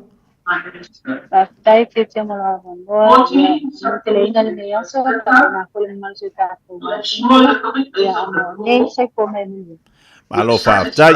Ia ole tau tua mana unanga na ale tau sala le pokala me le Fiafia mai. Le ulua ia li ito finga ai sa houtu pe ona iai. O to mai ia na ia tātou tala i melo tupu i tino le tātou watinu o le Taeao nei. Le ala umanino ia a whanga solo ai ia le tātou whanatanga i le so. O titila ato le ua amtalia ia tau manga le fono. Anga ia na ilunga le Facebook al Radio Samoa o lo ufai on fasalau tu sa mai iai. Ia tulanga o tau manga le tātou fono pe on whanga solo. Manino fo ina ia o kilia ia le telo vaenga pe ona tuina mai le tātou o nanga le tātou tautua. O le vaenga pito sili onda uwa vai ati le matango fie. O le matango fie. O le taringa malo ai maisio le amtaino le fontanga. Tō lau le leilava. Suafa o taitai o malo taitasi. A nga ia tutonu o lo iai lātou te avatuina ia le la ei po le ula. Avatuina le ula. Ia e wha ula i lātou. E pau le vaenga lau te tilo atuai. O lea e fōlinga mai. Nā nga ia tutonu ia sa le sama le tupu malana masi ofu. Ai o te tilo atu e leo nofo whaatasi. E leo nofo whaatasi. Ia, tilo po ni vaenga i o le fontanga lātou. Ia luatu le masiofo sa fa i le lei i le vaenga o leo o lo iai ia i lātou whaapitoa. Ia a luatu le alatu ia le tupu lātou. Ia alatu salesa. Nofo i le vaenga o lo iai ia i lātou o lo o awai fontanga. O lana o tu whaatasi tonu o le motofonu. Ai ele ono no whaatasi la no wha salesa ia. Yo, kere lopo fiaru kamila ngofo i au ka wha salesa. Ia aru wha e sene mua ngofo silo umakua kamila. Ia, so ia. Si umafo i fongo kanga kako wa vai po o le amu ngofo i se i kamila.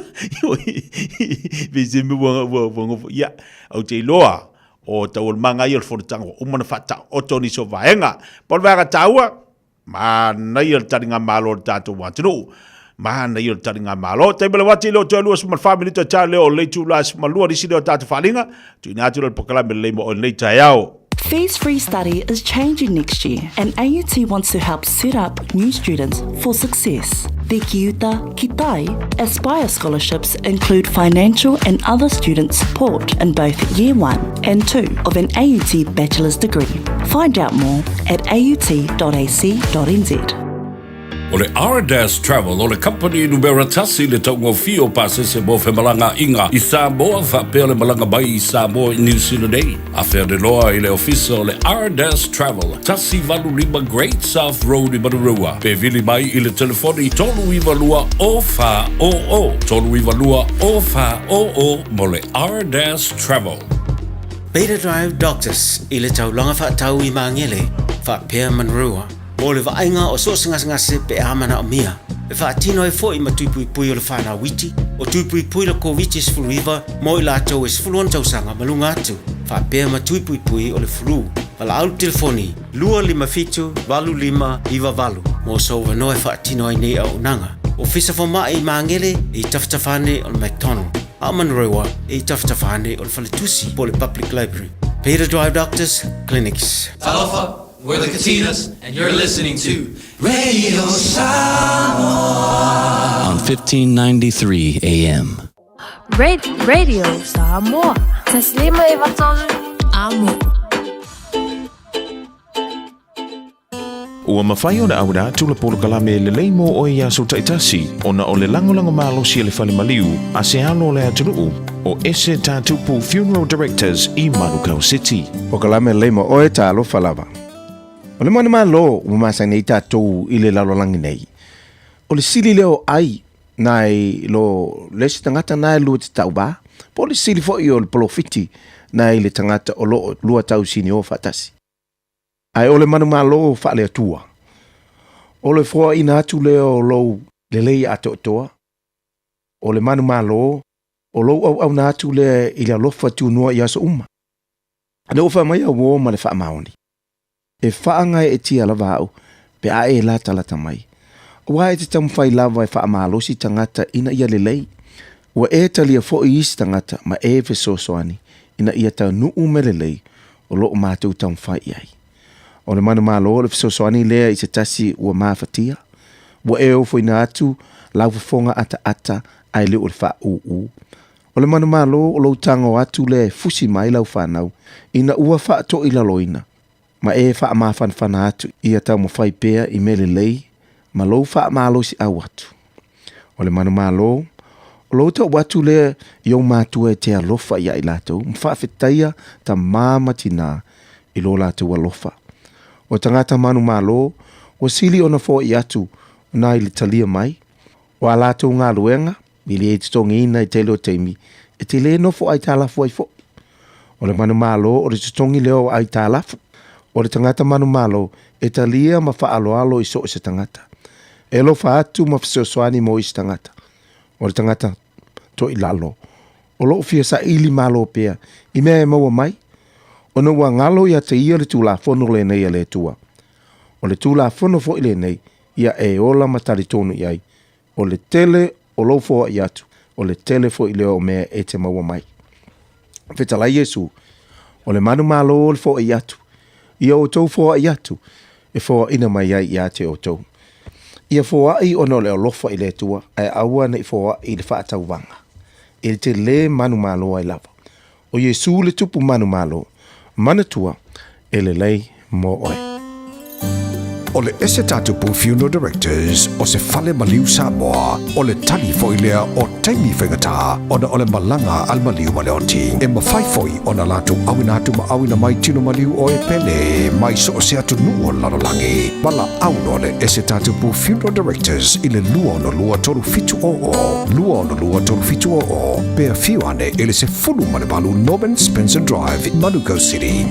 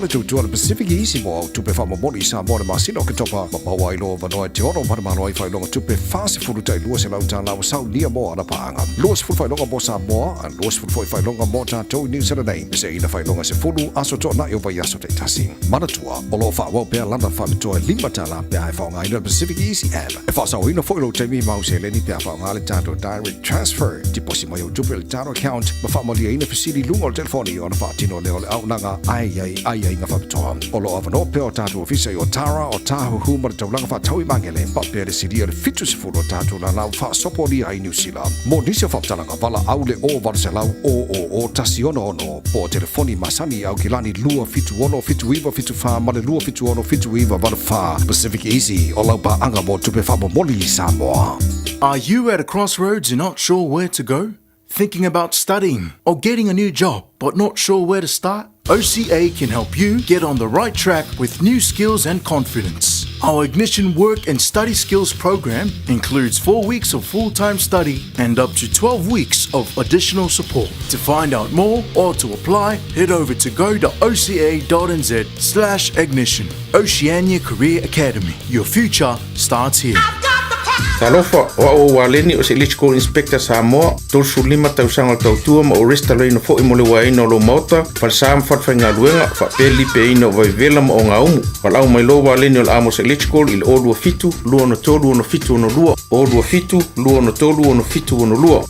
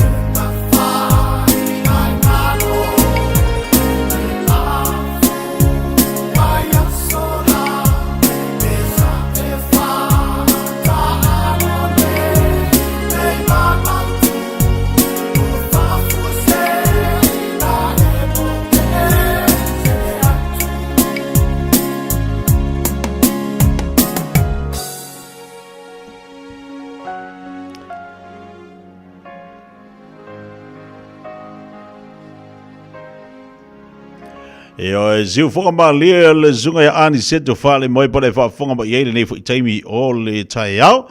I lunga le tautoba la udanga le Samoa sumalima i tolo a mole nei fu yaso ma le asfale le utatu yai.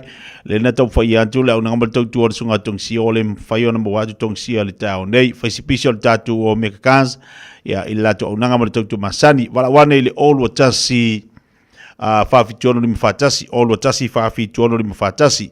Telefoni na le sunga tungsia le sunga li pule te mo iai po le sunga le whawhengainga i le olu watasi lima valvalu lua tasiono olu watasi lima valvalu lua tasiono ia telefoni na lua te vala iai pe asa ili samu le whainga le vaiaso la tau o le ua amtalia le tatu fono o lo o iai le saunuanga o lo o saunua le a fionga tumaitei panmia le tatu malo o lo o saunua le tumaitei panmia le tatu malo ia le a fionga ia Dr. Fiamia Naomi Taafa i le tala alo ai ina o le tātou fono pe ona iai. Mātanga o fia i o tā penanga nei fono. O le tala ave fo i le ama le tala whaasolo pito le i tono le tātou wātunu. Pe a tātou tilo ma tātou wāwa ai ai. Le whaangaso longa o le fono tanga le nei. A tātou tū nei ma tātou toi tepa. Ma tātou wāwa ai i mea tupu le tau sanga ma le tau sanga. Ia e maufa fo i le loto lantou. E maufa fo i le mafaufau i tā penanga o lo i ai tātou. Ia lewa anga i atu uma tai. Anga i uma atu tai. O Malu. Tai o Malu. O atu nuu tai. 50 leono. Tai i ai tutonu. Wanga i tutonu o le tātou wantunu. Te leia o se tala ave. Te leia o se mori mawola. Le aho ma tai po whaurulunga nei. O nei Malu. Ma avatu i tono lanto watinu. A tātou wawai foi. O ai Samoa. O ai a Samoa. Wa tā pena ile nei tari ngā Malu te le. Ma le nei fono tanga te le. A tai uma le lalo langi e a ngai atu. Pia le li. Whaafitai. A wā tātou e sa ili tātou watinu i to tonu o le whaafanua laulangi. Stama i Samoa. Stama i Samoa. Ai whaafetai le atua. Wa whaonga ina le tātou tama i atunu. E whai atu i whono tanga. E a ngai atua i atunu te tele o le laulangi. Si a lātou wāwa ai ma lātou mōri mawina. Iau te ilo te mua ni o le telo tai a Malu. Te ilo te mua ni o le telo tai o atunu tai tasi o le wanga i atu lātou te wawa ai ma lātou mōri mawina foi. Ia le tūlanga pe o ne iai le tātou atunu. Ia vi ia le li. Tātou ave ale whaaftai le atua. Ave le vi inga ma le whaamunu i le tātou tapa au langi. Le tāpena ingana ma le whaonga ina o le tātou atunu o Samoa. Tāpena maha i atua inu te tele. Whaavai i le atua Samoa. O lau te talo, ma lau te talo, ma tātou talo whaatasi. Ia e uri masawai tā penanga ma fuafuanga o te toi o le whanatanga. Ia o loanga i eiri tātou wātunu, ma le tātou tari ngā Malu. Mo whare Malu si le tātou parimia, tai o le tātou Malu, ia e maise o i lātou umalaba o tai o le tātou wātunu. Sui a whaipule tasi o lo tutu whaatasi. Ai maise o whaurulunga o i lātou uma o lo ngā lulua ni whanatanga. Tātou tau whai talo le li i maula lātou malosi. Maua manatu, maua langona le lei, maua wha malolonga le li. Ia au wale wha o wina nei whanatanga. Ia ave ale vi inga i le atua. Tu maule wha tau wa i o tātou tangata.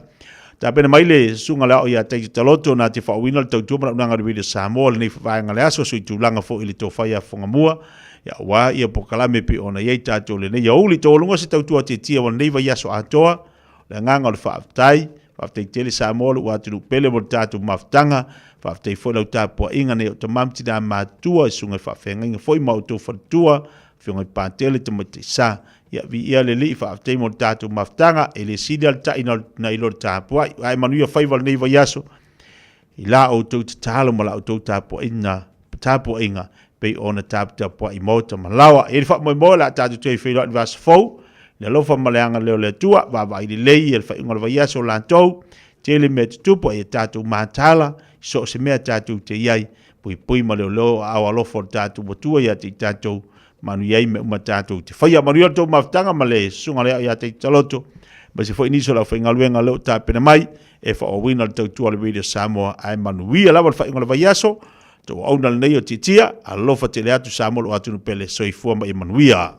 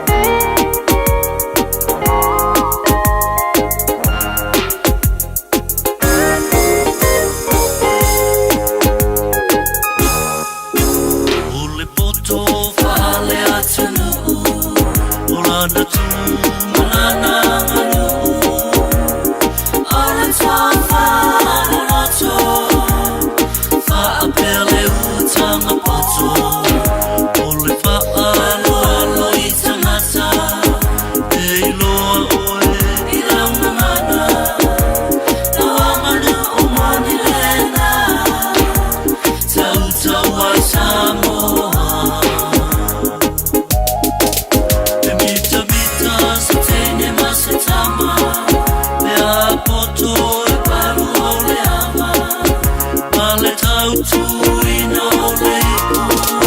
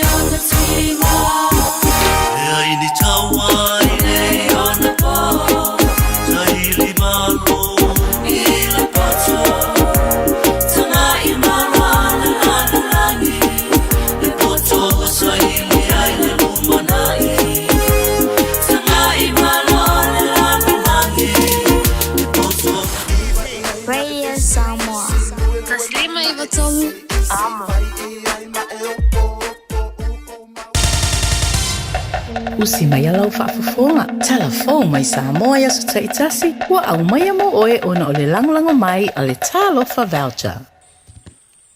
O te whātalofa no tātou mo tino, tātou wheroa i le whai ungo le vai aso, iau si mai alau whaafoka le tauarunga o tala mai lo tātou mo tino.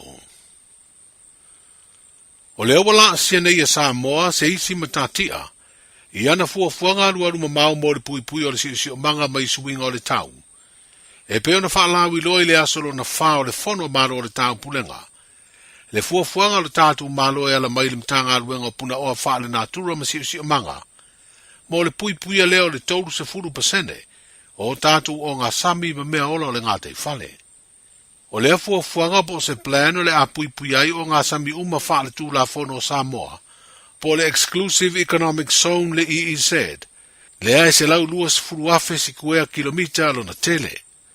O se tau mwhaingal nei o avea i Samoa o se tasi o tunu le titi, i le li o tunu o le tāng pulenga wana fausia se fuafuanga, e peo na whaali ai se pepa o whaamtalanga o se whailonga tā ua tele, e whaatubu manatu i isi a tunu la iti ma malo losi o le tāng pulenga, ina ia ngālu rue whaatasia i e whaatino fuafuanga alu mamao, mo le whaasaoina mo le pui pui o tātou o ngā sami, ma mea ola uma o iai. Whaalia le fionga toi suru Cedric Schuster, o le minsta leo puna o whaale nā tula ma si o manga, o a fianga o ngā tei whale ma mea ola o iai o no suinga te tero le tau, o le whaavai au tū lea na fausi ai le nei fuanga.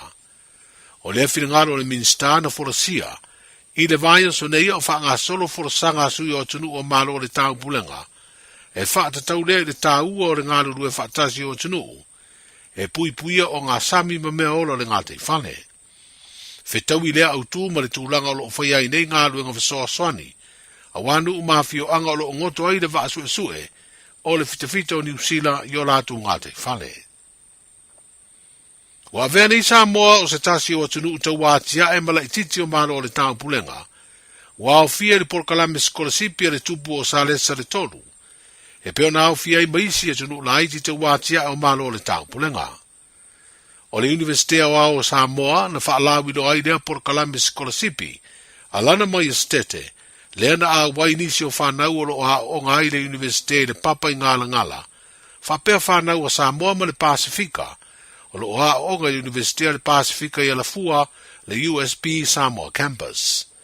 O whaeloa le tupo sa le sa le toru se pepa o whaalawi do le nei porkalame, o lona nau nau ta inga lea ua whaavai ai le porkalame le nei na i avano ai whanau o maro la iti o le tāmpulenga, o na maua avanoa, e whaalau tele ai o lātou to mai i te tonu o Universite i Fafo, a wālo na tele tununga o whanau e ao au ina le lei, o le manuia leo o tunu te tasi, a wāo i lātou o tai o le rumanai.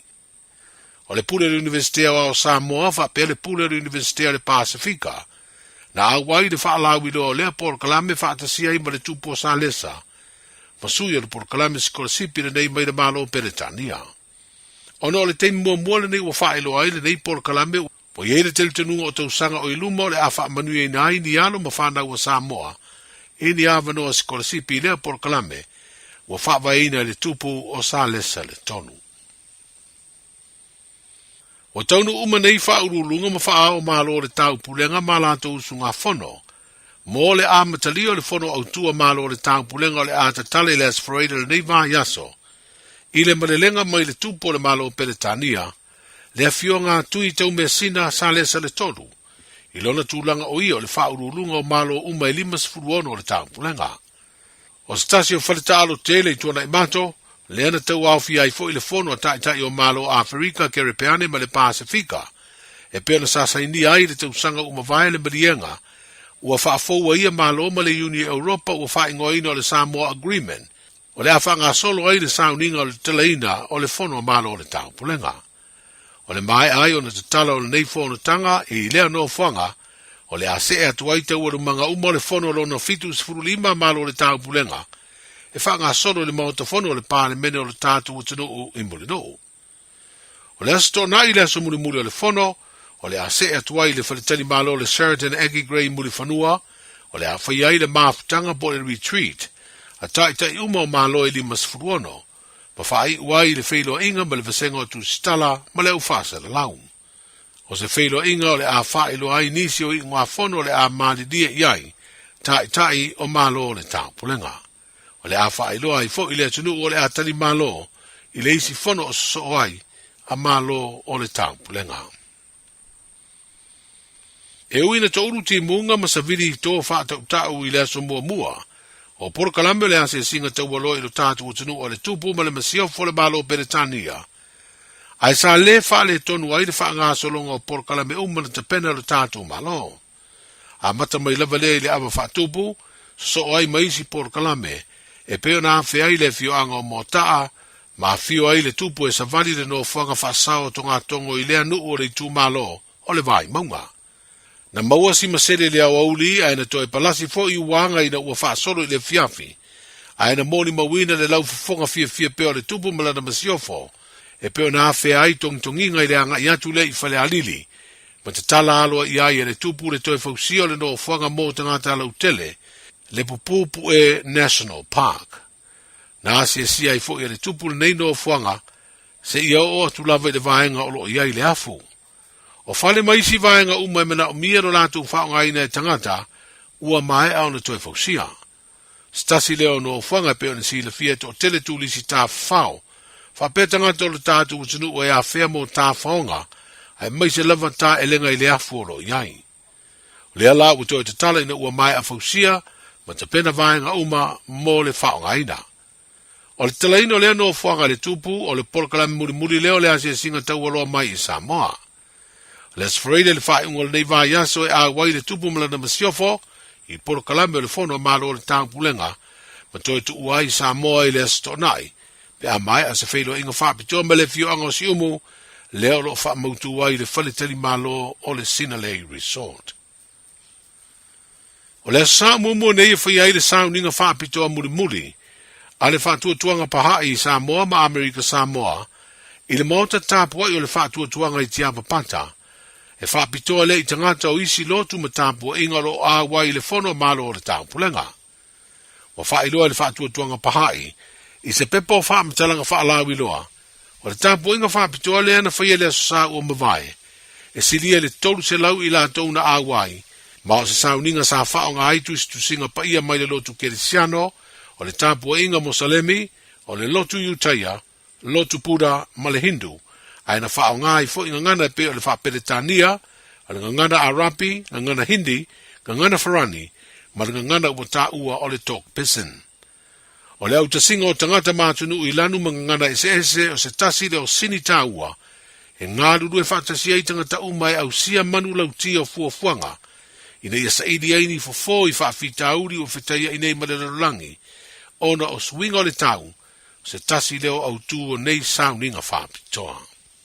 Manuia tele le whaingo le vai aso le tātu o tino o saifu. E silia ma le se laufala o loa i Samoa e mawhai ona whaanga i le talofa voucher mo whaatanga alu a inga. E le ato alawa se 5 minute lafu antuai mai New Zealand, Australia, Amerika, mai si antunu. Ai tau nui telefoni maolo e whaanga le talofa voucher e whai e le whaatau. E mawhai fui ona tungi e tuai le cash power wha pēle pili o le vai iso o se taimi. Angai loa le www.pacific40.com e lafu ai se talofa voucher mo loa inga i Samoa. Mo nisi whaamtalanga wala umai le olua tasi o valu tolu lua tolu po le info@pacific40.com. Talofa lava o le siu fofonga le nei o Samoa, le Radio Samoa.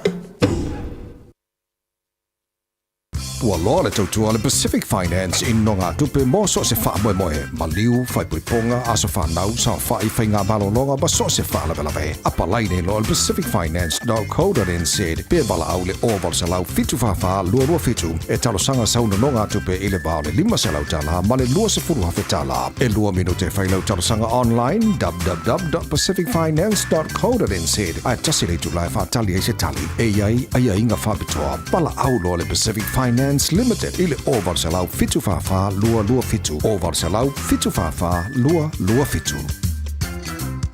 Waloa le tautua le Pacific Finance ino no ngā tupe mo so o se wha moe moe. O te pena sau wha i poiponga so wha nau ma liu tala ngā teu po se wha tasinga lo ainga. Aia se tawhaunga i au se tānia pola lotonga i le tatala i o borders. Apalai nei loa i le pacificfinance.co.nz.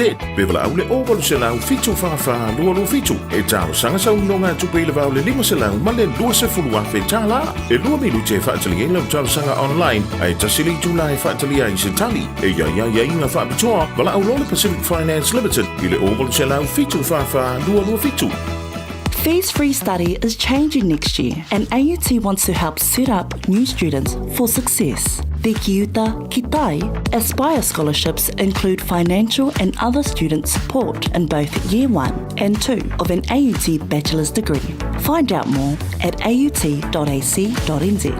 O e mo mia sini fu aro po nini fu fa PE. E ma fai ona soani atu le Chapel Park Dental ini tau talafia ngai. Tele awala e ma fai ei ona tongi le fainga o awoloa. Se fulu ile sfulu 5% le pa ufa pitoa o tai nifu fa PE. E ma ea ile asu tolu sfulu Novema. Pala au mai lo le Chapel Park Dental ile ovaru silau fa tolu fitu ono fa lima. Ovaru silau fa tolu fitu ono fa lima. Pe a fiu mai ile tasi fast fulu Chapel Road i Flatbush. Pe tanga iane ile Chapel Park dental.co.nz Musa appointment wa valu tausanga o lama tautua mo tangata Samoa. Talofa, oa ua mele, le tinao ana ma John. O se vai aso pisi le nei vai aso. O lo o afia John i le fulu, ai o lo maua ana i le tino mangeso. O lea fatoa ufo i mai le fale talavai. Masa maua i le fsosoani mo nei fa afita auli. O fa matalanga ta ua. E pei o manu anga i titi. E iai ma o sia o le tino. Ma fesili e winga i vai la au. E iai fo ile no fuanga mo tala noanga taito tasi. Pe amana o mia. O le fale tala vai foi. E mawhai ona la tautu uina mai vai la au. Mo isi ngase. Mawhaatino e matui pui. O lunga o le healthpoint.co.nz e te mawai whamtalanga o le fale tala vai. I le taupitonu. E, mga o mia se mawha mga kosyo ki ngālai Samoa. E sisi, le Lifestone Headstone Life whai le lako whaapikoa mo maa e lalo mai le 5 awhire kau. E mawhai fo inga lafo i Samoa. Vili le ongu se lau kasi valo 5 iwa po o le website o le lifestone.co.nz. Whai loe le Lifestone Headstone o le Radio Samoa na e maua aile nei whaasalaunga o na lafo lea o le maa whaamanatu i Samoa e au noa ma se tongi. Lifestone Headstone le au nanga a le Pasifika.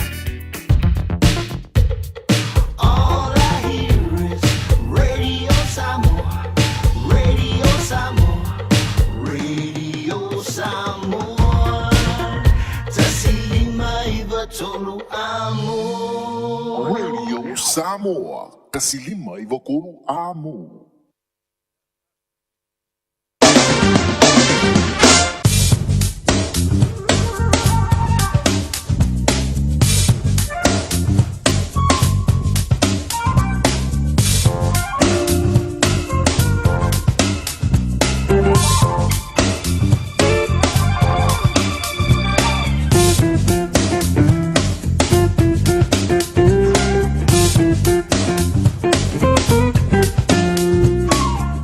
Ponga le maro le tātou tunu o i le awinatu lona lua o tātou tana pian ponga i le sōri tātou mai o tanga mai tipi au tanga mai a paipo o misi le valu misi sulua i awole pole awole tōtu wane pina ngano tānia mai po le pasi o le fitu o le koe whalakai i a umaina i a koe usuma le pasi o le valu tai o le Singapore pe a inka ko New Zealand le long weekend se tō mainga tana le tau mōrisi pian maro le tātou tunu o o lo tu malu pera pa mawina i au ki lani loso luol maulunga no iai. Ea, malona Malu le Fiafia e se fulu marfa. Sorry. Kau we vela mai kako. Sabili angi mai sau te sipolo au aoani si maenga au ki lani. O le vainga moa Taeao la sito na i pa uti munga au aoa loso taspe le vela pa mawina moa Taeao. Sul fan manu rule po.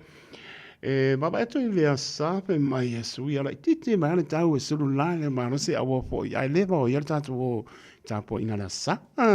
Lua spuro de vela pa movina la sa maro no manu le Fiafia sulu manu lua i le asang fua le asang manu lo. Ia, mai mana i tau. Sulu la ai awo po nisi vai ngau kinan sulu manu le vela pa movina i le asang fua maro no manu le po sulu manu lua. O le va inga ngata i fale mo la tau ta pena ia wasai a mai mona. O le long weekend. Pale tonu tau le so, le asporoi le astonai o sa son po. e o ala so fo pa le ko tau pa ia ai le la pui pui e lo tong tia pingo fia pa le angang hela ka mai anga ia sa ngone mo fo ia pula ka mal lo ko fa tuanga le wo safety ni sila ma ta ni sila so tanga venga ale ACC o le venga si o tato no i Samoa pa tala pa tu le ato Samoa me so le pa mia kabineta pe ona le o Silvia la langi ia le fono no UCI o lo ua anga e tpore si ui fa moe o le aso muli nei a pa mai ele aso Taeao pe atusa ma ngaro lo tato tu ai ma lo pale le tunu ma lau tatalo atu ia tunu ma mau ia le lava tu pa ponga le se me nga se le lava lo waru ngol Facebook page ale Radio Samoa te mo uma mai lava au ili mai fo ni me lo pe na nga solo mai fono ya mai fo le so ma nga pa ndo alo ale bela pa mo mai Samoa lo so le iva mo lo ia yo lo pa uti munga o lo awa fo si o tato tunu ia o lo na Malu le Fiafia lo su lima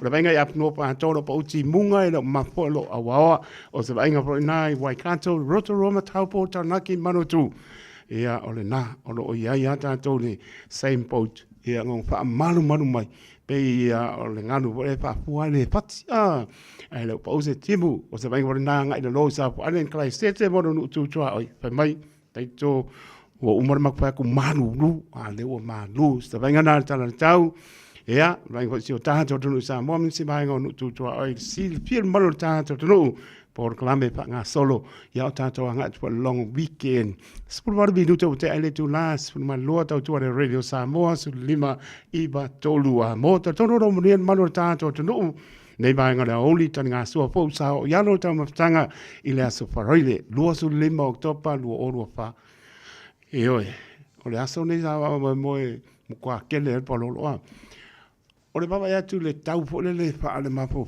tanga ta fo ie la ke fai tau mina le ka lenga vo le ta anga e tu le ta ino le parolo le ia le parolo fai me la su va oktopa e ato ia na masina ona fai tau mai le o babeao ina fitu mai sfulu valu anga umo no babeao fitu o le aso ngopo luso lima ia luso lima nge ia sao ora va vea ngore la lenga kai pololo ba de sa or pe ko ngor ka lenga nga aso sul valu ia nga fai tau leo Taeao fitu maua kongo lo fu lima ai pe mai la or Taeao ngi e pe ai la le tai ke le ko mo ma se e ko pe ele ile bad wang Taeao se pa ia le apoleiba ia no ko le ngi palo ia se palolo fo ia le la ko ngai Samoa ia awal poli e pa penga kusa umaka ko le kausa mil pololo mal kausa mil pololo e kusa ka ko le lo foleri pa me e mo so fo la le ia tato te maputai tato we vai ia tato o ona le spruiva biluto te ele tu las fun malua molifa ma no mal fa tai se uso banel lenga te tia para tu si te tia ma no para ne vai aso ma no tau tua tuno le u mai ala tau tua ia lu sa ia va venga lo pa ka mai e ke ro ka o fai lo me ai io ke le va venga sa ko ke ro ka se ku ia nga ri ia lo pan te tia me long weekend ia lo so ia ma le tau si ia ma lo falo to ma vo tau tua te tia na vai tanto ria ia tanto maputa ia pa ia foi ia se temi o le Fiafi ia ai pa talo pantu le atoro tanto tu no mai la mai monga mo lunga pa ia se o pito titi talofa lava ma lole sai fu maria ma lole fu la Samoa ia lo tanto tua ila na pole pa soi fu le lo taito le tanto ma puta i lunga pa munga ngalo ia ile tau tua fa wa le Radio Samoa su lima e va toro a mo talofa lava pa talofa ya pa o tana leo pa tu no pa le so stapo outero nei la langi ato ia mai so to vino to suina le mai o se fu mo ni nganga ya ina mo yemron malo foro pa tar patu pa talo pa tu no mal malo tu no lo mai mo mai pa ponga mai ya foro pa tar patu le fa ngorina to liel fala para fu ma bu si o to fa malo le tu no so se mo tanga se ngasi mo to malawa ya foro pa tar patu ma lo fatu proclame ale lo fo le di elefsin ya lana fa mano longa pa yantu pa yane pa ifo ya to mo le mano si tato tia nga mo ye molona pe ngalo pa talo pa uso tulio lato fa salanga e maso tinam tu pa pine tulio lato fa salanga so stress la ngona sala mo le wi ona te mai ai le o ye mato e fo i lo nai koe pa au kara ia. Ia lofa atu mo tau turi pa salanga pa mai se lau fie se lau lei. Tātou fie loa i mata ngō fie o re li. I o fo ina soi fua mo ia marona pin ngalo ai. Mai se lava yalum whanau lo fia ngai ma onga mga wenga pa mnia le tua. Mnia long mi ke ensa mo wao le po.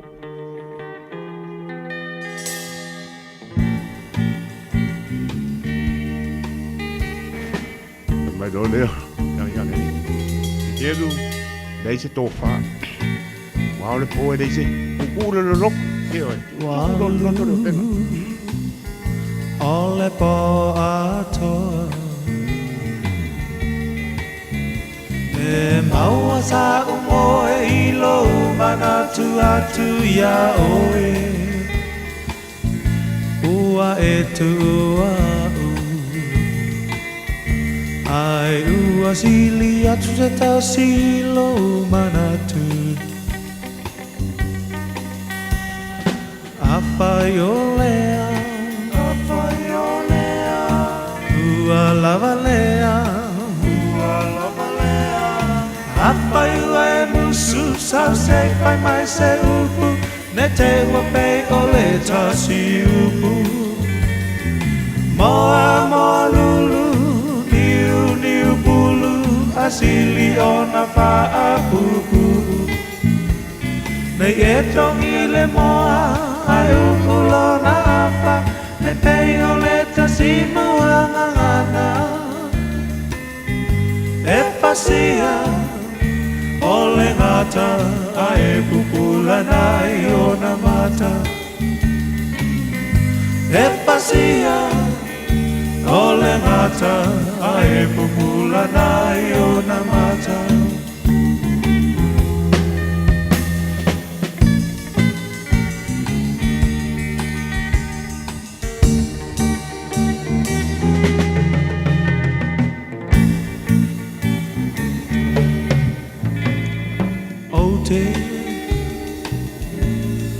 Mana tua ina Sa uku ole apai atua e pa amisa misa Ai se ale pongai O amafu ai no fuli tua mai Apai olea Apai olea Ua lava lea Ua lava lea Apai ua e musu Sao se pai mai se upu Ne te ua pei ole tasi upu Moa moa lulu Niu niu pulu Asili o na paa pupu Ne e tongi le moa Ai ulo na apa E mei o le tasimu angangana E pasia o le ngata Ai pupula nai o na mata E pasia o le ngata Ai pupula nai o na mata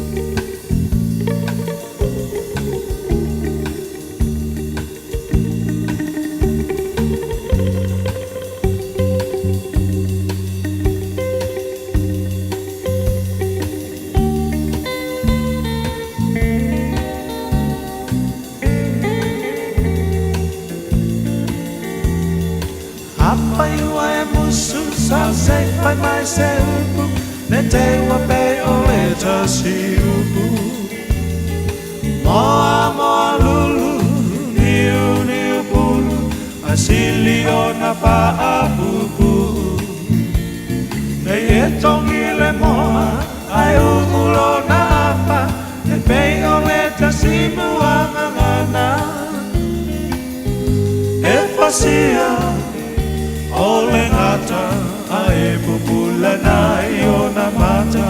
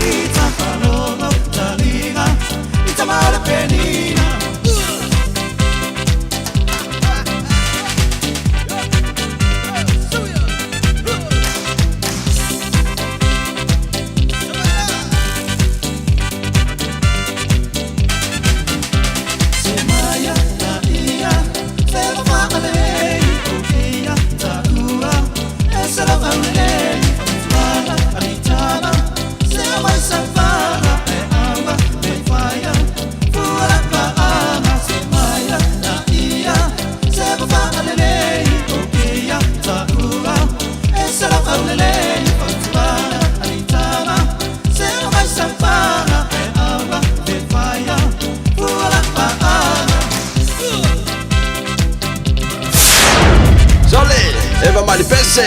Malo le whafonga Samoa. Malo fo ile vai le musika. Radio Samoa #1 New Zealand akoa. Simpson.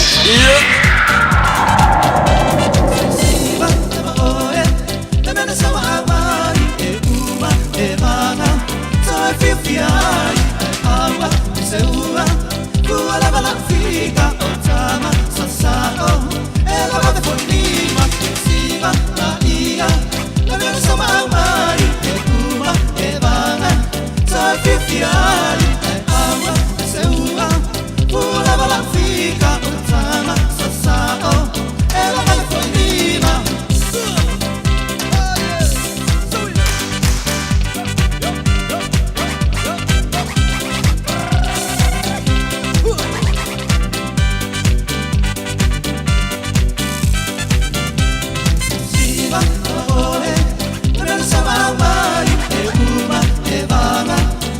Fiafia, Aoauli, Seua, Kuala Balafika, Otama, Sasao, Ela de Fonima, Siva, Maoe, La Vera Samoa, Ekuma, Evana, Fiafia, Aoauli, Seua, Kuala Balafika, Otama, Sasao. Talaflava o te tua le nei o e whaafonga mai pia i le Radio Samoa tasi lima i batolu a mo Samoa i amanuia le nei aso.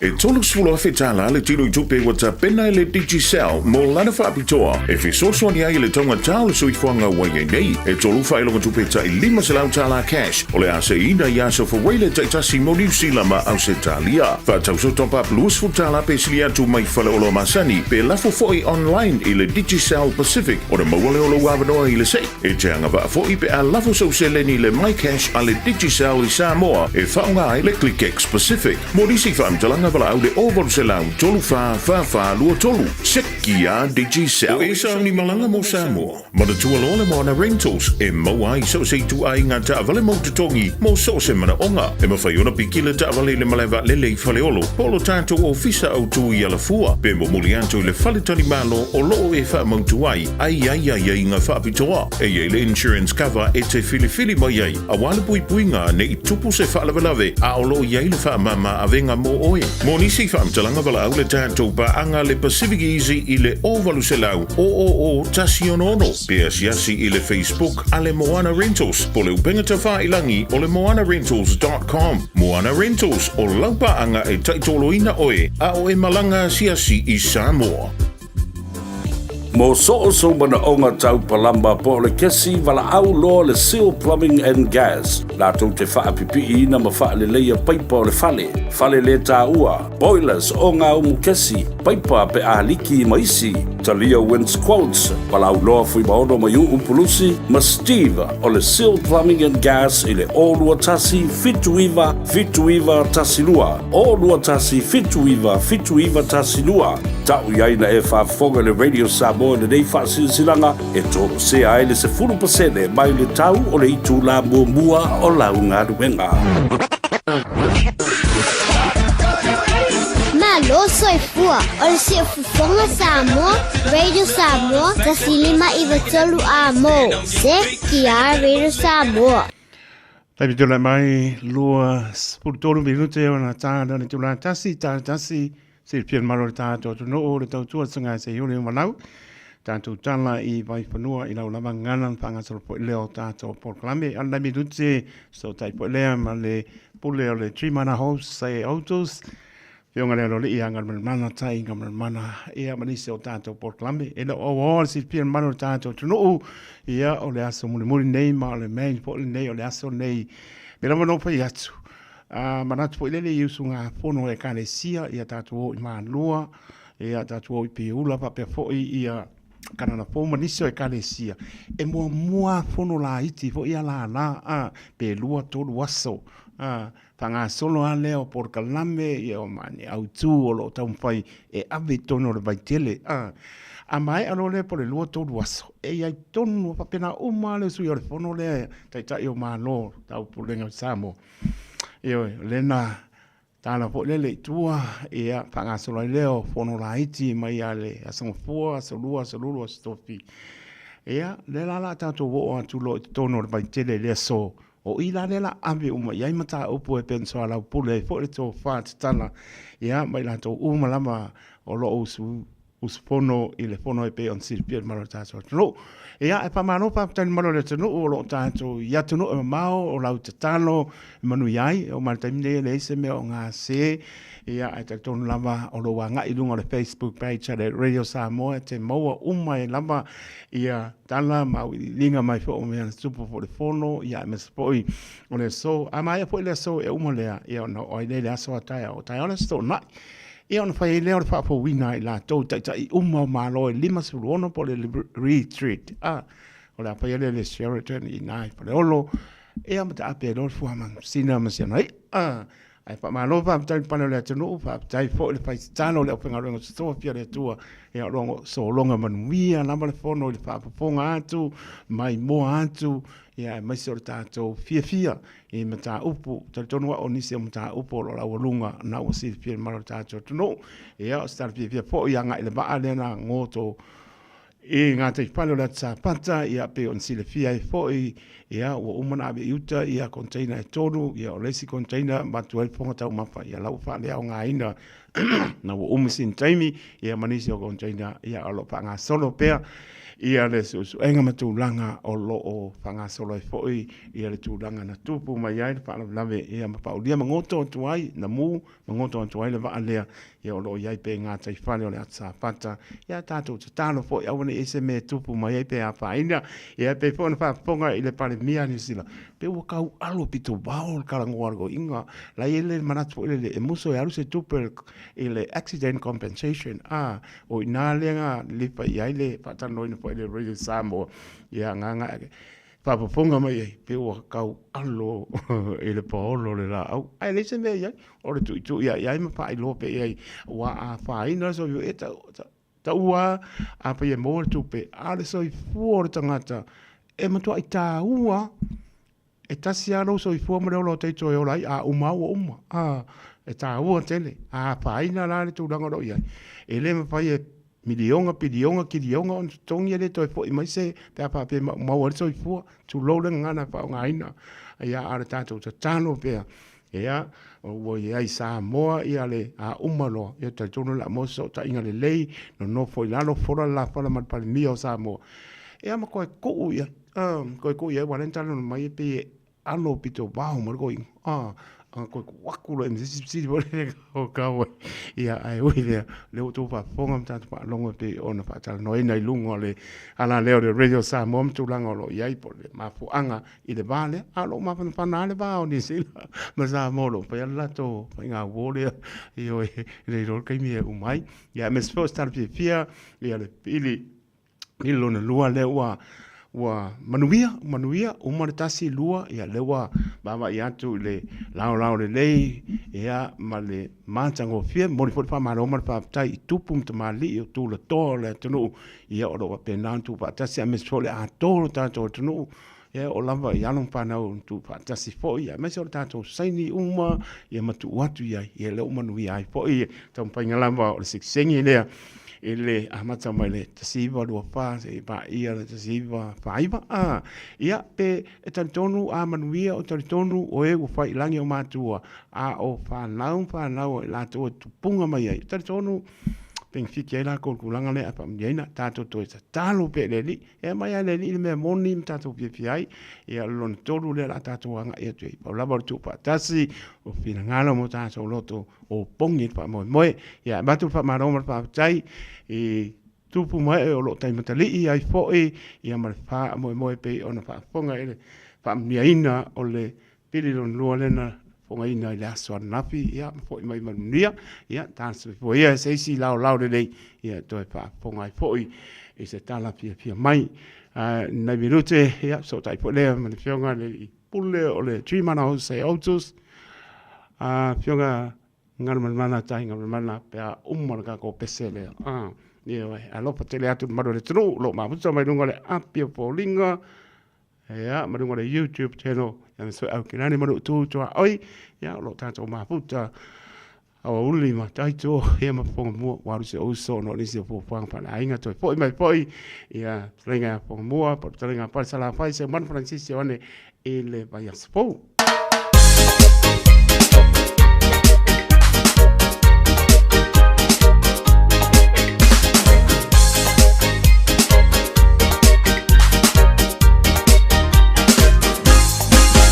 Hey girl, take it easy, slow down, so far on my knee feet.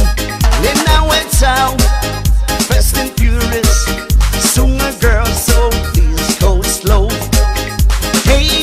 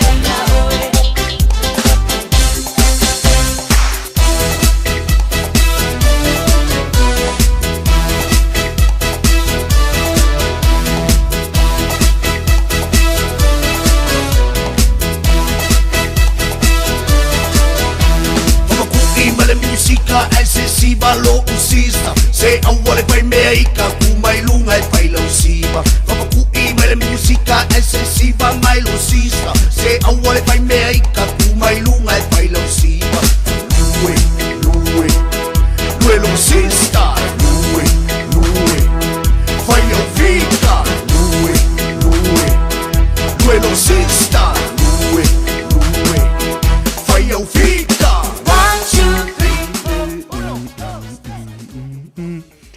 Io Steve Wanesi matamatai o ela o le na e vo le musika o le ua supa minute o na tano le tuna tasi ai molo so ta inga mla pionga nei pole ele o po Fiafia no falsa tu ya ma ile tautua po ne ta mali mo le ainga fa tu mo no falo tu langa lo tang sa tu e foi i tu langa lava i me o tato sa a vo ni tu langa o le o ele ma no se o tato ia no tu a no lava le pionga no le i ma pa tu ia ma fa mai a tato u ma lava i te me so fa e tu ai ia fa tau ba le o ona po tau moli foi ile le foi a oli le radio Samoa ia me so le tunu fa ta no fa tu le pionga le pole ngan mana tai ngan mana ma lo le pale po neva yaso nga ngai po neva yaso ya le lava mo lunga le nga leo le li le lu tau tu ma fa tu ma no falo ile ma manu ta to tunu pa ta pat ia le nga lava tasi o ta to uma lava o ona le au nga ta to foi e lo sta to fa ta va ia di inga lava foi pe le li le wa ta to pe ne ia to fe lo foi ma la o fionga lo foi yaso ile to mo was fe lo inga ma ta lo fa tu ai ma le ava ma fa lo la o fionga tai to ia po la usunga foi pa tele o ia o ile fai la ua ia mai foi le ia la silasio sa mo ile nei tu la o mai ata to fa sa launga na yo ta tu tamama tina ma tua ai mai se foi le mai foi au na tofia le tua so fa ta fai taulanga tonu fa inga renga dunga la tele mo mai ata to fa sa launga nang Fiafia malengang fa lalu fa talo fa toile tato nanga chimana melo leo fa tau ba fa ma fonga tau mo le tato pulenga ma tau te fa felo ia toile ni weekend ma le fa lalu ma lo se fo man via taito ia longona le tasi ia nei a bea o se au ona fo le o se fe au fa tonu ina ia o le i te ua motu pe umarta porkalame ia ele i o atu ia nolo feiloa ile mte tia nga bako o lo faanga nga mana ana wa fe ele e bakua ia o lai a lo fa tele mai tia i lo fionga le pole nga mana tai nga mana va ne alfa fonga nga la tu o ina ka mai ki fa ko ngwela wa fionga ia pe o na se au ona o da la ver tu langa ta umai ia o le leila ver fa o aku ia nga ki lia le o ke aru Fiafia nge pe ange o po le wa lua fe lo ai marka mo war kamai le mo skuli mang ia el waku le pico nga ba ko ro fa anga nga mana le ye yo fa pero ti bai e le kai ave o ro fa anga e aperi e sungura o ia taitu ia le o aku ia nga pai karia le o e marnga ai tu nga man ole mele o te loa i la fionga taitu ese lava to te le moni to te le fa tu ole ino ka tato pulenga le radio Samoa ai la le fionga ile fa nga luenga pe o ngaka wa leva ka nga kuli sori anga ya singo pule singa meo ke pule kongo ka kole ki o leva mo fa ko se mana to kuli naka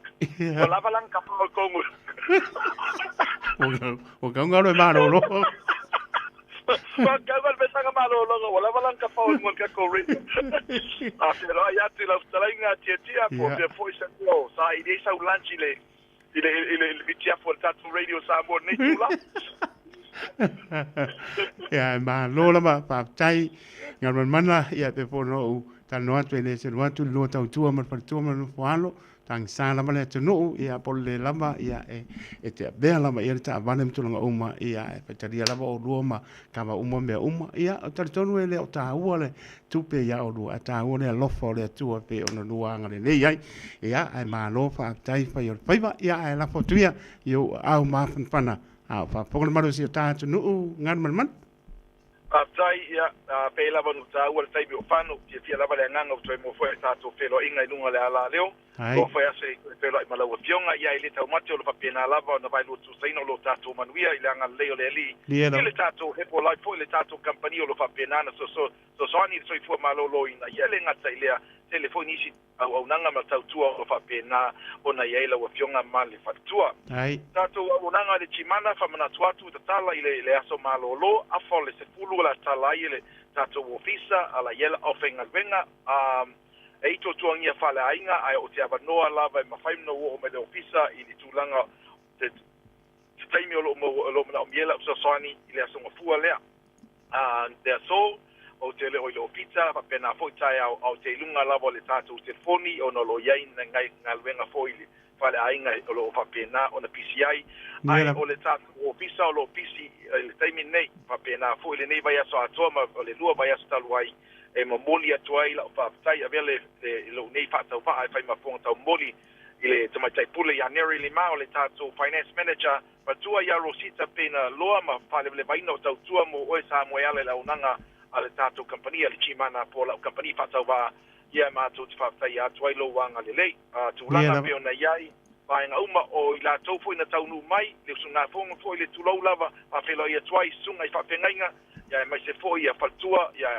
sunga ya wao o lo fa pena o lo usiel o lo fa pena awai mai le se sunga fono o lo fa inei inei o kilani ia o wa ye foi la tu talsanga tu sale mo le lua ta vale o lo ta pena ina ala tu talsanga o le na winga le fa punga o le tele o ila tau o lo anga I mai foi tatu nu tua oi mo tatu nu tua oi e sile pile le ya fa pete blanga mal vale le fai on to reimburse lo ticket ale foi e tongia to tato company le tato ticket e te blanga mai ai lisi fu fonga lo sa pe fa pena ona na approve masainia ia e fai lava na tato fitu na I le momoli po le pikina foi ai le pele longo mai le tato ofisa ia ona longo mai le o le tato ofenga venga tato promotion solo fanga solo on le manunga tato taimi afeta la le wa fa wa pese pa ia le taimi le Christmas a matal vai as fo na tu dia swa fai tonu o tato se I vai as tasi ia pe fa motino foi pe fa masina on fai a la fa pena ona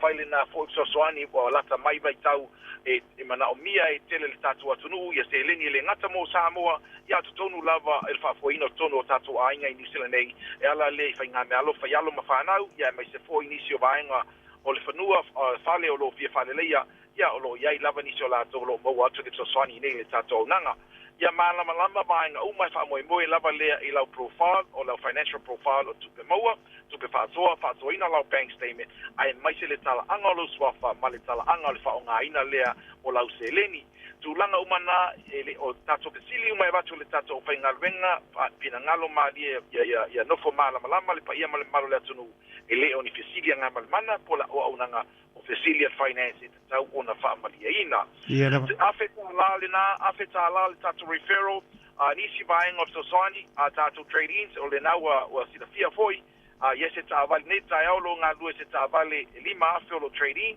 ai se furu tasi afe tupi o lo lunga le tavale o lo nga lu ai la tatu tiole na ia matsongi se ele suta si afe ai lena le lima afe le tupe aina na e fa mala malama o lo ne tangata tele ni vainga faina so son yai ai le pelo o mai le ofisa pe te bala mai foi a tau de lua fitu o fa o lua fitu o fa o lua fitu pole o Barcelau chimana mertasi o Barcelau paono lua tasi o Barcelau paono lua tasi le tatu te foni balau fua tatu tuatusi o le lua balu Atkinson Avenue do Silval Atkinson Avenue ne o tau la fa na ona e bawa ele au fenga venga ai ba solo nei fa tava pana tua pa wi loa leo lo e fina ngalo yai awane ngatia se mea awai mo la ba ilu sai ke muli pale tolo la tongi ai tsala fo mchi banga fa pena o lo yese finance final tag ya tumo oe ai peno ta ulman banunga tato taimi ala mai tato te fonina mali tato a ofisa mal tato a tu sile na le ofisa pe te suma mali mai tato feloi le weekend nei ya lo atu le au malosi ale le sunga ya lolo ya fui mono ya maletato wa au wale le lo umia tata ya lo fa pena po yo na ya twai ya matumaftanga ale malisi o le la tau le olu ina ta mal semifano le ne vai so manu tele ta longa ya umailua le au salani fa pena foi le aua al malisi ya ngalele tua pui ya o to umailunga le malaya Taeao tapo ina Samoa ya tato masani lava lolo fatamali ya lo fo ya tato malo mole nganga mawalalo ya fa taitele mole abano ile ne ya so ngalele tua i fofonga matiuste le nei weekend pale le tunga il coach pale fa time mole message pa fole le sei fofua Taeao po PC ya ai tamfayatu mo se meinu tamata alo mo tama falalo fa so ya Ma lo pa tainga mana lo tele mo lo mar pa tu no falo mo ia fo ile long weekend pa so ya ya Nga ngar mana tainga mana le lo tele no o tasi lima fa valu ono fa lima o tasi lima fa valu ono fa lima pole o iwa lua fitu ono i vaiva o iwa lua fitu ono i vaiva pole lua fitu o fa ono fitu lua fitu o fa ono fitu ia lelo tal no fo le over se lau fa ono lua tasi over se lau fa ono lua tasi lua Malu Atkinson Avenue i otou mo le lama le tautua a le trimana hose autos fa mi lute ona tale o tasi ia le tautua se yuli umalau i o o le na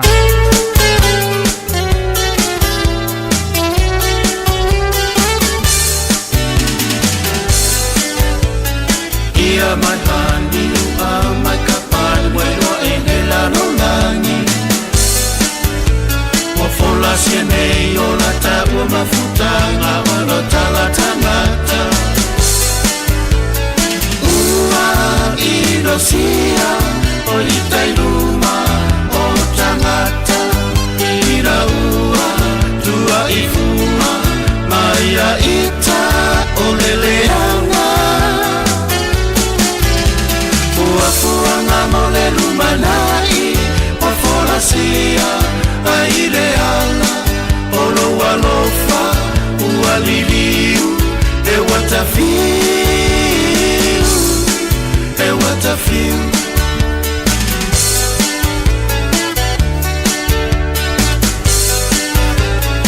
ai mai mau e ana tutu sa ota o mafutana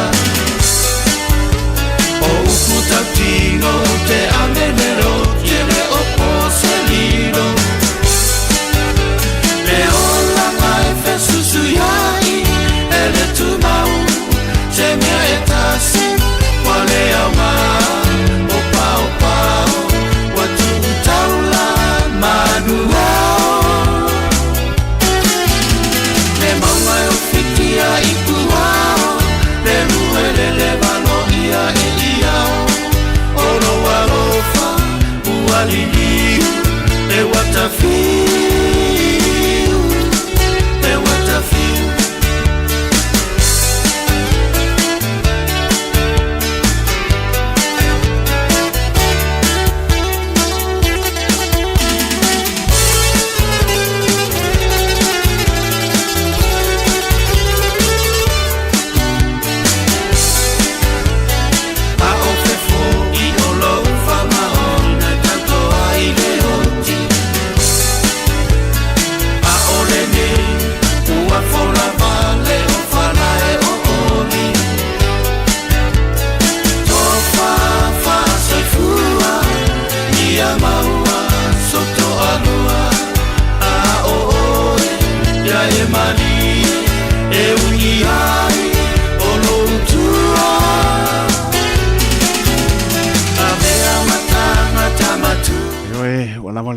lewa ta pe mai sunga se yuli malau cha chu chala I vai panua sa mole tunu pele usmai ala fa ponga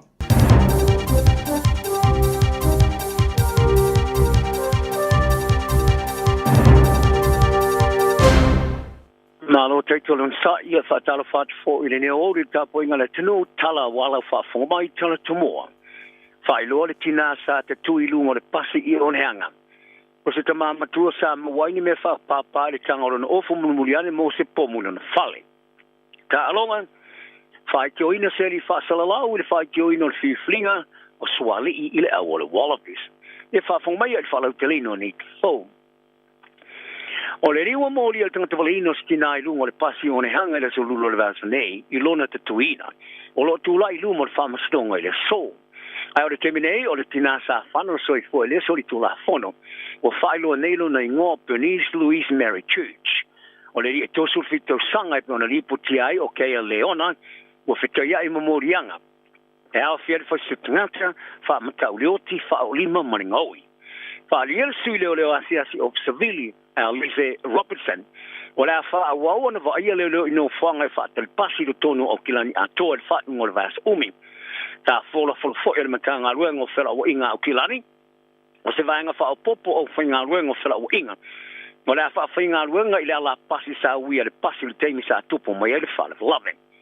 Fa lieli te fono le fono fa tonu fa alo tu fale le la lao maunga ki tamaki Maria Meredith. I le porkalame le morning reporter le to New Zealand. O le nofo le leite ngato le ai o ne hanga. O no le ali le mai o le maliu. I le mai ai o se isi maliu sa tupo mai ia au kuso. Mai o se maa pisanga I tanga talau tele le teminei. Ina ua alu lava le ali ua mori nei I leo e tusai male whala lave. O te lutino le pui ngā whita New Zealand. Pe o le ale tera se ngā ruenga mo miona whaia. Ina ia awina mai se tase o lātou wa petoloro ngā te whale mai tu le whafo. Te luaile ngoto le lātou wa wha petore whita ngā te whale le HMNCS manuanui I Samoa. E luaia wa petoloro whita le Samia New Zealand offshore patrol vessels o le HMNCS o Tako ia ma le HMNCS Wellington. O nei wa sa fausia wha pitoa mo mate tungo ngā te whale. Tili waina o se palai ma ngā ruenga lango. Ai mai se ngā ruenga pekolo I ngā te whale New Zealand le o ngā Samuel wasa I saute ma le Pasifika. Wha alier sui so opor pui ngā whita New Zealand. O le whita mana paanga o lo wha se ngaina li te minei. Nā wha ingo ngā ruenga mo miona whaia. Ina ia ma whaiona wha ngā yoise iso ni wa isi tūlanga I whata mo nai. O le manua nui e pēna ngotu I Samoa ina ua maia. O na oso I lunga o le Aoauli a so rimo le masina ne Oktopa. O se tasi o waa iwa I ele fua waa o sami a New Zealand. Ai savi I ele pāri mi o New Zealand Christopher Luxon e tamu whainga le whita New Zealand ngā ruru I Samoa. E talo tua I le ngoto le waa o le whita a New Zealand HMNS, CDS, manua nui. O le asona nafi sa taunu e Luxon I Samoa mo le awai le whonu tanga tai o malo le tāpurenga. Se whonu tanga mua wa awa iai o se pārimi a New Zealand. O le nāsi singa mua lava ina o taunu o le asia lea. O le nofo anga utu o ngā ruenga whātino mo le vaa o ngoto. Sa whaari ai Luxon I au pili poti Samoa. O le taula inga utu o le mua mautino leo tangata o le saunga le moon. So ane ai lea ma le tui ki tio ni a fianga I ele si o mianga. Ma le ave se o la pisi mai le vaa. Sa e tā ua foi. E le ini mea olo le sami o a whaina. Reise o tauta I le alo mapusa o loa te teleport containers ua mai ane o na avesea.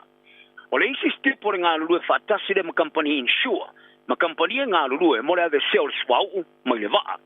O iai fōre māma ango Luxon o te ngātolo o mana na o e fia I loa e winga I ni tau I lata te maua.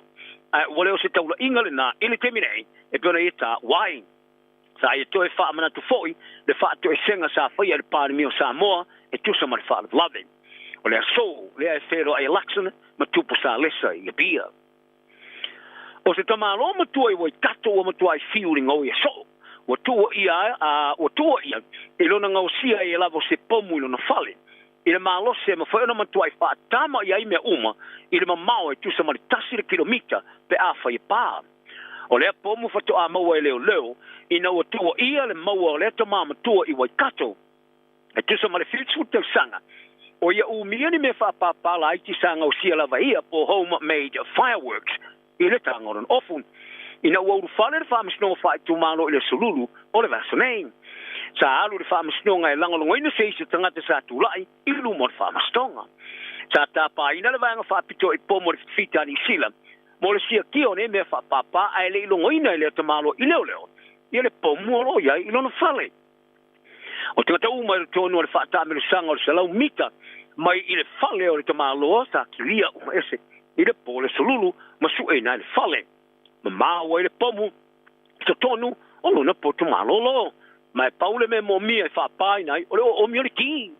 Le asona nafi sa tula I ai le tamalo I lumo le whamastonga e peona mori ai ile umio se au penga fa soli tula fono se nei fi fa moe ma morianga lua ile umia oni mea fa pa o ngā se ngā sore ka nesa ia ile toto e Australia e Saufia i tong fitinga e se tos mo leo no tong fitinga ile o fa tpina ni se nei o le ivo nei tong fitinga e tele se le fa le ati le fa tulanga no le umi o le soi fu e fa o le tiai ma le tulanga le o le langa e ia e tu sama se poti o le ofisa va ia le ka nesa le Cancer Control Agency e pona tu si ina le poti se laudus mo le no tu lau sara tu fali ai o le teimo mo le foi na fa senga le tulanga telo benefit e tong fitinga o vai la au o le ka nesa le toto fa ia le Cecilia Ramiro Hall sa ia se atu lunga mo ni tu sanga i Nisila il tau mai tua leo Australia il tulanga sa fia i vai la au ka nesa le toto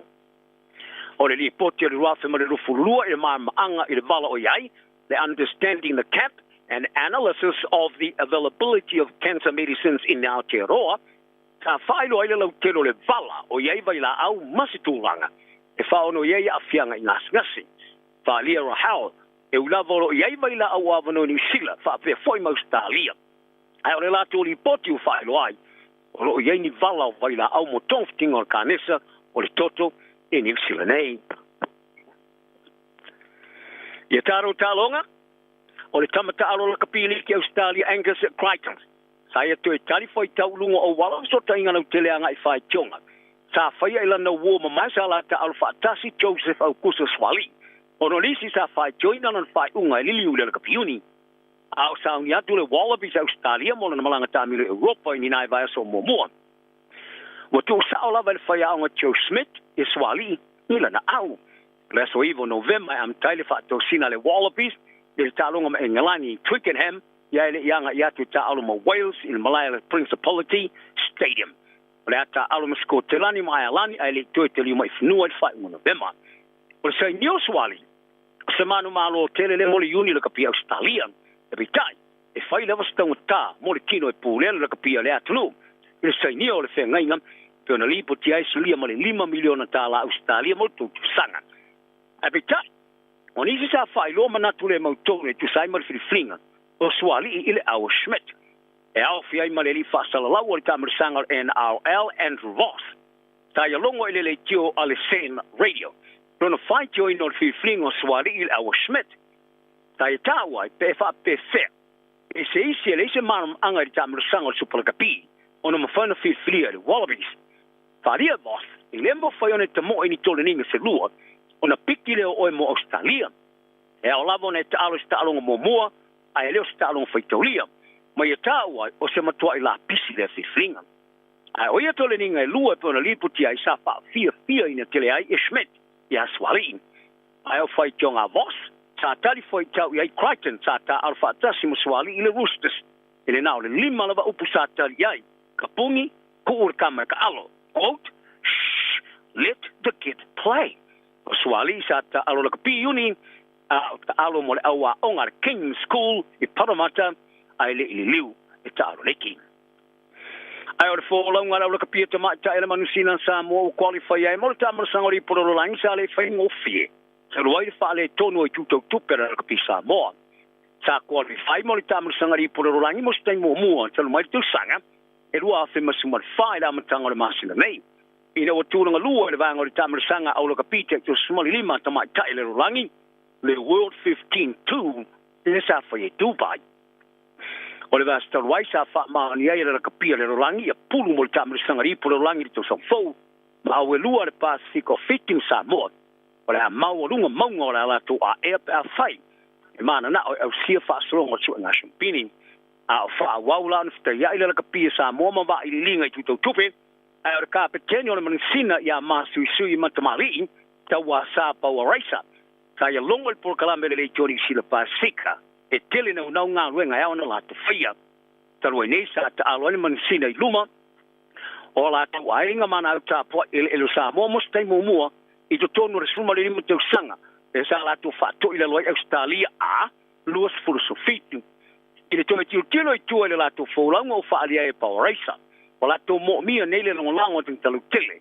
Ine ia mawhaiona malanga Engelani mo li tamarasanga ri pura rolangi.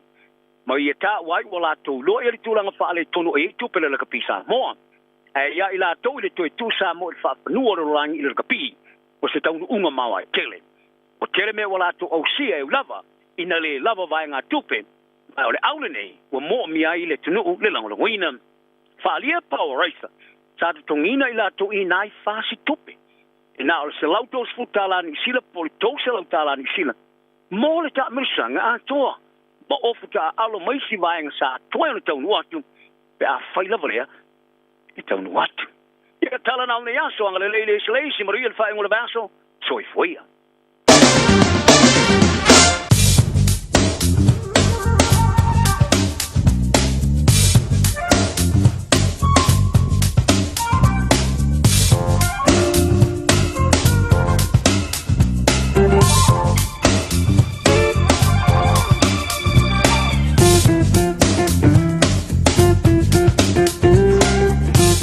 Pokok baru dia tu ni tahu tu se yuli malau sebab pokok tahu jalan lain ni tu lain luar setengah jalan jauh mor si film baru tahu tu orang tu malu berapa mau inau kilani luas luar mau ngono yai ya malu malu le Fiafia ese pulu malu pa orang tu malu seperti yang mai sauti sipo orang awal foi ni sebenarnya o au kilani orang baik mau Taeao me pauti munga tapi na foi ona awal luas tu jasi le berapa mau ina ile asto nai malona manu le pos fa lona maulalo o se ainga la sa mai e solo line malo se mai mana ia tau ile sa los por vela pa mawina ile sa malona manu le pos lona maulalo winga le tau ele mai da so fo le mano lo ma sango fe io pe mani lo mori dai da so fo spul ban le vela pa mawina da so fo malona Malu le po ese pulu mane lua o lo tu mapo le vera pa mawina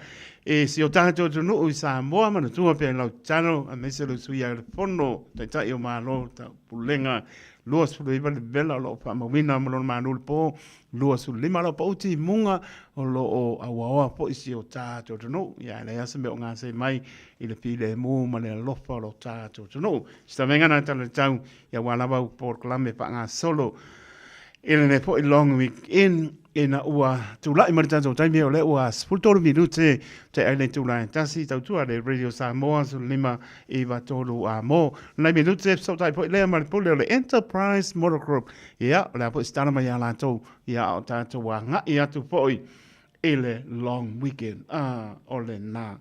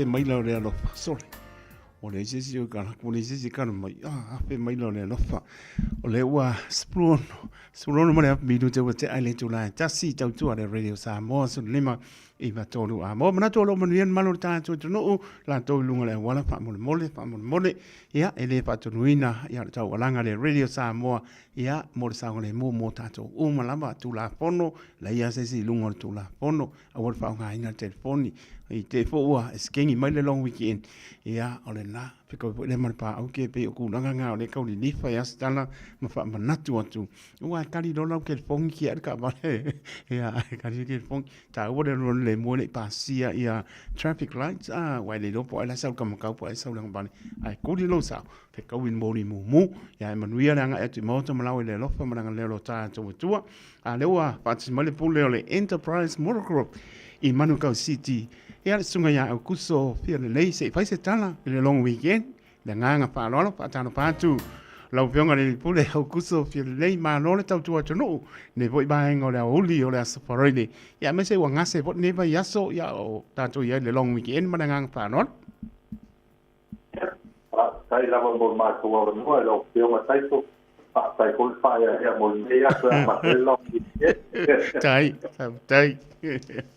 ai le whakale ka fo ile ta fo na maua ta to wa sino lo pai o na maua mai ka fa ta lava ye me ko tu la ya ye ye le li o le fuwa ta to ko te mai lu manu wa tu lu ta o mo pe ale ma fa na fa no le lo ko le tua ye na ye malava singa ma tu te fo ne ya so te ta to wa sino Paro ele sele tono au kuso mantango fi tato te ave lambar bi inga ile tua o lona lofa o lo mpaye o nga lue au kuso vai po nga lue taito ya mai so lo lo tato tono e o la bana yalan panau o le lofa le o le ele sininge yes uma mo so fu na le tino sili le nga ia o lona bi inga po yatu ya mulatu fa mano au kuso male a to foi si o to foi pitola au do nganu no em tau tole tunu ia le po la va si fiel malo le tunu le o po fa ya mato no fo fale sa tu ya ma e oi le au nanga ale enterprise motor group ia ai la fo tu yo au ma pan pana ko so fa se tala long weekend madangang pa no pa sai mo ma o no sai ko ia o lo o pa ma solo pe ia pato campaign le o le nei masima o topa ia so el telefonia solo le marco campaign le so o marco campaign is a cash bonus o lo le ta vale fu ia fatto ia le tua dia na lo che ma le fa ma ia o io paulo vale o tu lo na ta mo no cash bonus e ave ile fa career da marca ma ia kana sai di na mi cash e poi dai con la che la sole e ti chiama per il travaglio che tu le fa con il mato ma io la parte la poi e da parte mai coach ha trovato di parte con la famiglia ma con le lavoro con il mercato uguale o ma io se le ma che fu le votato ama ia tule tulang le la kala ka po le masti tulang pa pe la telefon ai o tu nei vai ka pa ia ta pe na ke ie o ma pa ko no so an le fo vai ta io te o le o tu la na lo ia il ma so po ia campaign ia po promotion mo topa o le tulang ta ta vale o lo mo so se po ia ta vale ia o ia ka to aku te o mikine o ta ba no tu mata I pa tu yo o te lo ta tu ia o mo ta to wa ia o Rangers o le Nevada o le Colorado le Holden ia pa tu na ko yo to ta la o pa yo na ma o pa tu ta to wa ia tu la mai le tau pi ko mo ia po van o lo baua ia le pulu no fua o le vale no fua ia po le titu no fua o le so i tu lava fu lo ta vale la I you have back for the end ia o ai o tele ta stop o tau mo fie e fai on la ho ia pa ma di ai to tele si ta o no o lo no inga o lo maua ia ma ko i tu pulele sose. So ai mataka vale o lo mana mia tulanga pe commercial views o tulanga pulele that news ya o ai ona o na so so fa ya o tulanga I le o lo mana mia le foi yo me matani na o la tele ya o la o ya le tulanga foi ya le internet ki ina kawi o se na fa le se la foi le internet bank lungo la ko smartphone ya lo wina ma la tele me mana mia ai o lo ya na to tamama tina ma tua ya ko yo mo fa me access ki tulanga le ya e mana mia la su man mal so ma tina o de bank statement fa ona fa wa ya fa fa ya o tulanga na o fa ona ma ko o na wa I Macau, ya o tulanga ko ile pa sai ai ba kau de apa me positato no ya la manna mo de so pa sai de ta o no pa ya la vale san Fiafia positato ya ono tulanga ko ile mata o ka pai o lima fulima au tama au ko polisia ya o tulanga na mo de so ile ai Malu foi o no le amana ia ke tau vai vai ia le mato no no foi nei man ka nei ia mo liki pa amtalanga en pai ona li mai ai ma so tai mai ia o mato no lea o le oba selau i ma o lua to o va selau i ma o lua to pa ia o mato dan o le lua pitu o ia o le suma o le lima e tolu koe South Road manukau e tolu koe South Road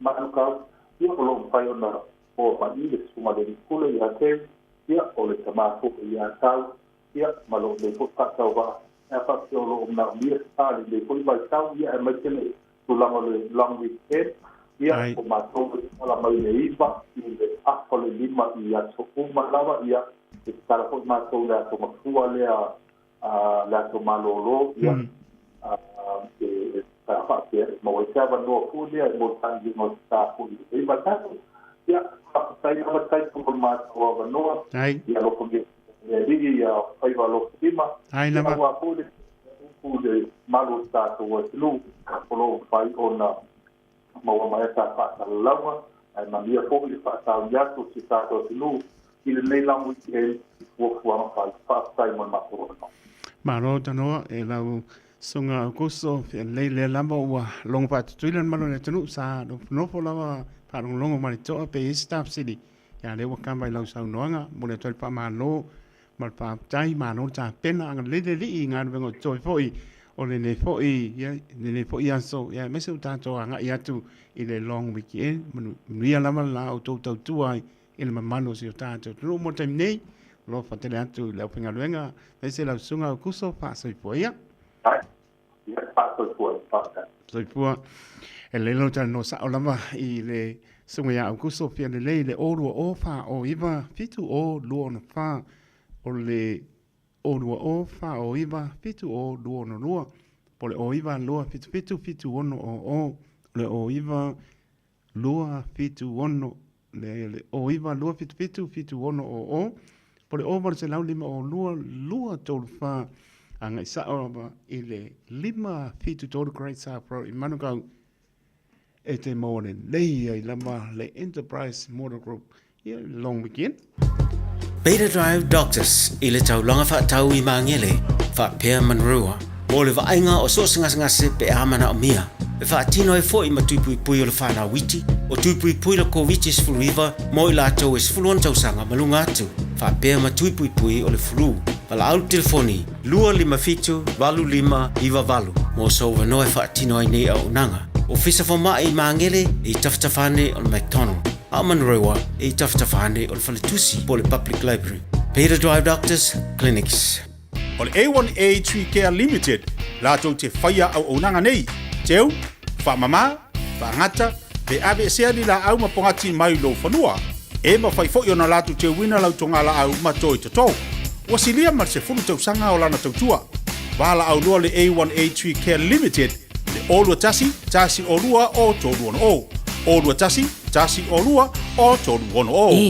Mga umia se maafa mga kosyo kingalay sa mo. Sisi le Lifestone Headstone Life file lako fa piko mo maa e lalo may le lima afire kau.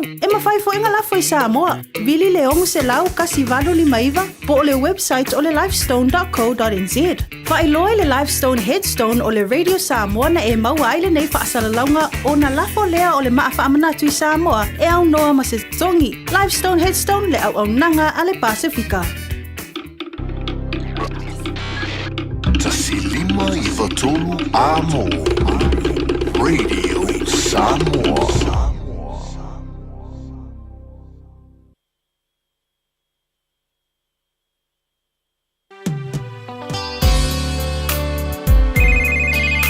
Hello?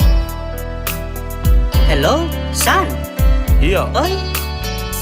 O amai? O le manuia lava. O mene ka mai? Le manguia fo. Ai whenga ringa sisinge a. Ia o lea whakua manga ba mai. Malo lava. Ia, nai ke lo le ia e vidia kuloa siau ki ngā ia. E se mea ngai wala au mai e. Ia ua makua le ilo a po le are mea a kango i ai. Ke le ringi mau whala velane. Ia le fo e make sa ili ma kongi i ngei. Oh. Ia o le mea le wa ngaka i ma ko malos. Ia le au o vidia kuai sau te sa suangi sa kama fo i whamu. Ele maua seling. Ele maua seling. Le kau kongi pide kome ki a onga. Amore mo le asya ka. Ma le kele le mea whai o lo whai. Ma ko kire i o mai ngei e whai aku ni wha le mera. Ko wha.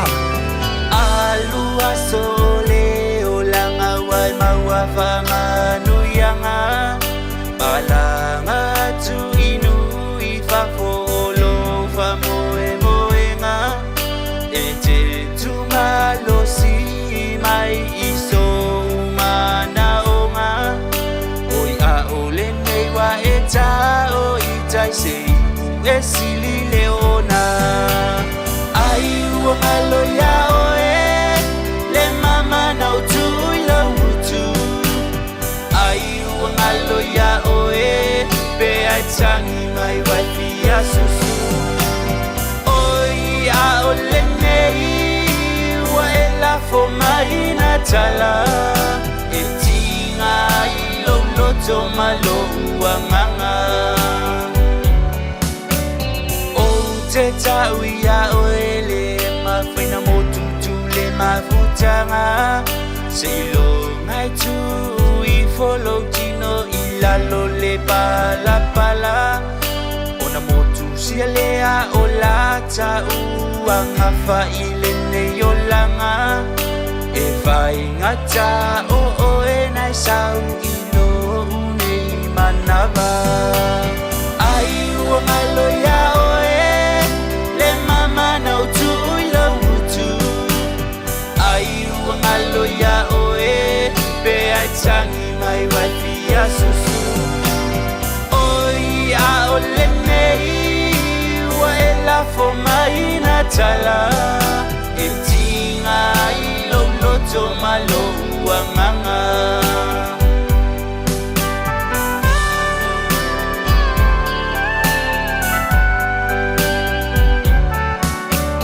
Sau oe sia utama e whailo Fiafia nga. O te leto e vili atua e soso fale pamaa. Ia manu ia o lou o langa mama wai so Fiafia nga.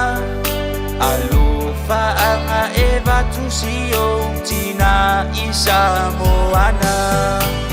Ai ua malo ia oe ia mama na utu ilo utai mai ngata. Ai ua malo ia oe pe ai tangi mai waifi a susu. Sia utai a ole nei ua e la fo mai na tala Ngatai lo loto malo wanganga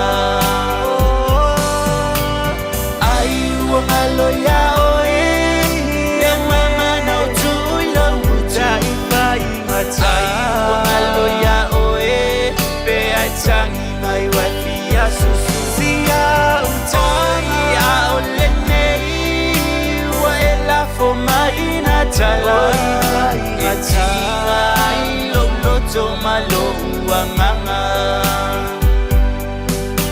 Itingai lo loto malo wanganga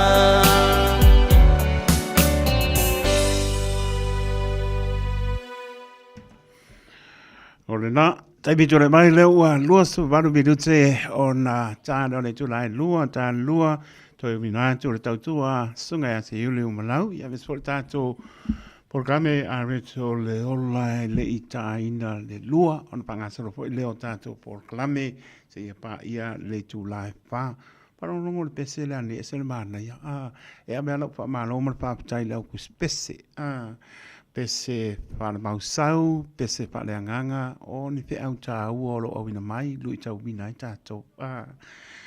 E oe, whako wha, o me i o whae enga o malanga po i Samoa. Tari tono nae no parisasu ia mai ai o pinangalo, pe o na manatua i pea, ia lea po i, ia teimi e wha maa bai ai.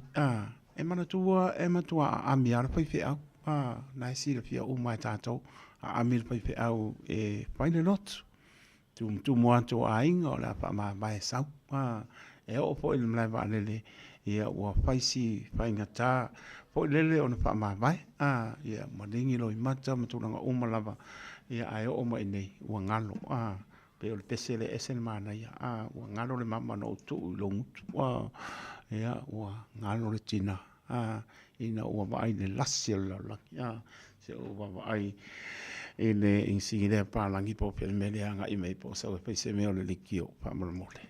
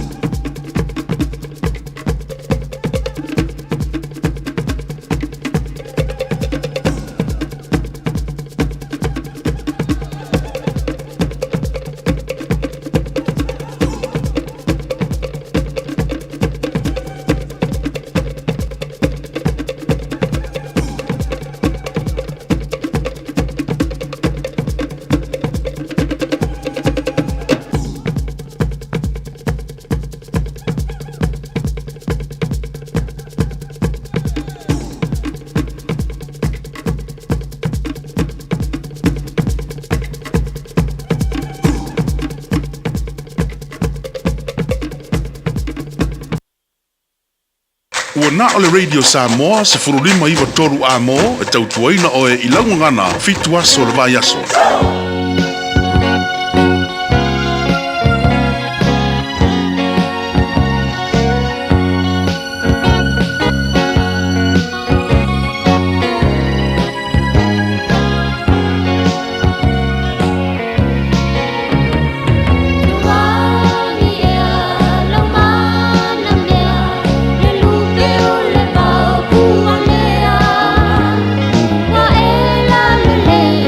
Oh,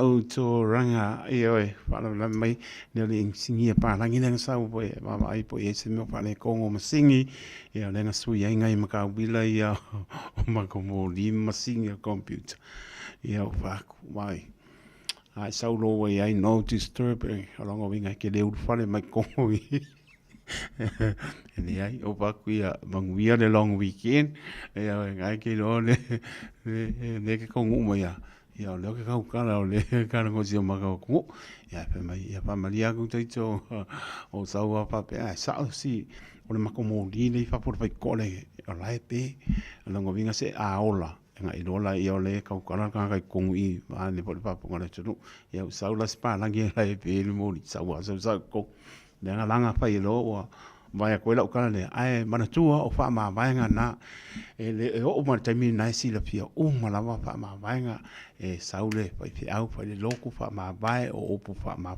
pana o pu fo le fa la ai au o pu fa ma nosi ia pangale vai lo le lasi o le me ko ngu ia ngā lolo e o te māmari tina upa ngalo ia kai kong e leo kupu ia o pese ngā renga wakongi lui tau wina i tātou ia maranga mai ai ngā lolo te māmari tina ia peo mai po ilele i ngā ruenga wha mai taimi ia ngā lolo ia lesi kuorai ia le lama i lui tau wina i tātou o le whanamlawe e leua whapangonga tingi au le whaponga le maro le tunu le whanamlawe le na tūpui o ne anga le pasi o le pesili ngai ai le vālea o le ase reaction na le ave passing of fai wa lele o maua mai ia le tūlanga kai roi ke o misi na whanong ma le vale o neanga mano shoa peo inale turi mitanga o ele ufi ka mai ka i le vale na ia wa le wa ki ba pleli le walu ko e waluanga ia ave ngai ia le o so leo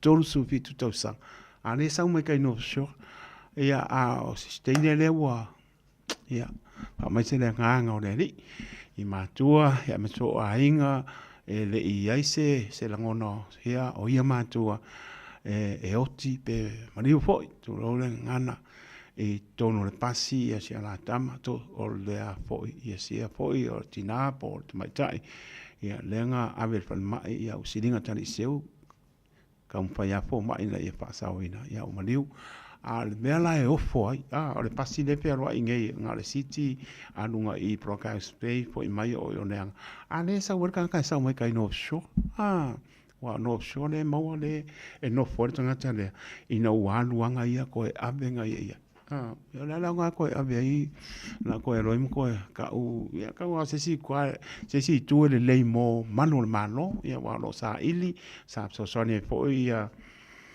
ai ngo si te ia lea leo o maliu e so sani mo so inga tangata lea ia papatai lea tua o au wala e saunia le li ina ia ave le nganga o tangata ia maua le loto maulalo ia matau tino solo o tamano ai peila o inale tuli mtanga wai le ufi o tamaitai o le bale na pen pena sau ino shoa po ia inisi a inga i nona a inga ino shoa o i o neanga ia le la utu por fa la ole matala no pa tai fo ia pa manosi fo ia so tina ia pe al fani tan no mai fe al fani ole mena ia le la tupu e le ko pia ongi pasi ia pa me o pasi ia wa o le tina va ne fo ia ma malu o ai fo fe al fani ia mai fo tai madie o la va luale o pasi ia ngo pa ko le a o pasi ngo foi ko le pasi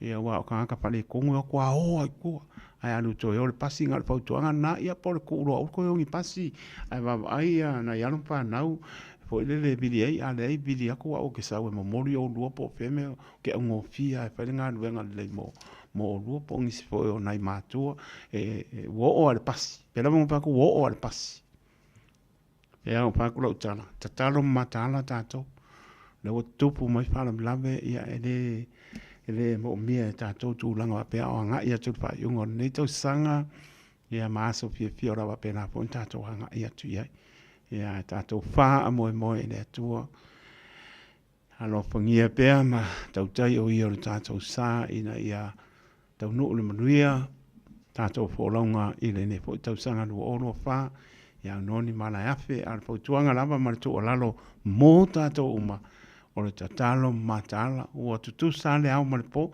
fea lava e te no fai ma no pia ia tu sa uma o tu no e mau tu e fio le lang o tu sa uma lava pe o le telo tangata ina o mai au to va mai ni sila mai kako wo ia te ro o le mko sepe o te ro ia ni se la utala fa manga mai a wala to o la utala na o tu sa uma lava tu no o le la lang ia tangata la to lona matala ba ai ma one fa ia tu langa o le fia kam mama fa lungo la wala pia kenge mama fa lungo la wala ba pe o keli o o ko i ka yo para ai se ia nai fa tuanga tu lalo a ko ia ko lo ko ai aru pe la la mo lalo e ke saunga le mo ai me o molo anga ai i le urufa fo ma le fane ai pe o tu langa la na tu facility ai pole a se ba inga ina ia pasi ma tu no pena ele o saunga le mo fo te le fo inga venga o sa o ika ia lalo ai mo ai malo tato por camera a reto le ola Bread of life sent down from glory. Many things you were on earth, a holy king, a carpenter, but you are the living word. Say it now. Come on.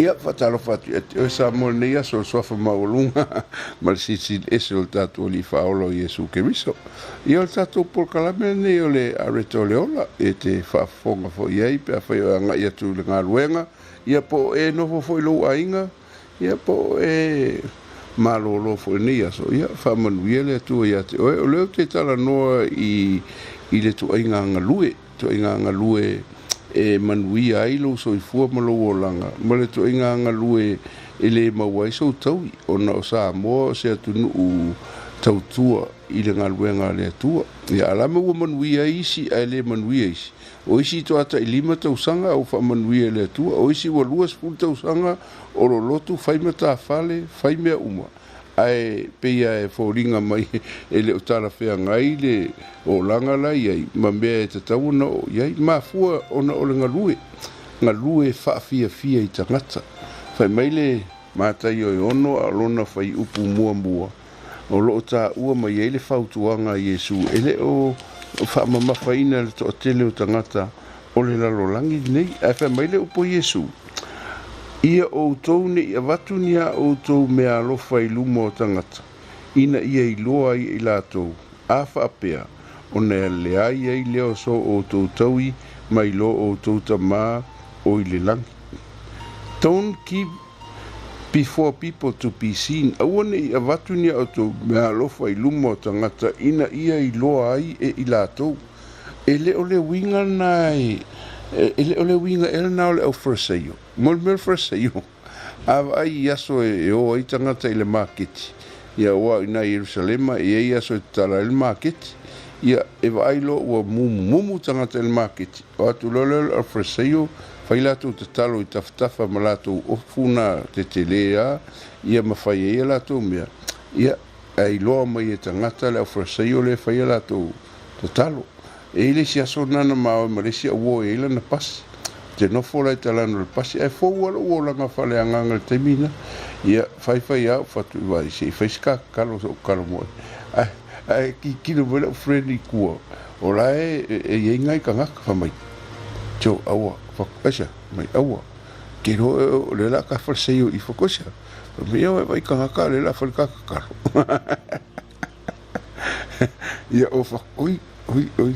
Ia o mangkuai o le winga ngal mer faseio e alanga fainga ngal faseio ia ilo e tangata a se upu i le ilo le tua e le ker faseio pe ilo mai le tua langa bele fai pau al me ngal faseio ia ilo e tangata na me e fai vai foi la o le menga le a fainga ile ke le tato watu e pau al me le inga fai ka komea ia ilo e tangata ia ilo mai le ainga le ka ke o ia i loa ai ka ko ino e fai foi lele ino o kako ia wa pe ia mai singa me wa mo singa me wa mo e ka ku ke o ia fa pe ia sua for ka ko ai ngo sua fa kele longo winga la ole anga nu la tatu ole anga nu ma e fai mea onga ole mama ia o ma ka o ai la ka ko ku pole me ia ko yo soro fiki fa sai ka la ia fai le ka la ia o so ku mane o la wole ia se mea la wo fai le long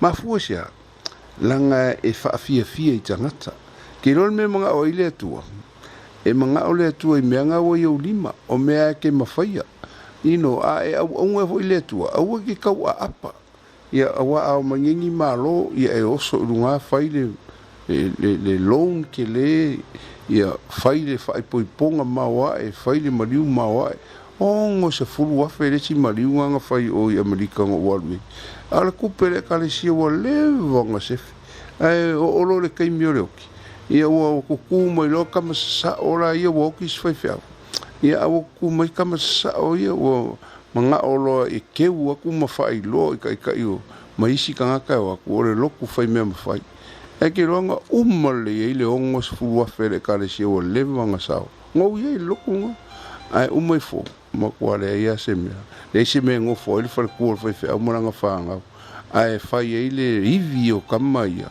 ka i Fiafia fa ila ko ivi ia ai umai fo le se me elanga ele fa manguia le tua pe a fai e te fa Fiafia i tangata fa mai awongi fa ia ko me inga ia i lo e tangata o le intention ia i lo e tangata o le mafu anga fa ia i lo e tangata a fai o le mafu anga na fai ila utautua o lo mana o e Fiafia i tangata ti ngana ele mawhaia ai ke manga o a fai de paki ma kua fai lava le me ngaka ai umai fo ele e pe o lesi ko inga le si a inga nga uranga fai mea le asfanga o ka me kiki wa kasi kausa e sia kung unga kwa o makako le ko kiki malo le rugby league world cup ya o fai le asfanga o ka me kiki e kasi kausa a le li nga o ia malong ko ru malong fa invite lo ka se fulu ma le ongo po a vidi nga fai ele le asfanga ai o le so nga fu le so so o le alu e fai ngalu e fa ku i langa friend aisha o le se kupe fa ka ole le kesi o ka vale e midio nge le aso e kasi o le me foi le samo e le se me ko o foi se singa ko ngame o le midio nge ma fa ilo ko ile ainga e le se ainga maulalo ia e fa li tangata fa mai le kala le kuspa ia le ki fa mai ele ai fa mai a fa apea ona le ai le o so o taui mai lo o tau tama o ile lanki le ale me o inga kau kua iskanga ka ile li aele o manguia le o maua se la ko fale ele o manguia o la ko wolanga ele o le lei ma fu mo sia langa o ngalue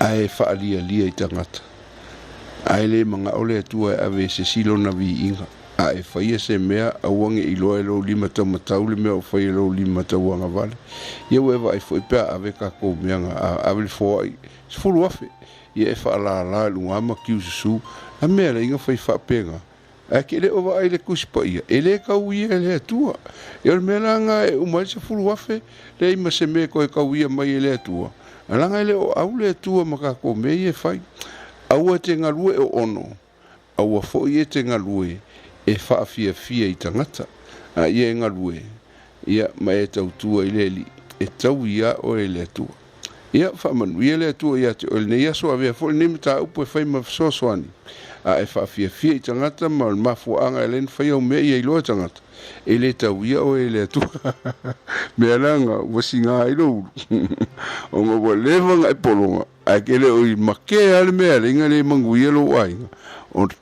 ona wa e Fiafia tangata kasi kanga ke Fiafia lo wolanga au ona na ole atua fa manuia le atua ia te o swafo Yesu amen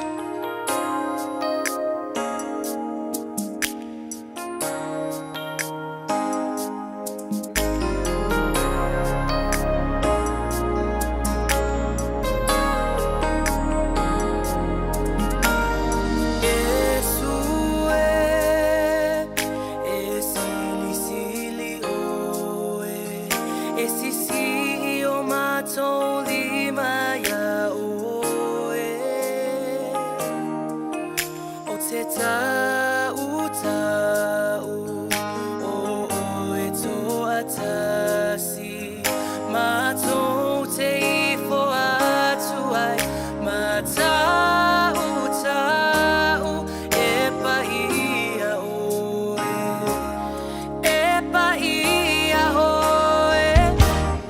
Yesu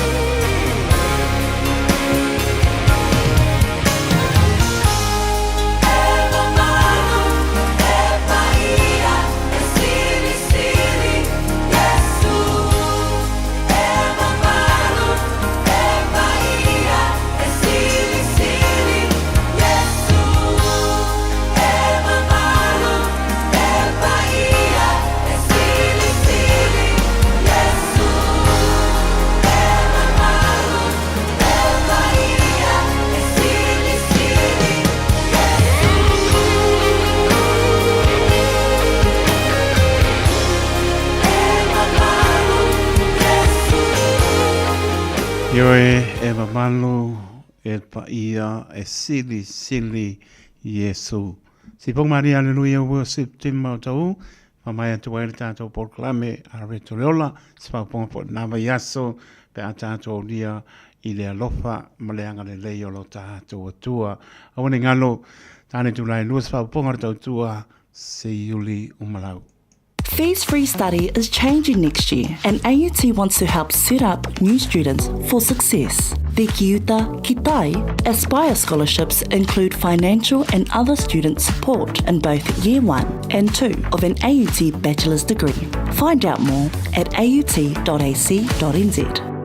O esi la fia e iwa te si male tolu wha miliona tala le se leni ale UTOS ua toe wha sa fua atu I ona sui whai unite I le lua o lua wha. Whai sau teo ngā tupe e teo wha whainga luenga ai lau se leni ina ia vave wha tau nuu se wha moe moe tā ua a lau a inga wha pe e ka le sia. Wha o ngā au nanga le ANZ po le talo wha voucher, le M tala, male my cash e ala I le click X. Wha afso tai mai le ono valulima lua ono iwa wha iwa le www.utos.ws po le emaili o le info@utos.ws po le Facebook. Le UTOS, le whaaputu ngā tupe te whaawhainga luenga o le mawaenga tausia Samoa, te whaawhainga luenga e mātou lau seleni, ai sele e oe le manuia.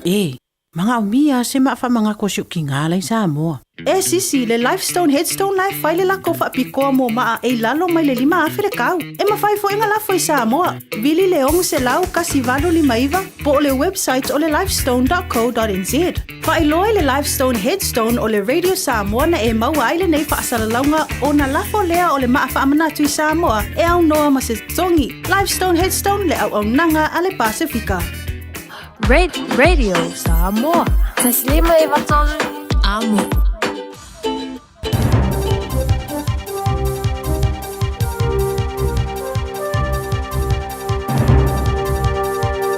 Nalo taitolun sa ia whatala whatfo I le ne ori tapoinga le tino tala wala whafonga mai tala tumoa.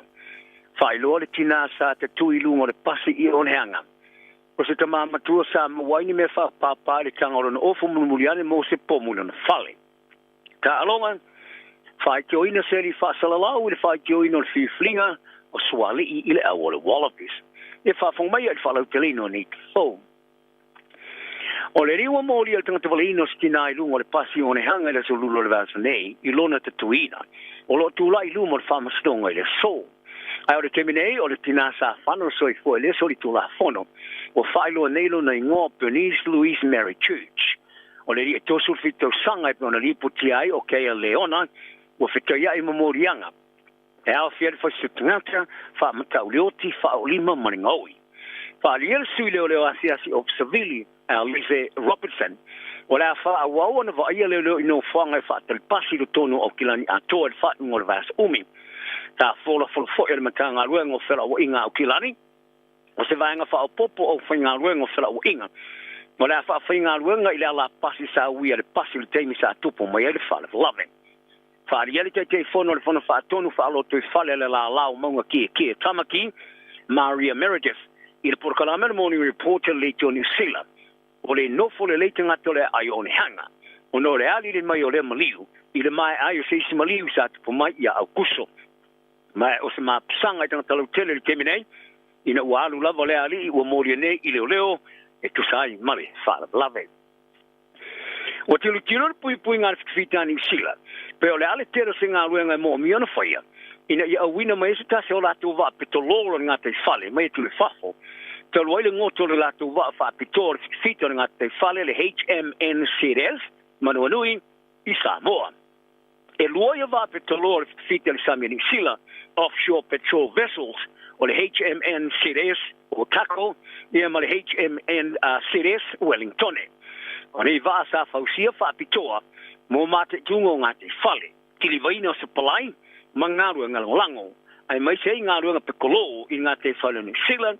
Le o ngā Samoa le wasa I saute ma le Pasifika. Whaalier sui se opor pui ngā le whiwhita New Zealand. O le whitawhita mana paanga. O lo whaafse ngaina le teminei. Nā whaingo ngārua ngā mo miona whaia. Ina ia mawhaiona wha ngā yoise so ni wa I se tūlanga whaatamo I nai. O le manua nui e pēna ngotu I Samoa ina o maia. O na oso I lunga o le au le aso rimo le masina ne Oktopa. O se tasi o wa iwa I ere fua wa o Sami a New Zealand. Ai savi il parmi ni sila Christopher Laxing te mo fainga fita ni sila nga lu Samoa. E talo tua ile ngoto le va fita ni sila HMNS CDS manonui. Ole so na fisa te no Laxing Samoa mo a wait for no tanga Taeao malo taplenga. Se for no tanga mo wo awa ya se parmi ni sila. Ora na si singa mo lava ina o tau nu ole a sila. Ole no fo nga tu nga ruang fatino mo le va ngoto. Sa whaaria e Laxing e pwede poti Samoa. O le taula inga utu, o le mua mautino leo tangata o le saunga le moon.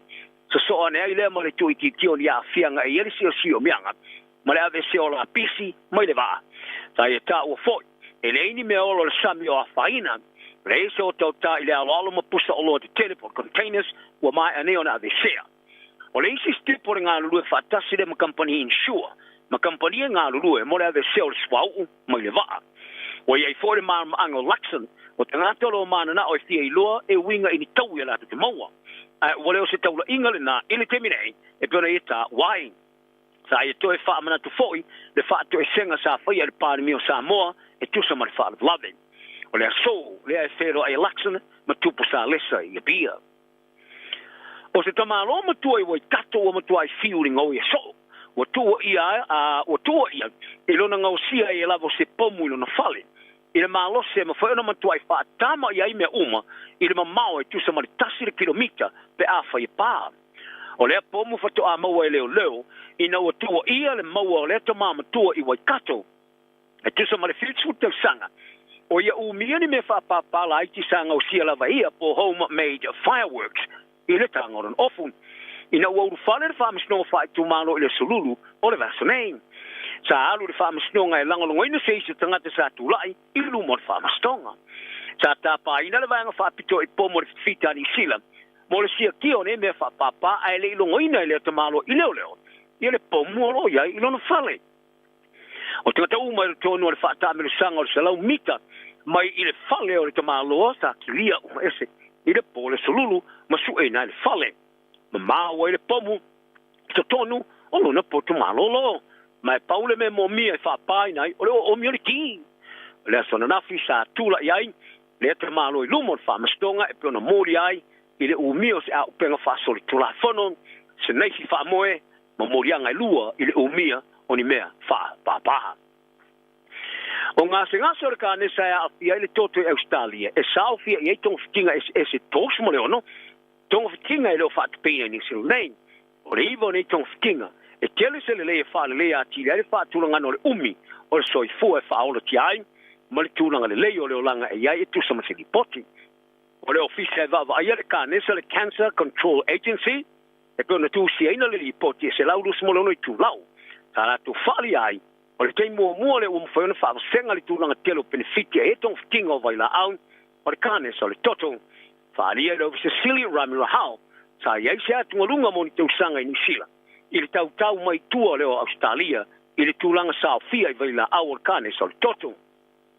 O le poti le rafa ma le rufulua ile maanga ile vala o yai, the understanding the cap and analysis of the availability of cancer medicines in Aotearoa. Sa failo ile lau tero le vala o yai vaila au masitulanga. E faono yai afianga ngasi. Falia Rahao e ulavolo iai vai la au avano ni sila fa pe foi ma Australia ai ole la tuli poti u fai lo ai o iai ni vala vai la au moton tingo kanesa o le toto e ni sila nei ia taro talonga o le tamata alo la kapili ki Australia Angus Crichton sa ia to tali foi tau lungo o wala so tainga no teleanga i fai tionga sa fai ila no wo ma sala ta alfa tasi Joseph au kusa swali ono lisi sa fai joina non fai unga lili ule ka piuni au saung ya tule wallabies Australia mo na malanga tamile Europa ni nai vai so momo o tu sa ola vel fai au Joe Smith e swali ila na au le so ivo November am tile fa to sina le wallabies il talonga ma Engelani Twickenham ya le yanga ya tu ta aluma Wales in Malaya Principality Stadium le ata aluma Scotland mai alani ai tu te li mai fnua fa mo November o sai nio swali semana malo tele le moli uni le kapia Australia e bitai e fai leva stone ta moli kino e pule le kapia le atlu e sai nio le fenga inga pe ona lipo ti ai sulia mali 5 miliona tala Australia mo tu sanga Apita. O nisi sa whaelo manatu le mautau le tu sai mara whiwhinga. O swali I le Aoauli Schmidt. E au fiai maleli whasalalau o le tamarisanga NRL Andrew Ross. Tai alongo I le tio ale Sen Radio. Rona whai tio ino le whiwhinga o swali I le Aoauli Schmidt. Tai tāwai pe wha pe whea. E se isi e le se manam anga I tamarisanga o supalakapi. Ona mawhana whiwhinga le Wallabies. Wharia Ross. I lembo whai one te mo ini tole ninga se lua. Ona piki leo oe mo Australia. E au lavo ne te alo sta alonga mo mua. Ai leo sta alonga whaitaulia. Ma ia tāua o se matua I la pisi le whiwhinga. Ai o ia tole ninga e lua pe ona liputi ai sa wha Fiafia ina tele ai e Schmidt I a swali. Ai o whai tionga Voss. Sa tali whai tau I ai Crichton sa ta alfa atasi mo swali I le Roosters. Ele nao le lima lava upu sa tali ai. Kapungi ku ur kamera ka alo. Quote, shh, let the kid play. O swali sa ta alo la kapi uni. Ta alo mo le awa onga King School I Parramatta. Ai le ili liu e ta aro leki. Ai o le fōlau ngā rau kapia te mai ta ele manusina Samoa o qualify ai mo le tamarasanga o riporo langi sa le whaingo fie. Sa ruai le whaale tonu ai tutau tupera rau kapi Samoa. Sa qualify mo le tamarasanga riporo langi mo stai mo mua sa lumai tu sanga. E rua a whima sumar whae la matanga o le masina nei. Ina o tūranga lua le vanga o le tamarasanga au le kapi te tu sumali lima ta mai ta ele rolangi. Le World 15-2 le sa whae Dubai. O le vasta ruai sa wha maani ai le kapia le rolangi a pulu mo le tamarisanga ripo le rolangi to sa fau ma au e lua le Pacifico fitting Samoa o le a mau o lunga maunga o le ala to a ea pe a whai e mana na o au sia wha asolonga tu ngā shampini a o wha waula anu fita ia le kapia Samoa ma wa I linga I tutau tupe a o le kapeteni o le manisina ia masu sui matamari tau wa sa pau a raisa sa ia longo le porkalame le jori sila Pacifica e tele na unau ngā ruenga ea ona la te whaia. Taru e nei sa ta aloani manisina I luma. O la tu ainga mana au tāpua ele Samoa mostai mua I to tonu re suma le lima teu sanga. E sa la tu whato I le loi Australia a luas furu sofitu. I le tome tiu tino I tua le la tu whaulanga o whaalia e pauraisa. O la tu mo mia nei le longolango ting talu tele. I ne ia mawhaiona malanga Engilani mo li tamarisanga li pura rolangi. Ma ia tā wai wala tō loa eri tūranga whaale tono e tūpele la kapi Samoa. E ia I la tō I le tō e tū Samoa I whaapanua ro rangi I le kapi. O se taunu unga mawa e tele. O tele me wala tō au sia e lava. Ina le lava vai ngā tūpe. Mai o le aule nei. Wa mo mia I le tunu le langolangoina. Whaalia pao raisa. Sa te tongina I la tō I nai whaasi tūpe. E nā o le se lautos futala ni sila po le tō se lautala ni sila. Mo le tā mirisanga a toa. Ma ofu ta alo maisi vaenga sa toa no taunu atu pe a whaila valea I taunu atu. Ia tala na une yaso anga le leile leisi maria le whaenga le vaso soi fuia. Ua na o le Radio Samoa se furulima iwa toru a mo e tau tuaina o e ilangu ngana fitu aso le vai aso.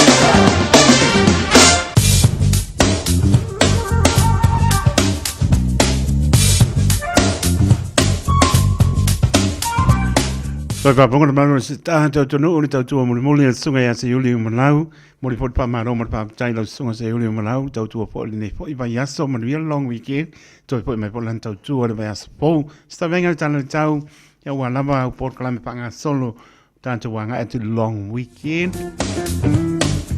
lo tu mau per pa moina o kilani lo su lo na maurunga lo ia na ma pana o lo na manu le po su fa na mo lalo o lo awaon spainga o kinani al vainga mo Taeao le sto nai pa uti munga awa o le bela pa mo ina mo Taeao lo so tasi mo no ia mo no manu le po fu fa lona Malu o le vainga le sa ma nei tau le sa pe me tu mo fole awa lo so le bela pa mo ina ina sa mo no manu le po su lo lona mo lalo ma nei ia tau le sa fo hoi o Fiafia mo tanto ia au ni se tia Malu o le Taeao ta pena lei ta paonga I le asonga fua ma nei tau su mal le bela pa mo vino le asonga fua ma lona Malu le po su lona maulalo o le vainga ngā tai pale mo la tau ta pena wasa I a mai moana ia wala sa mo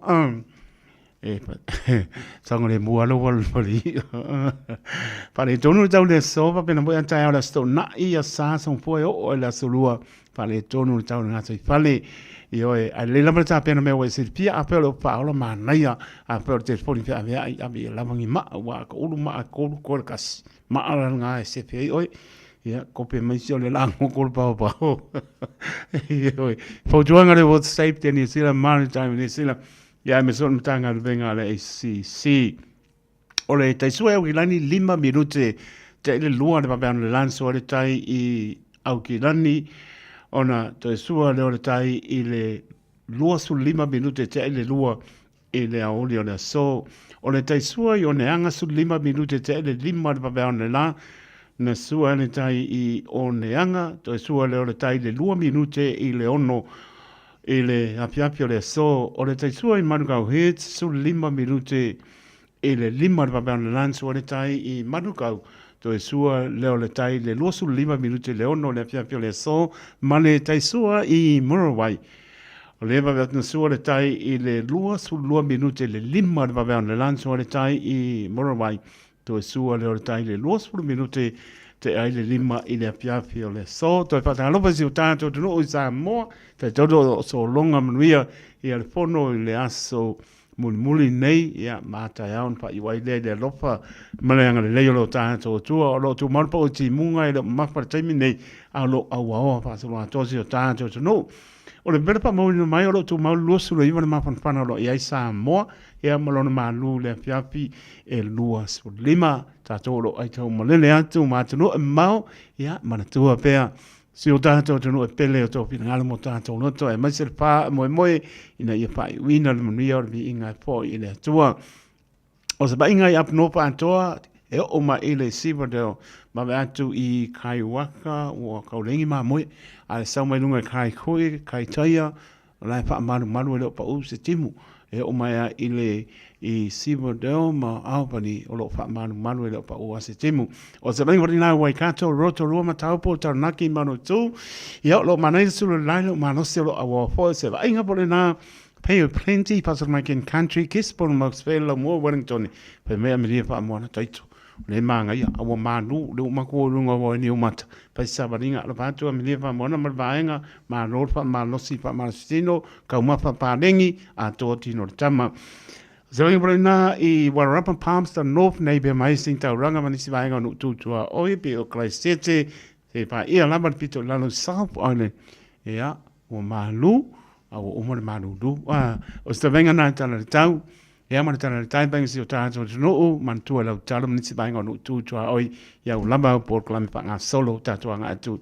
I le long weekend ia more silpion malor tātou no su limma la minuto te ale tu lai lua tau tua le radio Samoa I oe le poi vanga le Aoauli le asparile so lua su limma oktopa lua o lua wha toi patalofa atu la tolo tātou tunu au kilani manu tu tua oe mese o atu no o mamau patalofa atu tau tua le radio Samoa su limma I wa tolu a mo talofa lava ia manor fo lau manuia fo long weekend manor tātou tunu so na yalom pa nau le la uma onga ia manor lava tamam teine tau tua na bene lo tama awak samani io apa peng pe melo tamano tina pa kani me ngale ofisa o le ofisa ane o fa ko le ofisa ai ru le mo wa menga pe meli sikumalo faru pesa si ai ia pin ngalo to ina ia ngana be po le puspa tu lo le ngana le la mo sta io apa ya tua po ai na mali an watu lenga ngamolia o to Taeao ia to fa tu mo fa to nunga fa tali be I le ofisa awane sabali awane la atu fale awane alu shopping center tani atu ia mawe mai piki o to pa ene mane pe la mono pa atu ile to fa ngofie sa mone to pele loto te ole na no fa manatu la mo tato o matua o malava tatalo mamatala ai awa le tatalo ia kurimoe oe ia na utstana pa to ole ti apol fiu fa kanisi o pinga se o kali o le spo I mai ia la la nga ko kangia ia pe ona tu langa nai le lama tu atu yo tafa ta wane le ane ai Pata pe ia wa tai pol le ka malom kua lo va jalia na met so po mo lai tai to ia pa nga le me ano pa le na mai mo ta to o le poto e ma po poto no se ki mo ia long weekend malo le to ma lo fa tu mo to e to ma pa ta lo ba tu Marietta ka no fai Marietta pi ma le ainga lo pa te le pa tai ma ta mai Marietta ma le ainga pena po ia Desmond Beach ya lo pantu Selina si osi o kinga ia ngo me ai pa mangano mai le ai o maku unga Selina si osi ya lo pantu ya pena po ia ma ofa la lau Tauati motel ya ma no lava pa tai amelia pa moana ma vaenga ya ma no lava sa bali umolanga venga me amelia o ma ko e ma ngaba lo sa ba bandi lo ya ma lo tau mapa pa leni o ma na ya pa tu amelia ya pa moana ma vaenga I Wellington no o sana ro pati pa te tele lava o ma puta mai pe California I America lo pa tu mo to wa so proile ma to a stofio to ya anga leleli anga ya tato mo fa ngon leva ya so pa te tele lava no sara pati mlainga lo fatu nuia o to na wa wakul malulu ali o ainga kama Amerika o mai ali o ainga per amo leo fare tangoai ya lo fatene atu ma lo lava o Amerika lava leo mai Marietta ya ma lo lava pa tai io o le na lo fatene atu ai fo yalo sina ati mai meravet ya lo fatene atu mon via le long weekend Olo I pola tule moe manainga aleluia alo fatu pa tai e te bise o pisa manainga ma no lava pa tai e lo ma puta mai I oneanga ia matana pe alo ngai Nielsen Church Street, Spring Street, awala mga pe o ipasia Celestina le lofi ia lofa te latu ma lo lavan ma mai pena po loso ia tawa I Malu ia matai ia pat mo lua ma no po alo mo ia le weekend uzo pa tai pena po ia mane to pai ia mai la to umala mo lo ma mai pe lava ma mai ai au kinan manu tu to o yo to lo ma lo fan tai to mo to ia me spo iso so mo tanga se mo to malawa pa to to lian malo le to no ngase o tino mana tua pe o to le tano au si la fia le li me uma lo fa te atu ia fa malo longa le li ia to mo ma lo si ia au nai mo le to mo lo pinangalo lo fa te atu pese le mo to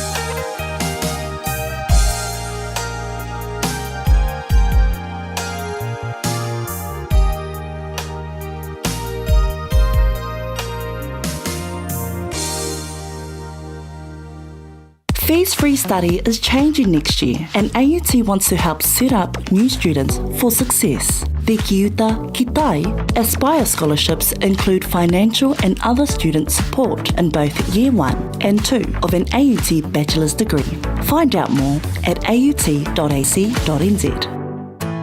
O se tala Fiafia nei Samoa, wei nei se tautua ma se aunanga family noto mai le kampani o le City Car tua tu si tasi dua lua Lincoln Road Henderson te maua iai le tele o tawa la poa band e o foi tatu tawa le laiti tania foi la tau whaale tonu tongi e talafo mo le tatu cashback a man tatu lima se lausi aga ia tu le lima afe tala pe so te mai ulungia Peter Pernanto le numera o lua tasi o wale walu fitu lua pe a manaumia se tawa le fau molo ainga i le tau malulu citycars.nz. Masalo ua e vaai I fale fo mai, po o taa vale ale fono ma e whape ane ua nao au aunanga tau soifua malolo ina ma nifo mātau te whaia. E tele le fesosoani e maua ia mātau. Fesosoani mo le ola manuia o le mawhauwhau. Polo kalame e tau fia ai le tau mawhatapaa. Fesosoani mo tina ma pepe. Fesosoani mo whaia o siaki I le fale mai. Fesosoani mo sauwanga I ainga. Fesosoani mo whanau ua I umale aonga. Mo nisi whamatalanga, tanga iane I lupenga ta whailangi www.thefono.org. Pe vala au, le o valu selau, fono for you. O valu selau, tolu ono whaavalu. 24 hours a day, 7 days a week. Radio Samoa streaming live on www.radiosamoa.co.nz.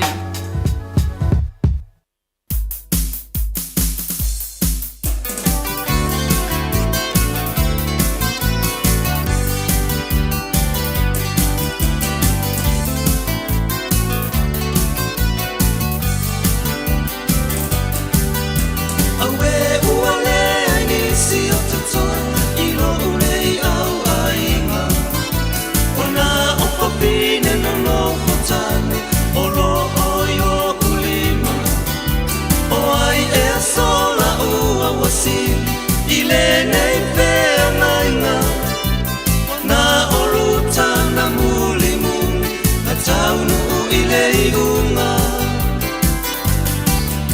le ai Naomi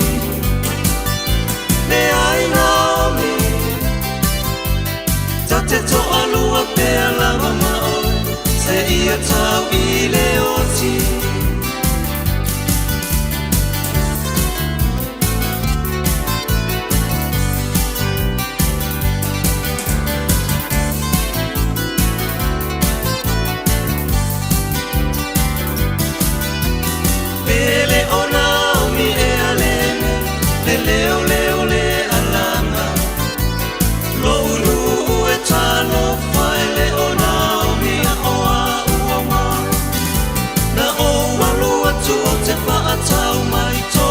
Mai male matima wa ave sei nele tua mea uma sayo unei lima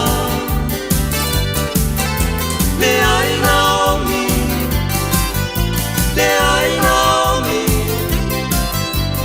tate to alua pea lava mao se ia tau ile oti.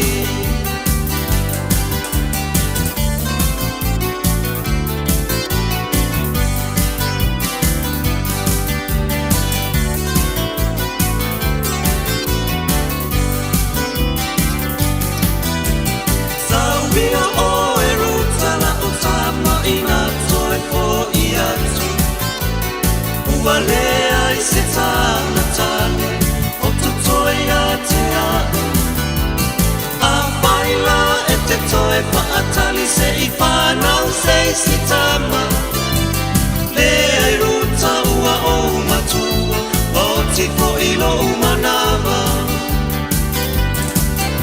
le ai Naomi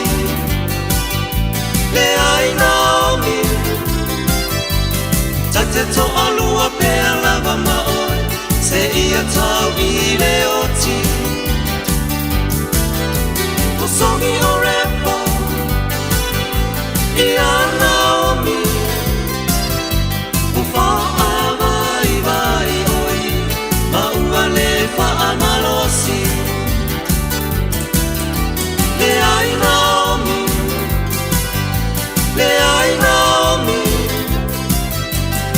te toa lua pe alava maoe Se ia tau I le oti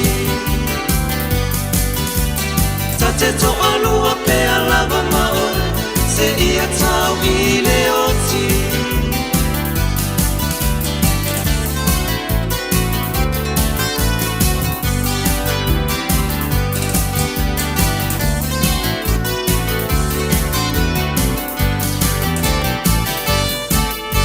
Se pagmania le fai easy band hio le ai Naomi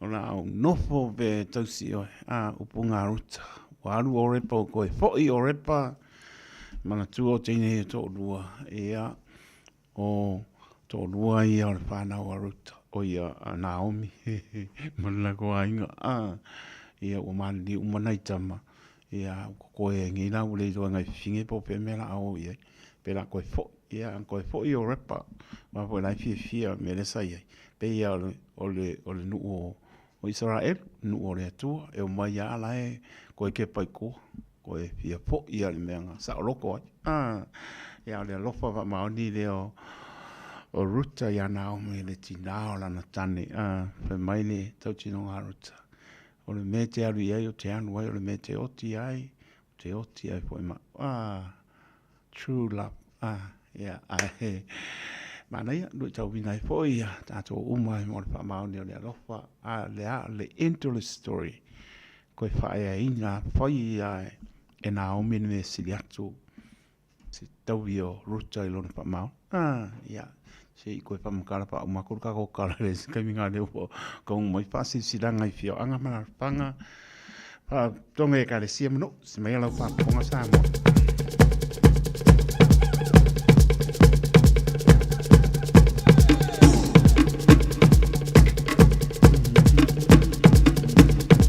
Tato pasi silanga mo mua tama panole pia anga wa sau nunu atu ia pantini o tau sana upa ia o sampa inga le atunu o tofi ai ne apa marapano alo ma tau te tatalo atu ai e le pa ia marama malu o tama panau umaro tato nu o a sau lo a fion papa au iau te roa ni se nei o pa ia lama lea a wale a fio a inga msana fai ia ma upu ia te oe le pule e papea. O le a whaia le tātou ma tanga I le asto na I luas furuono oktopa du oro whai le horo le Otara Music Arts Center I Otara le tūlai tasi I le Aoauli. O le wha moe wā lava le patau nuina o mata upta tāna noina ma o le a tāna noina I fo I nisi o mata upta ua I lea la maso. Momori lo tau so I fua I a tātou moa le aso I le alofa ma le anga leo lo tātou atua. Fa so tai mai I a tufunga Solomona le oru atasi o varufa lima I babalu banu o le oru atasi o varufa lima I babalu banu po Katerina Fatu le oru atasi o I o whanua lima I batasi o le oru atasi o I o whanua lima I batasi po o tu wau fono manu le oru alua tasi o noiba lua tasi balulua o le oru alua tasi o noiba lua tasi balulua.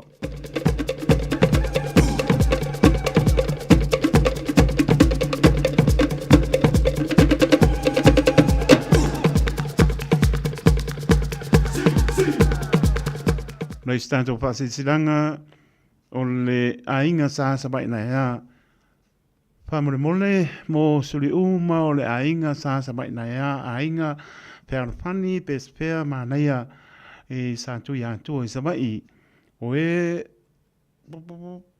o lo o au mau I so se tapa o New Zealand nei o le tatou fa mo fai la solusu rono oktopa la sto na le tuatusi o Mengri Memorial Hall Domain Road I Mengri Bridge taimi suta si Taeao ta pena mai lo ainga ia maleta uma ptanga mamafa ele mai mamafa e aro I sai stu a wata to fa mo ia pa ta se mo la ponga Fiafia wala vale muri mai ni oli ani foli ole upunga e polo ko pa vasinga nge o ta to fe lo ai I le lofa le tua I le aso atu paina pa tai sai ne ta tai pono male lau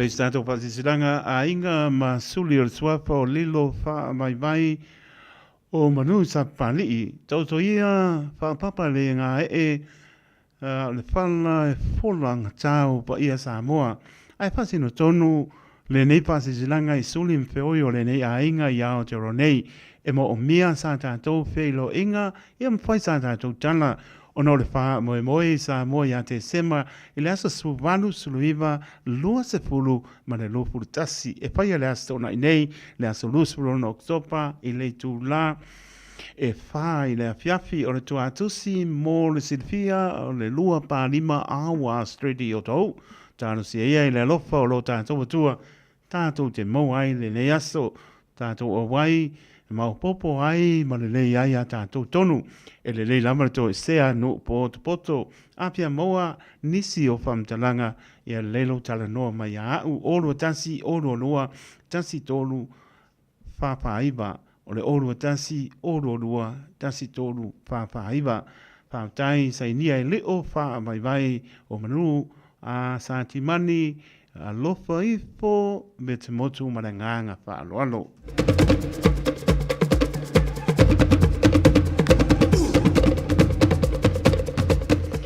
Malaulia e awai i le taua fianga mori maua i owa. Ua whamautuina i a fola atu le tana le lei. O le a whaia, o le a o le whai unga le whai aso nei, mai le aso paroile e o le asa, o le a whai ai le taua fianga e tonu aso e mori maua i owa. Mo le lua o lua wha, whamautuina i a fola atu le tana le lei. O le asa unia e le neita wa fianga ni tala lei. Ea ua matua mo mia e tangata uma. O le awha i loa atu e le porklame ngi video wha le tuspa ia e ono su wha. Ea o tala noanga ia malaunga e so soani tangata so se matua. Ia maua ta iala tala whiangai ia marwha moe mo le rumnai. O se paenga papitoa o le whaani le nei taua fianga o le ata mua o ata whaasolo e spuru ono i tū la e le tūwhat singa o ata uma o le soifuanga o Yesu o le matua o le ata o le tala le lei a Yesu. E wala ulia ma le whana morimau o Iova so se tasi e pia wai ia mai a manta i le aso wharoile nei. O le aso lusu 5 oktopa se ia o le aso sa. Oktopa lusu fitu e a manta i le porkalame. I aso taitasi le lusu minute te ai le ipa le Taeao ma e ai le 5 le Fiafia se i vanga na ai le aso sa e ma e ai le lusu minute le whae le Fiafia. No whangai whai ai Assembly of Hall le Jehovah Witnesses tasi ono o Cleventon Road i Papakura. Monesi Vamtalanga e mawhai ona e tanga i ane leo penga Twailangi jworg.about US Convention. Whapatai sainia e Victor Yoramo sui o le maenga mō Vamtalanga e le lautele a le moli maua i owa whapatai. O uma pele ai, sorry. Mai ia, kani le leia le sua saua ino. O pole, o pole, mua le malo seki a ngā kou. E mua pēr le whaapolo ma le whaasangi i lo tātou tapa au sili le langi. O nei au sanga le tu ao mamansina le soa. I lana pole wha soa i lo o tau soifua maro nei ona. Whawhetai ua sopo mai lo o tau soifua i le nei taimi. O le tau whai unga o le tau sanga. Ai o le ata o to ia whamaene o tai lonoto o tau pa ia mama Malu le anga e whai ngata Samoa le ai vivia. E le mawhai e se upu o na aua wino o tau sā mawhai ngā tulo lama. E whaasisila atu ma le awa tele i suri uma o le ainga sā mawala i bau o le pala o malie. O lo alalam papa au i New Zealand nei e fia whaia statou pēlo inga i le asto nai la salua November le tu la sutasi i le Taeao o le nofuanga e mōre silfia maru le maftanga o le fitu o P. McIntyre Road i Mangrove Bridge e talo tuai i suli o lo tātou ainga ina ia awai mai le nei fontanga tā hua ia wāne tātou whā a moe moe mo le tau sangfou mo nisi vamtalanga ia e le whapso tai mai mo wala i mau Filipo Filimoa oru lua lima ono tasi lima fitu fitu iwa o le oru lua lima ono tasi lima fitu fitu iwa po ngaruan mana tani elu toito oru fitu wha iwa wha lua ono o oru fitu wha iwa wha lua ono o sainia mo wala i mau Filipo Lutelu Filimoa sa o le ainga sa mo wala i mau a Pava o le pala i le fio anga o malie ma le nganga whaaloalo. O umani pere. O te. E mo kau kia. Maraia. Maraia. Maraia. Maraia. Maraia.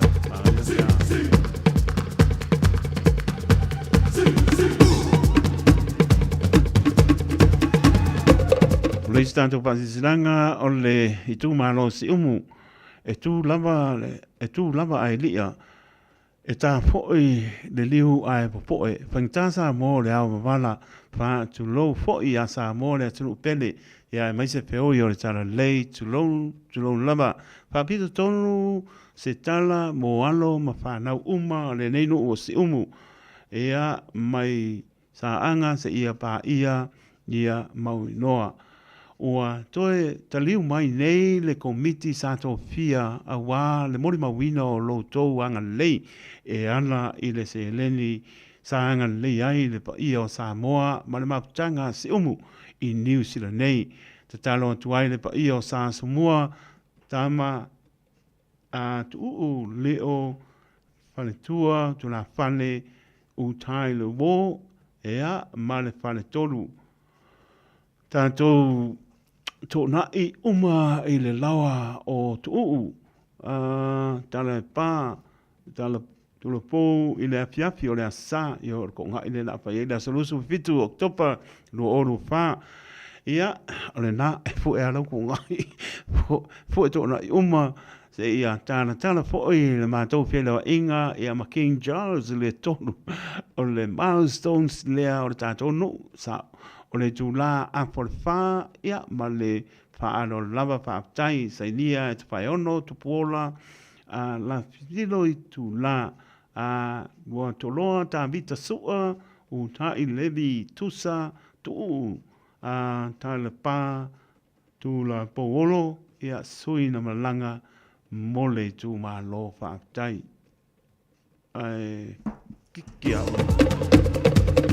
Umano, laku musika, kako maroro, kako mangavaro. E mangavaro.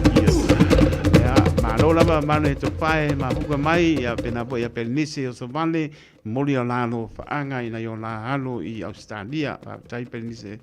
So vale, mane ainga, ia, ai foi. Oi mai ia se umo ko di diwa ko di diwa pa umaka mai ia o le pasisilanga taua mai le Pacific is money transfer ta lopa sa mole tunu pele talwai to tele o le malu le tunu o lo so tai mai po ta tala o tato ofisa i Samoa i le neaso e pasisila tuai e whapea o lo ta tala uma o tātou ofisa i upolu ma le motu tele i salawhai. O aso mataimi e pei o na masani ai. Bang nā lava lo tātou ofisa au tū le whare tupe o ati nae. E ta tala le Taeao nei o na tapuni lea ma le sulua se ia pā ia le apo le lua le Aoauli.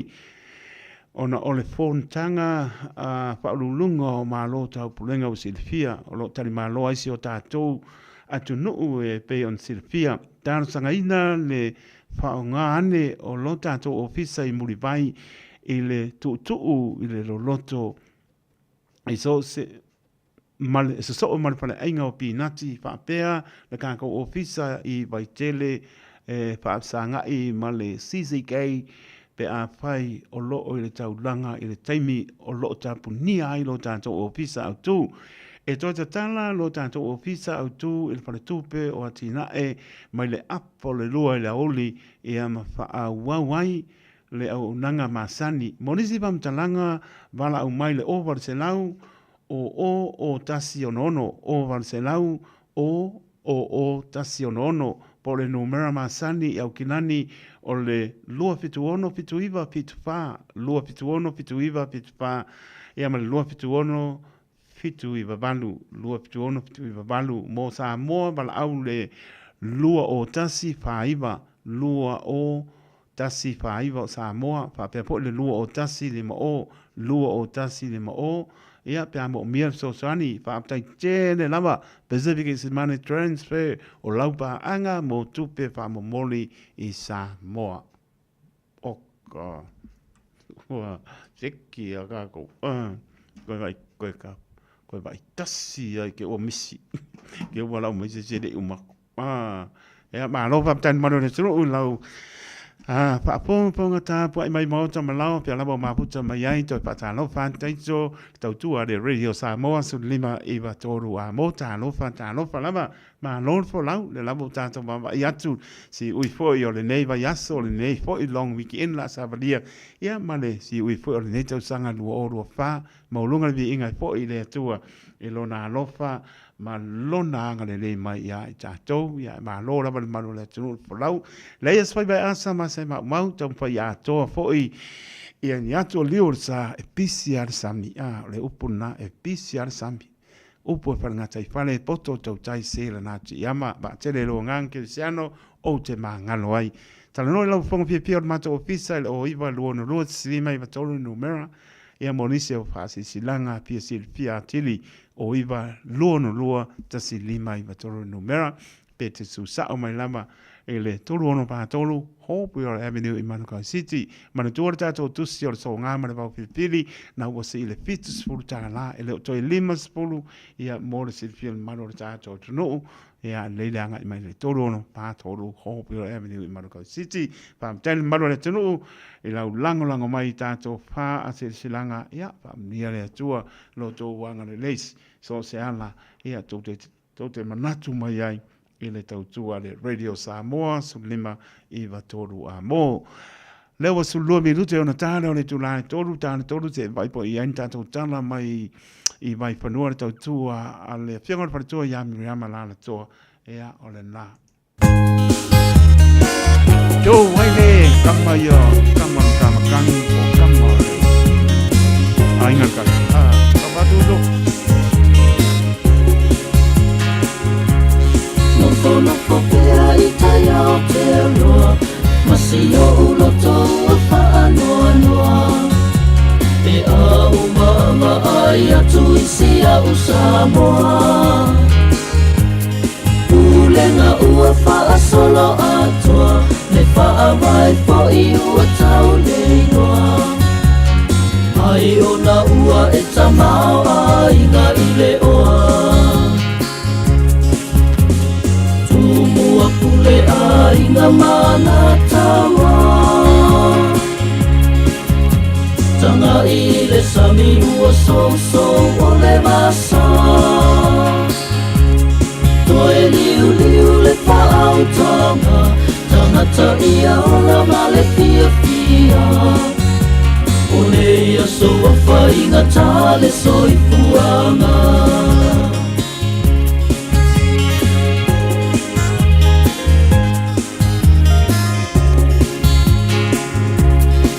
Anoa lo tama fau i nei mau tala ua salalau. E ua tatoe o ia sapa a pau. O le malo mo tangata lau tele, o tangata po i le pale mene. E lango mai lo tatou sai fau tele. Mua pule ai ngā mana tawa, tanga i le sami ua so o le rasa. Toe liu le whaau tanga, tangata ia o la male Fiafia. O nei aso a whainga tale soi fuanga.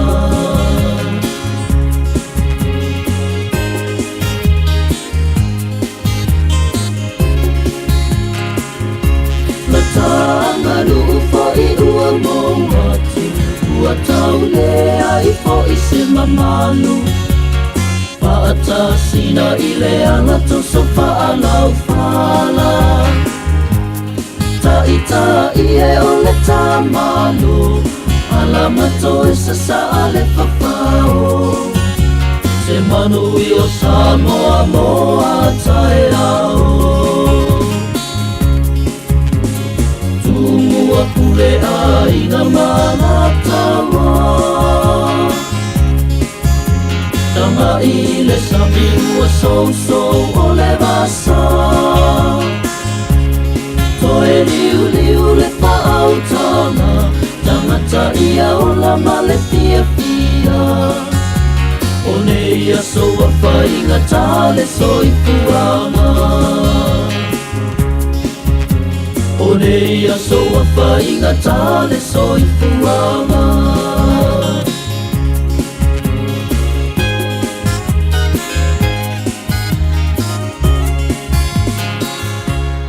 Talofa Samoa, o Atishna Ryan, o le Licensed Immigration Advisor mo le Auckland South Immigration Consultants. E visosoani mo so se tu ai ngā visa e malanga mai New Zealand po Australia. Telefoni mai nei loa I le o valu o tasi o no valu wha fitulua. Po le olua tasi o no valu fitulua tolu o. Whai mea alofa I a inga mawo I Samoa, e ala I le whaatawina o se hotel ta alofa voucher. E mawhai o na whaongaina mo aso ta ua whailongaina. E pei o aso whanau, whaipoiponga, pe whai malolonga mo ta whawhau ai whaiungo vai aso. Whaatau e oe New Zealand nei, ai piki e lau a inga I Samoa. Tanga I ane I le pacific40.com/hotel. Ma whaatau nei loa. Pe wala au I le o lua tasi, o valu tolu tolu, lua lua lua tolu.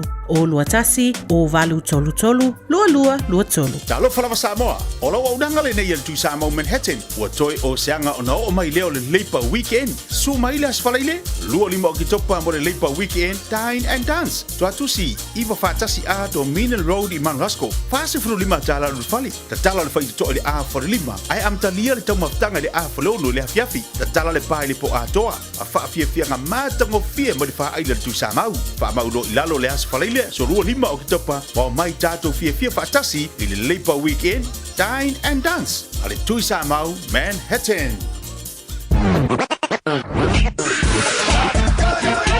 Malu soifua, o le si Fofoga Samoa, Radio Samoa, tasilima I vatolu a mo. Se kia Radio Samoa. Koko Samoa Koko Samoa E mana ya olo na manongi Inu le Koko Samoa Faali fufai atoma pili kakitu Koko Samoa sili le manongi E afa apa ule Samoa moon A ile apa sa eule lapa Ma ai faale leine iye ki pala Koko Samoa Inul Koko Samoa Koko Samoa Manongi Koko Samoa Faali fufai atoma pili kakitu Mai palangi o telefia masani E se penu koko e lamu-lamua Ma ele atoa, le toa o le moa Se ilonga lama o le Koko Samoa Koko Samoa, inul Koko Samoa Koko Samoa, manongi Koko Samoa Faari fufai atoma pili kakitu Koko Samoa, ua sili le manongi E afa apau e le Samoa moni E nofo I le falama sa eule la palapa E tafita I mi uma e mamane palapala Koko Samoa Koko Samoa Koko Samoa Koko Samoa Le Koko Samoa faali fufai atoma pili kakitu Koko Samoa Inu le Koko Samoa Koko Samoa Manongi le Koko Samoa Le faali fufai atoma pili kakitu Koko Samoa Inu le Koko Samoa e mana ia olo na manongi Koko Samoa Faali fifai atoma pili kakitu Yo, Iha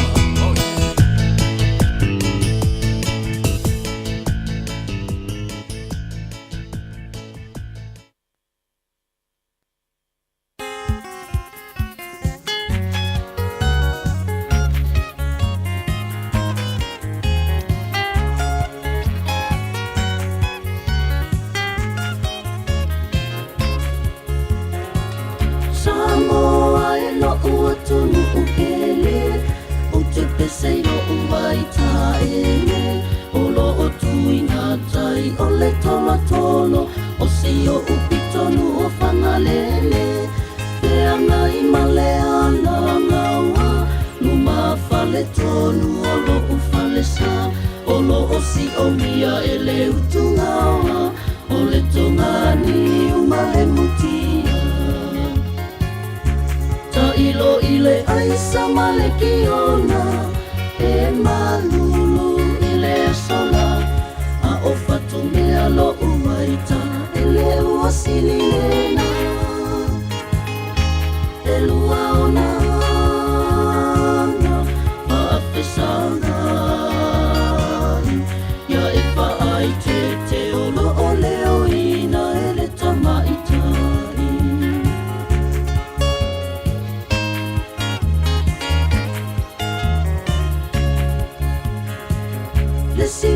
Lesi te pu e pa e ma E ui atu ai o ta e lenga Ma e se e ile pa e ma Ma faa moli au tanga mea Tanga ia ne loi nai au ina Me tuna le pa o fuma le una O ulai o no faa pea le se Faa mamai po o fai lele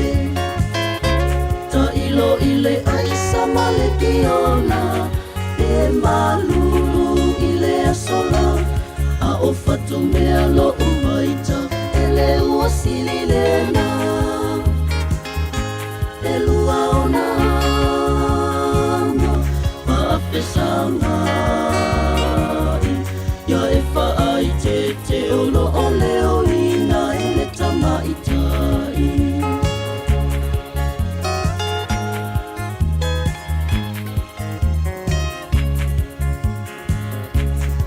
Malena ua malulu Ai mapuane loa tia iso matu Sui sola e sautao Wao o ile taimi o o Awane iti puta song o fufa Apatu lelei fo ilo O anganu una fa asamo I e fa apea ua o sama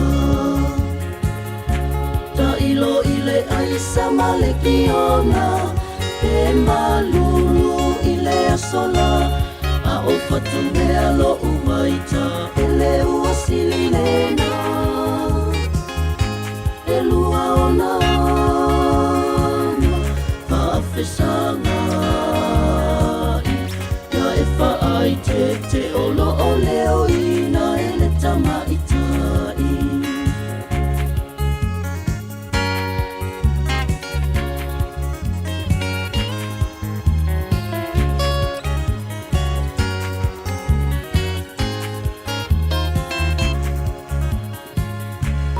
...24 hours a day, 7 days a week. Radio Samoa streaming live on www.radiosamoa.co.nz. Talo falava o tala mai atunu e mamau ma le Pasifika i le nei asfareile. E momo atu mai sa sae tu te tonu, o wha malu sia le tāpuni au nisi vaenga le au unanga tau le soifua maloloi nā le panona, e ala i le lapta inga mai le WHO, le whalapa putonga le soifua maloloi nā le rarangi. Whai mai le CNN e sitia ma le se lau no fuanga o health facilities a le panona, wha malu sia le tāpuni na wa wha awau peo na pomu i Israelu le atunuu i le whina unga whaasanga i le Hezbollah. Uri putia wa sidia le lua afe di ma se lau tangata le panona wa maririu, ma le sidia le sepuru lua afe o tangata marinua mai nei we singa. Whai mai le WHO ua le la wawale au whainga luenga tau le soifua maloloina e mai se ua mātele na tau lai nisi o swainga I whale mai. O le aso le a whai eise whonutanga le whailautusi o Amerika Anthony Blinken ma le whailautusi ma I Jordan ma Emirati ma le pāremia o iei nei o le panona. O le tau mawhainga o se whire mu ma le whaamuta o swainga I Gaza ma le panona o le a tala noa I nai. Mai le UK wa saunoa le pāremia o Britania Sir Keir Starmer I lana whaatanuanga le BBC e le mawhai le UK po o le United Kingdom o na suia lo lātou talaanga. O tali ane ia a le taitai na uafsiringi e whaatatau le tungi no taui I atunu ua a fia I whiwhatawa inga o polonga o Transatlantic Slave Trade I tausanga watuanai. O lo I Samoa le pāremia le whonutanga whaarununga o Malu le taupulenga ma waia tā ua o ia whiwhatawa inga o tangata o se whainga inusia. A e tā ua fo I le tala noa I le tala whaasoropito le atunu. E manatu le pāremia e ao ona tau lai I le teiminei ma ona lui tau. E ao fiai ma le tula I mai ma tali atu I lui tau o whenga iai teipe o swing o le tau ma leuna I o whiwhatawa inga I le vāo atunu o le taupulenga. Lo I elfa moe whaatara noa ta tai o malo o le taupulenga le mata upu mani awala e mawaini tau I mo polonga sa iei tau sanga watuna I peona ta ua le lipoti a whai mai o Britania le isia tunu usa matua I to tele ai polonga na whaatau mai e le I whaia le whonutanga le chonga me Samoa to tele atunu na wala au le UK wa te tau na whaia sana whato I senga whaalawa I tele I le atulanga ma ia maua ni tau I oe na fia. Ua whai sa whautuanga le loia sili o le tūmalo Los Angeles I Amerika o George Gascon e te tauna toe whai sa whai unga I le auso o Eric Malayo Menendez o na ole whasio tia o la mātua ma o te tau fwoi na wawe na ngā wa I le palola I se temi wawe. Whai mai le loia o le toe whai o se whai unga le whasalanga e talawhea ngai ma o le whautuanga le ua whai atu I se whaamasino I le mahe o le iloiloina ma le tuto o le ne mata upu. O le ala ua whaatulanga o la sulusulo no novema le tausanga nei le afonga I nai le mata upu le whaamasinonga. E manatu Gascon, mai atutongi le auso lea le tau o le solutu la fono sa whaafale pui nai mo se temi umi. O le urungani ua maririu o mātua o le auso, tu ua ia le tawhanaina o la mātua lo lātou whale I Beverly Hills, tolu sulima tausanga tanuai. O le temi le whato asa fulu walu ma le ruas futasi tausanga o ila waia, ma a mataturi ma iei whaasalanga ina ua whaamaonia morianga I la whepsilau I waono. O le vasta ruai na whaiaisa talo sanga anisi o la ainga I a tatala I tua le ua afuai suenga ua tue whaia I le temi nei. Mai le Pasifika le Kiripati e le taumate ua whate ia le toa tele le ngaio inga stasio sui tau wā toa tolu iei sui whatu le palota Kiripati ina ua whailua e lea sui o le aanga I ese mai le lato vanga whauwhai o loo tula I mai le malo le teminei ma le a whatu ina le lava pati e lui ai le avanoa le presidente o iei nei o tāneti mamau. Lipotia le Radio New Zealand na whaonga e mamau le toa tele o le au palota I lana pati e poloka isi sui whaatitu mo le tofi presidente mai rei tuangai. No whangasoro nei le whainga palota le tunu I le so tāpuni e leo no le Fiafi o le whaipule wanga ese o kaoti ta ake kokoria ma ua whausia seisi pati fau manisi whaipule. Nia soa Taeao fofu e tatau na whaeroa mai le whaeunga o le sairinga o se presidente o le atunu. Ma le tala munumuli, mai Samoa wa ave nei le tupo Britania ma se matai Samoa ina ua mai ona whae I le sua whatui tau mea sina se sauninga whapitoa I le apio anga motaa. Mata ina tapenanga le tunu I le taringa malo le whonutanga pe ona sirafia ma na siafo I tupu sale sa malana masiofo no fuanga whaasao to ngā tongo e meise nisi o haonga ma le pupupu e National Park ma ngā ruenga sa whaatino le mtanga ruenga o oa natura ma le sio manga whapea community ese. O le so u whaatulanga I le tala ina lo I o le whonutanga sao no ai tupu sa lesa ma tali malo ai se tau mawhitanga I le fiafia na nei. E whelanu na nua I ata ma videos wa po ina mailo tātua tunu I ona vaenga ese le ngata le taulanga whapea fo inu I tua wa asia e nisi o malo whai malangatu e meise I apio anga o lo tari malo I atunu taitasi o lo awai. O le tele o fina ngalo whaadia I runga lo penga te whaelangi ma le social media, o whaelo ai le Fiafia o sui Aoauli le whonutanga, I tāpenanga le atunu e le ngata I le matanga o fia o te unga, o Fiafianga, tau mawhatanga, ma le mawhatanga fo I matangata ese, ua wheso o tai ona o le Commonwealth. O le asoa Taeao o liputio le awhailo iei na o whaururunga o Malu le taupurenga, I se whonutanga e ono I tūla, au le itoe te riu le whainga malanga, ma whaai waile jogam, lua afe, lua sa fulu whaa. Tana nā mo le nei fo iaso, manuia le whai unga le mai aso wha soi fuia. Beta Drive Doctors, I le taulanga wha tau I mangele, wha pēr manrua, mo le vainga o so ngase pe amana o mia, e wha tino e fo I matupui pui o le whana witi, o tupui pui le COVID is flu river, mo I lato is flu on tausanga malunga atu, wha pēr matupui pui o le flu, wala au telefoni, lua lima fitu, walu lima, iwa walu, mo so wanoe wha tino ai nei au nanga, o fisa fo maa I mangele, I taftafane o le McDonald, a manrewa, I taftafane o le Faletusi, po le Public Library. Beta Drive Doctors, Clinics.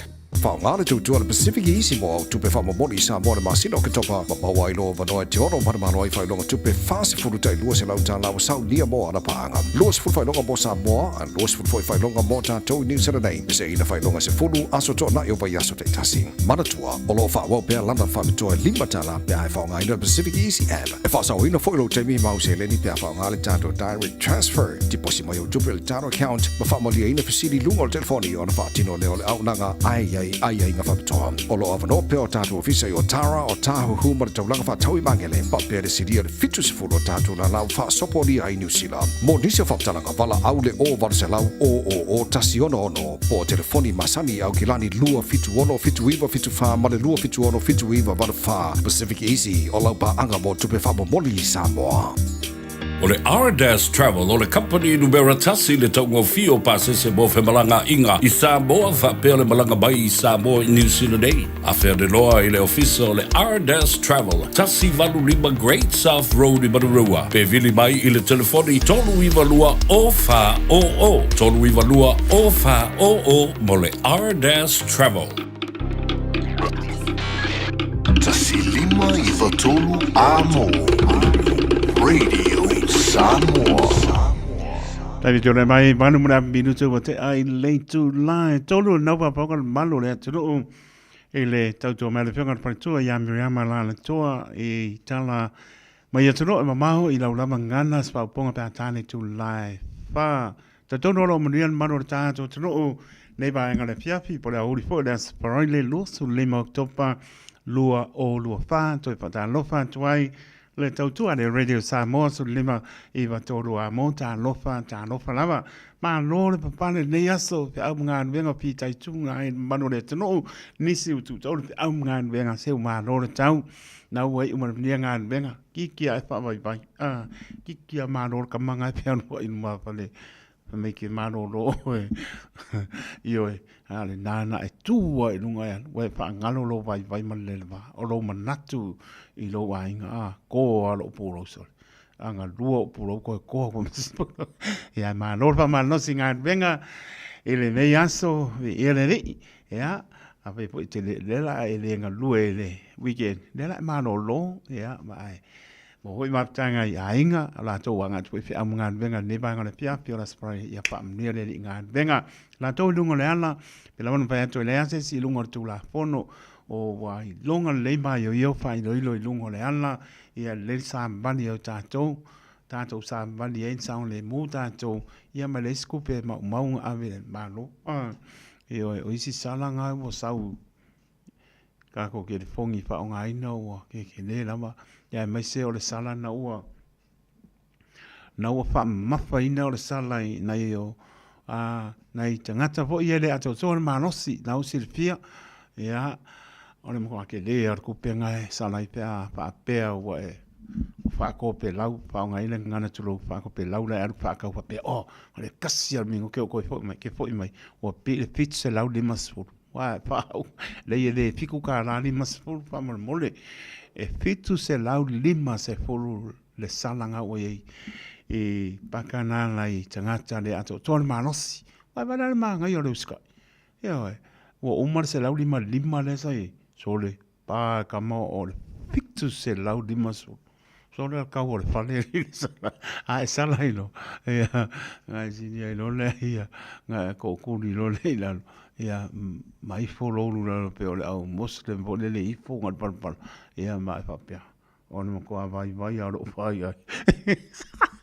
Pio pa tu po a ko po pa ka mana le lava le matala a o le pa nga inga pakana lai tanga tai do atol malosi fa no wa la to to fai fa tau ia e o ku ngai nga piu za i se la ko pa au kumu ka ma e malos ya to fa natu le ya se si lungo tu la fono lungo le wana fa nga le laina a fa me ke le adu laina le laina pasi laina train laina loli ia na se me fa ngai lo io non cosa ia ma polo da rida e che ka mu wa na le wa te o i moto mala i lo saunga le mu ia ma lo na ma le tro un nga no ia fo i ma munia leo yesu fo ia tu moto mala pero ma ainga man via fo long weekend la to wanga te am nga venga fa mnia le ni ia o fia ma nga ma lo nga ngi ia long weekend o a nga no ia is ele ma lo is ia ma lo la pa tai la ta po inga sa mo la to le tu o ta o yo ma to loto kwa ka ua ta o yo ma to loto la ta po inga sa mo fai vai ta po ia e ma manuia a lo fa te le atu pam nia ne tu lo tanto tu ma lo fa stano e me se fo ile au penga longa pa ia ne tu so sto bini fa no manu a wasa mo ma Taeao ma lo fa talo mo le fono lo suia tai ma lo ta lenga tu no e ma lima sudono ia le upa ma tu si ui le na nga ngai fo le la ne aso ia na fa mai ai la ia o le tonu o ni mata upu ongo lo tam faina ave le wa ave tono le tele pe no pa atu sa so ala pule i na son fua so lulu e o mala stofi sa mai atu i le tu mala tu tala no ai e ma tu tonu ia tana to fa ia tu no e fia le la tu fa tasine e ma sa lo tono le tele le so e ma so ala pule por anta por mata upu vo le climate change ia o le tamao ainga ia tunu uma o le pisina iai po le ame o kaunka ai ia ai mai se lambo le semta upu la urunga pe ia tunu uma o le sawa aina o tina tamaitai pe kasi ngam ka upu ke role la urunga nei i le fono nei le ase po le ase tu langa e fai on fai titia mai o lo tupu pea sawa aina o naitina ya me so o la vai te mai tai o na yalom pana ya o ya inisi o tu langa e le fi pa longo ya i le fi pa ponga ya musu ai ona o le o tasi le putia me me ile ma losi o ya por por la au pa sai no la ba ona tang fia o ma wa ele tonu so specifica o ya tato pe ona ta u mai al sili pe va penga o Samoa pa mo kon te langa o ye cameras fo le scan ai au pe oye ya la o mo me la au ma losi o ia Samoa ia la au le kaung o tono si o ta tu ala o Samoa o ia ko fura inga man la ma losi ia o le lo la tu pe silia po fai Samoa po o silinga o ma te mi la tu pe silia wa po o ma fia per ma fia para po tu lo le ngana pa ngai le mela we Samoa ia la pe mai si o la me pa o me mo ai kupe vale se singi soli tu la pon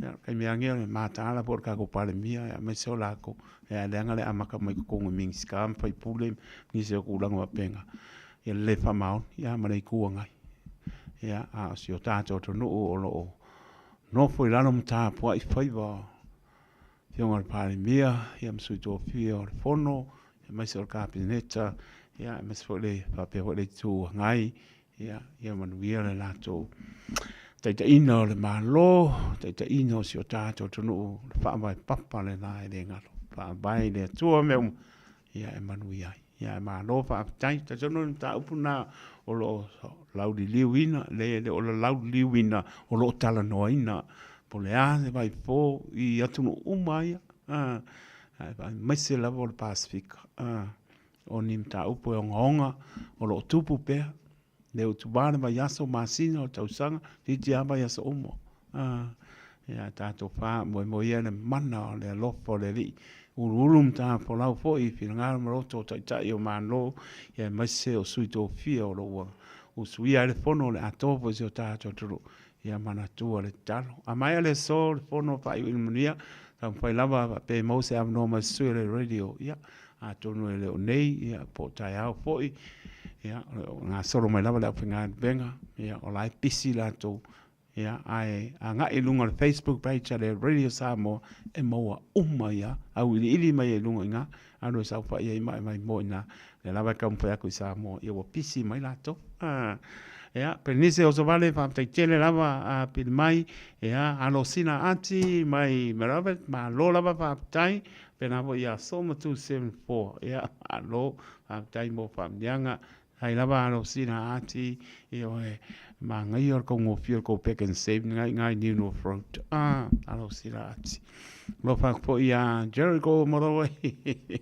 ia pa tai Maria le sina taba e pa tai ma ainga mai sini au salia lo fa tu Rita fasi ia ma lo Christete lo fa te atu ma lo lava lo fa foi ele sunga ia o ia ticho ia lo maputa mai fiti ia sko sipila kana fo ia ua mai a po pai uina le au tawina le patu le uso sunga ia o ticho pa mai ina po tato pero este meu luma ia lo mria po i matou tato e kanesia matou pa le nganga sunga to ina ia maputanga pa le nganga pa to ia le ato tato e kanesia me se o partua ia mano fano ia le uta no fano lo mria uma pe na po muri au solo ia masfulu mai ainga pa tai manuia po staimi tato pero ai sililo a tabiano fenga wo ia ka vale ia oto ia malo lava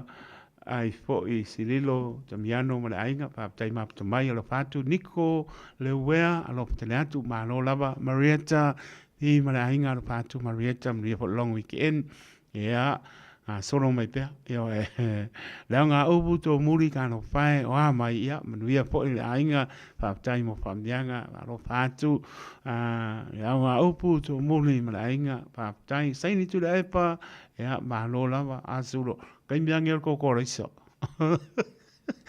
ni sai ni tu le pa kai mianga ko ko riso kamalanga o nge ma lo sisuka ni lau moldinga se pa ko ia ola uma le se me ko pole se ka uma for long weekend ya pa tai lava nga o so muri mala inga lo fatu mi for long weekend pa tai am lia fa moana ya lo fatu la mo ring tole ya mai la to uma la mo ma puto mai a lo fa tele at ya furi mai lo tu ole le manga vali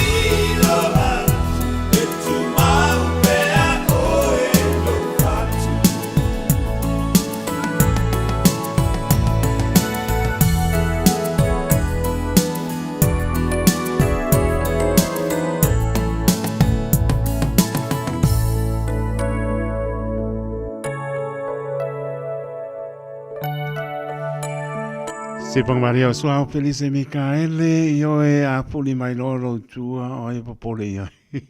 Kalangani skamaro mai le siku langine, o e pole i pe puli mai loro tua. Ia, manguia pole po ia ku.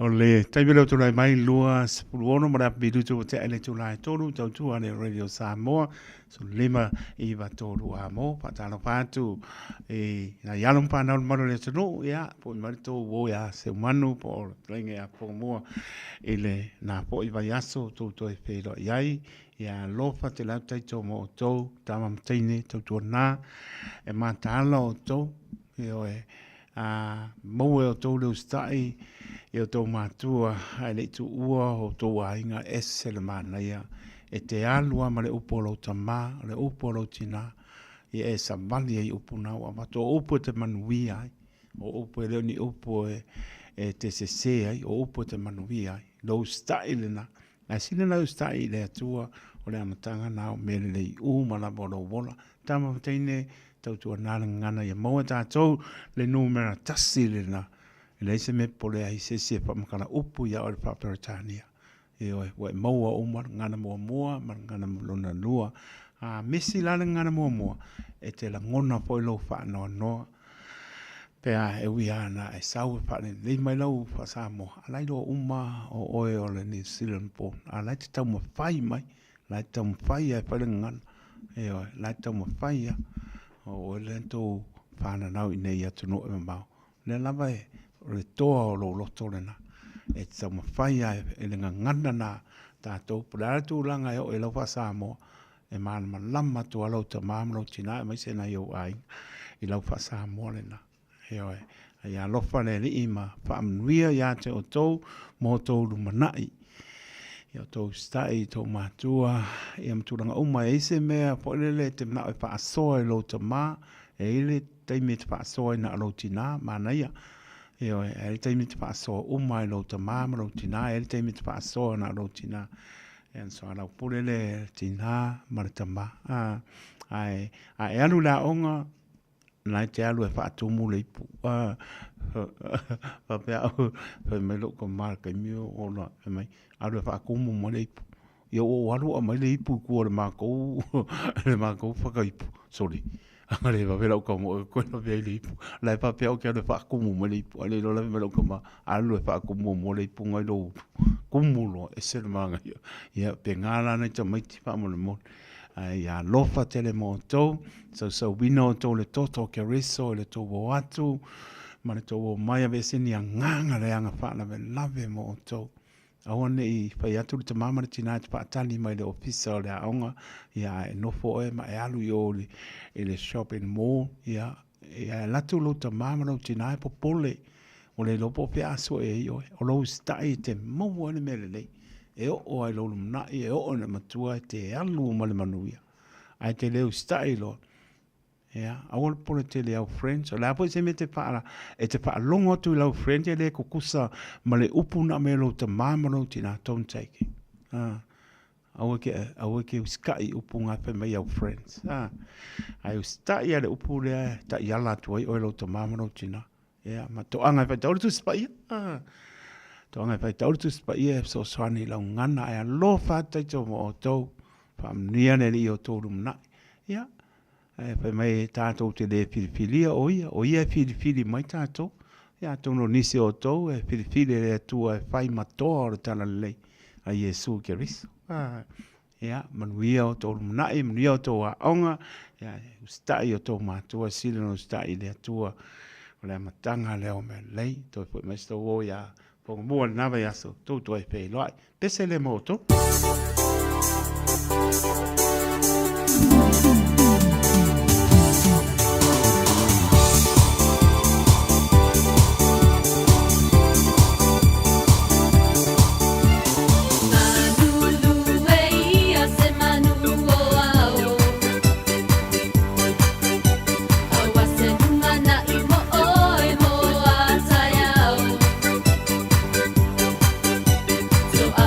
Susu e masa ili ili mawai le poto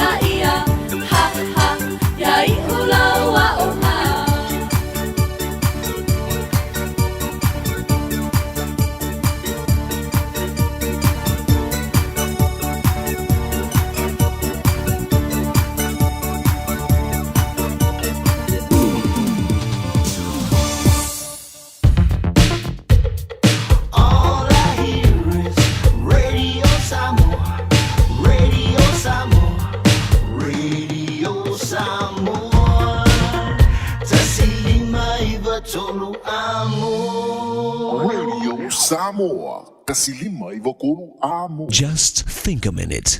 It could change everything.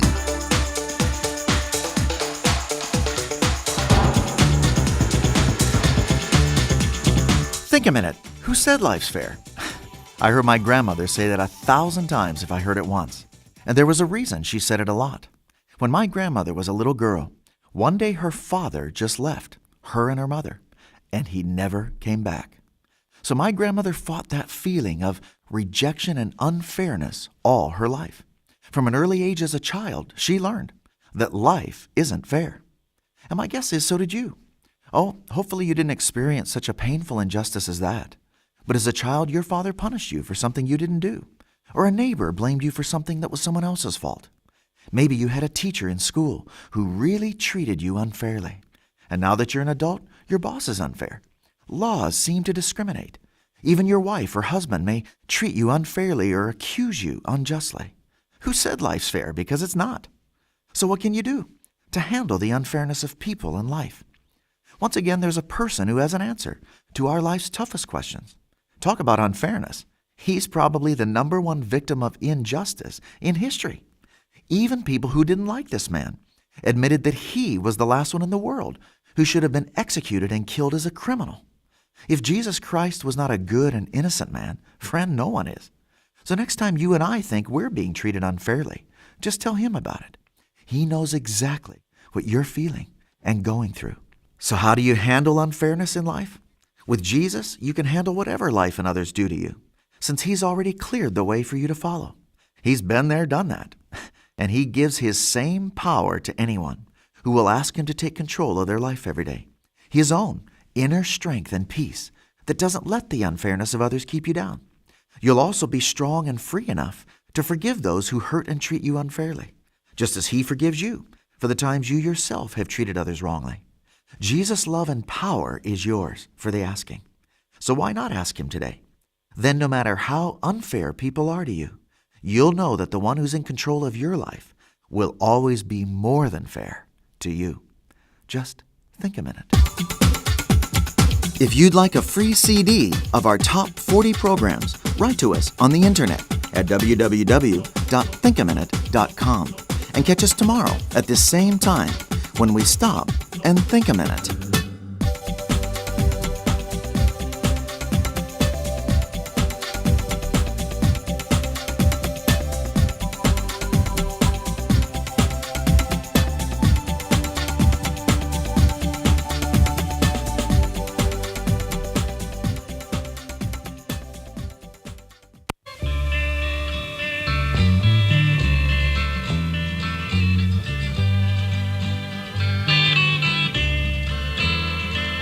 Alofa I autua oi, ae malama.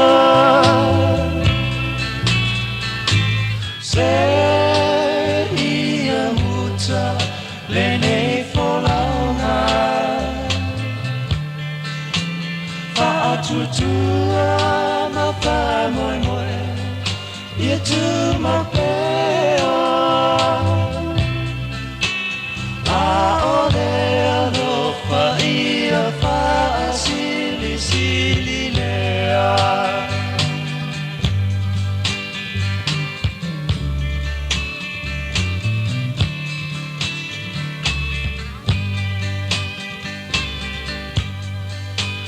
O te tautala I ngā ngana a angelu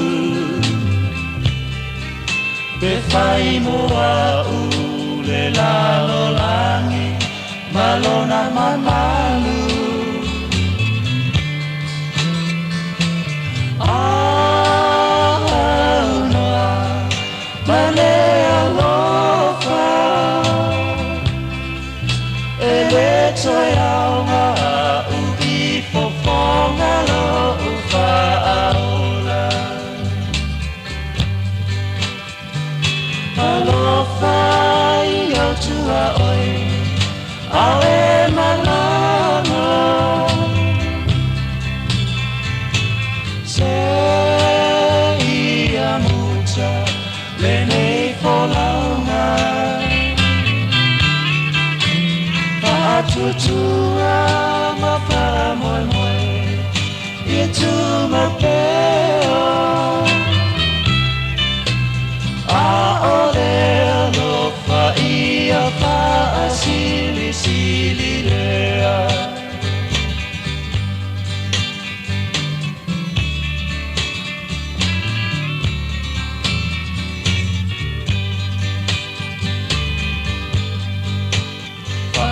Tua pe asa vali iala nawa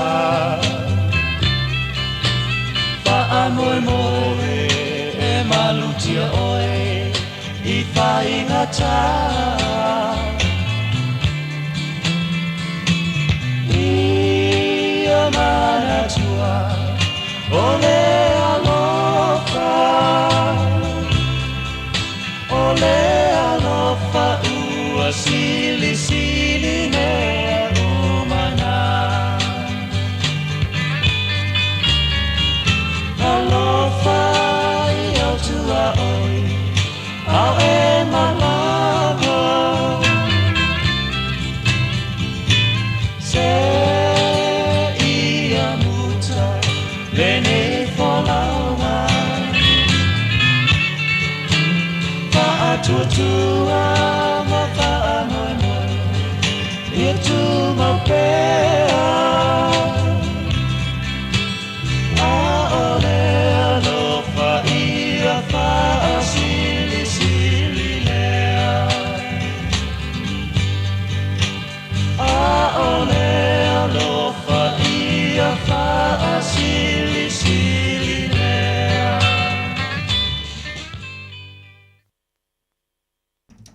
Sipo Mario Suliveta Kurene e alofa I o tuao ia maedes e alofa atu e alofa ia te oe pe o alofa ia te oe mai rolia alofa atu no I o tuao na ase me tangi mai ai kari aku iai whamai atu e tato porkame Think a Minute spa pongpoi nava yaso pe atato ria o inatu le ngana perotania Suriva mirute o na tāra o le tulai pā, tāra pā, so mina tātou tala, ia, mai atunu māu paratua, ia, Miriama la toa Paul Murray, so ia po 11-4, pionga ia ia taua, sabea Aaron Harrington, tō te maputa se pai po statement e Fiafi, ia tari tonu, lo manuia lava le malo le tātou tunu, nei vaenga le Fiafi, o le aso paraile, lua lima o oktopa, lua o lua pā, nisi utu tau pe au ngā venga, pa malo pā taivi ele li, o I manuia ngā venga, nisi wana e pe au ngā venga, pa manuia le li,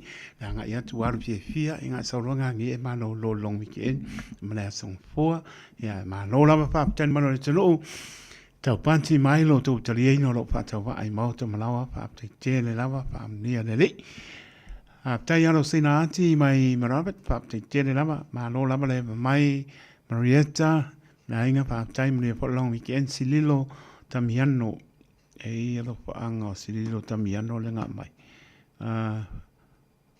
pe o uma ale na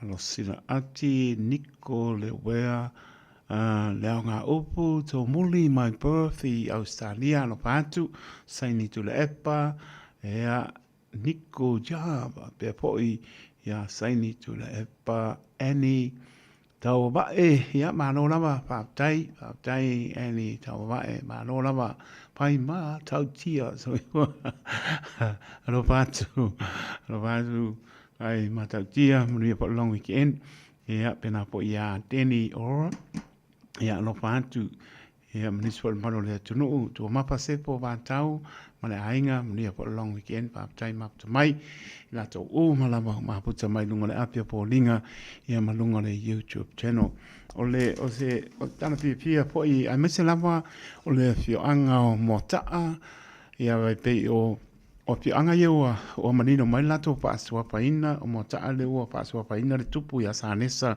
ele swapa tui tau mesina leo pa swapa inai ia tui tau mesina ia a o kamo rambuka veni ia leupa se wapaina ia tanganoa o taritonu le mo se lato ane leang pa lengi se lato tuunga tala ia le pa pepo lele o naua o manino mai le wingo la tala apa pe o se lato tuunga tala ia mane so ta inga le ia o pa lato so ta inga mane fo ia ta o malo ia mis fo le tupu pertania sanesa tai fo le e pa ga wala tu ma fo le pio anga e mota ia pa e po pa tupu ia sanesa ia tu ita mesina ia pe fo ia le pale mia o fiti a Silveni Rambuka ia le swafa fianga tanga loa ia mis fo ia la pena fo ona manino mai ia e so ia le radio Samoa lo tau mai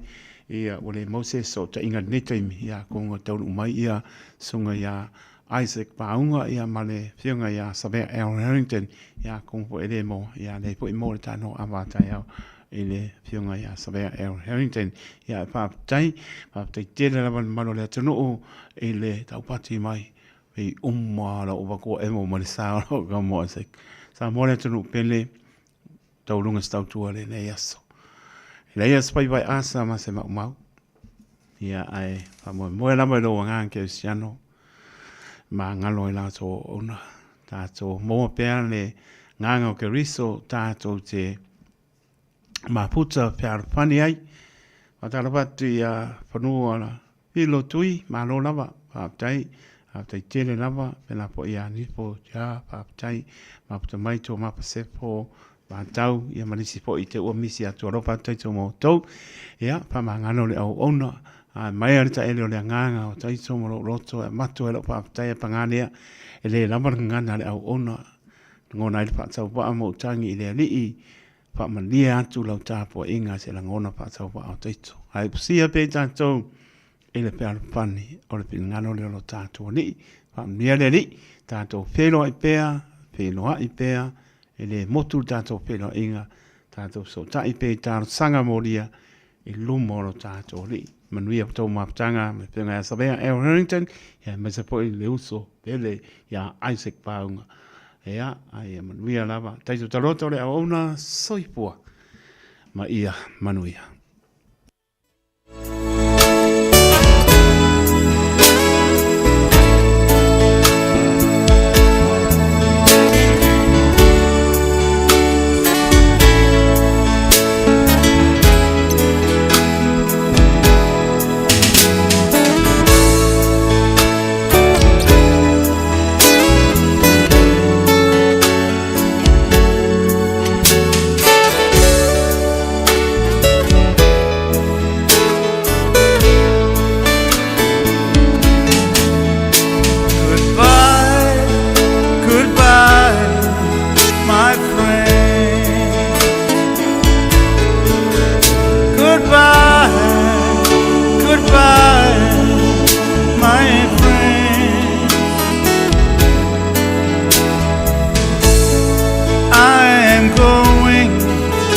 to leave.